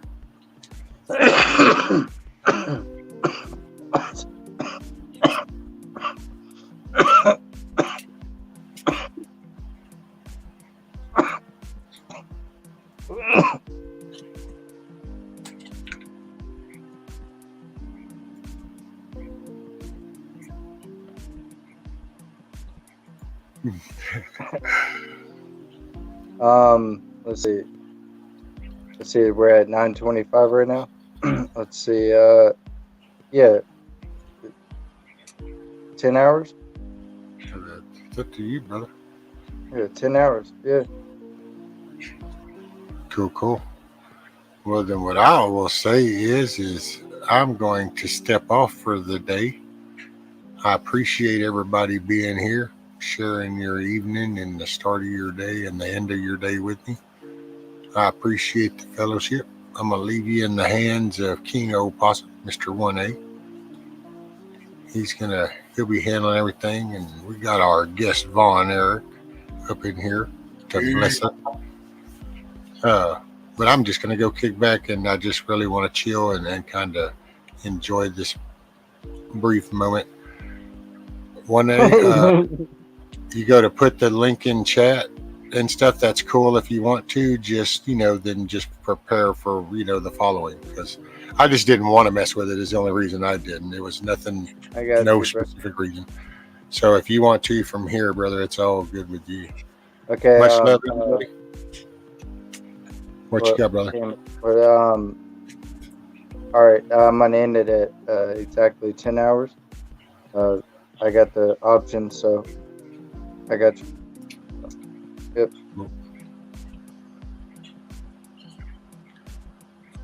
Yeah, I was asked to forward this to you, so I'm going to. It's from Double Dog. All right. Go for it. Bam, it's coming through. And Come on. Where are we at? Oh, really? I gotta add some kind of smiley face just to send a message. My God. Okay, there you go. So there's the picture he wanted to show you. Yeah. This is what I do to keep the deer out of my yard. Is a 7-inch deer fence, and then I cut up this snow fence just so the deer can see it. And then you'll see what he's talking about. Okay, so anyway, with that being said, much love, everybody. Leave you in good hands, good company. I appreciate all you've done for me. Hopefully we'll see you tonight. I'm going to go and enjoy this nice, relaxed. I'm so glad to be back to you. Yeah.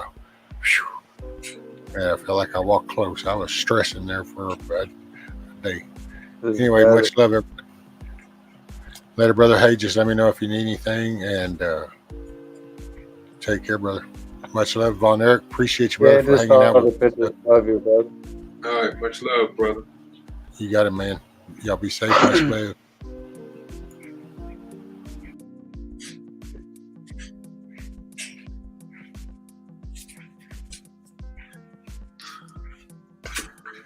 All right. So what's up, Vaughn? What you up to, man? Not much. Just putting these cards together. These timetable cards that I had to go over with my son. Timetable flashcards. Yeah, I remember those. Yeah. Well, I was just putting those together. That's what I'm just doing. But I'm done, man. Hey, what you been up to? You haven't been live for a while. No, I deleted my channel. Oh, you did? Yeah. Okay. I'm not gonna deal with that, man, because I got so much going on in my personal life. I kind of figured I was like, man, I can still help the community. I don't have to have a channel because everybody else is doing, their own thing. And I was like, I'm getting attacked, and I don't know. I was trying to light on a few things. And okay. It's all good, I'm here. Yeah. There's been a lot of attacking. I've seen a lot of, in the community. I have been seeing. Matter of fact, I took a hiatus because I had family issues and get my son ready. But I have noticed before I did, it was a lot of attacking and things going on. But never liked that at first. But I could understand that could be frustrating and stuff like that because it wasn't like that at first. Absolutely not, man. It was I don't know.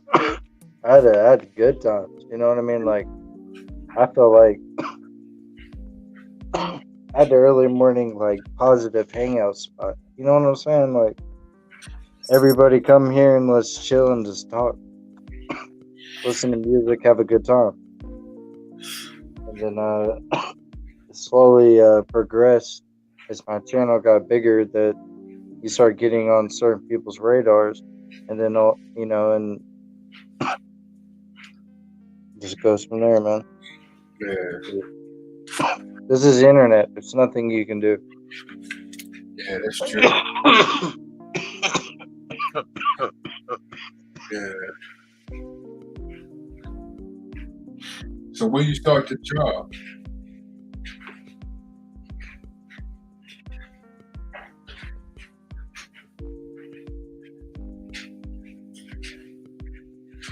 I think you beat it. You still there? Oh, you was coughing. Yeah. They're talking about that I need to turn my ceiling fan on. Ceiling fan? No, I think I didn't see that. I got a box fan in my room. So hold on.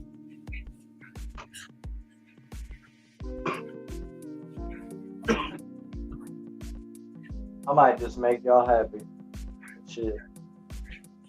You know what I mean? Like, I just might make y'all happy. Oh. It might be. Let's see.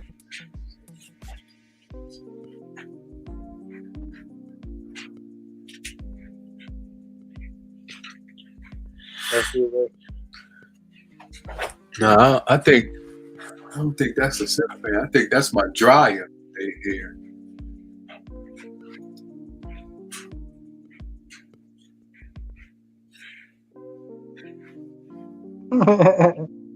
Yeah, I think that's my dryer.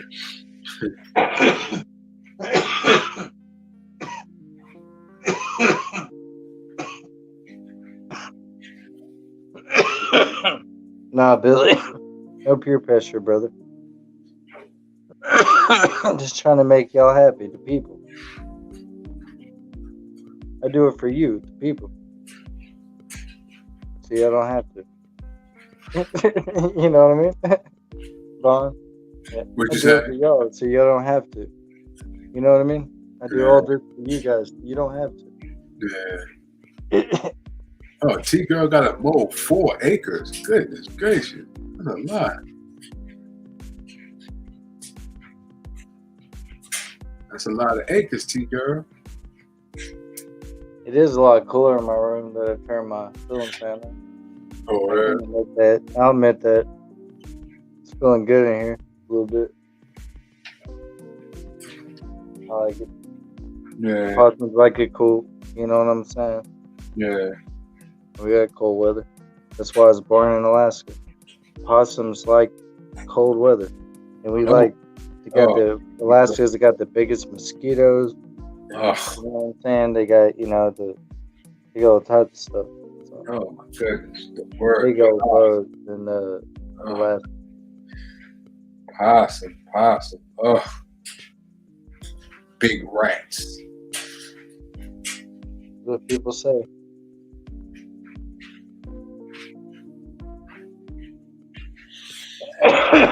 But they're very beneficial. So, excuse me. Smoke a cigarette and start coughing again. Lord, please help me. Oh, moonshine. Lindsay's bronchial tubes. You know, like. Hey, what kind of bow? Moonchild said she's about to go shoot some bow. What kind of? I've never done that before. Never shot a bow. I would like to experience that. Well, I ain't gonna even go out in the woods, so I'm not even gonna go out in the woods because I end up probably shooting a bow in the air. And if I shoot it up in the air, it'll probably come down and kill me because I'm running from a animal or something like that. See, Vaughn, I could take you hunting, bro, and you would actually enjoy it. You would be you'd be really surprised about how peaceful it is, and like how just like calming, and like you would be really surprised. I promise. Yeah. You would actually end up probably liking animals. Take you up in a tree stand. You know what I mean? Like where you can look at stuff, but there's nothing, going to get you. You'd have a different appreciation for it, I think. Yeah, probably. I appreciate. Well, I'd probably kill myself shooting a bow somewhere and end up. Nah, you'd be alright. Like she said, it's a crossbow, so it's easier than a compound or recurve, bro. But okay. No, I don't know the difference, but I need to look into that and look that up because I think you'd like it.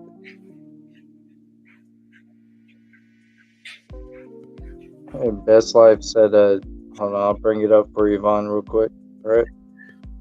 He said, dude, if I was in Maryland, I'd be hunting some of the sick swamp deer y'all have. Oh, I see. I don't know anything about them. Yeah, I don't. I don't think I would ever. I don't know. I've seen deers. from afar, but I don't know the difference between them. But no, I couldn't do it. I don't think I could do it. Bro, you could. That's what I'm trying to say. Is that you got to understand is that the mind frame that you have right now, right? The mindset that you have, that is a modern mindset. Just 100 years ago, 150 years, just think about what's going on during the Great Depression all over the country. You know, think people, you get what I'm saying? Like, this is a modern mindset where we don't have to think about things like that. Oh, I get what you're I saying. really think I could take you out of your element, bro, and make you feel comfortable. Because I really think I could. I really think that I could take you out and show you nature in a way that you would actually enjoy. I see. That's the thing. You probably could if I don't have a heart attack first or drop dead right then and there. As soon as I see something. Okay, we're both armed. We're both strapped up, right? Okay, so now you got nothing to worry about. Well, if you said hold me, I hold you with my arm, and we both holding arms. What the fuck? No, that's what ain't happening, bro. What the hell are you talking about? I don't know. You said something about arms. I'm like, yo, I will fall. Strapped up. We're both armed. We're strapped up. Oh, both arms. I thought you was talking about like Laverne and Shirley. Bro, I'm talking about we both got guns in our hands. Oh, okay. Yeah, no, okay. Because I was going to say I would. That would make you feel more comfortable. I would probably die in your arms if that's the case, because I would be petrified. I thought you were talking about doing Laverne and Shirley in the woods together, you know. But bro, I don't know. I still would be, even if I was strapped up, I would probably drop the gun or drop the bow. I could probably hire some women to like both take you by both of your arms and escort you through the woods. You know, there is some country women that I know. Yeah, they could escort you through the woods, make you feel, feel more comfortable. And they got guns too, so that, So. Yeah. Yeah, that would make you feel more comfortable. It would make me feel comfortable once we get to the woods until I see something, then I would be uncomfortable. Well, they'll take care of it. It's like a safari, a southern safari. You know. Yeah. Yeah. Exactly. This is Nikki knows exactly what I'm talking about. Okay, Vaughn talking about locking arms, skipping along the trail, and one is talking about firearms. Exactly. See, that's exactly. I see. I'm completely lost. See, that's why I know I wouldn't be able to survive. I don't even know the terminology. I would be lost. Nah, best life. Hell no. If it was a life or death situation, I'd still tell Vaughn to go over there. Fuck out of here. No, I'm gonna die on my own. You can die wherever you want. That's how that play out. Wait, but they have a survival training class? Oh, I wouldn't be able to pass that. Read up with it.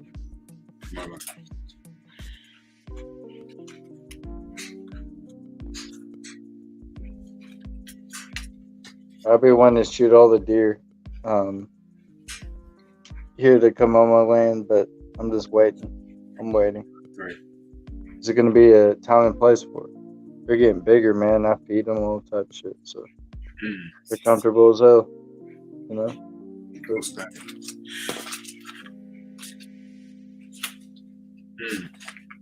Yeah.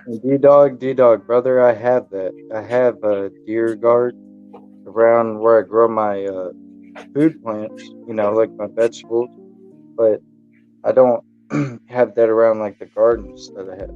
So the hoffas and the different like azalea bushes and rose bushes and stuff like that. I can't put up a fence around that. 'Cause that's like right in front of the house. So yeah, can't really do that.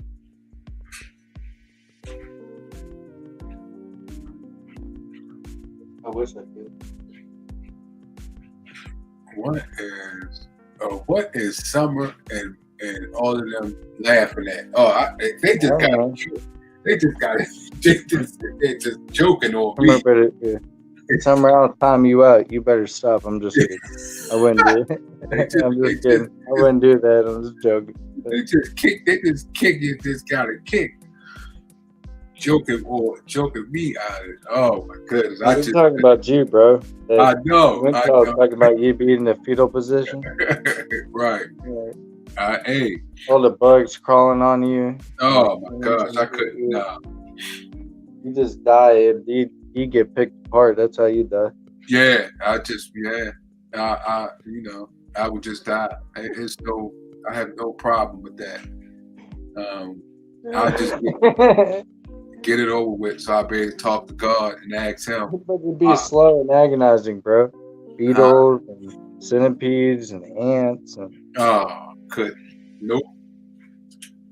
Ants and snakes. And there'd be buzzards, hawks, just everything, bro. There could be all types of things that.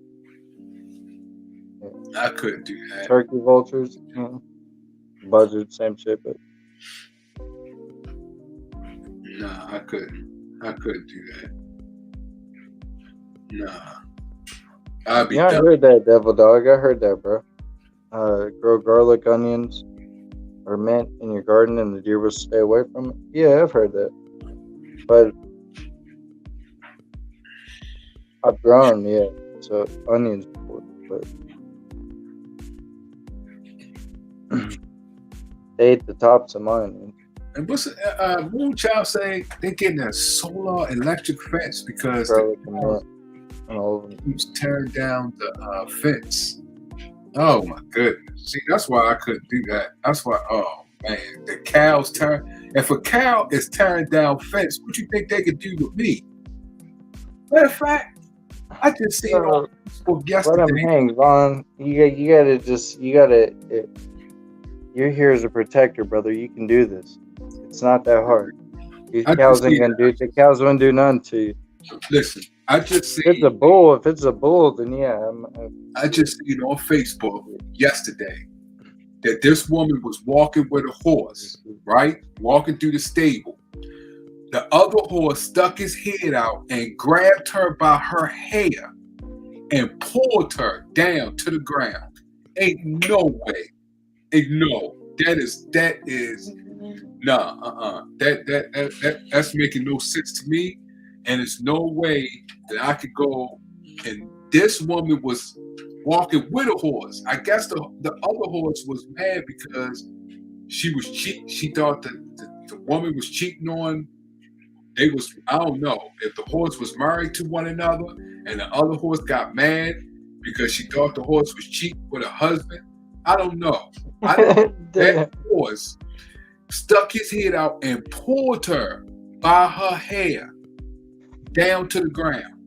Matter of fact, I can pull it up because I saved it. I think I saved it. But I don't know what went on in that situation. The horse was maybe upset that the other horse, that was her husband. I don't know. We don't know. Ain't no way in the world, man. That makes no sense to me. No way in the world. We don't know. And I'm not trying to get into talking about horses cheating and stuff. And I'm not a horse, I'm not a horse doctor, like Drew or shit like that. I don't know, but this is the thing is, was it their horse? Did they own the horse? Oh, I don't know. She was walking. Yeah, that's what you need to know. It's just some random person, some random woman. No, she wasn't. No, it wasn't a random. She had this was her. She was walking with a horse.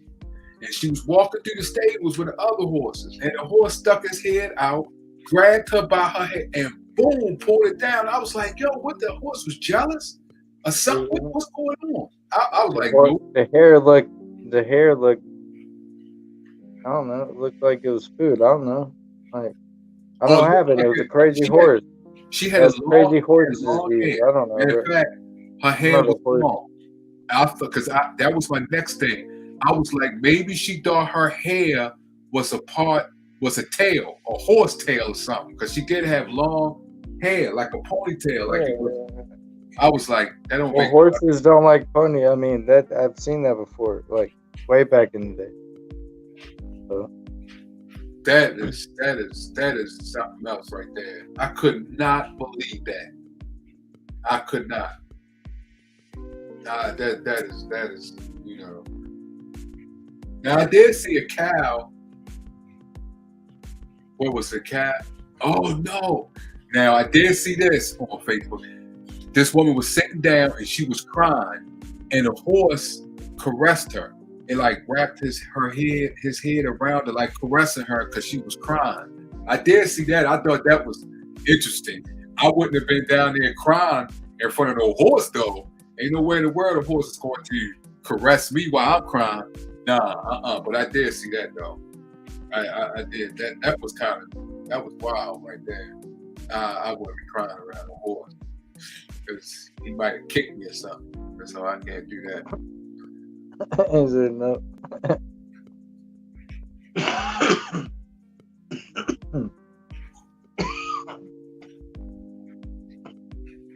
Oh, you see what Moonchild? She said they are butt. See, come on. Horses are buttholes. Oh, come on. It's how you raise them. Most horses aren't mean like that. Come on. Oh. Come on. Y'all stop lying. Stop giving horses a bad name. Come on. See? Y'all just getting backed up because you got Vaughn up here. Oh. Yeah. Y'all got Vaughn. So. Oh my gosh! You see what they saying? They say they could be. Oh my gosh! That is nuts. I can't do it. No, nope. I'm not doing it. I ain't going around now. I seen that. I was like, man, I'm glad I don't have dreadlocks. That bad boy would have snatched me up. Oh nah.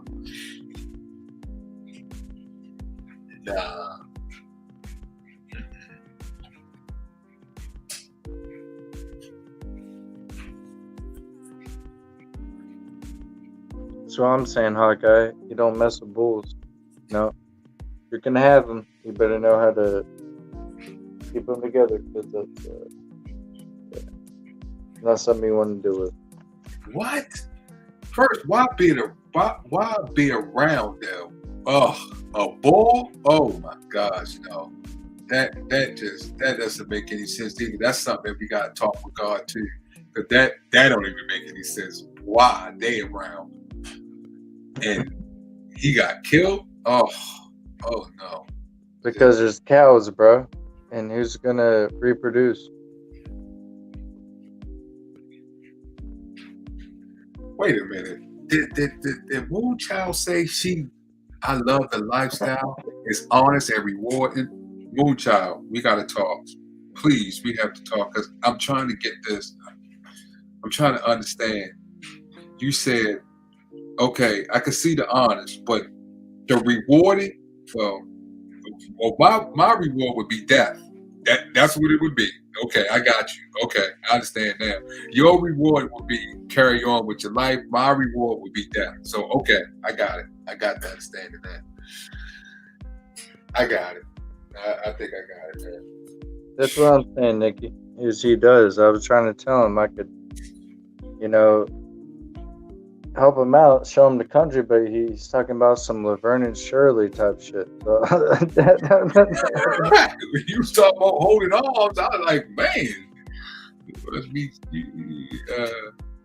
I thought we were Laverne and Shirley in the woods and Skip and all that. That's what I thought. No.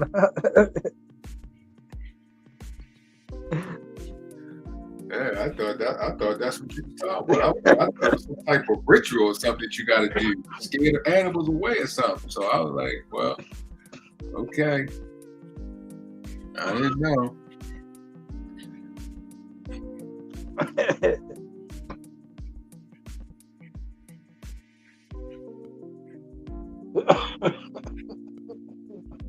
Oh, I can't do it. I can't move, child. I can't do it. You got cows that's kicking down fences. I can't do it. Oh no, I won't even try. I'm sorry. If they take it down fences, they'd take me down. Matter of fact, I wouldn't even get close to them. I have a heart attack.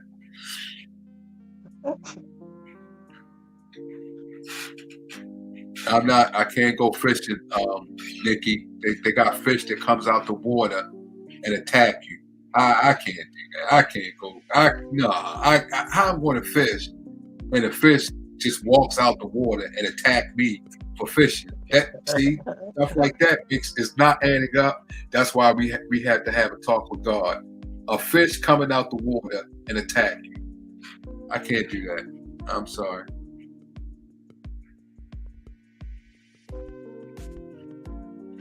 Well, I mean, a fish coming out and attacking you is going to be very rare, but it could happen. You never know.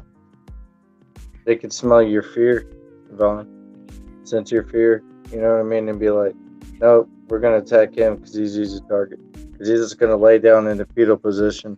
And he's going to let all of us attack him. Yeah, they would be right, though. They will be right. they will be right. Because I will. They don't have to guess on that because I will be in that fetal position. Done.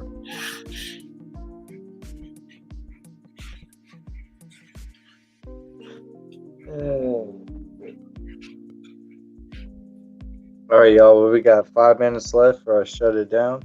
So, I'm saying stab it with a knife. Yeah. I can't. How would I stab it with a knife when I'm having a heart attack? You can't stab anything with having a heart attack. I would probably end up stabbing myself with the knife. I don't know. I don't even want to say. I guess a little. I guess fish. Learn to fish, right? You don't have to eat the fish, right? But learn to use a knife with a fish. Get comfortable with it. You can give it somebody else a fish. You know what I mean? Yeah. But learn to. I'm not saying stab it, but learn to fillet a fish and actually, get comfortable with a knife. And I don't know. I'm just trying to find a way that you could actually, not enjoy it, but learn it. You know what I mean? Yeah. Just because it's important. Because you may need it one day. You know what I'm saying? So you may need that knowledge and know how to do it. And not just the knowledge in your head, but actually physically doing it. And I think it could really help you out one day. Well, Scat Pack said they'll be calling me, the country boys will be calling me some type of, hey, no problem. I take the name calling as long as I'm not around them and around those animals. I take the name calling, no problem. Sticks and stones, if they did break my bones, I'd rather my bones be broken by name calling for me to be out there and be trampled by a horse, a cow, and be getting any closer to an iguana or a fish coming out the water attacking people. I take the name calling.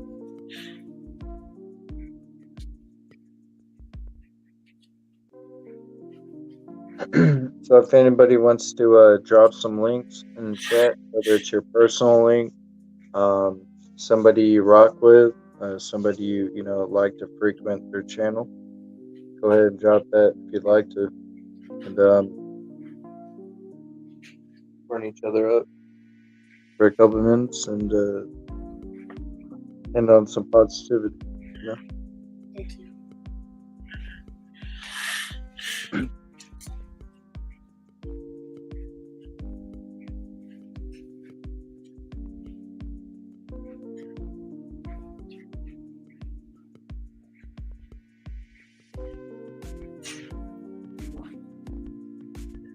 All right, man.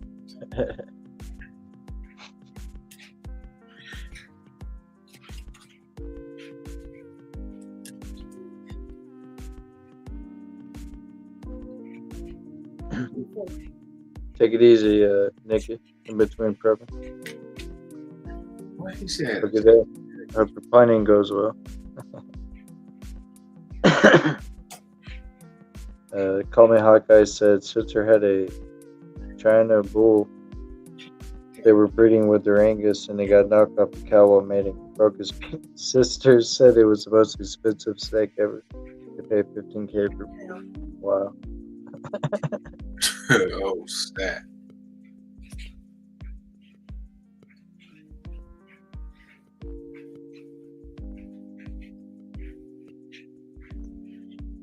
Oh, yeah. Yep.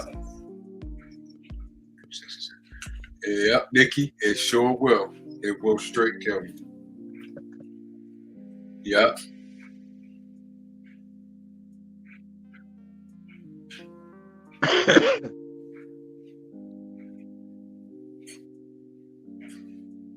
I'm in Maryland. Baltimore, Maryland, to be precise.